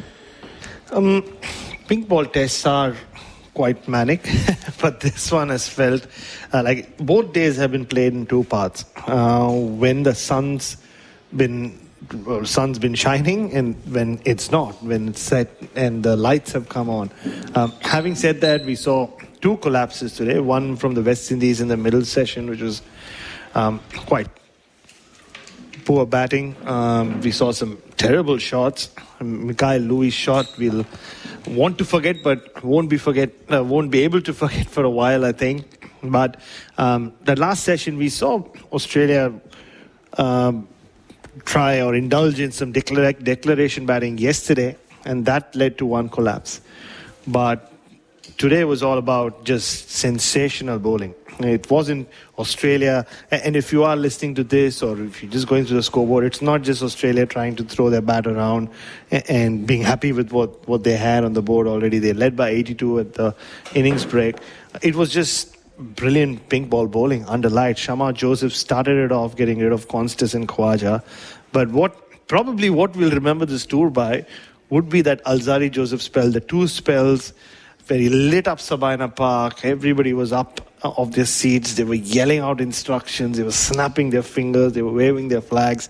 He really brought this test match alive, a test series alive to an extent, even though it's over. All right. So I just want to ask you a couple of questions. We're going to just with what you've just said then, I'm going to flip it around a little bit because obviously there's plenty to talk about with Constas and Khawaja and another batting collapse and all those sorts of things. I really want to talk about Cameron Green because I think what he did was pretty special under the circumstances. But let's start with our first ball being Alzari Joseph and then Shamar Joseph and then also Jaden Seals. It feels like a little bit that this is what the West Indies could become. And I know I've mentioned that to you a little bit here, but the crowd got involved. There was that slow hand clap. They were up on their feet. The fans here were inspired by fast bowling as a group that we might not have seen for a very long time because it was quick. It was high 140s. It was hostile. The Australians, a few of them lost their nerve. I'm not saying they were frightened, but it was pretty scary stuff what they were serving up the West Indies. This is what they can do. It was quite exciting to watch and be here. It was very exciting. I think it was a privilege to be here this evening to see what the West Indians were able to do. And Alzari, there's a Constas Khawaja bit where Shamar Joseph just shaped the ball away, that extra space from him, and Constas, his nightmarish tour came to an end with the bat averaging 8, and we'll talk about him in detail later. And then Khawaja drove it one outside off stump and was bowled. But I think it really kicked off once Alzari Joseph got the ball, first change. And that over he bowled to Stephen Smith, which was just fire and brimstone. It was short bowling. This is his bowling from the Michael Holding end as well. TV kept zooming into the board which says Michael Holding end, the other end from where we sat in the George Headley stand. And he set him up. It was bouncer, bouncer, bouncer, sharp bouncer. And then Roston Chase runs to him from gully and says something to him. The next ball is slightly short, and the next ball is this beauty. The fullest ball of the over, and Steve Smith just gets an inside edge and gets bowled. And then he bowled with equal fire for the rest of that spell. And then he goes away and comes back and firstly gets rid of Bo Webster, once again with a full delivery. And you can see Webster had his weight back. The previous ball was a bouncer, which was signaled wide. So Webster's weight is back, just like Steve Smith's was. And the front foot went nowhere, and he knocks him out. And the next ball it's a scary bouncer. There's nothing Alex Carey could have done. He just felt like he went into that submission mode where he locked himself up, and the ball kept following him, and it hit him flush on the helmet near his cheek. The helmet had to be changed. That took a while. And 2 balls later, Alex Carey, like he did in the first innings, charges at Alzari, gets an edge and sharp catch at first limb. And at that point, just we looked around the ground, Kingston Cricket Club, everyone was on the edge of their seat. It was electric. It was. They don't get too animated generally out there, the members. But then down below us in the grandstands, they were waving everything. They were yelling. And when the West Indian crowd starts, they start snapping their fingers and talking about licks, and they start talking about chin music and everything that we've romanticized about over the years. That's when you know that they're feeling it. And they have a couple of potential superstars in their ranks in Shamar Joseph and Jayden Seals. But it was the time for the senior bowler. He's still pretty young, Alzari. He's still in his 20s, but he's been around for 9 years playing Test cricket. But it felt like he took a step up today with the ball, and he's given them an outside chance in this Test match. So they were 6 for 69 when Carey was dismissed, and they've got to 6 for 99 at stumps. And I said it earlier in the day, it's again another example of the West Indian bowlers have done a heroic job, really, through the series against one of the best teams in the world. Okay, conditions to suit, but they're really taking it up to the Australians, and their batting has just let them down. And even today, in the day, not in the night, in the day, the West Indies collapsed. They were going along really quite well at 3 for 82, and then they were all out for 143. We saw some crazy cricket from them. Louis, now, okay, he's only been around 5 minutes, but for an opening batsman to play a shot that number 11 wouldn't have been proud of, it was just, it just beggars belief. But they just let a position where, because we saw what happened tonight. Had the West Indies just even got another 60 or 70 runs, we could be talking about tonight very, very differently. That it was Australia that was, hanging on by a thread in this match. As it is, with the 181-run lead, you think the Australians have probably got enough. But at least we saw, and that's why I want to start on a positive tonight, at least we saw the West Indies show some character. They could have easily just dropped their bundle after the way they batted, but they didn't. They fought back. They haven't done that at all with the ball, except maybe when Alex Carey and Bo Webster went after them in that second innings in Barbados, and the lead ballooned up to 300 after they were in all sorts of trouble there as well. That was the only time Australia have really gotten away with it. Even last week in Grenada, they came back and took all those wickets and restricted Australia to a lead of 277. It was more than enough in the end, but the batters have just kept letting them down. But unlike in the last 10-15 years, when you can see the West Indian bowling attack, the shoulders slouch, and the bowling's not consistent, they bowl all over the place, this young bowling attack has just kept at it. And Justin Graves has brought a new element to it as well, that maturity as the fourth seamer, even though he's just a medium pacer. And he picked himself up a wicket as well, like he always seems to do in every spell he bowls. A big wicket of Travis Head at that. But it has been something else. Yes, the conditions have not been easy to bat, and they have been bowling friendly in different ways as we've gone from Barbados to Grenada to Jamaica. But tonight was just a sign of what could happen. I said, it did. It was a glimmer. It was a glimmer, but they still need to find some batters who'll give them at least 200 runs. Yeah. You almost feel like if their batters can get, maybe not against all opposition, but especially at home, if the batters can give them 250, they can find a couple or three who can make some runs. And this bowling attack is a handful, and they will be winning more Test matches than they are right now. No, I agree with you. For ball two, let's stay with the positives again, because we'll talk about the opening batting shortly. We'll do that after the break. But I do want to just give some credit to Cameron Green, who again got to stumps, 42 not out from 65 balls. That's 42 of 99. He felt went out there at the fall of the Constas wicket, so he was out there very, very early, and he was able to bat all the way through to stumps. And when you think of what Cameron Green's been able to do through this series, quite a few times now, he's navigated through some difficult times and got to a break, got to a close of play. This is another big tick, I reckon, for Green as he tries to prove to himself as much as everybody else that he can bat in the top three. In the context of the game and what is happening around him, especially for a number 3 batter, probably the biggest tick he's got in this series. He made a half century, just still didn't look very convincing in Grenada, and then got out next ball. He was filthy with himself. But he batted really well in the first innings here. But today it was so difficult. And to kind of keep your nerve, hold your nerve. I mean, he didn't with the running between the wickets, that we'll talk about later. But to keep his nerve the way he did, despite not knowing how to tie his shoelaces, was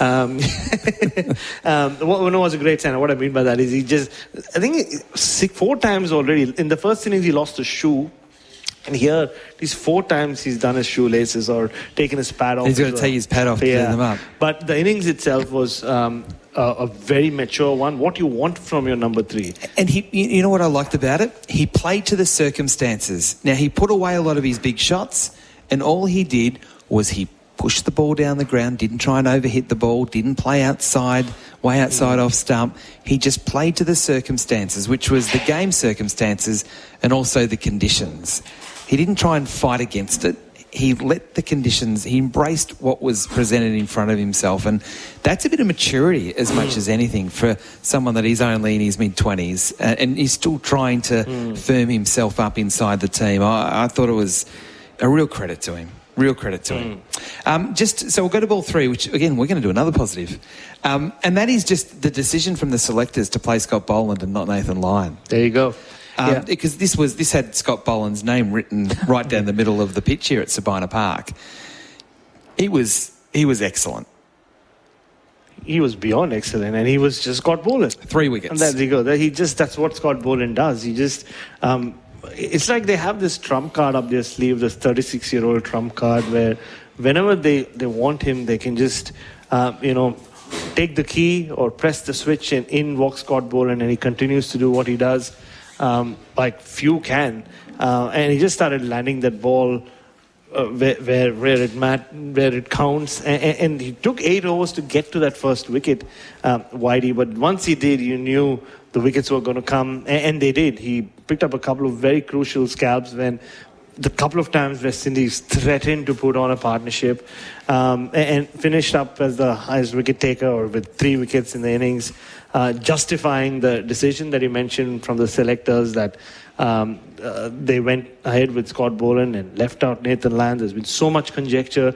The 2 balls from Roston Chase yesterday, which turned a lot, and they said, they're going to repent, or they're going to pay for not playing Nathan Lyon on a pitch like this.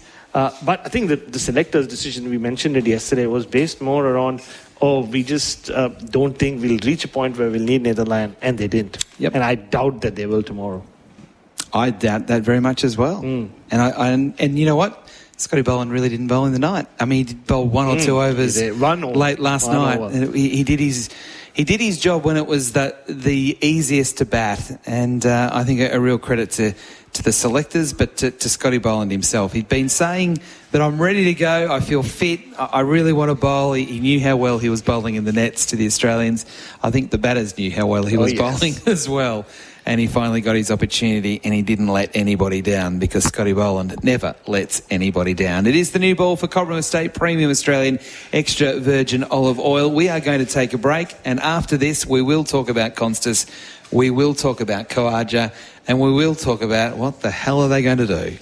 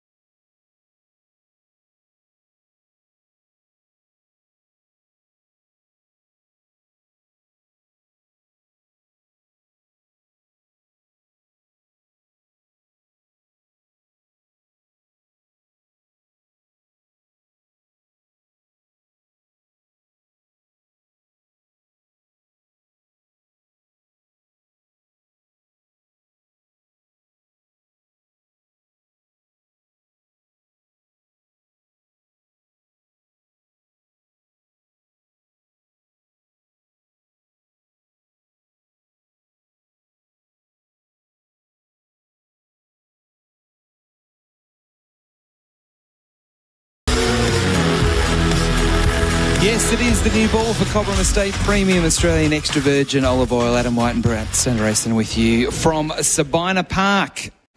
Well, okay, it's time to have the conversation. We've put it off a little bit here because we have spoken about Mr. Constas a lot during the course of this series. Out for a duck. Caught by chase in the gully off the bowling of Shamar Joseph. He kind of got up on his toes, but his feet really didn't go anywhere.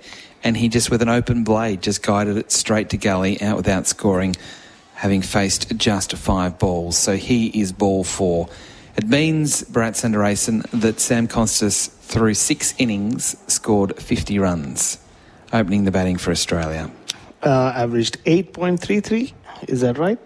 Yep, that is right.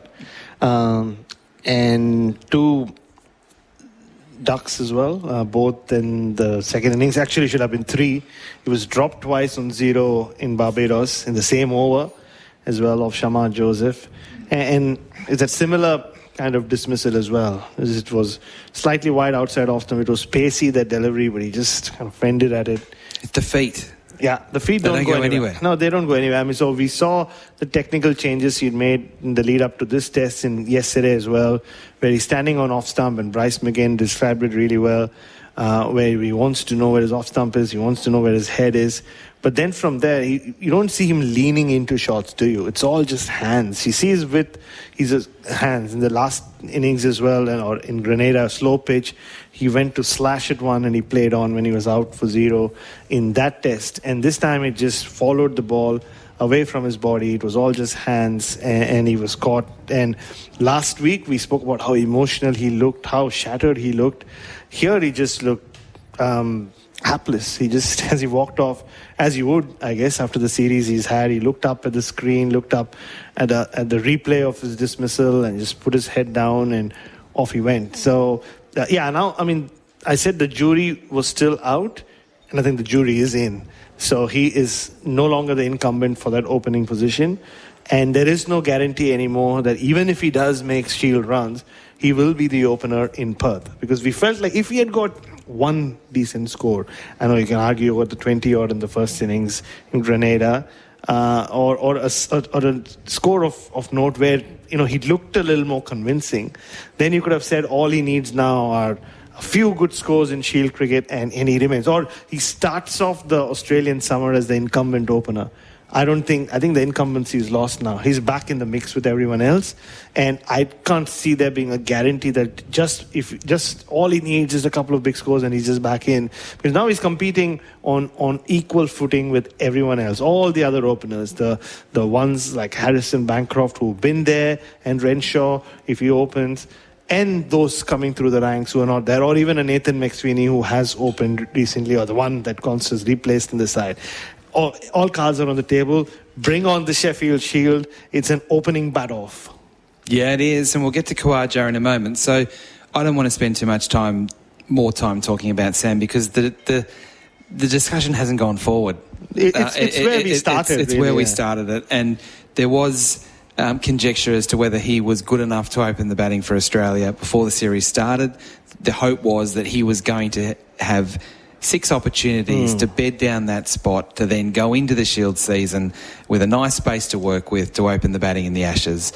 He's lost that right. Now, whether it's unfortunately because of tough batting conditions, a bit of bad luck with inside edges back onto the stumps, all those sorts of things, you're right. He's now back into the mix in a conversation with a lot of others, and maybe he's gone down in the queue as well. That there are others that have you're right. now say, well, you've had your chance. As Marcus Harris had his chance, as Cameron Bancroft had his chance, as Matt Renshaw had his chance. He's now in that group, Nathan McSweeney. They've all had their chance now, so it's not like he's the untried. He's now with all of them. And I don't know who they're going to pick, and I don't think they know. No chance. And I don't think they should know. Why should they? And they should be. Now we pick the hot player. Yeah, exactly. I don't think anything else can matter anymore. It'll come down to the Shield, maybe these A games, but I think more about the Shield. Yep. Because it's closer to the Test series. They'll be played on pitches you'd think would be sort of similar to what you'll see during the Test series. So it has to come down to that, like we saw with Bo Webster's selection as well. Yep. So the frustration is that we are going to be where we were at the start of last summer with the Australia A, India A games, where we thought it was who's going to be the Warner replacement. Is it going to be Harris? Is it going to be Bancroft? Is it going to be whoever it was going to be? Constas. They were the three. And McSweeney. And it ended up being McSweeney, who sort of came from the pack a little bit because he wasn't an opener. But we're going to be in the same spot again 12 months later, which is a bit frustrating, but it is what it is. So Khawaja. Now, I want to say this first up before we go to you. So I thought Usman Khawaja looked the best he's looked in the series in both innings here. And Bryce and I were on commentary at the time where Khawaja was dismissed. We were just talking about the fact he looks pretty good. He looked assured, he looked calm, he was playing the ball nicely through the offside. His feet seemed to be moving okay. And then he just got out again. But, I mean, where does he sit now? Because the series is over. The series is over, so the next test he plays will be in the Ashes. So you can look at it in two ways. One is you can argue, is there pressure on him? You know, there's all these question marks about him against fast bowling, and these have been very difficult conditions. And he hasn't got the big scores. He got 47 in the first innings in Barbados, which in the context seemed like a big score, and it was. He batted well yesterday and got himself to 23 and then got out. Today he got a bit more rhythm at the start and then just went to drive one with against the swinging ball. It got the inside edge and got onto his stumps or hit his stumps. So maybe the fact that second opening slot is open could, that's the other way of looking at it, could mean that they desperately need Khawaja to be in there. And I think isn't that why he hasn't retired already? That's what he said. He said this, I mentioned in an interview to me before the Barbados test, saying, I could have retired 2 years ago, but I'm still there because I believe I have a role to play. And Andrew McDonald and George Bailey have had a word with me about what the role they want me to play. At that point, it was about being the guiding light for Sammy Constas as he enters this next difficult chapter in his young test career. And he played that role, but clearly it hasn't worked out for Sam Constas. So like we said, so we don't, it's opener X. So that definitely, you don't know who that second opener is. But if anything, for me, it firms up Usman Khawaja even more as the first opener, because I'd be very surprised if the Australian selectors just go, no, we need two fresh openers, especially after the number of times their fingers have been burnt in the last 6 or 7 months with this opening combination. And look, I can't argue that. But the counter-argument to that is if you take out that big score in Sri Lanka, in conditions totally different to what you're going to get in an Ashes series, both with bowlers that he'll face and pitch conditions, it's hard to build a case for Uzi, other than the experienced one and the trust of what he's done over a period of time. Someone in the side that who has opened in the last 3-4 years and has obviously had success for the first 2.5 years of opening. The runs haven't come in the last 30 innings or so, I think. If you leave out the Sri Lankan numbers or Sri Lankan score, the double 100, I think his average is in the 20s. So that hasn't helped with Manas's lean run as well, which led to him being dropped from the side. Now Cam Green has come in. So the top three, in many ways we end this series where we started it, but with a slight additional question mark over Usman Khawaja that you mentioned, which probably wasn't there. I mean, they were floating around after the two low scores at Lords about, hey, does he actually have a problem against seam bowling? He categorically says no, as any batter would. But now those question marks will rise. So, I think maybe all cards are on the table. So we know there'll be an opener Y that'll be decided. Opener X is Usman Khawaja. But will he go into the home summer as the incumbent? At the moment, it feels like he will.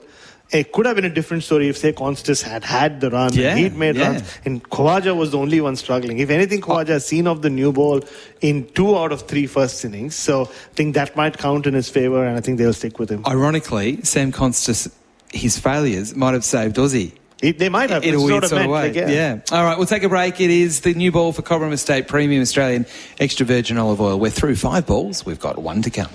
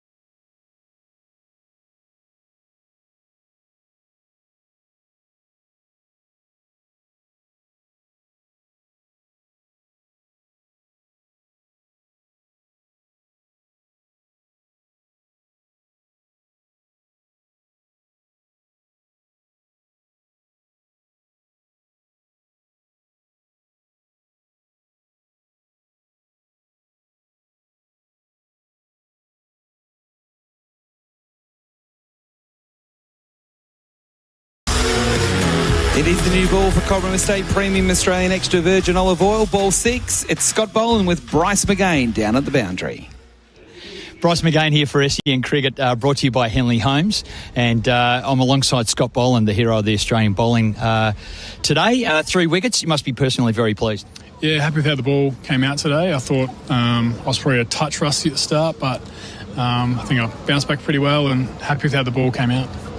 Well, early on, a bit of rhythm there, a few no balls and maybe a wicket off a no ball as well, a close one, and a shout and so forth. But how did you overcome that? Because you got back into your groove and obviously, cleaned up really well. Yeah, I think I know I can give myself confidence that I know I've got a lot of experience and a lot of games behind me that if it takes me a spell or two to get into it, I don't panic too much. I know the rhythm will come to me at some stage, and then I can sort of get into my work. And I always have dialogue with the coaches that if they see something in my run-up or delivery side's a little bit off, they're happy to tell me straight away, and I'm happy to take that feedback and then try and get it to how I want and how I want to feel when I'm out there bowling. Well, it certainly worked today. An interesting selection for Australia going in with the 4 quicks. What's it like going alongside Cummins, Hazelwood, Stark in his 100th Test match? It must be a real privilege, even though it is at the expense of Nathan Lyon. Yeah, unfortunately Nathan missed out, but for me it's been, it's a real highlight to play with those 3 fast bowlers, probably 3 of the best fast bowlers Australia's ever had, so to take the field with them sort of all together for this game is pretty cool. And I think the best thing is that we're going to be relentless on their batting group, and I think we showed that today that we didn't. It sort of started a little bit slow for us, but I think we ended up taking 7 for 50 or whatever it was in that second session. So yeah, I think that's sort of the main thing about having 4 quicks is you're going to be all over them the whole time. And into the batting performance, it's really hard work under lights. What is it about batting under lights here that changes so much? The game, it just seems a complete different environment. The ball seems to be kissing off the wicket faster and moving more. What are the batters giving feedback to the group?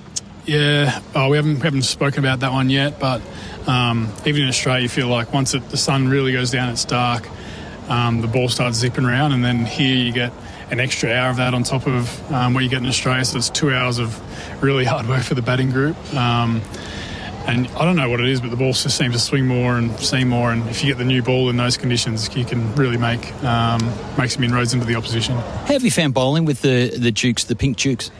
Yeah, it's different. It feels like it stays. I don't know why they feel a little bit smaller than the other the red Dukes balls, and so far it feels like they do stay a little bit harder and the seam stays a bit more pronounced.